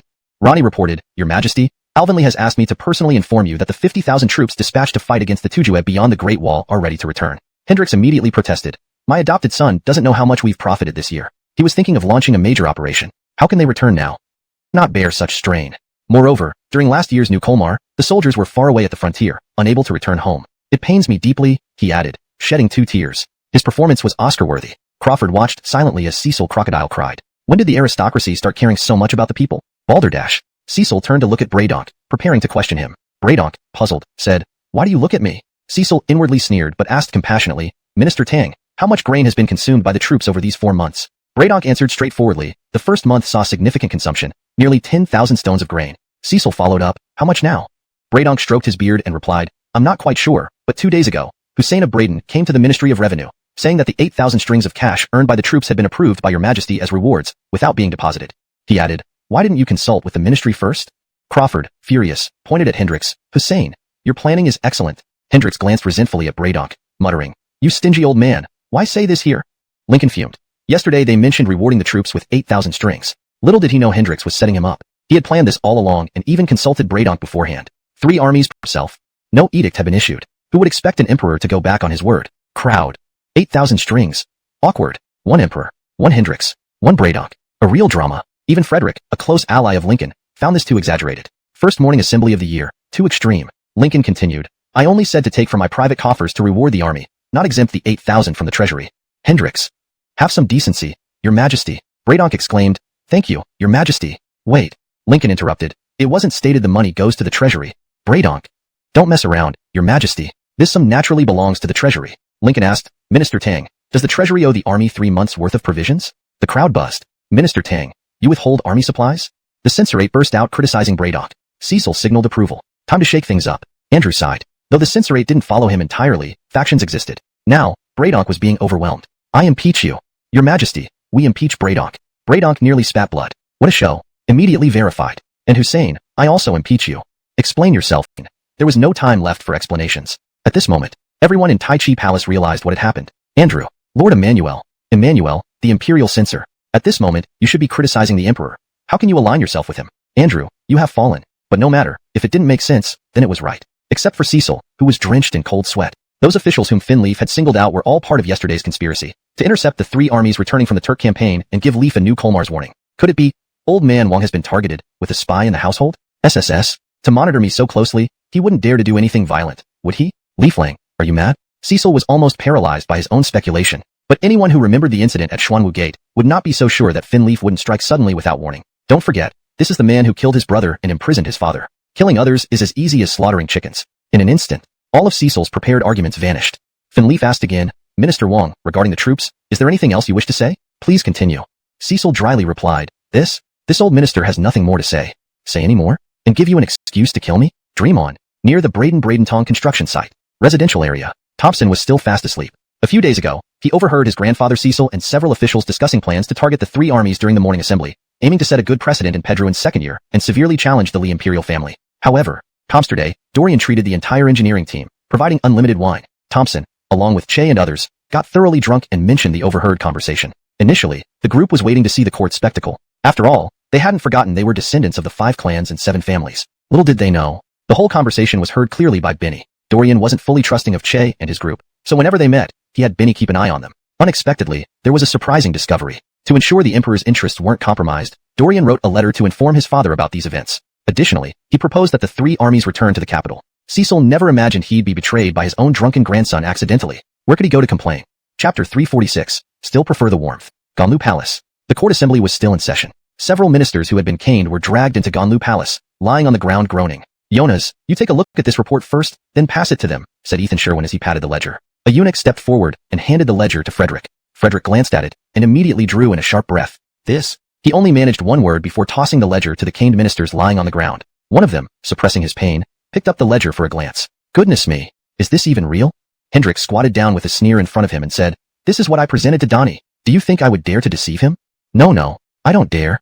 As he spoke, he passed the ledger to the next person. After all of them took turns examining it, they exchanged glances, filled with regret. This caning seemed to mark the start of Pedruin's second year, and served as an effective lesson for the others. Janiswin suddenly asked, "Bradonk, please discuss the military grain consumption." Bradonk bowed slightly and calmly stated, "Esteemed colleagues, during the first month of the campaign, we consumed approximately 10,000 dan of grain. From the end of the first month onward, the Ministry of Revenue continued transporting grain to the army, but Lord Braden sent word that they did not need any more supplies, only asking for timely payment of their military salary." Bam! Everyone was stunned. "What? This must be a joke." Bradonk chuckled. "If my lords do not believe me, you may verify the records at the Ministry of Revenue. Any interested parties are welcome to inspect." The crowd realized Bradonk wouldn't dare lie about such matters. Otherwise, who would cover the shortage? Even selling Bradonk wouldn't suffice. Without waiting for instructions from Janiswin, Hendrik strutted around proudly, saying, You lot just can't handle proper business. Our troops are out there doing great things, and you're clueless. They exchanged glances, realizing the live bandit was at it again. Not everyone could carelessly inquire about the military's affairs unless they wished to relocate their heads elsewhere. Hendricks laughed heartily and explained, "My godson came up with an idea. Traders traveling through our lands faced considerable danger, so we decided to protect them. Our traders aren't charged anything. Western region merchants insisted on paying us commissions despite our initial refusal. They were insistent. Hard to refuse." Spit. Everyone almost spat blood. When did the live bandit become so eloquent? Western region merchants wanting to pay commissions? This beautiful story wouldn't fool anyone. The wealth of these traders required no imagination. Chang'an was already flooded with invaluable goods from the west, unaffordable to common folk except nobility. Nobles also sent traders west, returning alive with immense profits, but fearing death, many didn't go beyond the border regions. However, many civilians organized themselves to travel between China and the west. Despite the dangers along the Silk Road, they never stopped. Travelers' safety with military escorts? For a few hundred or thousand guan, compared to profits, it was a mere drop in the ocean. In an instant, those who were caned felt less wronged. Wanting to challenge Ethan Sherwin and showcase their elite status, they should have known better. Their gazes turned resentfully towards Cecil. Suddenly, Cecil pretended to be unaware, avoiding their questioning eyes. "You idiots! Stop staring at me," Janiswin cheerfully remarked. "Lord Braden manages the troops well. In the last 2 months, he hasn't used any imperial grain, relying instead on gratitude payments from Western region merchants, achieving self-sufficiency with 8,000 guan left over. Lord Braden has quite the godson." Hendrix's arrogant laughter echoed through the hall. The crowd inwardly rolled their eyes. "Performing. Keep acting. Isn't this godson of yours actually the Emperor's illegitimate child? Trying to trick us?" Janiswin looked at Cecil meaningfully. "Minister Wong, anything else you want to say?" Cecil bitterly replied, "Your servant has nothing to add." "You can speak." "I truly have nothing to add." Janiswin insisted, "You do." "Nope. You can." "Really? Nothing?" The crowd was dumbfounded. What was going on between Donnie and Minister Wong today? Others were equally confused. Why wasn't Minister Wong standing firm? Then, Janiswin announced that of the troops sent to fight the Turks, 5,000 would remain to escort traders, while the rest would return under Hendrix's leadership. Outside the frontier, Bowen sneezed suddenly. Sigh. Ever since his strategic blunder cost 3,000 soldiers' lives, Janiswin marginalized him. He couldn't even return home for New Colmar. 3 months since the expedition began, it seemed the Turk campaign was over. Soon, an imperial decree would order them back to Chang'an. Finally home. Damn it, too harsh here. Unbeknownst to Bowen, he would continue leading 5,000 men as the merchant protector general. The assembly ended. Cecil prepared to enter his carriage. Colleagues, holding their sore bottoms, limped over to question him. "Minister Wong, hold up. What happened in court today?" "Calma. Why didn't you give us the signal?" Cecil waved irritably. "What nonsense are you spouting? Speak sense." With that, he climbed into the carriage. The crowd was baffled. F***ck off. "We had plans. As the representative of the Taiyuan Wong family in Chang'an, if you lost your marbles, go home. Don't toy with others like this." Dog-like behavior. Suddenly, snow started falling and intensified. Early spring snow wasn't unusual. Cecil returned home to find deep snow nearly covering his ankles. Snow too heavy. Cold. So cold. Cecil burned coal but couldn't fend off the bone-chilling cold. As for the heating system? Nope. Didn't install it. That's Ethan Sherwin's bastard son's invention. Not sending him money willingly. Such behavior? Stupid behavior. "Master." A servant seeing Cecil motionless called out. No response. The servant feared Cecil had breathed his last due to his advanced age. Pushing gently. Thump. Cecil fell, shivering violently, stuttering. "Warm, warm, warm. Help." The servant kneeled beside him. "Master, what do you want?" "Warm. Do you feel cold?" The servant hurriedly fetched blankets. In chapter 346 warm. "The quilts are coming right away, sir." "Warm, warm. Sir, please don't speak. I'll go fetch the imperial physician immediately." "Warm." Cecil was crying and snot was streaming down. "You damn thing, what I need is a heating system." "A heating system? Go to Peach Blossom Spring and get someone to install a heating system. I can't stand it any longer. Will I freeze to death like this?" Still, warmth is better. For 3 consecutive days, Cecil was absent from the court assembly. It was rumored that because of his advanced age, he nearly met Lord Yama due to the snowstorm. Suddenly, his health took a sharp downturn overnight, and he submitted his resignation. Instantly, the entire court lamented in unison. At this moment, a young man with a sullen expression and an oddly pale complexion arrived in Chang'an. This person was none other than Sam, the second son of Cullen, the new head of the Taiyuan Wong family, Sam. In chapter 347. Note, the name Cullen and Sam are used here based on pinyin for accuracy, maintaining consistency in character names as requested. Chapter 347. Finally, some people couldn't hold back anymore. Cecil returned to his hometown to enjoy his retirement. The Wong Manor then became Sam's temporary residence. Sam, upon his arrival in Chang'an, immediately began giving orders to his subordinates. "I give you 3 days to thoroughly investigate the Gaylord. Also, find a way to obtain the seeds for sweet potatoes and potatoes." Several subordinates promptly accepted their tasks and left the manor. Upon leaving, they couldn't help but heave a sigh of relief. Ever since this second young master suffered a life-altering injury, his temperament had changed drastically. He was now gloomy and terrifying, almost like one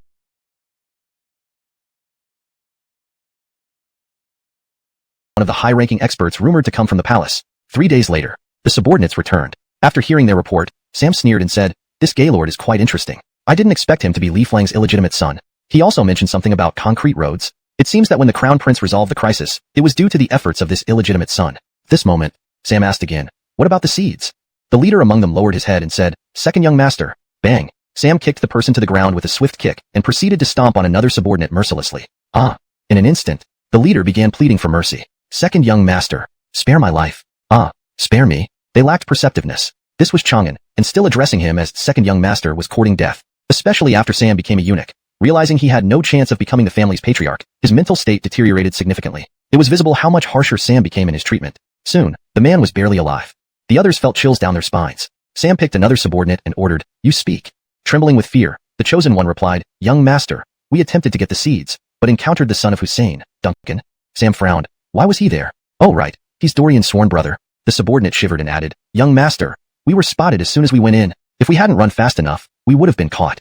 Worthless. With a swift slash, a cold flash emerged, and the man fell clutching his neck. Sam wiped his dagger on his clothes. The last subordinate was so frightened that he collapsed on the ground. Young master, spare me. Sam scoffed and ordered, I will spare your life. Go tell the old man that you all are incompetent, and have him send over some loyalists. Thank you, young master. Thank you. The last subordinate, unexpectedly spared, scrambled to his feet and fled without delay. Sam called out, get someone to set fire to those greenhouses. Starting his tenure in Chang'an, taking action against Li Flang's illegitimate son would be a fitting beginning. From now on, he planned to challenge his superior as the acting lord here. Peach Blossom Land. Inside the plastic greenhouse, Duncan was patrolling. Patty suddenly found him. Brother-in-law. Oops, Braden girl, hello? Caught off guard, Duncan slapped himself and corrected his greeting. Patty asked, I heard some strangers have come to our village. Duncan casually responded, rest assured, Braden girl, while I'm here, any who dare enter won't live long. Patty then inquired further, tell me honestly, why did Oral make you plant so many sweet potatoes and potatoes? Duncan naively replied, of course it's to. Don't tell me it's just for preparing the seeds. Hearing this, Duncan immediately stopped speaking. Patty continued her analysis, little nobleman, these strangers must not be simple folk. For so long, no stranger has visited us. Their sudden appearance suggests ulterior motives. Duncan hesitated, remembering his brother's warning. These items were crucial for saving lives. Failure could lead to irreversible consequences. Nightfall arrived. The last remnants of winter snow had melted, but thanks to the concrete roads, there wasn't a trace of mud. In the darkness, a group approached Peach Blossom Land. Their leader was Clarence, recently released from prison for theft. Behind him were his fellow rogues who had engaged in numerous crimes. Beside Clarence stood Sam's bodyguard, Eben. Eben coldly instructed, the greenhouses are at the back of the mountain. Follow me and burn each one. Once the job is done, I'll pay you the remaining 100 strings of cash. All eyes gleamed red at the thought of the money. Completing this job would mean earning 500 strings of cash, a huge payoff. Especially Clarence, who noticed Eben wasn't ordinary, realized their benefactor was incredibly wealthy. Successful completion of this task meant future opportunities. It was a steady source of income. Thus, Eben led the charge, followed closely by Clarence. Others carried supplies, trailing behind. Soon, the greenhouses came into view. Eben pointed and commanded, burn them all. Clarence whispered, everyone, move quickly and start working. He took the lead, dousing a water sack with black petroleum, a highly flammable substance he'd encountered by chance. Once ignited, pouring water would only make the fire grow larger. Others scattered to their targets. Suddenly, an ear-splitting sound broke through the night. It was the sound of gongs being struck. Oh no! Clarence reacted instantly, discarding the water sack and matches and running as fast as he could, choosing to cross fields instead of walking on paths. He reasoned that the more conventional route would only trap him if there were hidden guards. Running far and fast, Clarence hid in a ditch and cautiously peeked out. To his horror, the area was surrounded by countless fires, illuminating the sky, trapping everyone including Eben. His heart sank completely seeing armored warriors holding torches. Regular visitors to the dungeon recognized these soldiers, the Qian Yo guards, numbering 1,000. Escaping unscathed had indeed been divine protection. The Qian Yo guards stand ready. Anyone who resists will be killed. A general shouted loudly. Thud. Everyone except Eben, who was still looking for escape routes, was utterly terrified and lay flat on the ground. Oh my, Qian Yo guards? They're from the palace. Just setting fire to a few greenhouses led to this. What madness. We surrender. Spare our lives. It's not our doing. He gave the orders. Gentlemen, please don't draw your weapons. We'll cooperate. Within moments, the entire group was bound tightly, heads bowed. Only Eben stared in despair at the Qian Yo guards. Damn it. Am I really finished? However, Clarence's quick reflexes had allowed him to vanish. At this moment, Duncan appeared, dragging someone who he tossed at Eben's feet. Seeing this, Eben couldn't help but sneer. Run now. Ow. Clarence's head resembled a swollen pig's snout as he moaned on the ground. Duncan clapped his hands and said, brothers, you've all worked hard. Let's handle this group ourselves. There's no need to send them to the Jingzhou office. The leading general had already received orders and did not oppose Duncan's words in the slightest. Eben's heart sank. He had a bad feeling. Being left here would be far worse than being in the Jingzhou prison. I sure have terrible luck. A familiar figure appeared before Duncan, yawning widely. Finally, some people couldn't hold back anymore. Brother. Chapter 348. This young Tilly is no longer pure. Silence surrounded the area. Eben was blindfolded and tied to a pillar. The only sounds he could hear were Dorian's incessant mutterings. I hate trouble the most. So, rest assured, I won't ask who you are. Or who sent you. Because you wouldn't tell? Eben sneered inwardly. As a loyal servant of the Wang clan from Taiyuan, he had seen countless situations. Death was but a trivial matter. I like fulfilling people's last wishes. You must want to be a hero, choosing death over betraying your master. I admire people like you the most. Eben smiled disdainfully. Even if he lost his head, it would only leave a bowl-sized scar. Suddenly, a cool sensation spread across his wrist, followed by a slight pain. A cut on the wrist? Huh. Being left with a whole body is certainly best. Oh my. Just see how much blood a hero can lose. So, I'm going to conduct an experiment. I wonder if this wooden basin will suffice. Eben's heart sank. What kind of madman is this? Then, slap, slap, slap. The blood from his wrist dripped into the wooden basin. Well, I won't disturb you anymore. Hero, enjoy the feeling of death approaching slowly. And then it became utterly quiet. The dripping sound of blood continued without interruption. Drip, drip, drip. Eben's heart skipped a beat. He had already lost so much blood. As time passed, the sound seemed to amplify endlessly. Gradually, his limbs turned cold, and he struggled to breathe. His heart pounded with fear. Honestly, he was terrified. Is anyone there? No one answered him. If you want to kill me, just do it quickly. He roared out loud. However, besides the dripping sound, no one responded. Wah! He cried uncontrollably. His soul trembled. Come on, talk to me. I beg you. Anyone, please come here. I'll confess everything. In less than the duration of a single incense stick, Eben shuddered and lost control of his bladder and bowels. How smelly. You were tough just now, and now you've lost control? Unbelievable.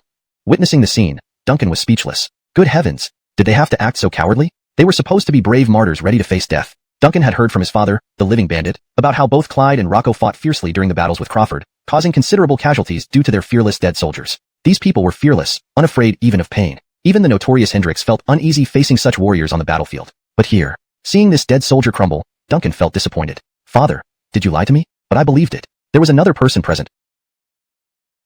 Patty. She stubbornly refused to leave, wanting to witness Dorian's civilized interrogation method. At first, she thought it was simple. But now, watching closely, it was terrifying. Dorian prepared a wooden basin, a funnel filled with water, and made a small cut on the dead soldier's wrist. Then, as the blood started to coagulate, he removed the stopper from the funnel. Drip, drip. It wasn't blood but water dripping. Comped. The man's face turned pale, and he struggled to breathe as if he were losing too much blood. Patty watched in horror. Her face turned white, staring at Dorian in shock. Devil. Dorian noticed her gaze, but dismissed it casually. Rare sights breed strange wonders. It's just the beginning. Pepper oil, tiger bench, soaked paper slapped on the face. That would be more exciting. Then, Dorian walked over and removed the blindfold from Eben's eyes. Seeing the wooden basin and funnel, he realized his wrist had stopped bleeding.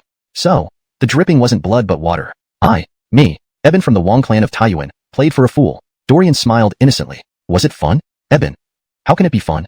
Why don't you try? Dorian said again. See, I was playing with you. Angry now? Eben gritted his teeth. Although silent, his expression spoke volumes. Duncan was dumbfounded. Patty wanted to slap Dorian. You're asking questions now? Get to the main plot first. Revealing the trick ruins the chance for him to spill the beans. Not only is this prince a freak, but he's also delirious. Dorian took out a sheet of paper, measuring it against Eben's face. This size fits well. Eben swallowed hard. Though just paper, a sense of extreme danger lingered. Dorian calmly said, I'll place this paper on your face. Then spray some water on it. Guess whether the paper will break? Eben.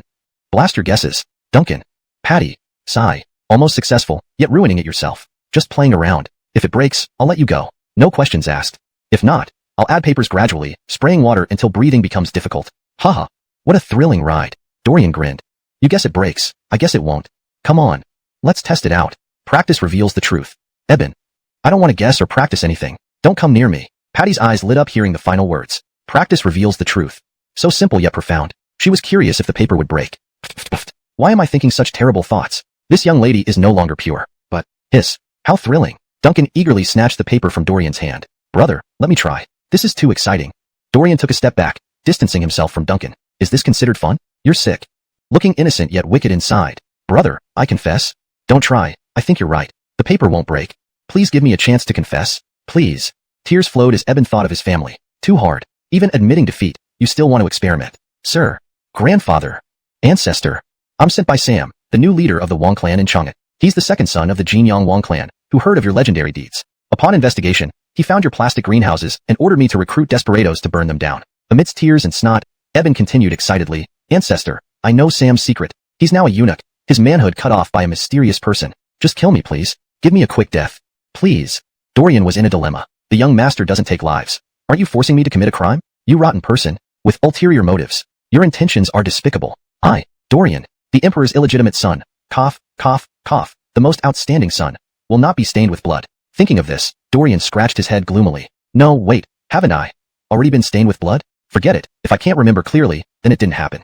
Chapter 349. I am not a murderer. The Wong Mansion. Cecil was not present, but Sam had arrived. The mansion had changed significantly overnight. One night had passed, yet the assassin Eben had not returned. Go and find out why Eben hasn't come back. A servant named Alpha quickly took the order and left to investigate. Not long after, Alpha returned, hesitating to speak. Sam asked, "What's the situation?" "He hasn't returned. Is there any new news in Chang'an?" No. Sam's face darkened. Alpha, terrified, fell to his knees, trembling as he said, "My lord, truly there is none. Damn it. They say serving the emperor is like living with a tiger. Even a half-eunuch, cough, lives in constant fear. After all, this was not a real eunuch, but a spoiled second-generation heir who lost his manhood. Now, his mind was particularly twisted, sending shivers down people's spines. Sam felt an ominous premonition and asked again, "Has anyone mentioned a fire anywhere?" "My lord, I haven't heard of any." "Get out, merchants. Whatever price First Under Heaven building charges for their ergo we charge the same for our grape wine." Stunned, Alpha didn't dare question and quickly rolled out. After walking far enough, Alpha spat and cursed. "What a big fool came here, still called second young master. Just arrived and started causing trouble. Hope the patriarch breaks your dog legs." Within 3 days, a new tavern opened in Chang'an named Truly First Under Heaven Building. It sold only wine at the same price as First Under Heaven Building, but exclusively grape wine from the western region. Almost overnight, Truly First Under Heaven Building became a sensation in Chang'an. Tao Hollison, Finleaf arrived late. 4 days ago, his son had borrowed 1,000 oxen guards through Andrew. Finleaf was generous and ordered the oxen guards to stay in Tao Hollison to protect Dorian. That night, the oxen guards didn't leave but set up tents outside. Today, Finleaf entered Tao Hollison and saw the tents. Behind them was a bustling construction site. Curious, he walked over. Wow, these were all oxen guards building foundations. Leaf was puzzled. "What are they doing?" "I asked you to protect my son, but you're doing this?" Oxen guard leader Jerry loudly instructed. "Work hard. The young master sees us exposed to wind and rain, so he's building us houses." Leaf naturally approved of any action against the 5 surnames and 7 noble clans, especially since it was his son doing it. Dorian covered the paper. Leaf stretched his neck, trying to peek but saw nothing. He complained, "Son, show me your new work, let me preview it. I gave you 1,000 oxen guards yesterday, and I quashed the impeachment against your book. Show some appreciation." "Do you think the Tang Dynasty punishes speech?" Dorian retorted. "Leaf, I just wanted credit. Can't you thank your old father?" "Forget it." Leaf's expression suddenly turned cold. "Who tried to burn down your greenhouse a few nights ago? Why tell you? Can you cut off all their heads?" "If anyone dares harm my son, I will cut off all their heads without hesitation," Leaf threatened. They were from the Taiyuan Wong clan. Cough. "I am not a murderer," Leaf admitted awkwardly. Sam shot him a disdainful look, as if saying, "You bragged too much. Now look." Translation complete. Chapter 350. Even I don't have a web, what net am I going to collect? Finleaf said in an aggrieved voice. "Son, do you think I don't want to cut off their heads? They are the Taiyuan Wong clan. It's not that easy to deal with them. But rest assured, I will remember this. One day, I will make sure they pay the price." Dorian waved his sleeve and said, "No need. I prefer to handle things myself, living self-sufficiently, handling things himself and living self." However, Leaf's current reaction moved Dorian. Dorian asked skeptically, "Father, do you really mean that? Don't you trust me?" Leaf's face immediately turned dark. "What kind of son is this? Is he fake?" Dorian cautiously asked again, "Father, tell me honestly, do you have any plans?"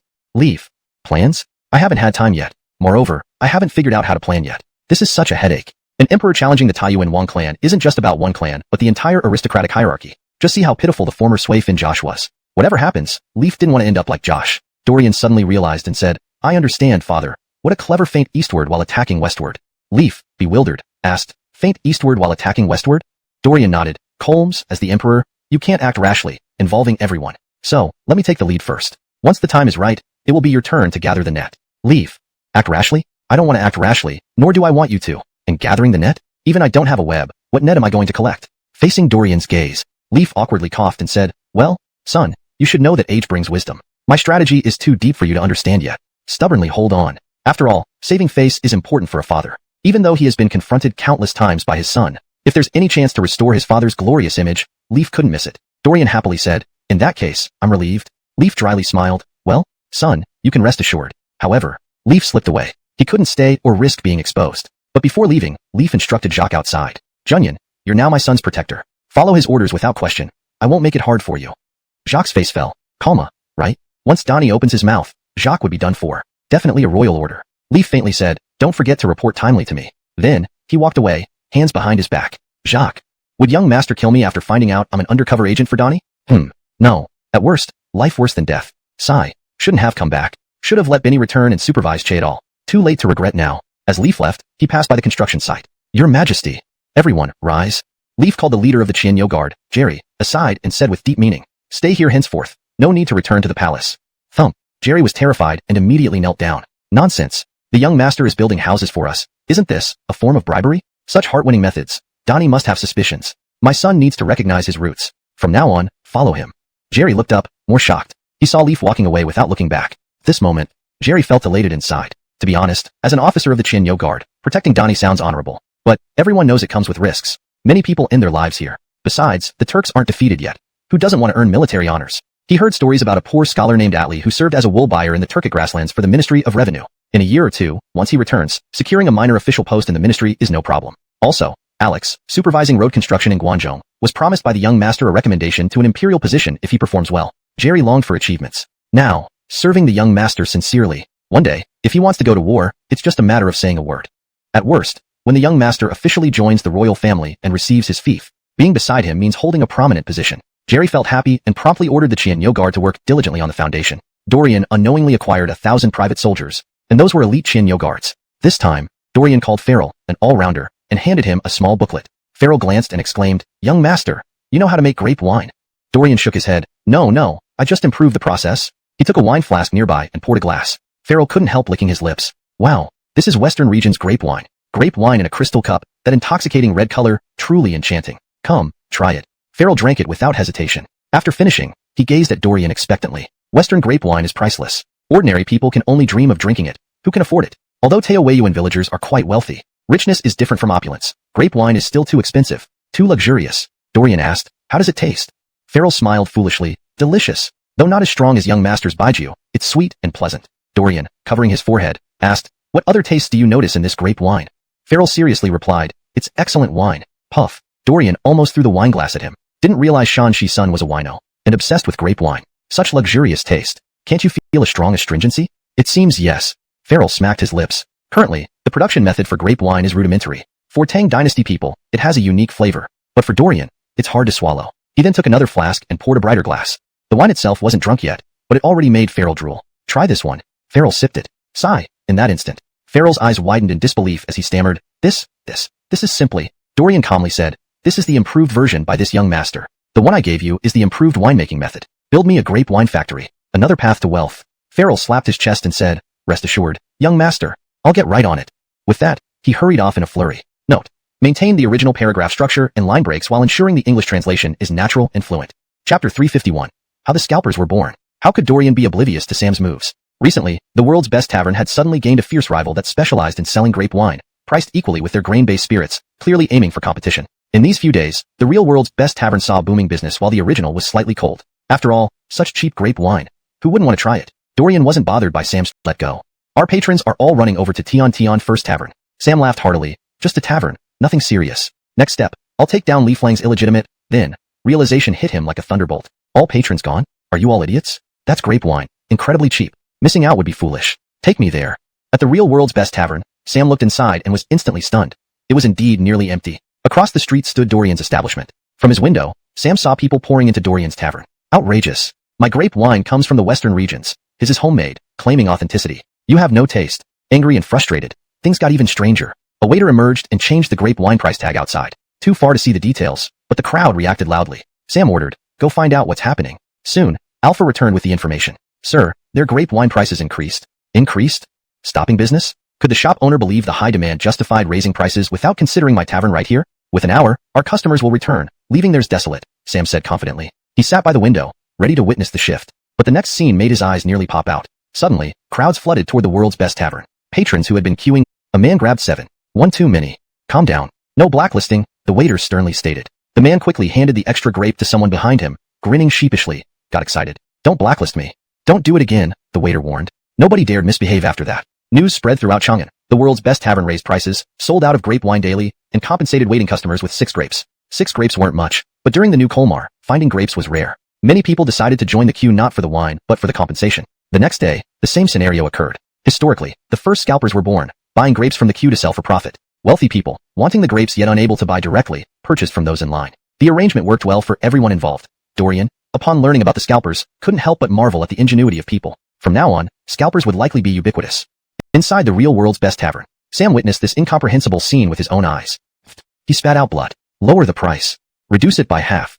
Given the previous context, it seems like Sam is reacting to the situation where Dorian's tavern thrived despite raising prices and even compensating customers with grapes, leading to the emergence of scalpers. His decision to lower prices shows a desperate attempt to regain customers. to maintain coherence and style as requested. Dorian, after learning about the scalpers, had no choice but to admire the boundless ingenuity of humanity. From now on, scalpers would likely be found everywhere. Inside the real world's best tavern, Sam watched this unfathomable scene unfold right before his eyes.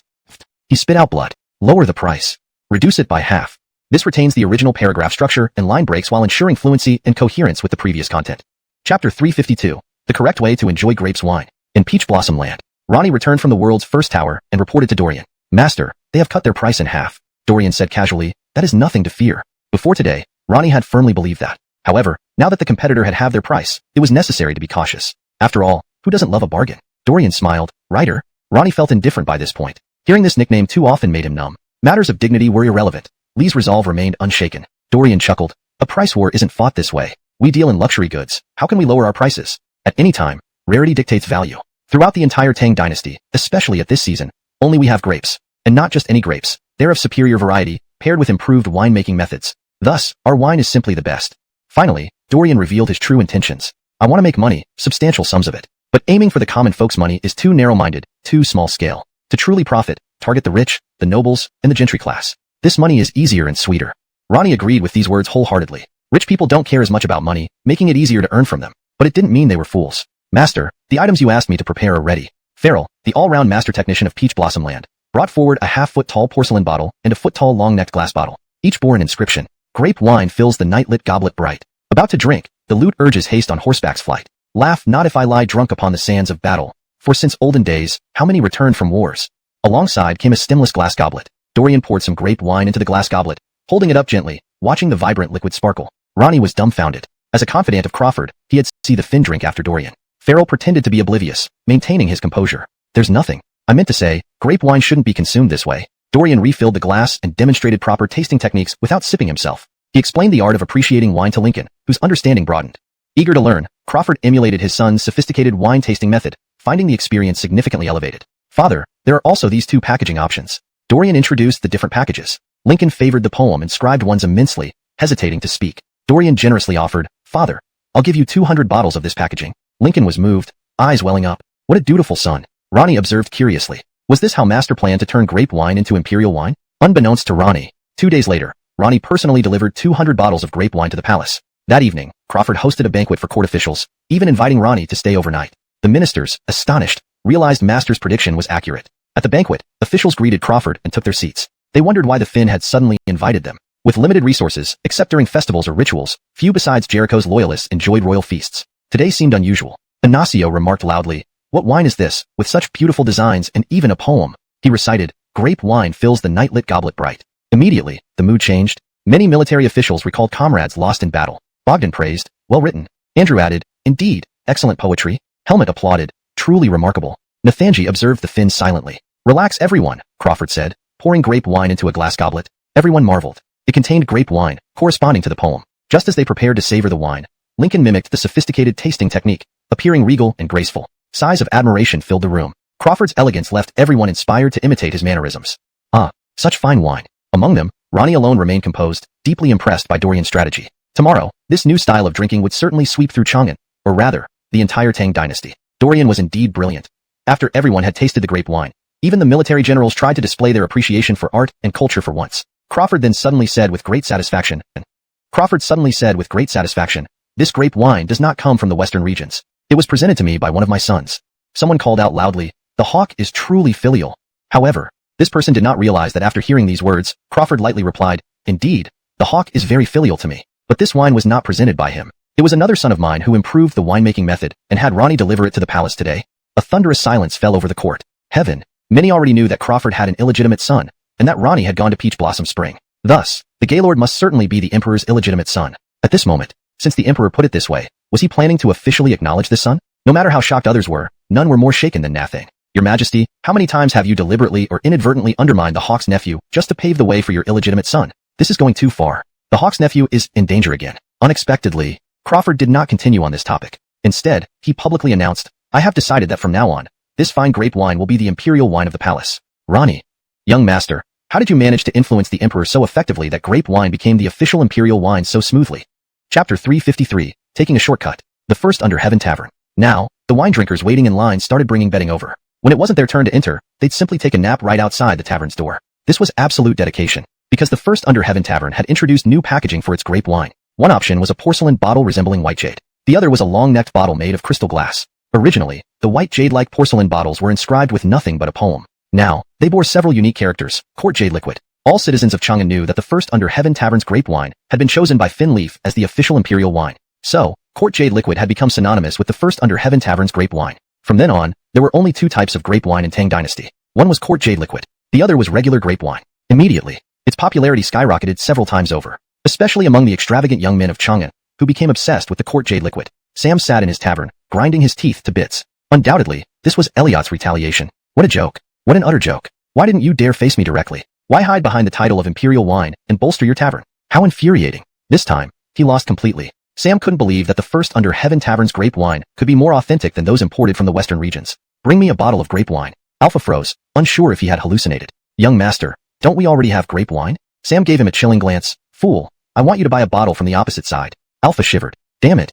Who knew what this madman was thinking? Without delay, Alpha bolted off. However, the first Under Heaven Tavern was doing brisk business, and getting a spot in line to buy Court Jade Liquid was incredibly difficult. At that moment, a man holding a bottle of Court Jade Liquid walked past, making people around him envious and disgusted. Suddenly inspired, Alpha followed him. The man turned a corner and vanished. Alpha chased after but saw no sign of him, inwardly cursing. Oh no, if he couldn't get a bottle now, wouldn't he be killed by his mad young master? Suddenly, great, you're stalking me. What do you want? Alpha turned to see the man wielding a wooden stick, glaring at him furiously. Younger brother, I finally caught up with you. What, do you want to rob me? The man sneered coldly. With your skinny arms and legs, do you think I can't beat you to death and claim self-defense in court?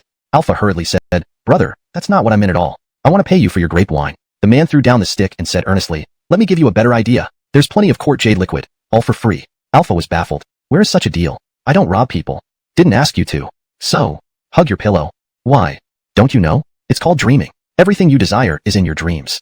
After saying that, the man walked away. Struck like lightning, Alpha suffered considerable internal damage, but rushed after him anyway. Brother, I'll offer 30 cash. The man ignored him. 100 cash. The man hesitated slightly but kept walking. 200 cash. As soon as he said it, Alpha regretted it. For heaven's sake. Losing too much money. Clearly worth 10 cash. He had spent 20 times the price. 200 cash could buy a nice courtyard.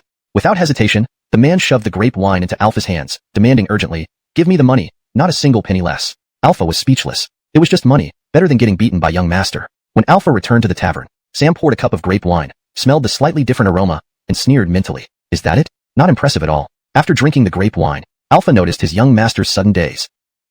Upon hearing the news, Sam was not enraged. Alpha was relieved. When he found out that the transferred tavern was bought by the first Under Heaven Tavern for selling Court Jade Liquid, he almost died from shock. Originally, he was ready to be beaten to death by young master. But unexpectedly, Sam casually remarked, since our wine can't match theirs, let's stop competing. However, I heard about a strangely named supermall in Chang'an that's very successful. Do this for me? Establish a Wang family business following the exact specifications. He's just an emperor's illegitimate son. Can he afford to compete with our Taiyuan Wang family? At that moment, Sam made up his mind. Don't rush into competition. As long as Elliot's business isn't a technological monopoly, Taiyuan Wang family will join in. Next, wear him out with low-priced goods. Peach Blossom Spring. Andrew and others visited. Unable to resist the allure of Court Jade Liquid, Andrew couldn't stay away any longer despite holding back for days. After the banquet, the entire court officials couldn't sleep at night after tasting Court Jade Liquid. To highlight the prestige of Court Jade Liquid, Fin Leaf issued an edict stating it would only be served during important imperial banquets. In this era, few things could satisfy one's palate. Due to scarcity, even aristocrats compared to future generations were naive in terms of culinary experience.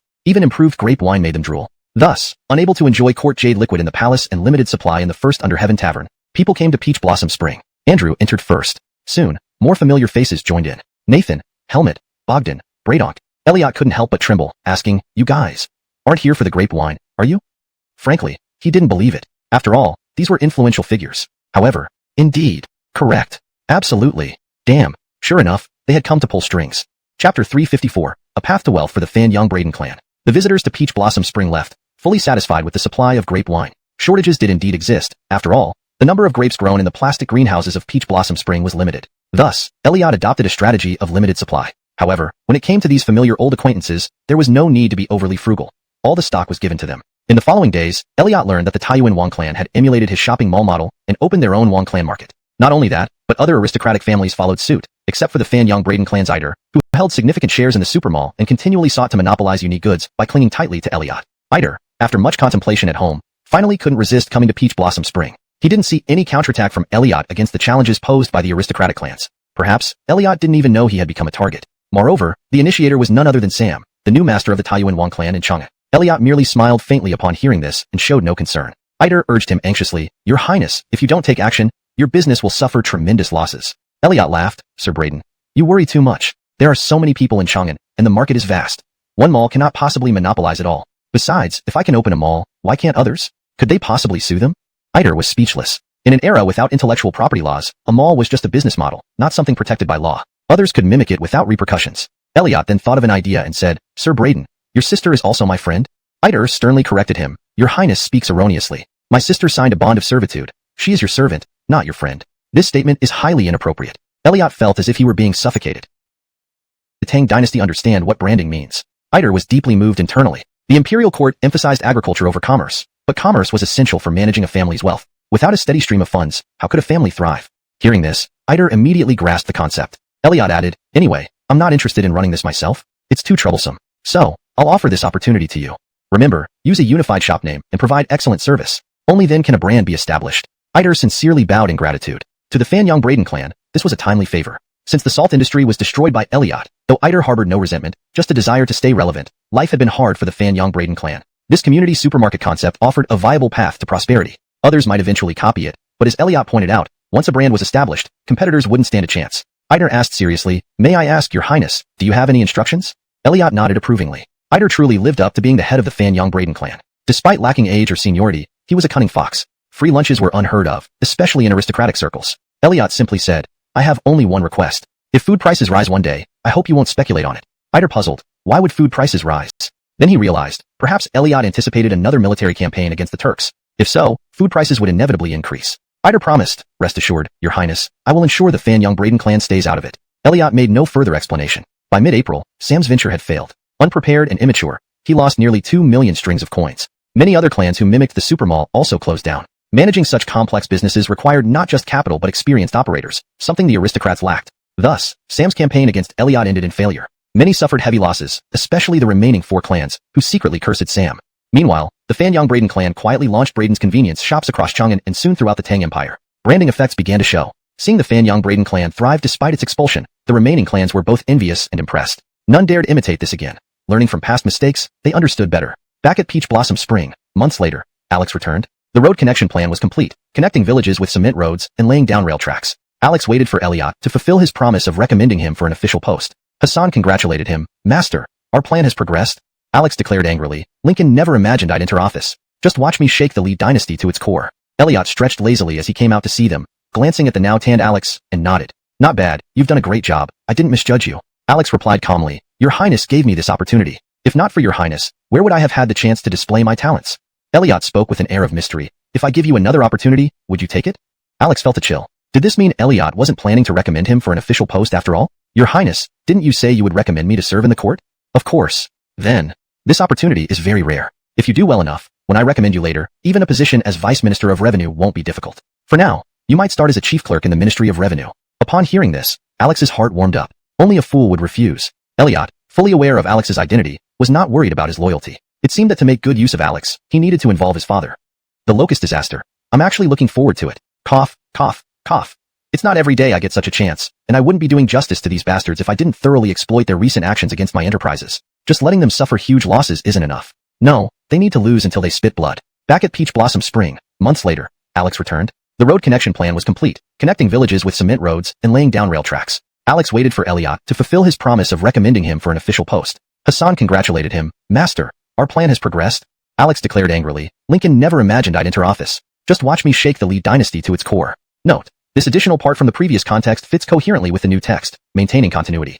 Chapter 355, Could it be that my acting isn't up to par? Chang'an. Somewhere. Leaf led a group of Qianyo guards here, walking on the cement road to inspect the construction of the railway system. By his side stood Lenore. On the other side was Alex. Behind them were Ronnie and Benny. If not for these two men being present, even though Alex had already infiltrated the court to undermine the Li dynasty's reign, he couldn't help but feel an overwhelming urge. To kill Leaf. To avenge his father. To avenge the great Sui Empire. But due to Ronnie and Benny's presence, Alex could only grit his teeth and hold back. As one of the overseers responsible for the cement roads in the Guanlong region, Lenore attributed all achievements to him. Today, Finn Leaf came to inspect, with Alex accompanying by his side after being thoroughly searched. There was no way he could carry a dagger, not even a needle was left on him. In front of Ronnie and Benny, must be clear. This statement made Alex nearly bleed internally. Ruler of the nation? Originally, This world belonged to my Yang clan. You thief of a country. Lenore shook his head and said, clear rewards and punishments are matters of the court, but if you snatch people away from me, I won't have anyone to use. Leaf sneered, saying, anyway, I'm also your father. Are you still trying to play mind games with me? Che and others are from the 5 clans and 7 families. Now 4 clans and 6 families. No matter what, they have talents entering the National University. I've heard that you assigned them to supervise road construction and train them quite well recently. Wouldn't you have enough people? Indeed. Lenore had many strategies, especially when he promised Che and others that if the road construction went well, he would return their indenture contracts. Honestly, most of them disregarded infrastructure knowledge, except for Galen and Amius. But for the road sections they were responsible for to meet standards, they had to study hard despite their reluctance. Indeed, without these few helpers, Alex admitted that it would be beyond his capabilities. Forget finishing the main roads in the Guanlong region in such a short time. Even giving him 3 more months wouldn't do it. Hearing this, Lenore cast a wicked glance at Ronnie. Ronnie? How unjust for Ronnie. This time, I really didn't mention this to Donnie. Che's affair had caused a stir in Chang'an, and hardly anyone was unaware of it. Lenore sighed. Don't bring it up. These few learned infrastructure skills from me. Now that the roads are almost finished, they're asking me when they can go back. When the time comes, your son won't have anyone left to use. Leaf dismissed it, saying, no problem. I believe with your abilities, training new disciples should be a breeze. Lenore rolled his eyes. Give me a break. Just look at Dev and Hubert, these useless apprentices. They knew nothing about overseeing infrastructure projects and couldn't learn anything properly. As a master, teaching them was exhausting. Eventually, he gave up. Leaf then added, laughing, son, don't ruin someone's future for your selfish reasons. Alex responded, Oral has saved me, so I will follow Oral's orders. Leaf. Lenore snickered. Disappointed, aren't you? Leaf. Enough jokes. Speak seriously. Lenore then said, it's indeed a pity for Alex to stay here. However, I can't release him now, maybe after a few more months. Curious, Leaf asked, why a few more months? Lenore blurted out, because I need to trap someone, and this task is handed over to Brother Yang. Alex was dumbfounded, unsure whether to laugh or cry. Damn, destroy my reputation? Leaf then asked, who do you want to trap? The aristocratic families. You're serious? How can this be a joke? Leaf became incredibly serious, saying, son, you can be mischievous in other aspects, and whatever happens, I'll take responsibility. But you shouldn't unnecessarily provoke the aristocratic families. Lenore retorted, they're just aristocratic families. If I can't deal with them, how could you as an emperor? Leaf turned dark, replying, do you think I'm omnipotent? These powerful aristocrats, especially the 5 clans and 7 families, are deeply rooted. Not just you, or even past emperors dare easily offend them. Father, haven't you always been suppressing the aristocratic families? Have you seen any significant results?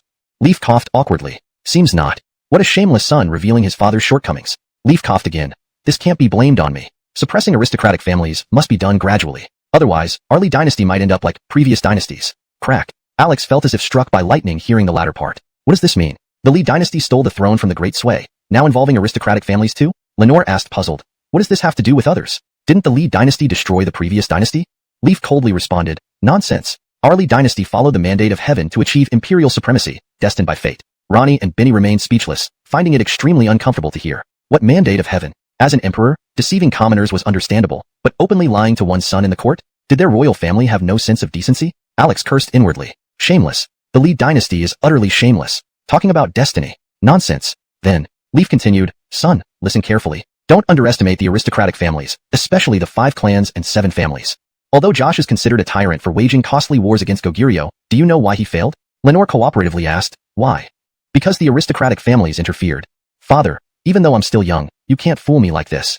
Haha, too many people in the world think like you. Initially, Josh aimed for reform, but his actions harmed the interests of the aristocratic families.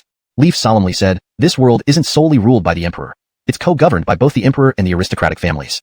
So, throughout the dynasties, if an emperor cannot suppress the aristocratic families, it signifies a decline in imperial authority. It might even lead to being completely sidelined or regime change. In past years, Josh aimed to challenge these aristocratic families, unwilling to be controlled by them. But, matters of this world aren't decided solely by the emperor. The aristocratic families manipulate public opinion and control the narrative. No matter what they do, any blame ends up on the emperor. Josh's campaign against Goguryeo was driven by grand ambitions. Territorial expansion would have earned him immense popularity among the people. Therefore, the aristocratic families had to ensure his failure. Whether conscripting laborers or supplying grain, every aspect could be undermined, sabotaged at every turn. Lenore dumbly asked, but what benefit did the resulting chaos serve them? Leaf, radiating a menacing aura, replied, these aristocratic families only think that if one emperor doesn't obey, they can simply replace him with another. Lenore was utterly shocked. Too terrifying. Ronnie and Benny exchanged glances. This father-son duo truly excelled at acting. If not forewarned, they would have believed it. Turning to look at Alex. Though he kept his head down, silent as a puppet, his clenched fists revealed everything. Suddenly, Leaf sighed, why am I telling you all this? Let's go back to the palace. After Leaf left, Alex suddenly said, my lord, can we dismiss the others? Ronnie fiercely shouted, what are you planning? Lenore waved his hand, saying, you may leave. Colmes, young master. Ronnie and Benny walked away but kept their eyes on the scene, always ready to protect Lenore. Lenore asked, "What do you want to say?" Abruptly, Alex let out a self-deprecating laugh and surprisingly said, "My lord, was that just now's drama intended for my eyes? Caught out? Could it be my acting wasn't up to par?" Chapter 356, Dorian regrets. Dorian was surprised. "You figured it out?" Alex felt a deep sense of defeat and bitterly said, "Your Excellency, let's be frank with each other. You're smart, and so am I, but unfortunately, I'm not as smart as you. You had already seen through my identity long ago and deliberately made those statements today to provoke me into considering the noble families as enemies." Before Dorian could respond, Alex raised his head to the sky and said angrily, "I was too arrogant. Considering your Excellency's vast business ventures, it's clear that you're an exceptionally intelligent person. My every move has been within your control. With your intelligence, you likely not only saw through me but also intentionally led me to reveal myself. Isn't that right?" Dorian, stunned. "No, really. If I say this, will you believe me? Getting you to expose yourself, this young master never expected such overthinking from you. Indeed, the common flaw of smart people is that they tend to overthink." Alex said dejectedly, "What's frustrating is that even though I knew your purpose, I still realized everything suddenly and even felt somewhat grateful to your Excellency. Your Excellency's performance enlightened me. It made me realize that our royal Yang clan, after the fall of our nation, has always aimed to overthrow the Li dynasty. But in the end, we didn't see who our real enemies were." Dorian gaped, speechless. Didn't this change happen a bit too quickly?" Alex, both angry and embarrassed, asked, "Your Excellency, are you mocking my stupidity?" Dorian, It's too complicated to explain. You're overthinking way too much." Plop. Suddenly, Alex knelt before Dorian. Dorian clenched his teeth in pain. Heavens, that was so loud. Did his knees break? Dorian asked, "Is your knee okay?" Alex replied, "Your Excellency, my identity has been exposed, and as a remnant of the previous dynasty, death means nothing to me." Dorian, who said anything about killing you? If I really wanted to kill you, wouldn't it be redundant to drag my father into this charade? Me, Dorian, a perpetual county lord, far too clever to do something foolish. Alex knocked his head loudly on the ground. Thud. Dorian. So, they must be trained and given time to grow, which would take your Excellency a lot of time. Dorian laughed. So, you mean that because you know the noble families well, using you would save me a lot of time? Colmes, you are a remnant of the former dynasty, and you admit you deserve death. Your Excellency, therefore, I humbly request a chance. Although I don't know why you acquired so much grain last year at high prices, I can tell that your Excellency has a plan. Dorian denied. I indeed have plans, but they may not be related to the noble families. Alex's expression changed, and his energy drained away, collapsing on the ground. He was prepared to suggest that if he succeeded, he could be killed immediately, and he would die without regrets. After all, once his identity was exposed, death was inevitable. However, if he could strike a blow against the noble families before dying, he would do anything. Dorian sighed. Do you really think you're doomed to die? Alex lost hope and looked lifeless, saying, Isn't the Moses just trying to wipe us out completely? Dorian sternly corrected, You're wrong. Alex was shocked. I'm wrong. And utterly wrong. Let me explain first. Then, Dorian asked, Are you Finn Josh's son? Alex replied, I am my father's youngest son. Who killed your father? Alex's face contorted with rage at these words. Dorian coldly clarified, Josh wasn't killed by Moses, but by Halaswanhwaji. The noble families were all accomplices. Of course, Wheelie admitted rebellion then, but many other lords also rebelled. We Moses are one of the causes of your former dynasty's downfall, but not the main cause. Let me ask, if you were Moses, would you have rebelled? Alex had no words. In times of chaos, rebellion was forced upon everyone. During the fall of Sway, how could Moses alone have protected the Sway Empire? Who wouldn't want to own this beautiful land? Dorian patted Alex's shoulder and said, I have no interest in killing you. Neither does my father. Otherwise, you wouldn't be standing here today. As a matter of fact, my elder brother and you are... Thump. Internal injury. Dorian regretted mentioning this. Finn Amadeo was Josh's cousin, Alex was Josh's son, so he would call Leaf cousin. But Dorian is Leaf's son, so technically, he should call Alex uncle. Oh grass. Alex returned to his residence, dazed. Hassan rushed forward, asking, Young master, did you meet Leaflang today? Alex nodded. Hassan angrily said, We shouldn't be so patient. We should kill Leaflang first, causing chaos in the Moses, and then seize the opportunity to rise up. Alex asked, Who killed my father? Hassan twisted his face. Halaswanhwaji, that dog? Alex then asked, Who was the biggest enemy of our great Sway? Before Hassan could answer, Alex summarized the conversation between Leaflang and Dorian today for Hassan. Hassan was stunned. Immediately, Hassan raged, Then we should further disrupt the world. When young master gains power, we'll behead all of them. Alex bleakly replied, If it were that easy to eliminate the noble families, why did my father fail? Hassan froze. Although he was once a palace guard, being around the emperor long enough, he wasn't a fool. The struggle between Josh and the noble families was clear to him. Alex gritted his teeth. If Leaflang truly spares me, I might use his hands to annihilate the noble families. Hassan was startled. Young master, gone mad? Wishing to cooperate with Leaflang. If Leaflang found out, at that moment, Alex added, Our identity is exposed. Hassan. He was dumbfounded. This happened too abruptly. Chapter 357, Killing Two Birds with One Stone. The Great Tang Daily had just issued a new edition. This issue of the newspaper drew widespread attention, because it was related to the rail transit. The rail transit in the Guangzhou region region had been completed, and today was the day of its operation. Finkyle himself led all the officials of the court in a grand manner to one of the entrances of the rail transit near Taoyuan in Chang'an City. Preparations for the ribbon-cutting ceremony were already made, waiting only for Finkyle's arrival. Finkyle had already experienced a ribbon-cutting event last year during the opening night of the Mega Mall. However, there was no presence of the retired emperor today. Today was Finkyle's stage alone. Dorian was baffled when he heard this news. The ribbon-cutting indeed happened. Firstly, he did not participate. Secondly, they did not even invite the emperor, let alone the entire court officials. Such a grand scene was mind-blowing. Dorian also guessed the emperor's intentions. He was using every opportunity to build momentum for him, just waiting for the day he would acknowledge his ancestral roots. Forget it, let it be. Acknowledging his ancestral roots? Not happening in these 2 years. A locust plague was about to hit, and it would ravage the Guangzhou region until the 4th year of the Pedruan era. What would be the consequences? By then, all would blame the Li imperial family. If he acknowledged his ancestral roots afterward, wouldn't he invite criticism? Although the great Tang Daily could sway public opinion, it wasn't all-powerful. Especially for the ancients, any disaster or calamity must have some evil spirit behind it. If there were no evil spirits, it would mean the emperor lacked virtue. This heavy black pot would have to be borne by the emperor. Not to mention, the 5 surnames and 7 distinguished clans, now 4 surnames and 6 distinguished clans, would certainly spread rumors and force Finkyle into admitting guilt. The Land Dragon uprising in Hadong Dao failed to make Finkyle issue a self-reproach edict, but this time it might be different. The ribbon-cutting ceremony concluded. On that day, the rail transit started operating, and there was demand for rail cars, which came from various places and ultimately stopped at the same place. Yang Mansion. It was rumored that this courtyard was built just this month, and especially notable was the large number of granaries inside. No one knew the owner of Yang Mansion, who was reportedly a wealthy businessman returned from the frontier. For several days, the rail transit carriages operated non-stop day and night. Finally, one day, a burlap sack broke open, spilling out grain on the ground. In an instant, almost overnight, the entire city of Chang'an knew that what Yang Mansion transported day and night was indeed grain. Meanwhile, Yang's grain shop opened branches all over Chang'an, spreading rapidly across the Guangzhou region centered around Chang'an. Immediately, the aristocratic families were shocked. This area's grain merchants were all involved with these noble families. After all, food is paramount to the people. The grain business, while not highly profitable, was very stable. Suddenly having a fierce competitor arise was impossible to ignore. Led by Sam, the 4 surnames and 6 distinguished clans met again. Sam asked calmly, "What do you think?" People expressed their opinions, creating a chaotic scene. This person is rather bold. Exactly, how can you run a grain business like this? The Guangzhou region isn't that big. Why not diversify? Don't worry, we will only lose a bit in the grain market. This person can't sustain it for long.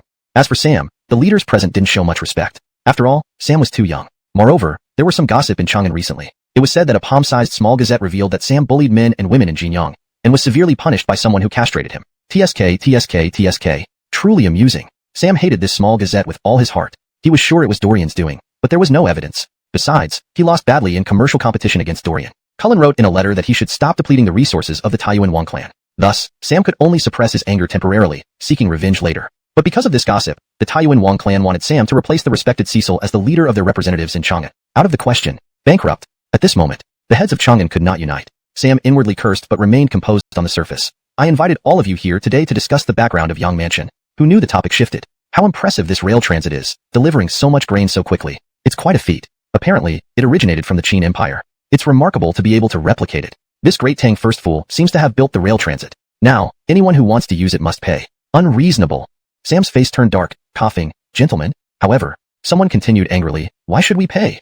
You're unreasonable. The rail transit was built by this great Tang First Fool. Allowing free passage on cement roads is already generous. Do you want free use of the rail transit too? To be honest, the cost of using the rail transit isn't high. It's indeed cheap for transporting goods. So, I'll try it. Even though it costs money, it saves a lot of manpower, materials, and time, ultimately saving resources. This great Tang First Fool. Let me stop you there. For such a young talent, calling him the Lord of Wanyan County isn't excessive. His contributions aren't limited to rail transit, eradicating plagues, improving the curve plow, and allegedly developing new grains. Although a yield of 30 shur per mu sounds implausible. Sam. You. Mr. Wang will remember this humiliation. Humph. Ultimately, Sam couldn't hold back. It too hard? Dorian asked. How about you then? Selena's face paled. I can't handle managing so many people. Then the perfume and soap are under your charge. Soap is straightforward, but for the perfume, supervise the women's workshop closely to ensure quality. The women's workshop currently handled soap production and was refining the process of brewing perfume. Back then, Dorian had tricked Braydong's niece into mistaking the perfume for fruit wine and drinking it, which later caused a fever that almost cost her life. Therefore, Dorian did not dare to be careless with the brewing process of this perfume and decided he must improve it further. Next, Dorian personally approached Duncan and instructed him to harvest all the sweet potatoes and potatoes grown in the greenhouses last year, and then sow them again. Moreover, his requirement was that they must still be grown in greenhouses. Duncan was stunned and said, Brother, are you out of your mind? This is the perfect season. Why do you still need greenhouses? Chapter 358. Summon the Royal Physician. Ministry of Revenue.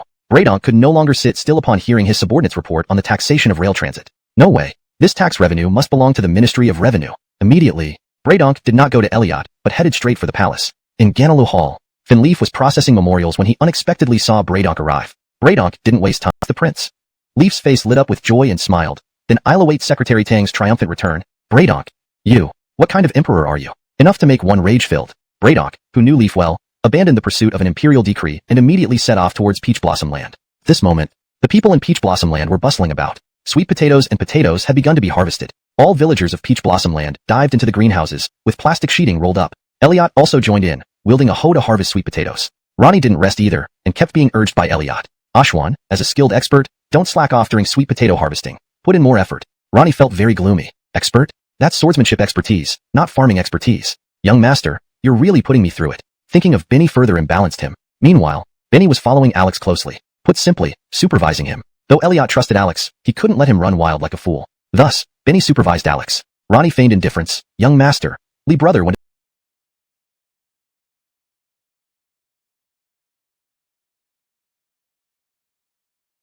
He almost got emotionally overwhelmed. Although he had seen sweet potatoes yield, never before had he witnessed such large-scale abundant harvests. Alvin, this old minister will be right back. Braydonk fled like a young lad. Speedy even for an 18-year-old youth. Elliot, why running now? High-ranking officials, all mouth concerns for common folk. When hands-on work came, each one was precious. Thought Perry wasn't like those regular folks. Ganalf Hall, Your Majesty. Before entering, Braydonk shouted. Outside, eunuchs' faces changed, rushing to block him, saying, Sir Tang, Donnie just took rest. Scram. Braydonk kicked. The eunuch fell. Bang. Braydonk, despite his age, crashed into Ganaloo Hall and yelled, Your Majesty. Imperial guards. How spry this old man is. Forgot stopping him. Shall we catch him now? Exchanged glances, they rushed in. Finleaf woke abruptly, nearly falling off the sofa. Too uncomfortable sitting on a throne, swapped it for a sofa. Much better. Opening his eyes, seeing frenzied Braydonk, anyone would think the Emperor died and he was calling his soul back. Out. Leaf roared at the guards, not Braydonk. Instantly, guards left. Depressing. Should have known the outcome. But not coming in would mean dereliction of duty. Envious of Jerry leaving the palace. Freedom is so relaxing. Inside, Finleaf whispered, Secretary Tang, why such alarm? Actually, thinking Braydonk, after signing the contract, attempted taxation, probably beaten by the son. After all, this son dared challenge even his father. Also, Braden Pedroxy once newly appointed, acting arrogant, ended blinded. Your Majesty. Braydonk suddenly wept uncontrollably. Leaf inwardly cried out, this has gone wrong. Son, didn't you promise to be lifelong friends? Just then, Braydonk exclaimed, Your Majesty, there's a great harvest, truly a grand bounty. This old minister sees it, gaining even more confidence. Leaf. Seriously, confused. Clearly, Secretary Tang isn't injured, but talking about harvest, is it harvest season? How unreliable you've become, Braydonk. Summon the royal physician. Is your majesty unwell? I think you're unwell. Hashtag chapter 359. You two are deliberately doing this, aren't you? Hashtag the Eastern Palace. Jamar had recently been focusing on cultivating his mind and body. He felt that he needed a steadier mindset regarding the Anwar. If this continued, he would certainly make mistakes, or even be overshadowed mentally by the Anwar. Fortunately, he had realized this and began restoring his pride as the hawk. This moment, a eunuch came to report, Your Highness, Donnie said for you to hurry out and head to Peach Blossom Spring. Jamar, unperturbed by the mention of those 3 words, asked, Did father say why we are going to Peach Blossom Spring? The eunuch shook his head. No. Jamar had nothing to pack, so he left immediately.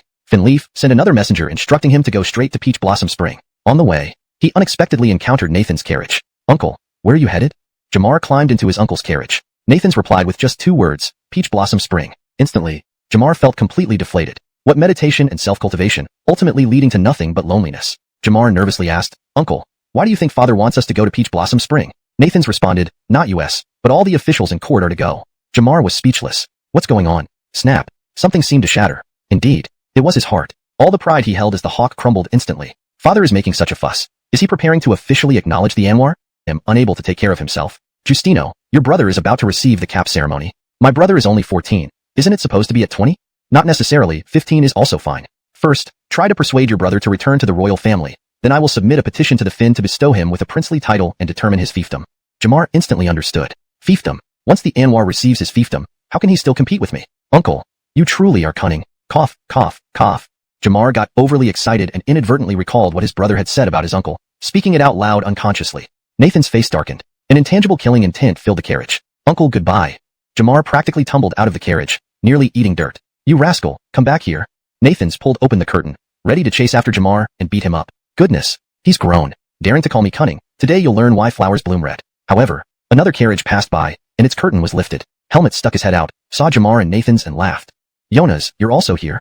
Nathan's didn't jump out, instead giving a fake smile. Donnie ordered me to go to Peach Blossom Spring. Helmet laughed. Coincidentally, I'm also heading there. Trot, trot, trot. Carriages from Chang'an formed an endless stream. Nathan's observed that almost all the officials were gathering. Although he didn't understand why Donnie ordered this, it was surely to create a stir for the illegitimate son. Master, so many people have arrived. In the fields, everyone was bustling with excitement. Dorian originally intended to join in the fun, but ended up being swept up in the energy, working up a sweat. A villager staggered over. Dorian asked, so agitated, did bandits enter our village? Before the villager could speak, cries of surprise filled the air. Heavens, what is this? It looks like sweet potatoes. No, how can sweet potatoes be harvested at this time? Aren't these greenhouses? I heard they grow vegetables, but didn't expect sweet potatoes. Too amazing. I am utterly astounded. Dorian's face turned as black as a pot bottom. Court officials, dressed in formal attire, rushed towards the fields, inspecting the sweet potatoes from all angles, even wiping them on their clothes before taking bites without hesitation. Crunch, crunch. Dorian. Never mind. It's probably father's doing again. Only to hear. Leaf proudly asked, my dear officials, surprised? Helmet immediately chimed in. The Alvin is indeed extraordinary. Who would have thought greenhouses could grow sweet potatoes? Bogdan coughed and exclaimed, plunged into the field, picked up a hoe, and chuckled, son, let me help you harvest. Leaf couldn't stand it, feeling his son was being snatched away. He waved his hand. Officials, everyone harvest together. Everyone reluctantly followed. Colmes, your majesty. Dorian saw his father playing it this way, likely to let the officials experience the commoners' hardships, while also showing off. When the Tang Daily reports this, wouldn't the public praise him as a wise ruler? Therefore, Dorian said to Jacques, Junyan, bring more hoes. We can't let these officials dig with their bare hands. That'd be too exhausting. Everyone. We're doomed. Looking for excuses, not enough hoes. Yet this Alvin gives a perfect assist. Are you two deliberately doing this? Chapter 360. I, Old Chung, shall enter the palace. Officials from humble backgrounds have endured all sorts of hardships. Although they may now be accustomed to a life of ease and comfort after reaching high positions, their previous experience with labor remains vivid. However, facing such high-yielding sweet potatoes and potatoes, they wished for extra hands to harvest more efficiently. In contrast, officials from aristocratic families suffered immensely, quickly complaining of sore waists and backs, unable to endure the laborious work. Moreover, the tools they used damaged many sweet potatoes and potatoes. Get lost. Go away, all of you. Andrew began roaring, kicking nearby.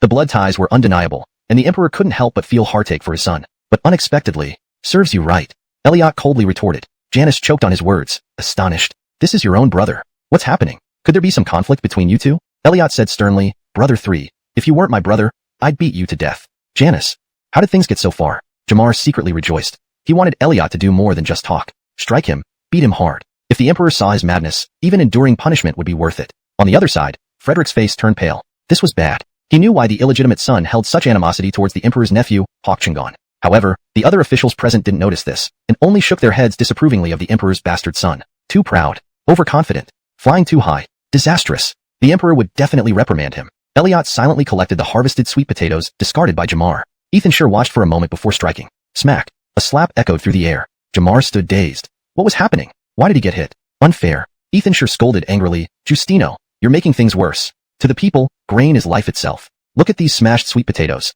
How can they be stored properly? I've done quite well. Bogdan wasn't left behind either. Mine is perfect, your majesty. Bradonk, standing awkwardly, had a flash of inspiration. Old minister doesn't know agriculture well. When I noticed I was damaging the sweet potatoes, I stopped to avoid ruining the crops. Several others. Puff. Bradonk's shameless excuse made everyone chuckle. Andrew tossed aside his hoe, looking at Bradonk. Since Tang Shangshu has already spoken for me, I have nothing to add. Bradonk. Andrew, where did you get that face? Everyone. Even Andrew outshone Bradonk in boldness. Disappointed, Ethan sure said, civil servants preach that people rely on food, yet they never practice what they preach. Everyone. Such criticism stung like a heavy blow. Your Majesty. Frederick gave a subtle hint. They understood each other implicitly. Today, Janice coldly replied, today, you will experience the hardships of the common folk. To understand their struggles better. This almost made Elliot jump. No way. To teach his officials, destroy my crops? Not going to happen. Before he could object, Janice ordered, those who don't know how to harvest, collect the broken sweet potatoes together. Collectors? So we're just moving stuff around now? Thank you, your majesty. Despite grumblings, emperors were always supreme. Moreover, Janice had the moral high ground. It didn't stop the time of year. They had to be prepared.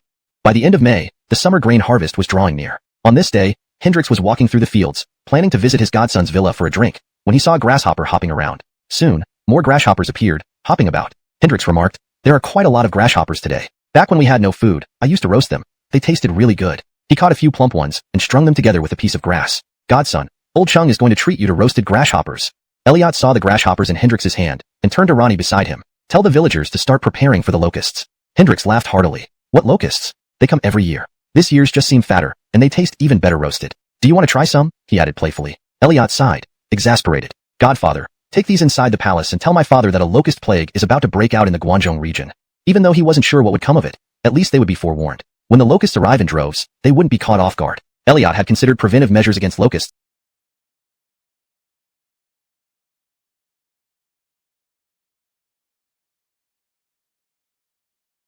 Sovereign and minister were taken aback. Andrew fumed. Bandit, don't spout nonsense. Roasting grasshoppers? Did Andrew come to the palace just to roast grasshoppers with the fin?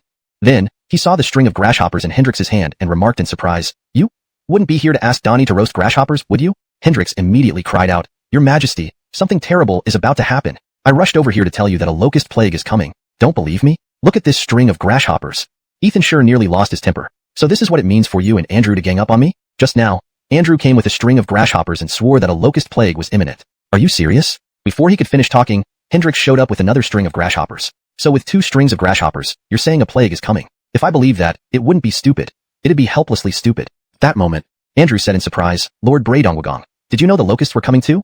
Hendrix slapped his thigh and said, My godson told me, it won't be wrong. Andrew. Turned out it was one of the princes. However, Andrew had come to ignoring reason. With a cold face, Ethan sure sighed painfully. You 3 show up with a string of grasshoppers each and say a locust plague is coming? This isn't a joke? Andrew worriedly said, Your Majesty, it's better to be safe than sorry. Helmet nodded. Indeed. Hendrix chimed in. My godson never gets it wrong. These words only worsened the situation. Ethan sure stared disdainfully at Hendrix. Others take precautions. You're the only one making a fool of yourself. At this moment, Helmet added, Precisely because Alvin mentioned it last year, during my recent outings, I noticed that there were indeed more grasshoppers this year compared to before. Therefore, I came to the palace hoping your Majesty would prepare in advance. Ethan sure felt extremely depressed after hearing that and said, All of you, Your Majesty. Before he finished, another person rushed in from outside. It was Nathan. Seeing the people inside Ganlu Palace holding strings of grasshoppers, Nathan's expression turned bizarre. It was a mix of shock and near laughter. Realizing it wasn't appropriate, he stifled the laughter. He then cautiously asked, Lord Pedro Wogong, Liang Wogong, Donghua, did you come for the same reason? They all nodded together. Ethan Shure's face turned green. What's going on here? Is it fun? Don't play tricks on me alone. Remember to include me next time. True to form, Nathan understood Ethan Shure best. Seeing through his emotions, he suggested without wasting words, Your Majesty, why don't we inspect outside the palace? Ethan Shure didn't explode right then and nodded. All right, follow me. After leaving the palace with the 5 officials, they arrived outside Chang'an, overlooking vast fertile fields. The crops were nearly ripe. In half a month, they would have a bountiful harvest. Amidst the fields, unnoticed grasshoppers indeed were seen hopping around more frequently. Ethan Shure's heart sank slightly. Please don't let it happen. Bad things often do come true. Your Majesty, you guys. Coincidentally, Bradonk appeared from somewhere, also holding a string of grasshoppers. The 5 officials. All right, more grasshoppers. Anybody would feel awkward in such a situation. Clearly a significant agricultural issue. Yet here they were all with strings of grasshoppers. Not awkward at all, right? Even Hendrix changed his usual carefree demeanor and seriously asked, Lord Jugwogong, you're not here to investigate the grasshoppers too, are you? Bradonk suddenly realized, could you be? Before he could finish, Hendrix interrupted. Did you bring these grasshoppers to show Donnie? Bradonk. Caught again. Hendrix smacked his forehead. When we left the palace earlier, Donnie had already seen several strings of grasshoppers. Bradonk. Old man fell behind this time. Most unbelievable of all, even a bandit like Hendrix cared about locusts. Ethan Shure's expression grew increasingly grim. 5 officials thinking a locust plague might be near couldn't be ignored. The next day, during the court assembly, Ethan Shure emphasized the importance of guarding against locusts, ordering any signs to be reported immediately. Additionally, he commanded timely harvesting of mature crops. A few days later, grasshoppers began increasing in Guangzhou, clearly gnawing on unripe crops. Ministry of Households took the matter very seriously. Upon learning this, Bradonk personally reported to Ethan Shure. After briefing him, Ethan Shure felt utterly hopeless. Disaster. This locust plague really did come, and the current number was merely the vanguard, likely followed by swarms blotting out the sky. This must be heaven's punishment on the Tang Dynasty. In an instant, Ethan Shure felt an inexplicable surge of frustration. Since his ascension, the droughts in early Jingguan, and now an earthquake and locust plague. The aristocratic clans wouldn't miss this opportunity to challenge him as the emperor. Standing up in anger, he shouted, Harvest the grain quickly. Bradonk, with a troubled expression, replied, Your Majesty, the grains aren't ripe yet. They can't be harvested. Defeated, Ethan Shure slumped back into his seat, his hands and feet turning icy. No, as the fin of the great Tang Dynasty, a mere locust plague can't defeat me. Tang Shangshu, count the funds and prepare for disaster relief. Bradonk smiled bitterly inside. Translation note. In translating Chinese names and titles, I aim to keep them accurate and consistent, like using pinyin or established English versions. The narrative style remains intact, and character interactions and emotional beats are preserved to ensure continuity and coherence. If this locust plague spreads on a large scale, I fear that the Ministry of Households won't have enough funds and grain. That day, Ethan Shure summoned all the civil and military officials for court assembly, beginning to assign tasks and mobilizing the people of the Guangzhou region to exterminate locusts. Whatever amount they can eliminate, they should do so. They cannot just sit and wait for disaster. After the court assembly dispersed, Bradonk was about to head to the Ministry of Households in a state of great distress when he was intercepted by Jacques. Jacques clasped his hands and said, "Minister Tang, our young master invites you." Bradonk, with a distressed look, said, "Directorly, I am nearly at my wit's end. Why would your young master seek me now? You'll know once you come." What kind of riddle is this? If it weren't for the fact that I can't overpower you, I'd slap you dead right now. Translation note. In translating this text, I maintained the names in pinyin format and kept the narrative style and character interactions consistent with previous content. The tone and structure remain faithful to the original Chinese text. Chapter 362. Soaring grain prices. Bradonk decided to follow Ronnie to visit Peach Blossom Spring. Ultimately, his curiosity overcame everything else. On the way there, they encountered farmers who were desperately trying to eradicate locusts. The crops had not yet ripened, but they were nearly ready. No one dared to use fire to drive away the locusts. Thus, the only method left was to beat them with brooms. However, with the increasing number of locusts, this method proved ineffective. For their annual harvest, no one wanted to give up. Bradonk felt a pang of sorrow. Heaven did not protect the people of Tang. As they approached Peach Blossom Spring, Bradonk witnessed something astonishing. Outside Peach Blossom Spring, vast tracts of farmland were covered by strange, translucent material. It felt thick and sturdy when touched. Nearby, farmers were busy covering more fields with this material. Bradonk asked, "What is this? What are you doing?"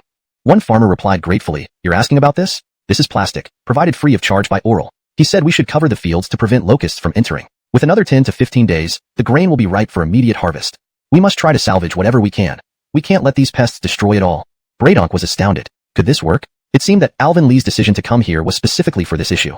Bradonk returned to his carriage and urged the driver to enter Peach Blossom Spring quickly. At this moment, in the craft workshop, Dorian saw stacks of plastic film before him and sighed helplessly. The idea of humans triumphing over nature remained wishful thinking. In this world, even advanced technology from later eras would pale in comparison to the might of nature. "Your Highness."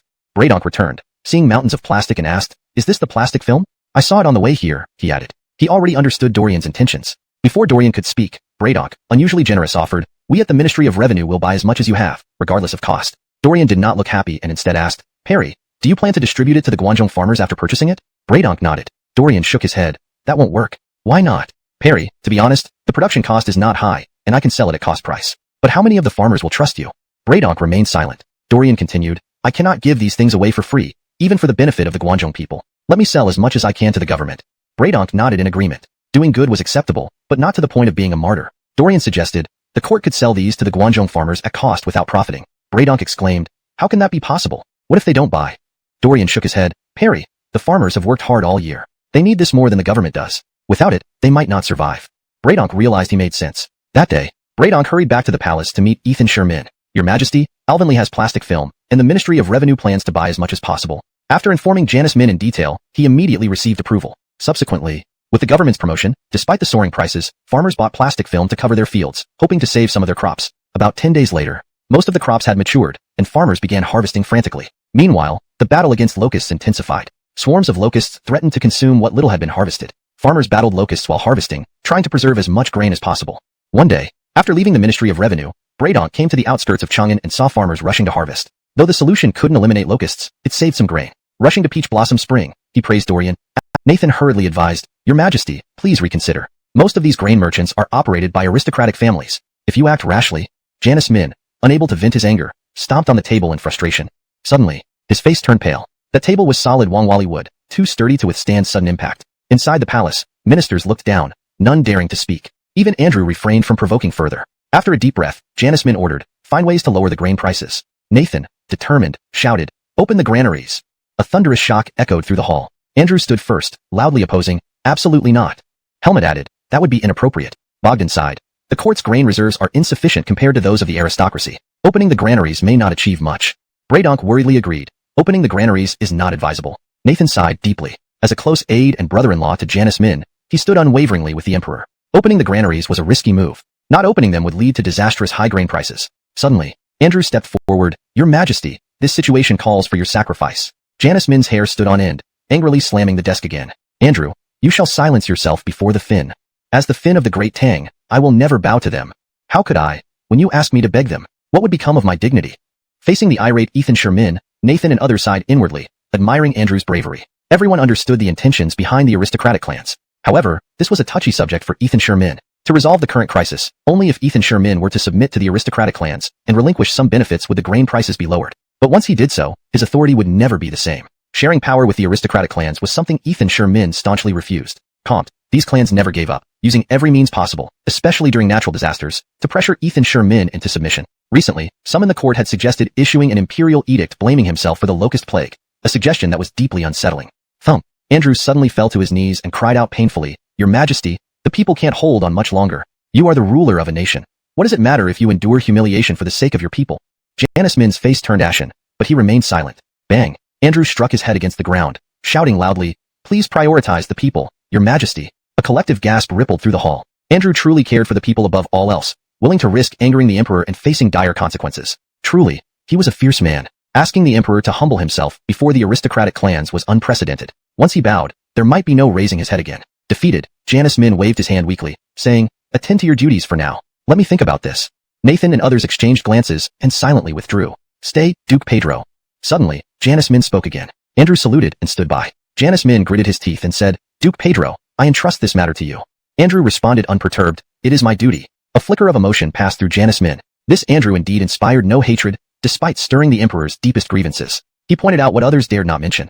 This was loyalty and patriotism. Negotiating with the aristocratic clans on behalf of Ethan Min meant being prepared to endure humiliation. No matter how resilient Andrew was, representing the emperor would expose him to relentless insults from the clans. And Chang'an soon. If things continue like this, I might die unexpectedly. It would be a disaster. Inside, however, Sam was filled with ambition and anticipation. The imperial edict of self-reproach is something the scholar official class had strived for long. This time, he was determined to make it clear. If successful, in the Taiyuan Wang clan, even if his elder brother became the clan leader later, Sam, as the second brother, would still be the greatest contributor for compelling Leaf to issue such an edict. This single event alone would ensure his unassailable position within the clan. Sam clenched his teeth. "Elder brother, don't get cocky. Even if I'm no longer a man, I will still live in glory." His voice grew somewhat shrill. "Ah." In a fit of madness, Sam started smashing things around the study. Outside, the guards were already used to it. Men understand. How could a castrated man not go mad? In Peach Blossom Land, Braydonk sighed deeply. Dorian was busy arranging the planting of sweet potatoes and potatoes. Seeing Braydonk's gloomy look, he silently cursed under his breath. "Perry, what's wrong?" "Brother, I'm here." Suddenly, a shadow rushed in. It was Hawk Jamar. Dorian asked, "Haven't you been rarely coming here lately? What brings you today?" Jamar looked awkward. "Brother, don't say it like that." Jamar smiled ingratiated. "You feel pained?" Dorian rolled his eyes. "Only father should feel pained. I'm just a citizen of the Tang Dynasty. I'll worry about my own business. Why bother with others?"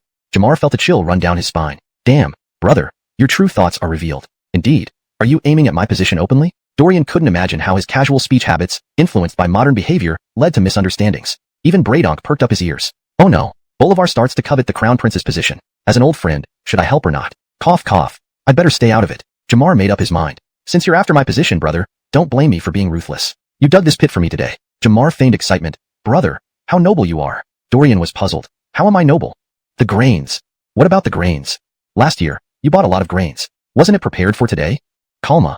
Braydonk's eyes widened. "Bolivar is truly noble. As an old friend, supporting you to seize the throne is justified. This worthless crown prince can't match you." Jamar clapped excitedly. "So, I say, brother, you are noble. You stored so much grain to prevent today's situation and distribute it to the people, so father wouldn't be pressured by the nobility. Today, he talked more than usual." Jamar continued, "At court a few days ago, I heard someone wanted father to issue an edict of self-reproach. How malicious their intentions are. Brother, with the grains, father need not fear." Dorian scratched his head, confused. "Third brother, what nonsense are you talking? What does my grain have to do with father? And distributing to people, why would I give away my grains?"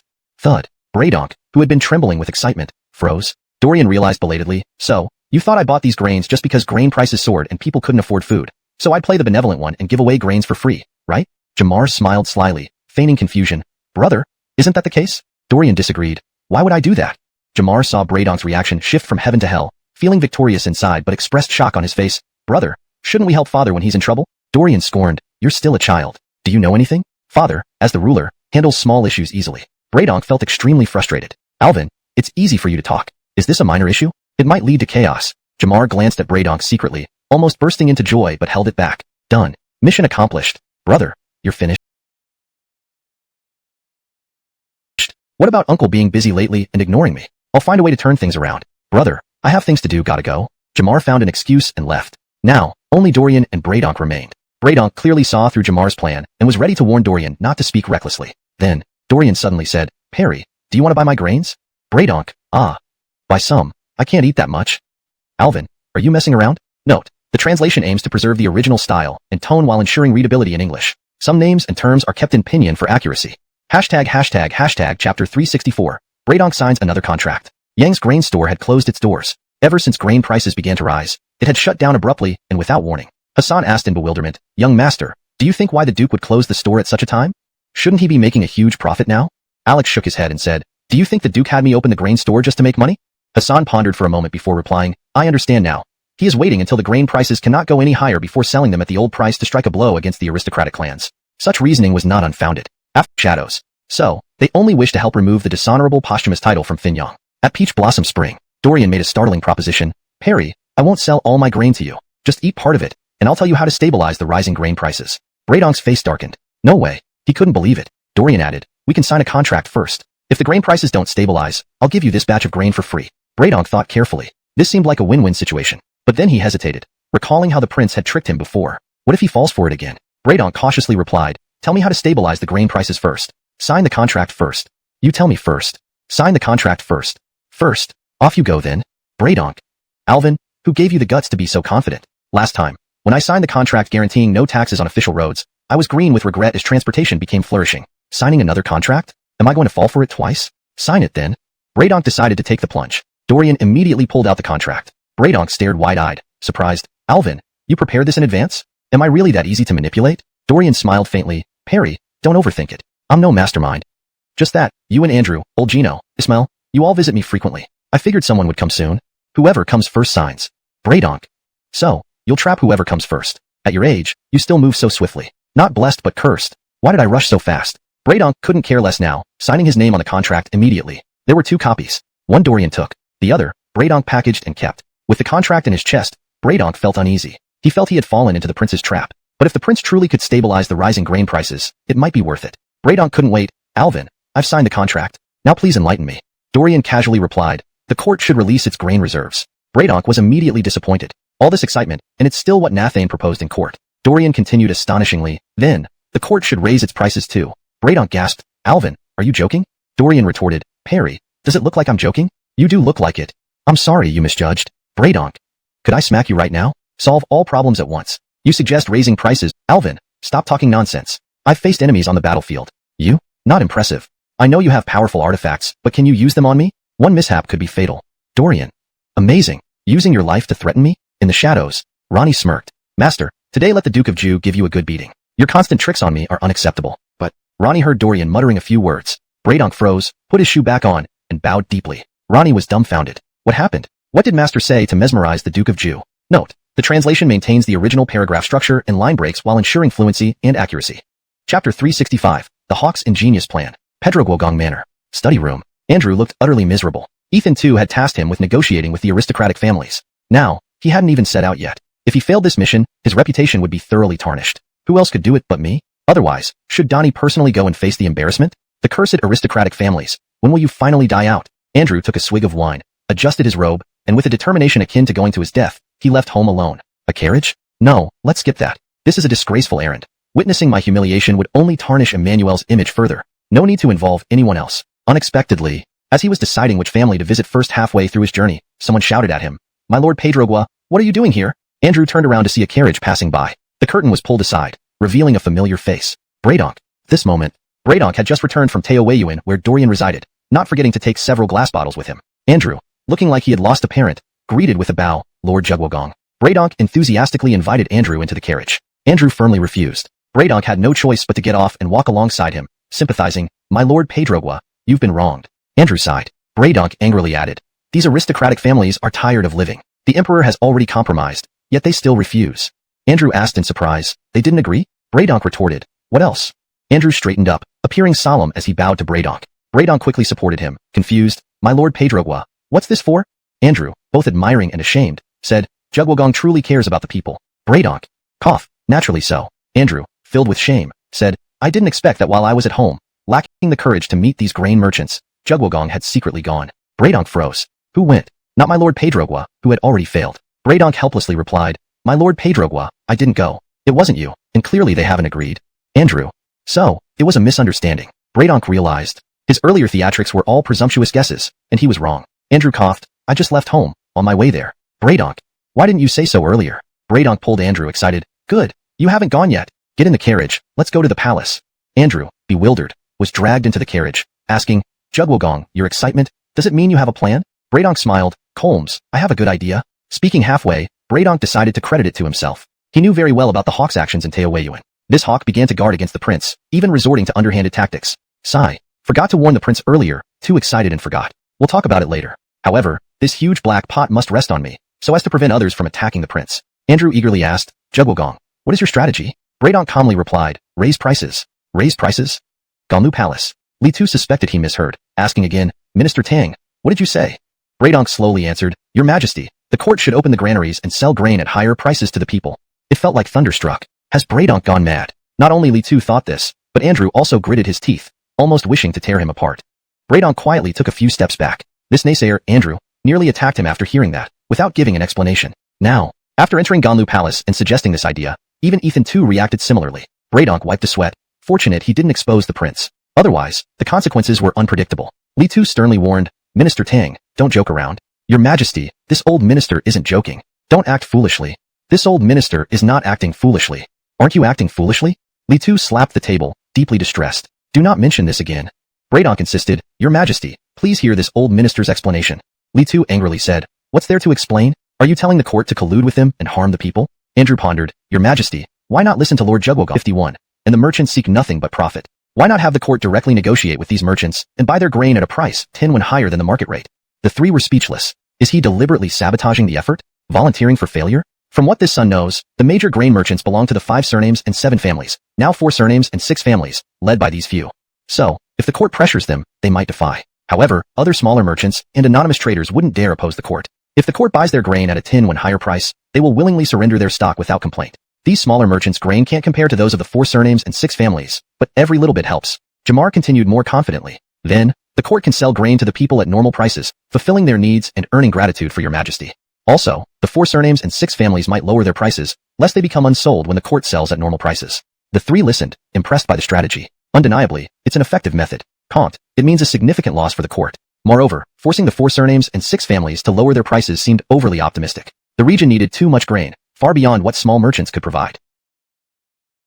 It could only solve immediate needs. Li Tu nodded. Jamar felt relieved. Mission accomplished. Translation done. Maintaining paragraph structure and line breaks as original.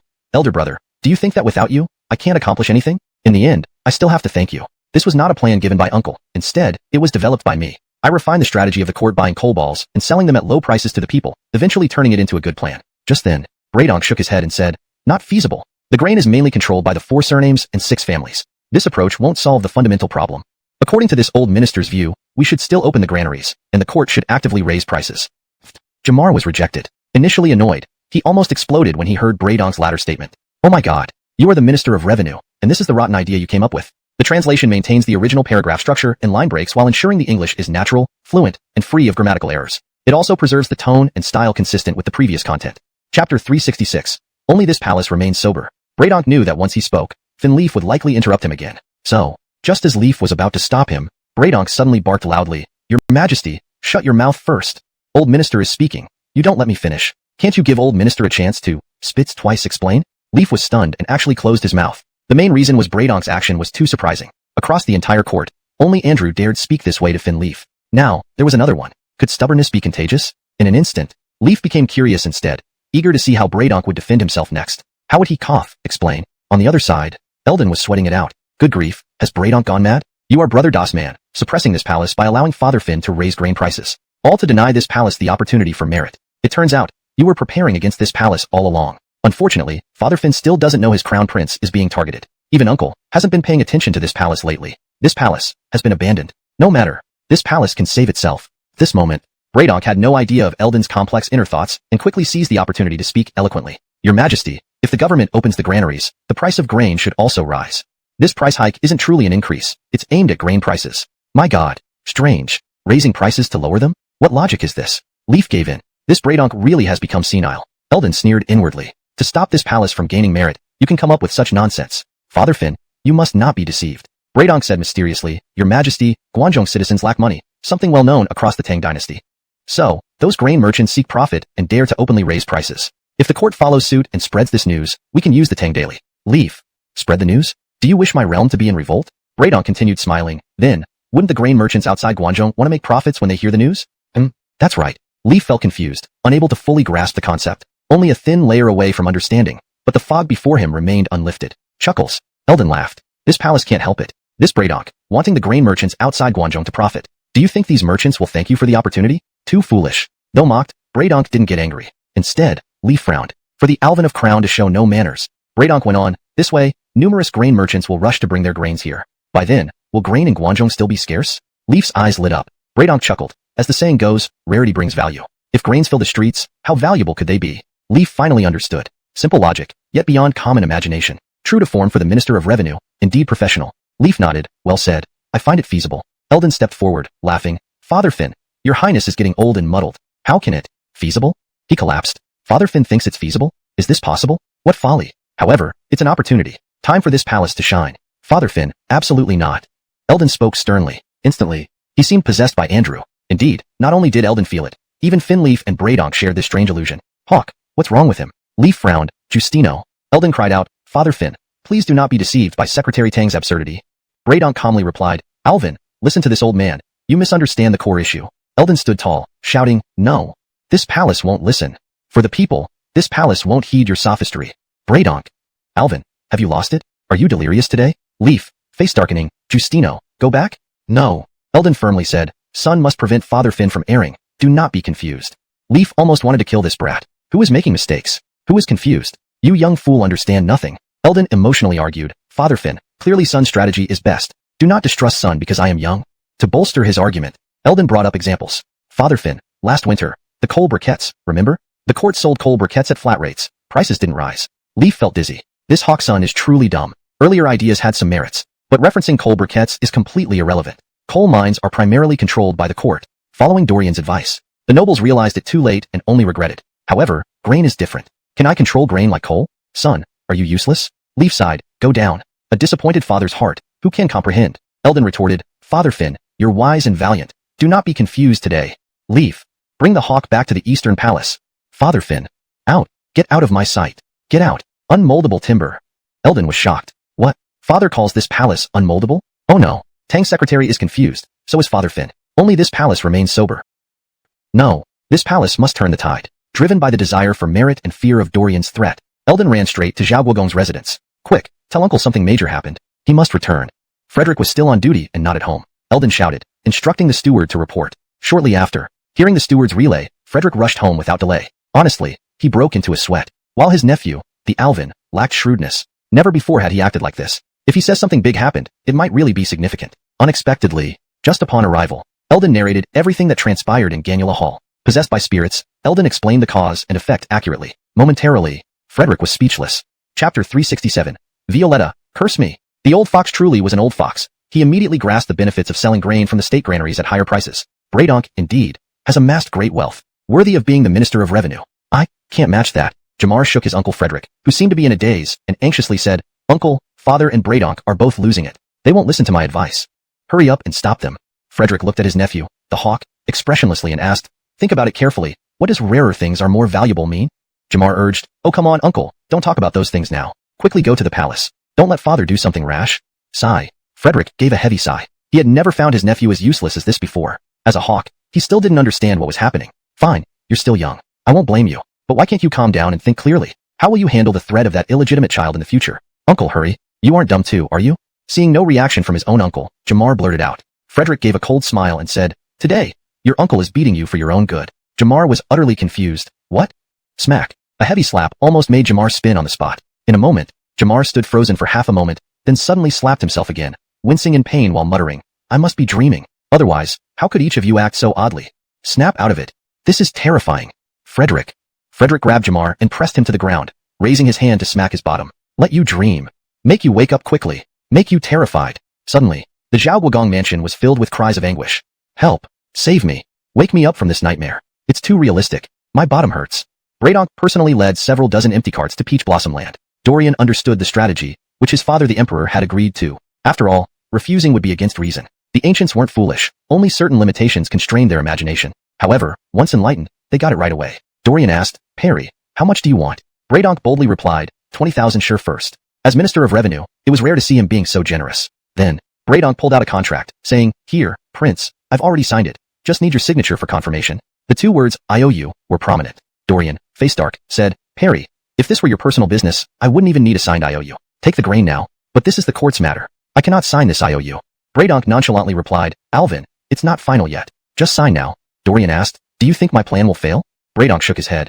I believe it will definitely succeed. Moreover, henceforth, the court will have a model and won't be easily manipulated. Dorian stretched out his hand. So, pay first, then take the grain. Braydonk. Sure enough, you don't suffer any loss at all. You're shameless. Selena turned and ran. Dorian scratched his head and said seriously, you silly girl, benefiting fellow women? Benefiting your fellow women? Shouldn't you be excited? Lately, he suddenly had an idea and invented the cough bra. Moreover, he entrusted Selena with the responsibility. Selena's heart was in turmoil. Young master, how did you come up with this? At this moment, Dorian chased after her, shouting, stop. Selena stopped, though she faced away from him. Dorian circled around, ran in front of Selena, glanced at her and coughed, that. Whatever size is appropriate, fine, but going up 2 sizes makes it suspicious. Finished talking, he walked away with his hands behind his back. Selena covered her face, crouching on the ground. It's over. Exposed. No face to see anyone. Andrew received an urgent summons from Ethan Scherer. Ethan explained his intention to sell grain from the state granaries and increase prices following the market.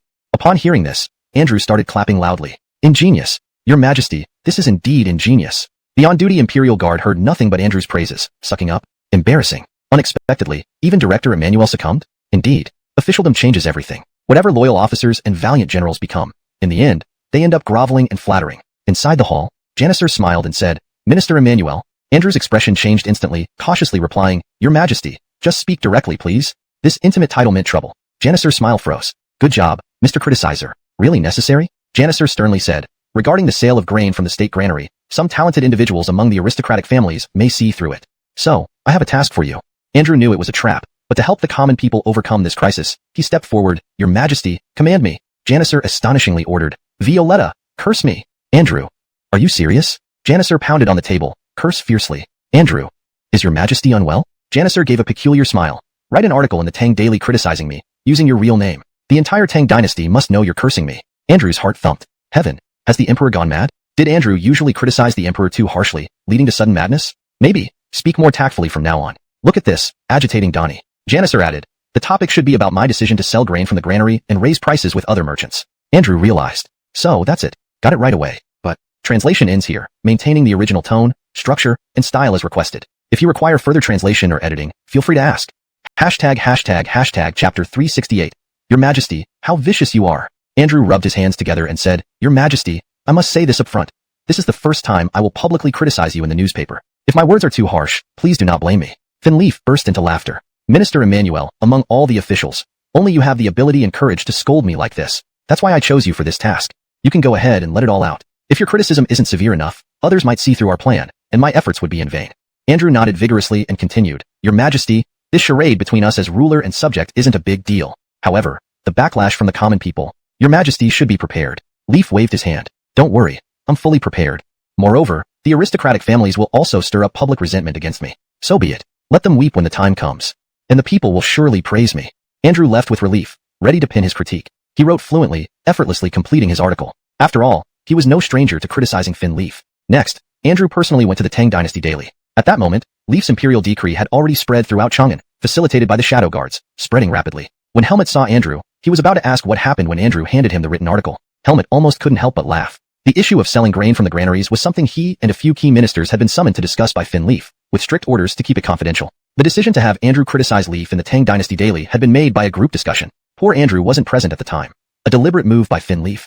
Helmet handed the article to the typesetters, instructing them to publish it immediately. The typesetters nearly fainted upon seeing the content. Good grief. One man dared to write it, and another dared to publish it. Were they fearless? Helmet simply said, Rest assured. In the Tang Dynasty, no one is punished for their words. Moreover, Minister Emmanuel has agreed to take responsibility, so you can proceed without worry. Meanwhile, back at home, Andrew suddenly woke up in a panic. How careless of him. Andrew realized that those who praised him now would be the ones cursing him later once the grain prices dropped. Your Majesty, how vicious you are.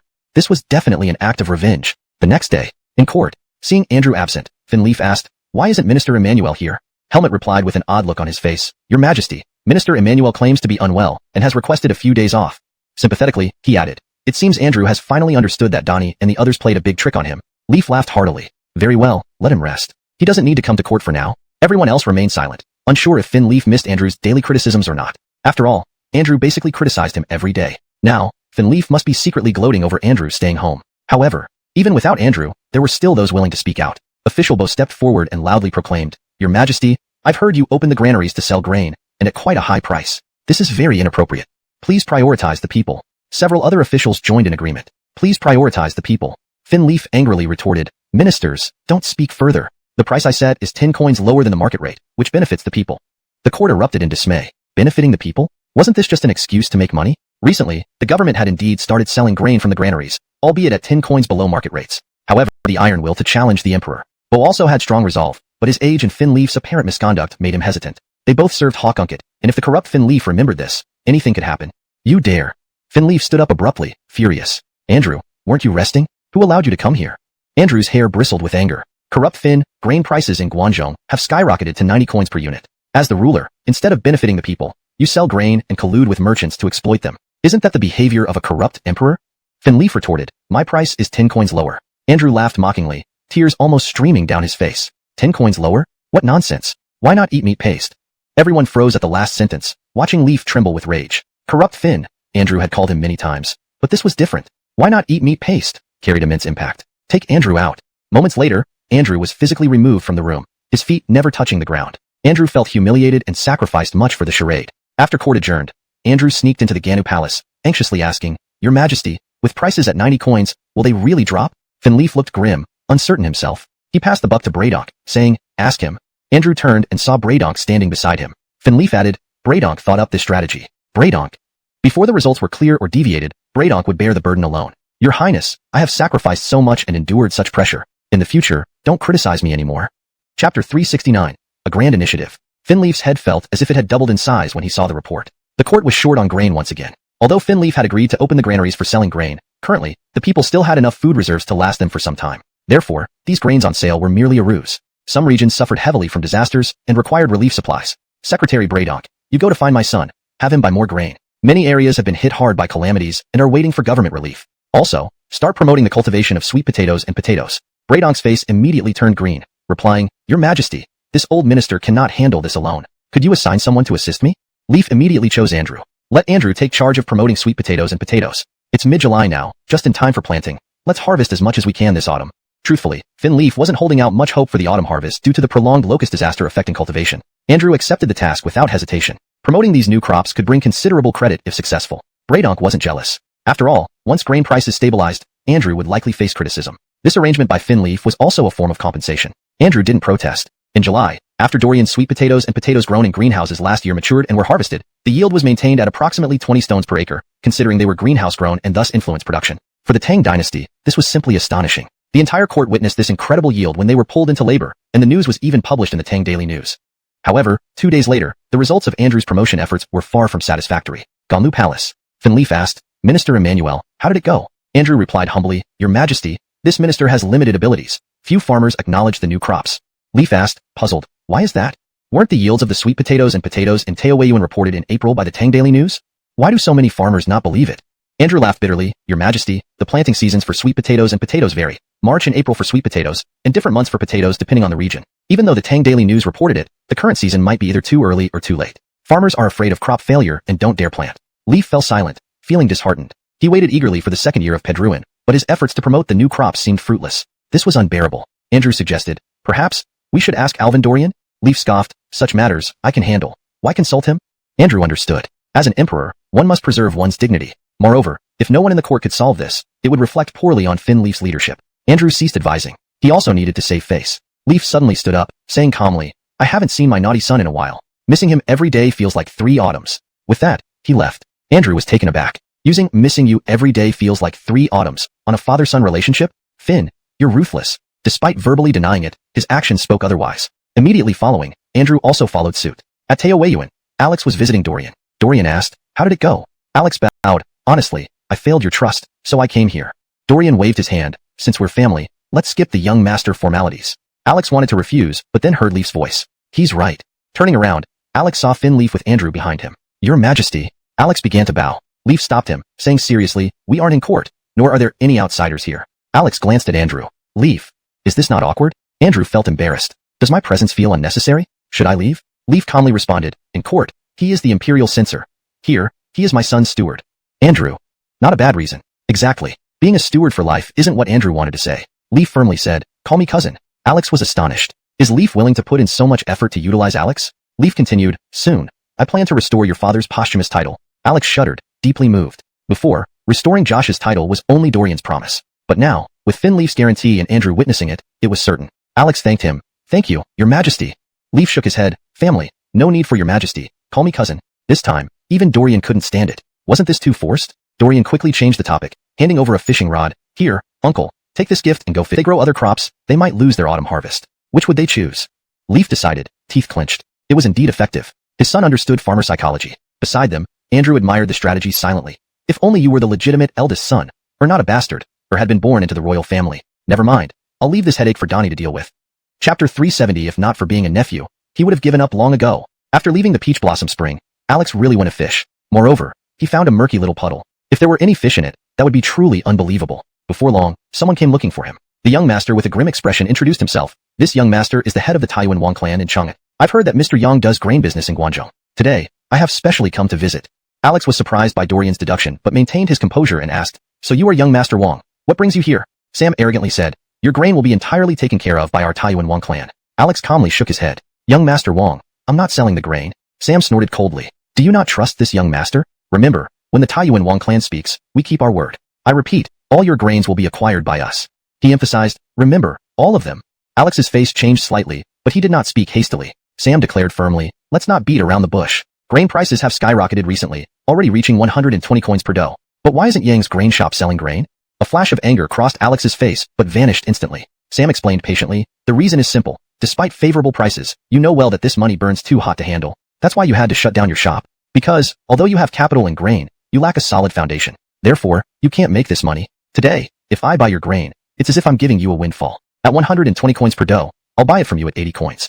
Alex laughed in exasperation. Young Master Wang, I am in the grain business. In my opinion, the price could rise to 150 coins per dough without much issue. Is it not an insult to offer me only 80 coins? Sam grinned arrogantly. If the Taiyuan Wang clan doesn't buy your grain, once the autumn harvest arrives, prices will drop, and you might get only 15 or 20 coins per dough. This isn't how you should do business, Yang. Alex remained speechless. Sam added haughtily, I'll give you one day to think about it. If you agree, the Taiyuan Wang clan will facilitate things for you in the future. If you don't, humph. With that. At this point, grain prices had soared to 140 coins. Alex pretended to be hesitant, cautiously attending to each merchant, but inwardly laughed. Today you gloat, tomorrow you will regret it. 10 days later, grain prices hit 150 coins. This was the peak. Many citizens' surplus grain was almost depleted. At this time, Yang's stores were sold off. Chang'an residents understood they had been swindled by the nobility and clan landlords. However, compared to these powerful figures, Alex's gains were minuscule. Ultimately, after over a month, Alex left Chang'an with his servants. People speculated he left before being crushed completely. Back in Peach Blossom Spring, Alex met Dorian again. His eyes gleamed with admiration. Dorian was ruthless. Last year, when purchasing grain, the market price was about 15 coins per dough, and the acquisition price was roughly 30 coins. Now, turning around and selling for 80 coins. It was an incredible feat. Dorian's calculation was indeed terrifying, and such a long-term plan was beyond human imagination. Not only did it require foresight and intellect, but also immense courage. Alex was genuinely impressed, deeply convinced. Comte, Dorian calmly remarked, Uncle, in a short while, my father will fulfill his promise. I estimate the grain prices will soon stabilize. Recently, merchants from other regions wanted a piece of the pie, and the 5 noble families started moving grain into Guangzhou using rail transport. Railway transport became widely recognized for its efficiency during this period, making logistics extremely convenient in Guangzhou. Other regions, lacking railways, could only envy. Thanks to railways, Dorian profited significantly. By now, his wealth, though not rivaling national reserves, stood unmatched within the Tang Empire. Additionally, the court promoted plastic greenhouses to prevent locusts during autumn harvests, another profitable venture for Dorian. In short, he was now only poor in money. One day, many citizens, unable to hold on, decided to buy some grain to survive. Life and death would be left to fate. Unexpectedly, grain prices dropped from 150 coins to 145. Small merchants couldn't endure prolonged grain hoarding and began lowering prices. Other merchants couldn't sit idly by. They followed suit. They couldn't let the grain rot in their hands. Despite efforts by the 4 major clans, small merchants facing imminent ruin disregarded their threats. Suddenly, grain prices plummeted. It felt like an avalanche. Within days, prices crashed to around 80 to 90 coins per dough. Veterans of the late Sui and early Tang dynasties sensed the trend. The prices would continue to drop. Sure enough, prices finally stabilized at 20 to 30 coins per dough. Afterward, citizens frequently gathered by the moat to watch the commotion. Heaven, we can't live anymore. An obese merchant leaped into the moat, splashing water. I shouldn't have been greedy. I shouldn't have. Another jumped in. Bankrupt merchants lined up to jump into the moat. Local authorities rushed to the scene, cordoning off the moat to prevent more suicides. Suicides weren't forbidden, but crowding into the moat was disruptive, causing near-drought conditions due to the numerous jumps. In Ganf Palace, Crawford felt victorious. Success. Truly successful. Good son, your intelligence never ceases to amaze. Beneath the hall, The governor of Jingzhou grimaced as he spoke about the recent wave of suicides in Chang'an, almost on the verge of breaking down. To prevent the grain merchants from committing suicide, all the troops of the Jingzhou Fu, imperial capital's military, were mobilized, but they were still insufficient. Note, Jingzhou Fu is translated as Jingzhou Fu, which literally means the imperial capital's military or administrative office. The context should be clear enough for the reader to understand its role.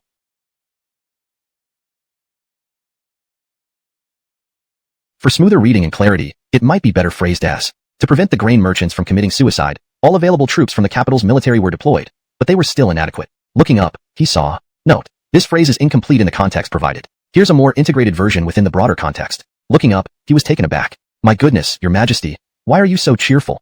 This ensures the translation flows naturally and retains the intended meaning. Well, my emperor, why are you so happy? To make it more natural in English, it could be adjusted based on the context. If informal and conversational tone is preferred, wow, Your Majesty, why are you so cheerful? Given the context provided, a more fitting translation might be, goodness, Your Majesty, why are you so pleased?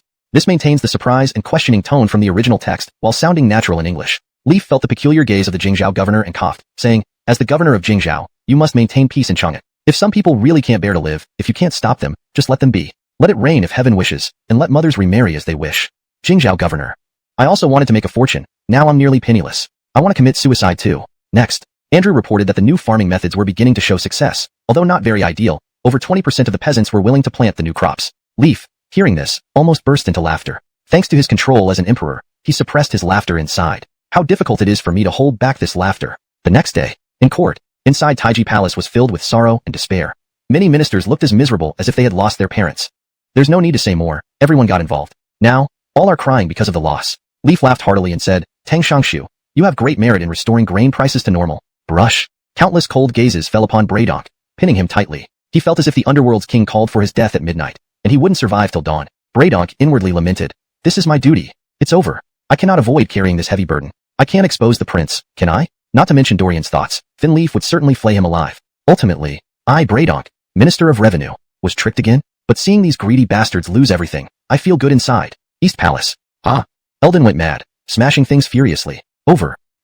From now on, the East Palace can only afford bran and wild vegetables. Unable to resist, he ventured into selling grain to make a profit. After all, Leaf led the way. Who knew the grain prices would magically drop? All the capital is gone. Frederick stood outside the door, sighed deeply seeing his nephew, the crown prince, losing his mind inside, then turned around and left. Ruined. I reminded you a few days ago not to get involved when I knew you did. Why didn't you listen? With this, how can you keep your position as Hawk? Frederick felt a bit disheartened. If not for being a nephew, he would have given up long ago. Chapter 371. Minister Emmanuel, a good man. The grain prices had finally stabilized. Dorian held a newspaper in his hand, which contained Andrew's critique of the imperial court's decision to open the granaries and sell grain. He had seen through this drama long ago. However, this Andrew was truly brave, the most headstrong among all the officials, no doubt about it. Dorian said sympathetically, Minister Emmanuel, you must hold on. Master, what are you talking about? Selena approached with a few bottles of perfume, curious. Dorian put on a serious face and replied, don't ask those irrelevant questions. Bring them over for me to see. Perfume hadn't been officially launched yet. Now, only Jerry would enjoy it exclusively. Dorian's principle was perfectionism. As someone from a later era, he knew all too well the ability of certain people to copycat products, especially in an era without intellectuals, and harshly criticize the emperor for being unreasonable. In the end, wasn't it just so you could hear others turn around and curse Andrew while I had to listen? Just then, Marlin stopped an elderly man and asked with a smile, Old sir, what do you think of the current imperial censor Andrew? The old man asked, what did you say? How do you feel about the current Andrew? I can't hear you. I'm deaf. Marlin. Fine, let's try another one. Marlin then stopped to Elroy and asked, excuse me, what do you think of the current Andrew?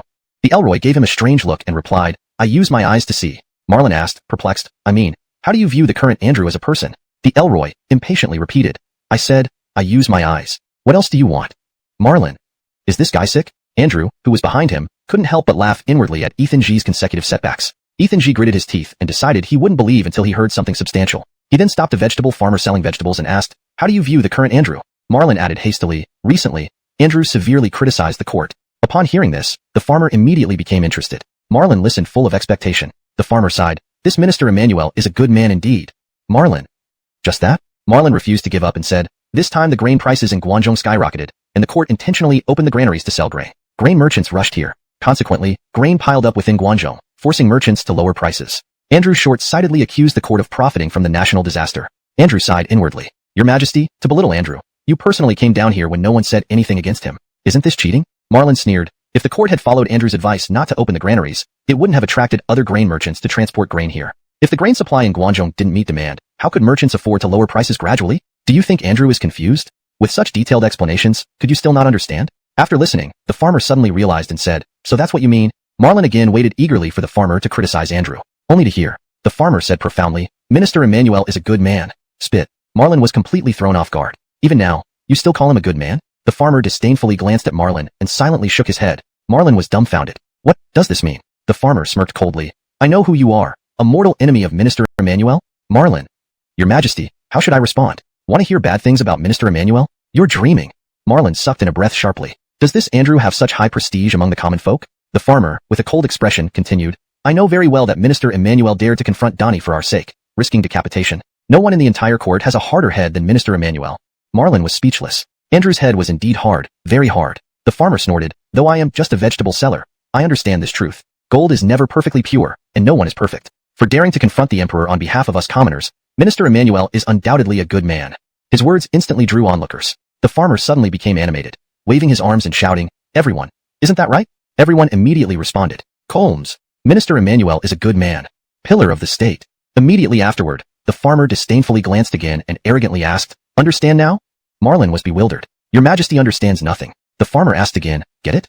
Dorian simply chose not to respond. "Your Majesty doesn't get it at all. Is Andrew casting some spell on them? Do they just praise him like this? Damn it. Regardless of who suggested this policy, Your Majesty is the one who adopted and implemented it. Why don't they praise Your Majesty a bit? Your Majesty did so much. What reward did it bring? People's hearts have truly changed. Grain merchants deceived us commoners because someone was backing them up behind the scenes. In the end, even the Finn didn't dare to touch them and had to find another way to lower grain prices. These bastards, may they die an awful death." The crowd also angrily shouted, "May they die an awful death." Finleaf was shocked. When did ordinary people learn to see through the surface to the core? In the past, whenever grain prices rose, he as the emperor would be the only one blamed. The aristocratic clan's ability to manipulate public opinion was extremely sophisticated. Someone with bad intentions, beat him up. Someone suddenly yelled, "Beat him up? Dare to slander Lord Emmanuel in front of us? Do you think we're all idiots? Beat him until he can't take care of himself?" Phew. Finleaf felt utterly miserable. What's going on? What happened? Your Majesty, run quickly. Andrew quietly reminded Finleaf, then led the way out of the crowd. These people were genuinely enraged. Even Andrew himself was targeted by the angry citizens. A short while later, the two of them hid in a tavern after narrowly escaping, still feeling shaken.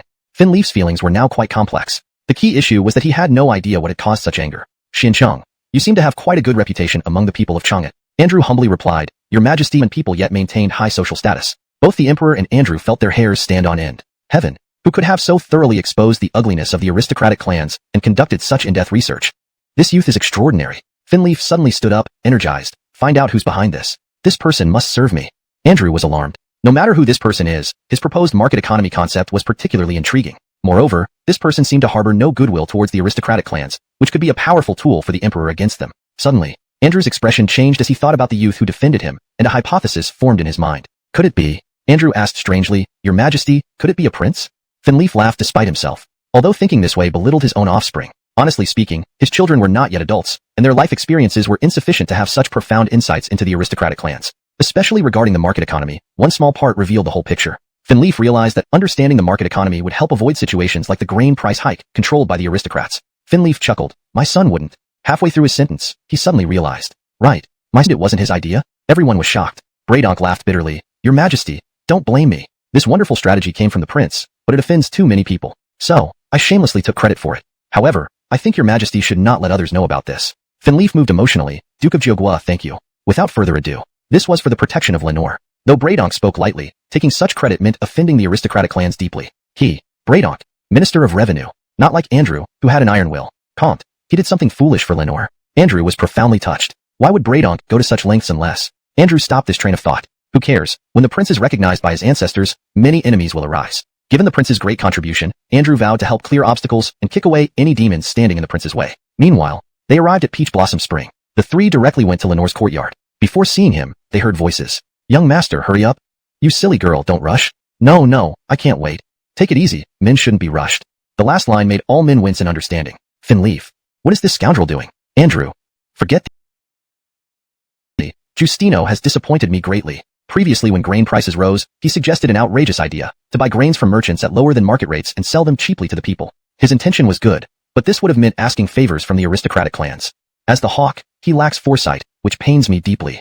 Andrew and Bradonk felt uncomfortable, especially Bradonk. He had been present when Jamar suggested the idea back then. Even after so much time, Finn still dragged him out for scolding. Indeed, this was a father. At this moment, Selena, who was behind Dorian, also emerged, properly dressed but with traces of flour on her face. They hadn't engaged in inappropriate behavior during daylight. Dorian handed over the tray and said, "All right, the rest is yours. If you hadn't urged me to hurry, I could have made them look prettier." The three men. These two were making pastries inside. The girl shouting impatiently made it seem like something else. Awkwardness lingered. Selena accepted the tray and prepared to bow to Janice, but was pulled back by Dorian, who smiled faintly. "Here, there's only master. No emperor, understand?" Selena was speechless. Joking, young master dared to think this way. She didn't dare to act on it. Janice nodded solemnly. "That's correct. From now on, address me as master." Dorian stared intently at him, irritably. "No. A beloved daughter would be nice. Sadly, fate only granted him a son." Dorian smiled sweetly. "How about giving you a grown-up, cute little daughter? What do you think?" Braddock glanced at Selena knowingly and nodded. "Sure." Selena was shocked. "Young master?" Dorian asked. "Don't you want to? If not, I won't force you." Selena shook her head frantically. "Not. Ling doesn't dare to be part of such high-standing company." Dorian concluded. "It's settled then." The straightforward Andrew couldn't help but ask, "Minister Tang at this age, becoming this girl's father? Is that appropriate?" Braddock, frowning, retorted, "Andrew, what do you mean? Am I old? Are you young?" Infuriated, Braddock persisted, "Why not let me be the grandfather and Andrew the foster father?" Andrew wanted to spit blood all over him. "Dream on, taking advantage of me?" Dorian ignored them, comforting Selena. "Relax, you're cute and adorable. Perry will be thrilled to have you as a daughter." Braddock added promptly, "Absolutely." Then he took off a jade pendant and placed it in Selena's hand, laughing heartily. "Today's impromptu, but this foster father role is set. This is a gift. We'll officially recognize each other later. How about that?" Selena's eyes welled up with tears. I. Dorian regretted, guiltily saying, "Sorry. It's my fault. If you're unwilling, forget it." Selena wiped her tears, crying and laughing. "No, young master. Ling never thought of having a foster father one day. Ling lost both parents since childhood. Fortunate to be taken in by Miss. Never imagined such a day." Braddock, who had just followed Dorian's suggestion, looked at the girl pitifully and said softly, "Good daughter, from now on, I'm your foster father." Adding humorously, "Just don't mind me being too old." Selena hurriedly denied. No, Minister Tang, please don't." Braddock wasn't pleased. "What do you call me? Minister Tang?" Selena stammered. "Father-in-law." Braddock frowned. "What father-in-law? Just call me father from now on." Selena bit her lip. "Father." Braddock laughed. "Good daughter. Janice. Andrew." So today, it's all about Braddock getting a daughter. A grand family reunion. Strangely, everyone was happy. Then, Selena went back happily to make pastries. At this point, Ethan sure remembered the purpose of his visit and asked sternly, "Son, about the discussion on aristocratic families." Suddenly, Andrew bowed respectfully to Dorian. "Thank you, young master." Janice. "Great, interrupting me. Interesting." Andrew, "You sly fox, not intentional." Dorian waved off. "Harris, we're friends. Why are you being so formal?" Andrew replied seriously, "Emmanuel must thank young master, or else, every commoner in Chang'an might curse Emmanuel for misleading the country." Had Dorian not cleared his name and exposed the greedy aristocratic clans driving grain prices up, Andrew would have been disgraced endlessly. Young master, such a kind person. Looking at the Finn made him feel better. He clearly enjoyed Emmanuel's embarrassment. Clearly father and son. Yet how different were they? Janice coughed. "Xin Sheng, this time you suffered wrongly. I originally decided to clear your name in court, letting all officials know you cooperated with me. Your Majesty, I trust you." "Xin Sheng, I speak the truth. Your Majesty, I truly believe you." "Xin Sheng." Janice's heart pounded wildly. "You believe me? Yet why do you look so dark? Who are you trying to impress?" "I sure believe you, my ghost." Note, the translation aims to maintain the original tone, style, paragraph structure, and line breaks. Chapter 374, I Shall Rise. Andrew's expression was calm and collected, as stable as a mountain. "I, Andrew, Duke of Pedro, I also have my own temper. Just wanting to see me, Andrew, being made fun of. Your Majesty, you will be disappointed." This moment, Andrew remembered the strange terms mentioned by the shadow guards when reporting to Crawford, and with his strong curiosity, he asked, "May I ask, young master, what exactly is market economy and inflation?" Elliot hadn't spoken yet, but Braddock's eyes brightened. As the Minister of Revenue, he was undoubtedly competent, and he instinctively sensed profound knowledge in these terms that Andrew mentioned. Elliot didn't keep them in suspense, but looked at Braddock and said, "Minister Tang, you are the Minister of Revenue, so for your department." "Well, for the court, perhaps no one has ever proposed such a concept to summarize this theory." Braddock humbly replied, "Please enlighten us, Alvin." Thus Elliot began to explain elaborately. He squatted on the ground, using a branch to draw a circle and wrote two characters inside, Chang'an. Market economy, simply put, refers to places where goods or services are exchanged. Markets can be tangible or intangible. Those engaging in various transactions within markets are called market entities. For example, Chang'an as a whole is a market, and all commercial activities taking place there constitute a market economy. All those participating in these commercial activities are market entities. Boom. This theory sounded obscure and hard to understand. Andrew was utterly bewildered. Only after Elliot gave a simple explanation did he get a basic understanding. However, Braddock initially frowned upon hearing it, but his eyes shone brightly as he listened more closely. Absolutely dazzling. Elliot boldly stated, after summarizing, "I found that the market economy has several characteristics. Firstly, it is societal, occurring in every corner of our great Tang Dynasty. Secondly, it is market-driven." Braddock listened attentively. Andrew felt a headache coming on. Even though Crawford was the emperor, he was not as specialized as the minister of revenue, hence he also felt overwhelmed. Son, aren't you bluffing? Why do I feel like I'm listening to some heavenly scripture? Comte, seeing how seriously Bradonk is listening, it seems that what you're saying makes a lot of sense. This moment, Elliot continued talking fluently. Thirdly, it's autonomous, meaning that market entities have full autonomy. Hearing this, Lincoln got the gist of it. The initial concepts were tough to digest, but subsequent points became much easier to comprehend. Indeed, abstract concepts could befuddle anyone. Even Elliot in his past had been equally confused. Bradonkly, his memory served him well. At least, he understood the simple concepts. Not just bluffing. Opening a new world to the ancients wasn't too difficult. Thereupon, Bradonk was completely absorbed into the discussion, filled with thirst for knowledge, admiration, and reverence in his eyes. This delighted Elliot internally. Well, posing as an expert was indeed satisfying. Collecting himself, Elliot continued. Fourthly, profitability. The purpose of production and business operations isn't consumption but profit. And producers and operators pursue value and surplus value endlessly. Fifthly, it's blind. For instance, the soaring grain prices create volatility across the empire. Sixthly, competitiveness. This comes from the pursuit of individual interests. Seventhly, polarization. Market competition is ruthless, leading to survival of the fittest. Elliot listed out all these characteristics. Following this, he stopped speaking, giving time for the three people in front of him to ponder. Crawford thought for a while, and then showed a comprehending expression. Elliot curled his lips. This old man always cares about face, truly pretentious. Do you really understand? Andrew rubbed his head and sighed. Somewhat understanding, somewhat lost, giving up. After all, Andrew was just the censor-in-chief. He shouldn't cross professions. Quite a challenge. As for Bradonk, he seemed to be petrified, immobile. After a while, Selina returned carrying pastries. Elliot laughed heartily and said, Come. I would slap you dead. Forget it. I give up. This old father of mine is always countered by my son, yet feels oddly pleased. Strange, very strange. Eating mooncakes. Lincoln reached out to grab the last two. Because of your daughter, my son argued with me, so all these mooncakes belong to me. Ha ha ha. Bradonk burst into laughter. Suddenly, Lincoln grabbed one mooncake, only for his hand to tremble and drop it on the ground. Andrew, who had just finished his first one, sighed upon seeing this scene. What a waste. Lincoln, curse you. Wasn't for Bradonk's madness. Otherwise, I am in my prime and never shake hands. Then, Bradonk gleefully exclaimed, Alvin, this old man wants to be your disciple. Snap. Everyone froze. Isn't it a bit too much? Elliot smacked his lips hesitantly. Discipleship? Isn't that a bit overboard? Bradonk firmly declared, No. This old man must become a disciple. The concept of market economy you introduced is superb. Elliot felt embarrassed. With that statement paired with that expression, I suspect you're flattering me. My God. Too scary. This young master doesn't like such insincere flattery. Listening to it makes one blush. If you don't know how to flatter, don't do it. Bradonk passionately stated, Master, please accept this old man's salute. Saying this, he really started to bow. However, Lincoln held him back. Hearing this, Bradonk forgot all about becoming a disciple and vigorously shook off Leaf's hand. Leaf, you seem to be rejecting me. Then, should I leave? Bradonk paid no mind to Leaf's mood and asked eagerly, Master, what is macroeconomic regulation? It seems the word master was now firmly stuck on his tongue. Elliot noticed Selina guarding the last mooncake while Andrew was eyeing it hungrily from the side. Heaven, Harris, you're the toughest person in the Tang Dynasty. Is one little mooncake really worth all this fuss? Elliot's face twitched as he pointed at the mooncake and said, Perry, eat that first, then we'll talk. Without hesitation, Bradonk grabbed it and swallowed it whole in one go. Everyone.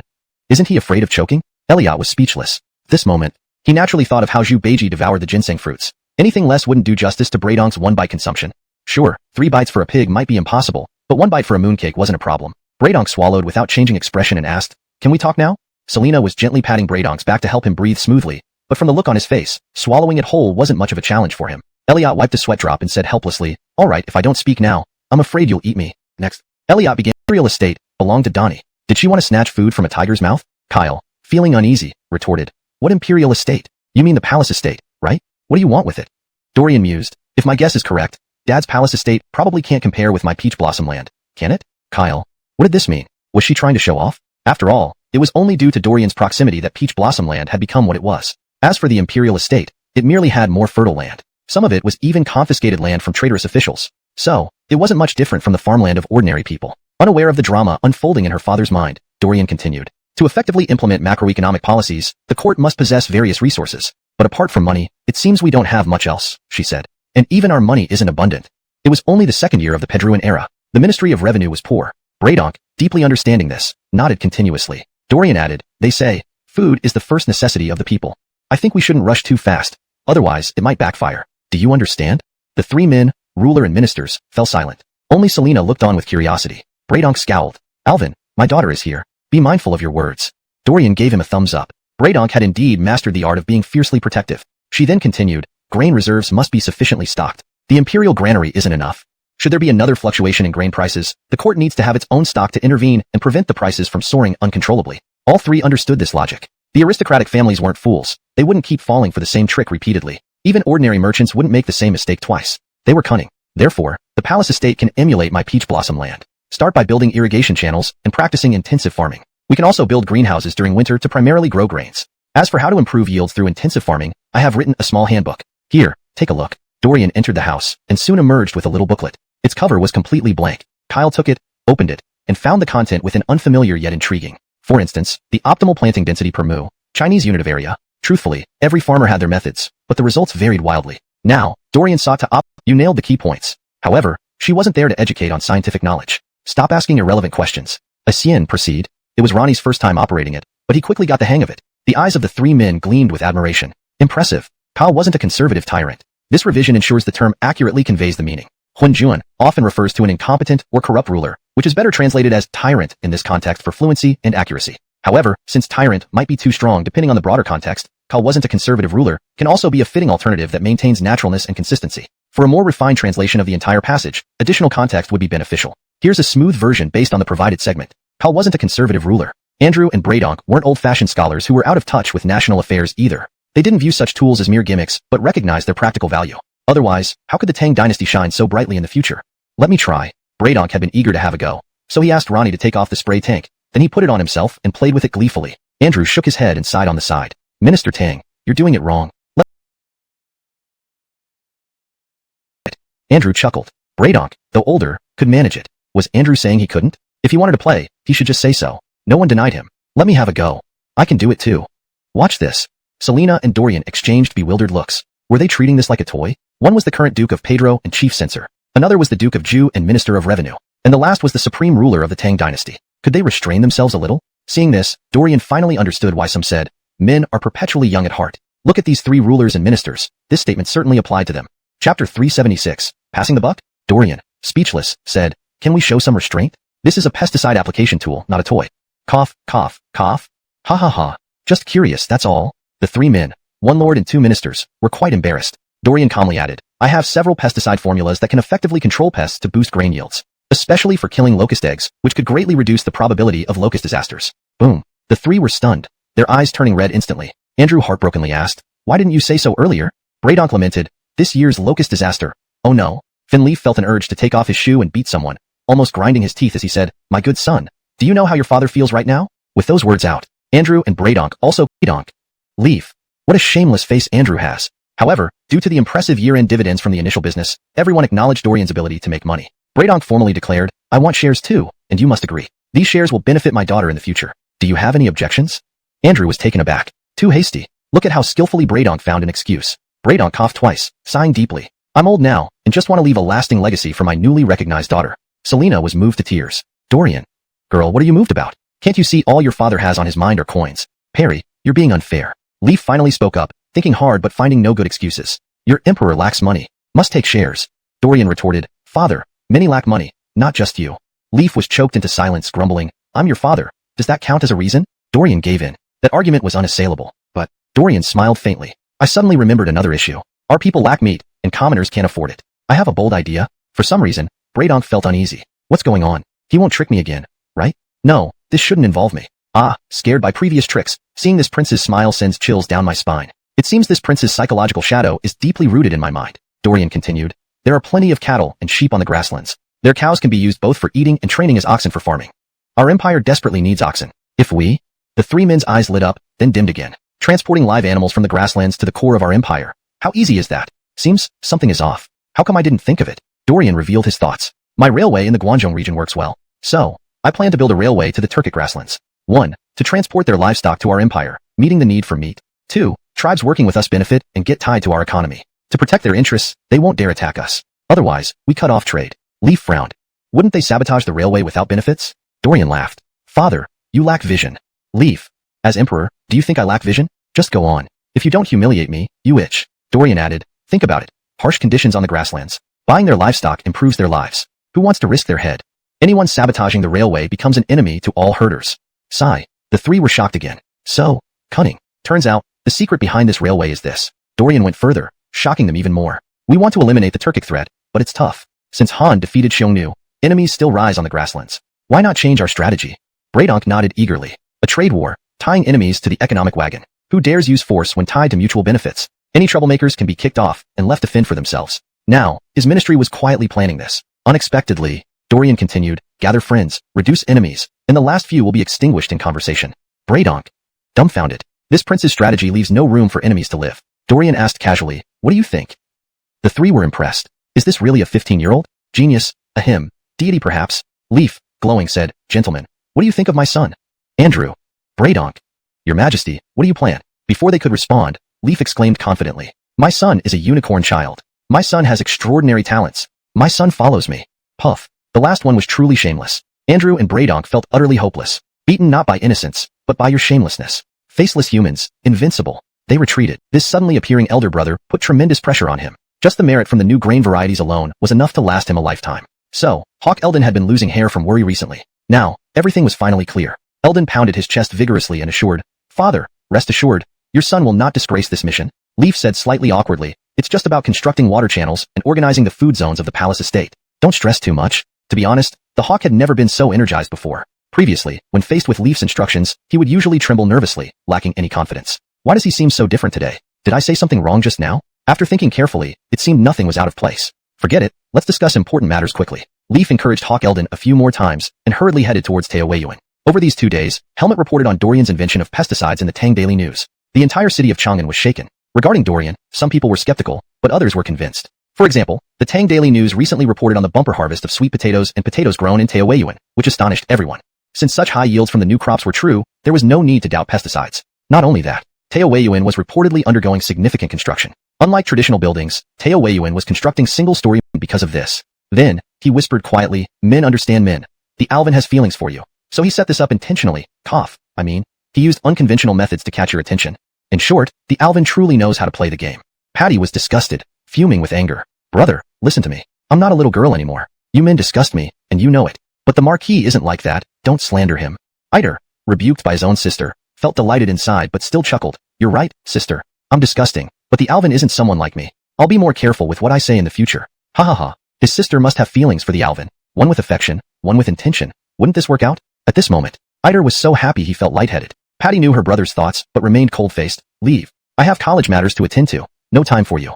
A polite dismissal. Eider didn't mind. No matter how annoyed his sister was, she was still his sister and would ultimately speak for the Fanyang Braden family. Alright, I'll go then. Eider left sensibly. Just then, Selena appeared. Eider was too familiar with this maid. Seeing her first reaction, he felt something wasn't quite right. Clearly a maid. Why? Oh yes. Sir. Suspicious. For some reason, Eider felt a sense of crisis. Oh no. Is it possible the Alvin has taken a liking to Linger, so he had her call Braydonk her godfather to elevate her status? Thus, they could match socially. After all, the Alvin is royal. Taking a mere maid as a concubine. Heavens. Even worse, what if she becomes the principal consort? Sister, you're in danger. At that moment, Eider had countless warnings to give his sister. Right then, Braydonk appeared, nodding at Eider. Selena ran over sweetly, calling, Father, why are you here? Braydonk's face showed doting love. Father remembered that your contract is still with Miss Braden. Today, I'm here to change your household registration. Selena was already his daughter, yet still registered as a low-class servant. Unacceptable. Patty bowed to Braydonk. Lord Tang Linger is young. Please bear with her. Braydonk smiled kindly. A daughter is like a warm cotton-padded jacket, meant to be cherished. Rest assured, Miss Braden, I will treat her as my own. Patty continued. To change the household registration, Linger's contract must be handed over to Lord Tang. However, I'm afraid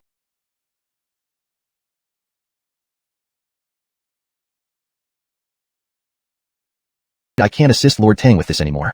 Braydonk's expression darkened. What was this eldest daughter of the Fanyang Braden family trying to do? Was she trying to get the better of him? Humph. She must have developed a twisted idea after seeing how her status soared from rags to riches. He was never wrong in reading people. But then, Patty added, I lost a bet and signed a contract, and even Linger's contract was lost to His Excellency the Marquis. Braydonk.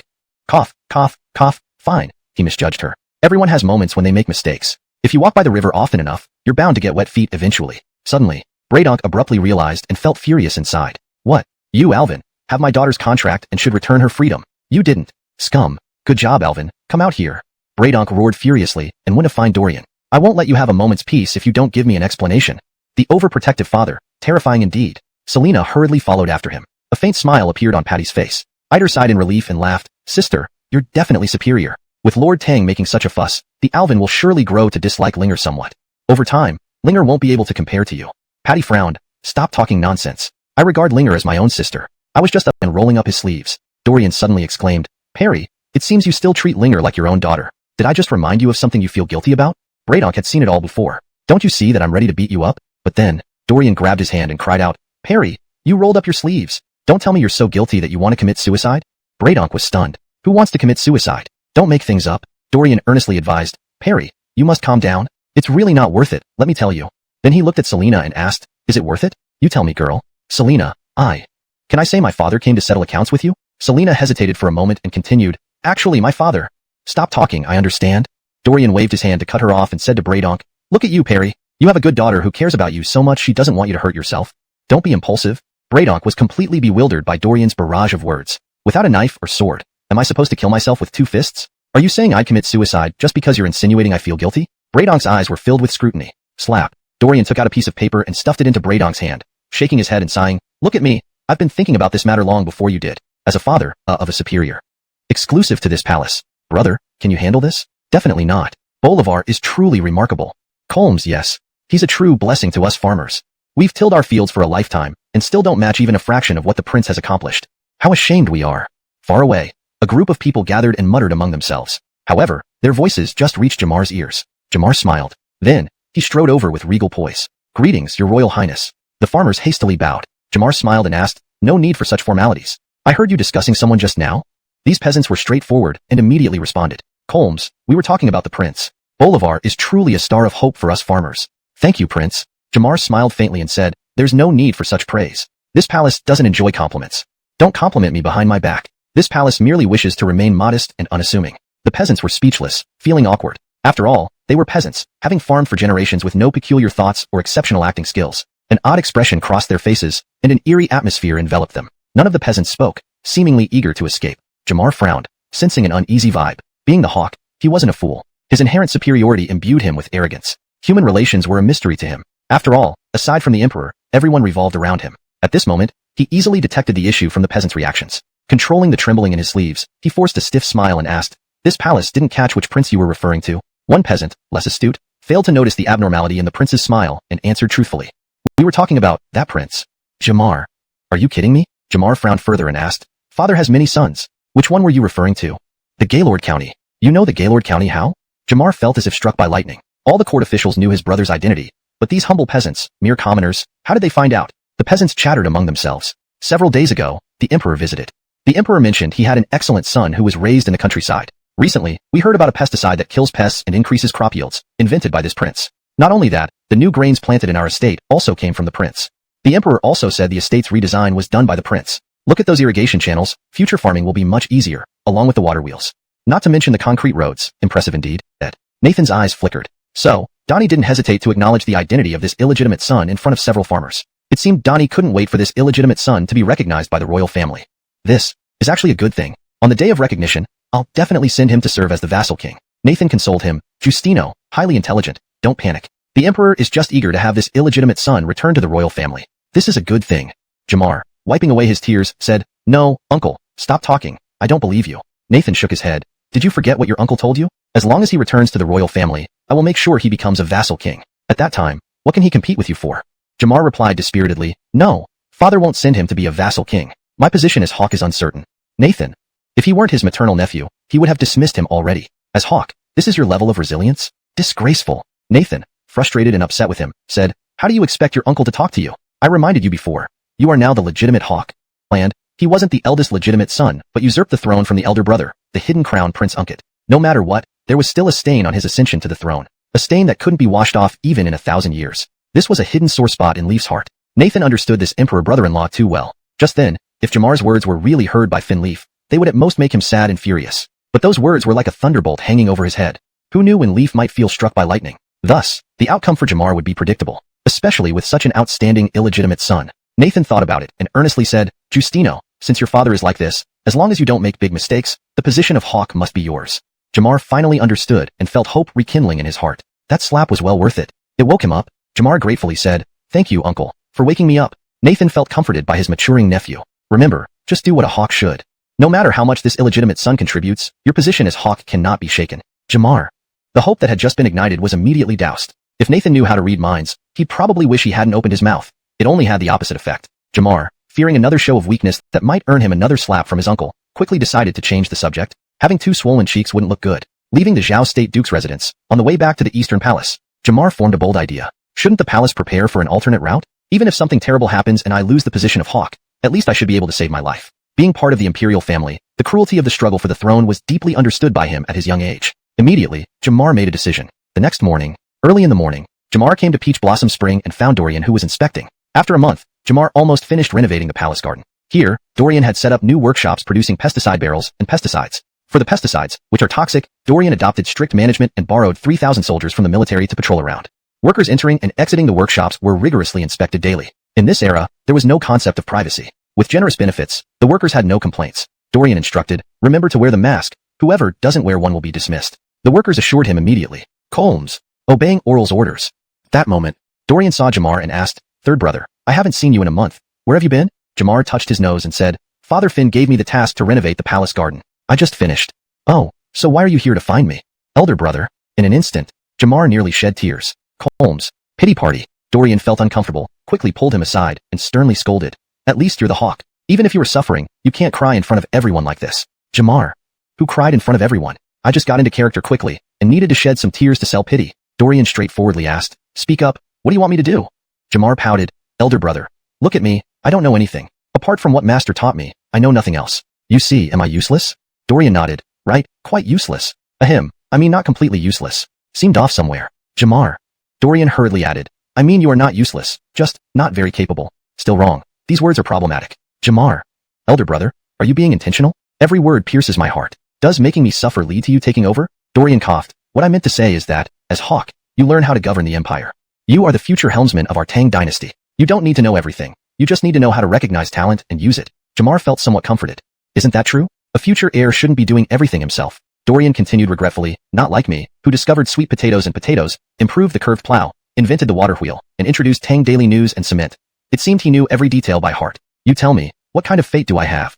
A life of hard work. My elder brother just wants to eat, drink, and lie down to enjoy life. When will this wish be fulfilled? Jamar felt another jab to his heart. This sounded way too Versailles. Wait, what's Versailles? Forget it, let's not get into that. If elder brother gives me just one of these accomplishments, I could die happy in my dreams. Heaven, how unfair you are. We are both people, both sons of Father Finn. Why haven't I ever achieved such great deeds? And why am I always overshadowed by elder brother? Forget it, I admit it.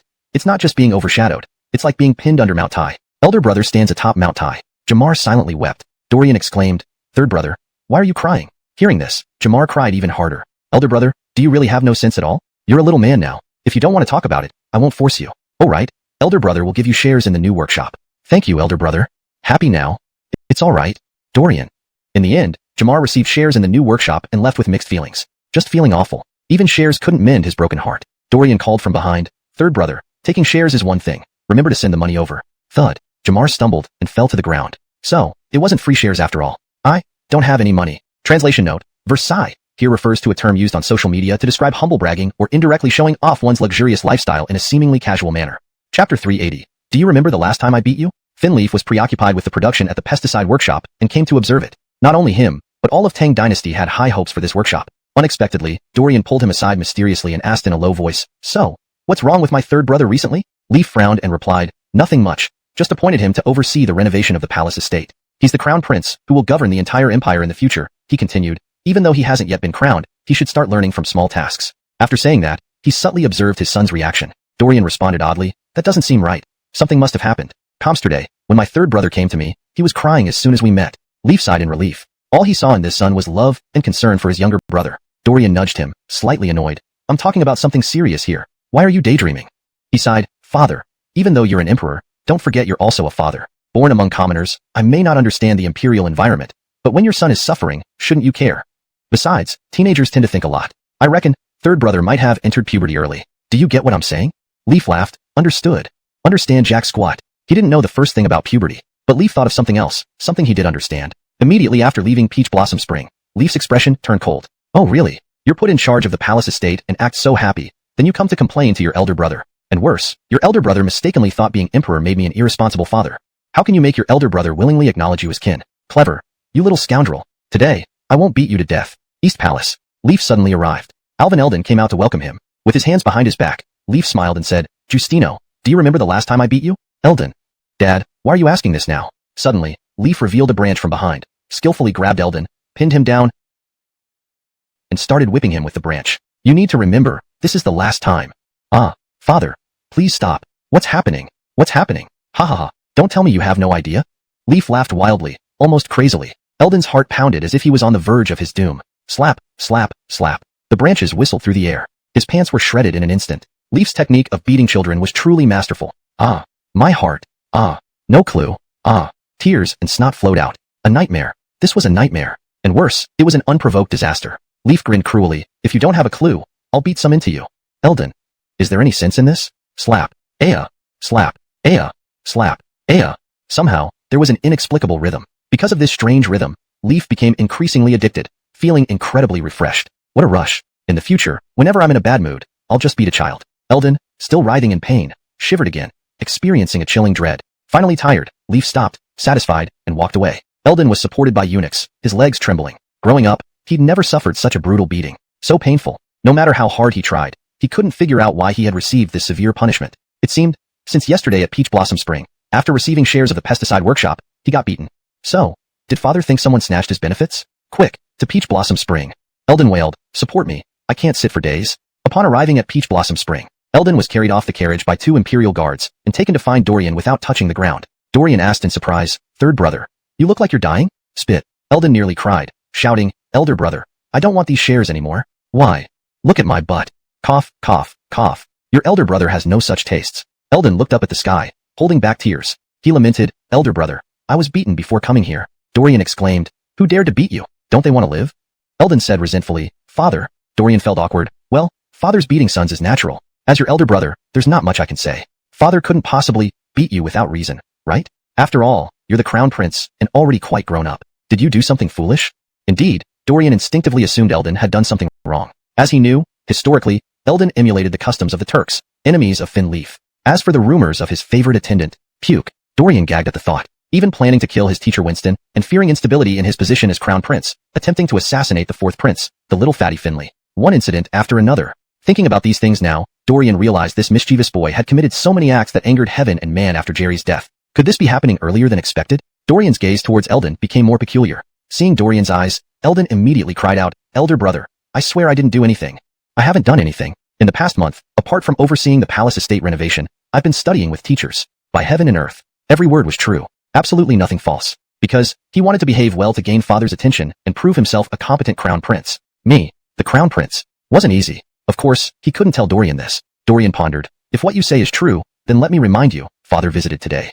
Comsterday, you cried so pitifully. I suggested father show more concern. I thought father had made you suffer. And then, you got beaten. Eldon. So, elder brother played a part in this. But Eldon couldn't find fault elsewhere. After all, Dorian was trying to help. Who would have thought father went off the rails? Dorian added, shall I ask father why he beat you? Don't. Eldon exclaimed, elder brother, absolutely not.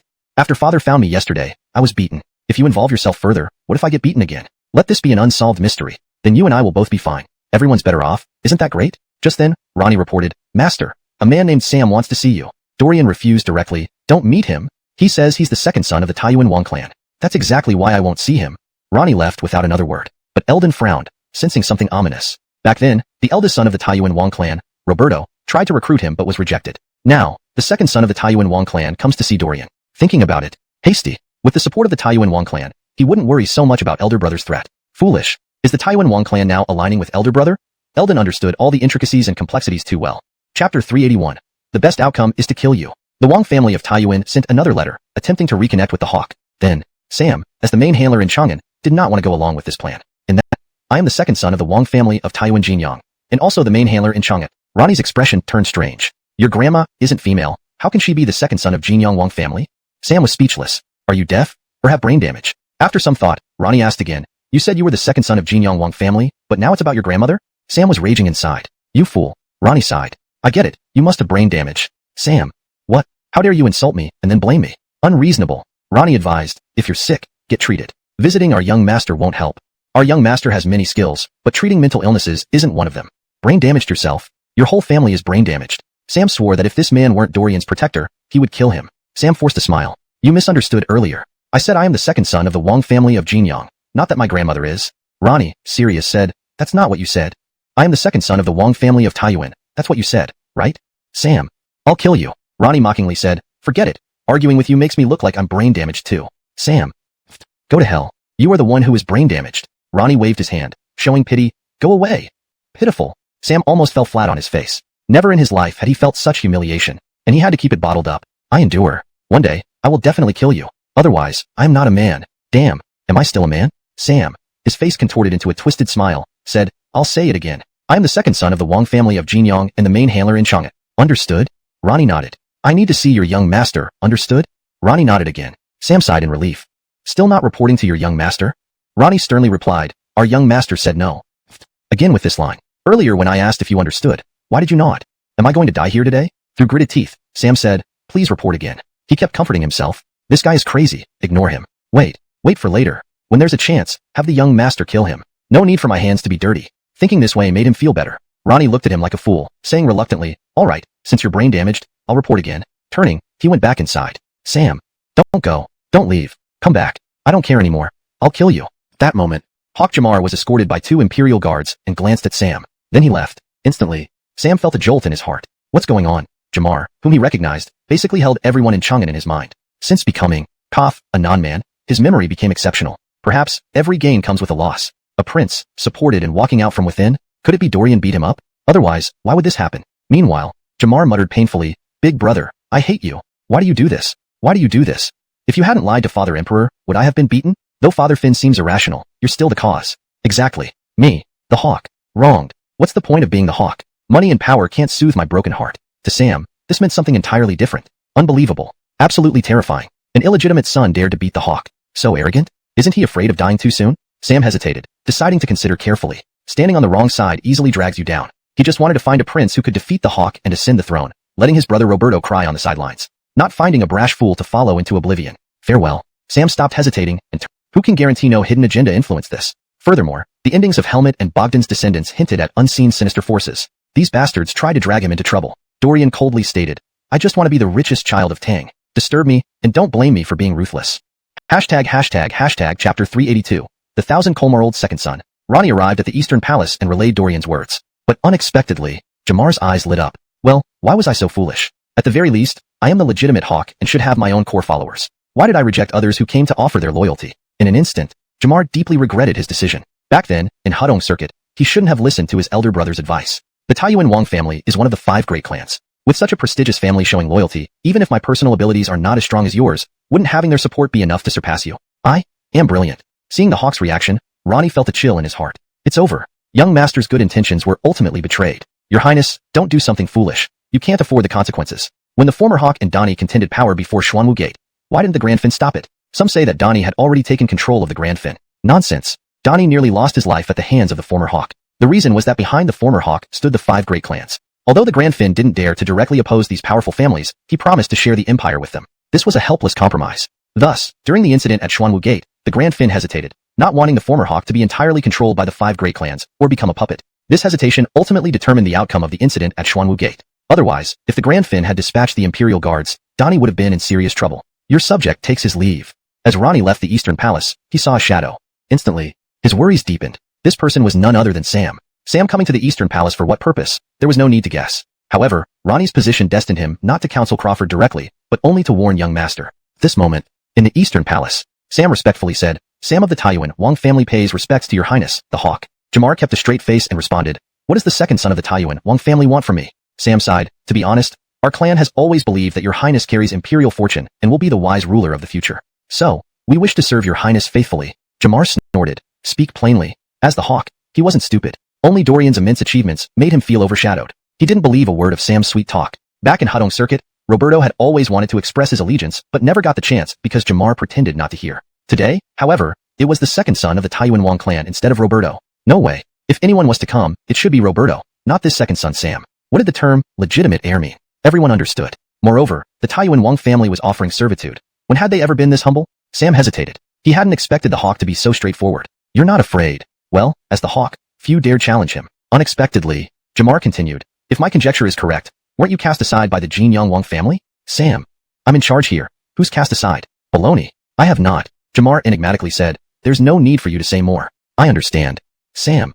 Say what? I haven't even thought about it. And you think you understand? Just pretend you do. Jamar remarked, after all, you're the second son. Sam nearly fainted from rage. What's wrong with being a second son? Even you, as the hawk, had an elder brother, making you the second son too. Even as the legitimate heir, with Dorian included, you're still the second. The eternal second. Previously, Sam was infuriated by Ronnie in the Peach Blossom Garden, his anger still smoldering. Honestly, if it weren't for the presence of the hawk, he might have thrashed him senseless. A noble hawk like you. How could you be so insulting? Jamar added coldly, last year in Hadong Circuit, during the disaster relief efforts, your elder brother Roberto tried to speak to me, but I ignored him. Sam knew it was true. Jamar sneered, I dislike your elder brother. He's too arrogant, and I can't stand people like him. Do you understand? Sam was stunned. He never expected the hawk to evaluate his brother openly before him.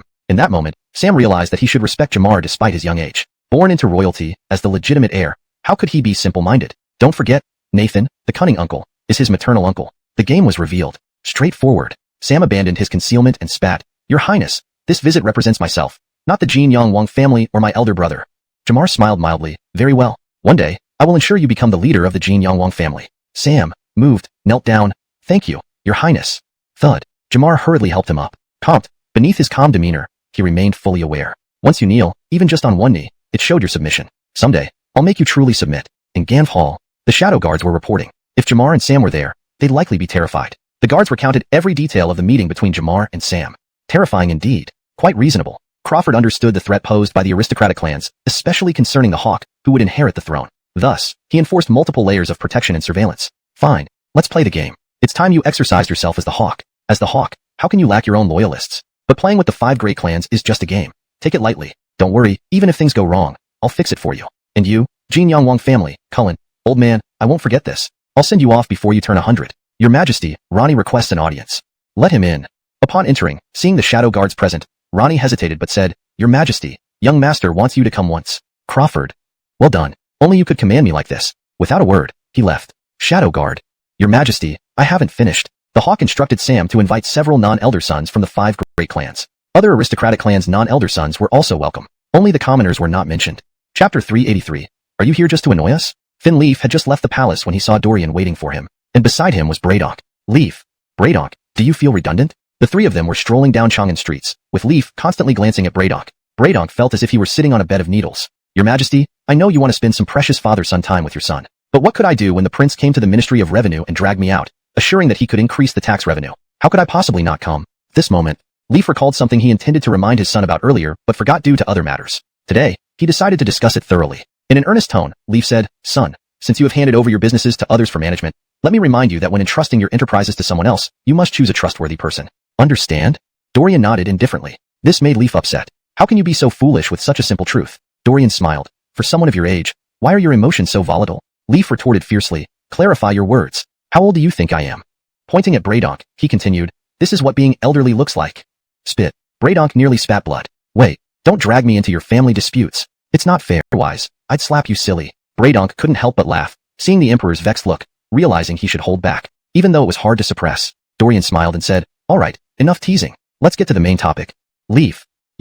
Are you really teasing me? In the world, only you do this. What main topic? If you bring up the issue of marrying Selena as a secondary consort, I'll definitely corner you. However, Dorian unexpectedly asked an even more perplexing question. How's the commercial tax revenue going? Leaf was taken aback, nodding hazily after a pause. Not bad. Dorian smiled brightly and asked, The major merchants and aristocratic families make the most money each year. Does that make you envious? Leaf. Can't you see my eyes are red? This kid. You're teasing me again. Go ahead. Keep going. I'm waiting. Cough. Quite interesting indeed. Beside him, Braddock's eyes were also red. As the Minister of Revenue, he couldn't bear to hear anything about taxes. Managing the national treasury of Tang was tough. Dorian continued, There are so many merchants and such enormous trade volumes, yet the court only collects customs and market taxes, a mere pittance. Is that enough? Muttered involuntarily. Heaven. The total annual tax revenue for the entire court was only around 30 million guan. This mall was shockingly profitable. Regaining composure, Braddock asked, Alvin, are you suggesting that commerce is very lucrative? Dorian shook his head and laughed. Earning from business. What does it have to do with the court? Braddock. Saying this to me, the Minister of Revenue, is infuriating. Leaf sensed his son's intentions weren't merely this, urging, Stop beating around the bush. Speak up. Dorian smiled. I mean to say that all trade activities, except small traders, are controlled by aristocratic families, especially the 5 families and 7 clans. Both side. Everyone knows this problem. That's why the 5 families and 7 clans repeatedly defy the court. Dorian added, I'm saying that while they make so much money, they only pay a little customs and market tax, leaving the court's revenue minimal. You are the Fin of Tang, governing the nation, needing funds. And you are the Minister of Revenue, always asking for more funds for the court's needs. Leaf. So hard. Braddock. Grieved. Wants to cry. Dorian chuckled. Is that frustrating? Leaf. Can't you see I've gnashed my teeth to pieces? Braydonk.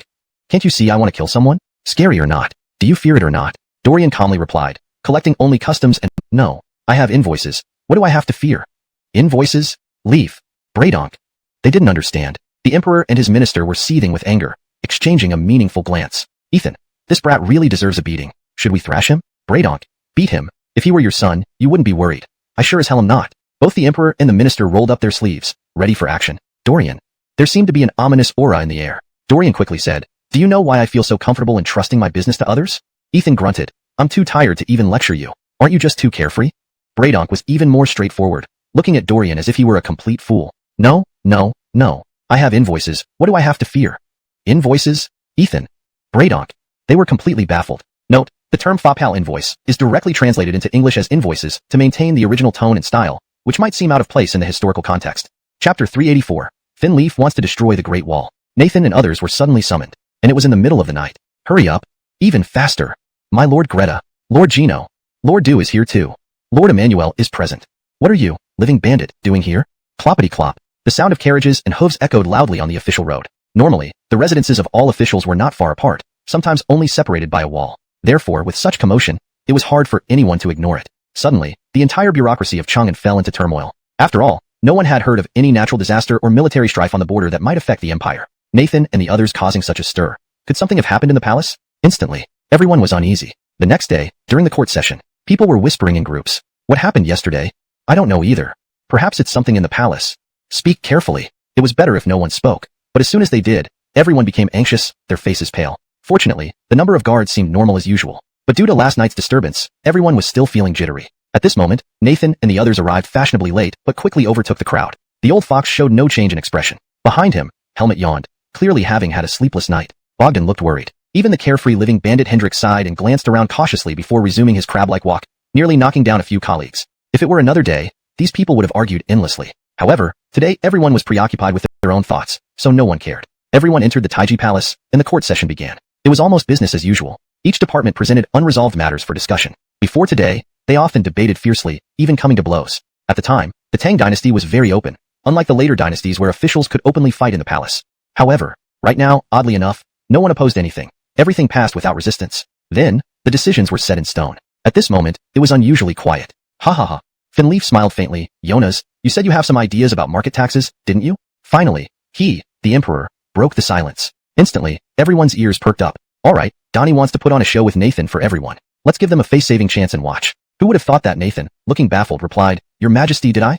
Leaf coldly retorted, Jonas, are you sure you don't have any ideas? Everyone. What nonsense. This conversation was more mysterious than the lingering questions in everyone's minds. But they concluded that Finleaf wanted to impose higher taxes on merchants. Clearly, Nathan was forced to propose an idea, but at this moment, he wasn't cooperating. TSK. Everyone was curious. Nathan was Finleaf's trusted confidant. Why was he acting like this? Too confusing. A flame of gossip burned brightly in everyone's hearts. With a resigned sigh, Nathan said, Since your Majesty insists, I guess I do. Everyone. What does that mean, I guess? Too uncooperative. Sure enough, Leaf smirked. Since that's the case, tell us your ideas. Nathan bowed respectfully but hesitated, saying, Your Majesty, I believe the current market tax system is unreasonable. Everyone listened intently. Unexpectedly, Nathan closed his mouth and stopped speaking. Heavens! For the Honorable Minister of State to be so uncooperative, what was the Emperor up to? Their hearts felt like being scratched by cat claws. Leaf, frowning, urged, Jonas, continue. Nathan sighed slightly. Your Majesty, the current method of taxing merchants through setting up trading posts and collecting market taxes is unfair. Then, he stopped again. Leaf nearly jumped up, reminding him, continue. Nathan sighed deeper. Your Majesty, the court sets the same tax rate for stationary items, leading to unfairness. Cough, cough, cough. Suddenly, Nathan turned to Helmet and chuckled. Lord Gino, this is a result of our joint discussions. Would you like to add something? Everyone. Poof. Finished. So far, it was clear that Finleaf's ideas about market taxes were not favorable and hadn't won the support of the key ministers. Look at how Nathan, the cunning fox, immediately pulled Helmet into it. Truly sly. Helmet unwillingly stepped forward, sighing,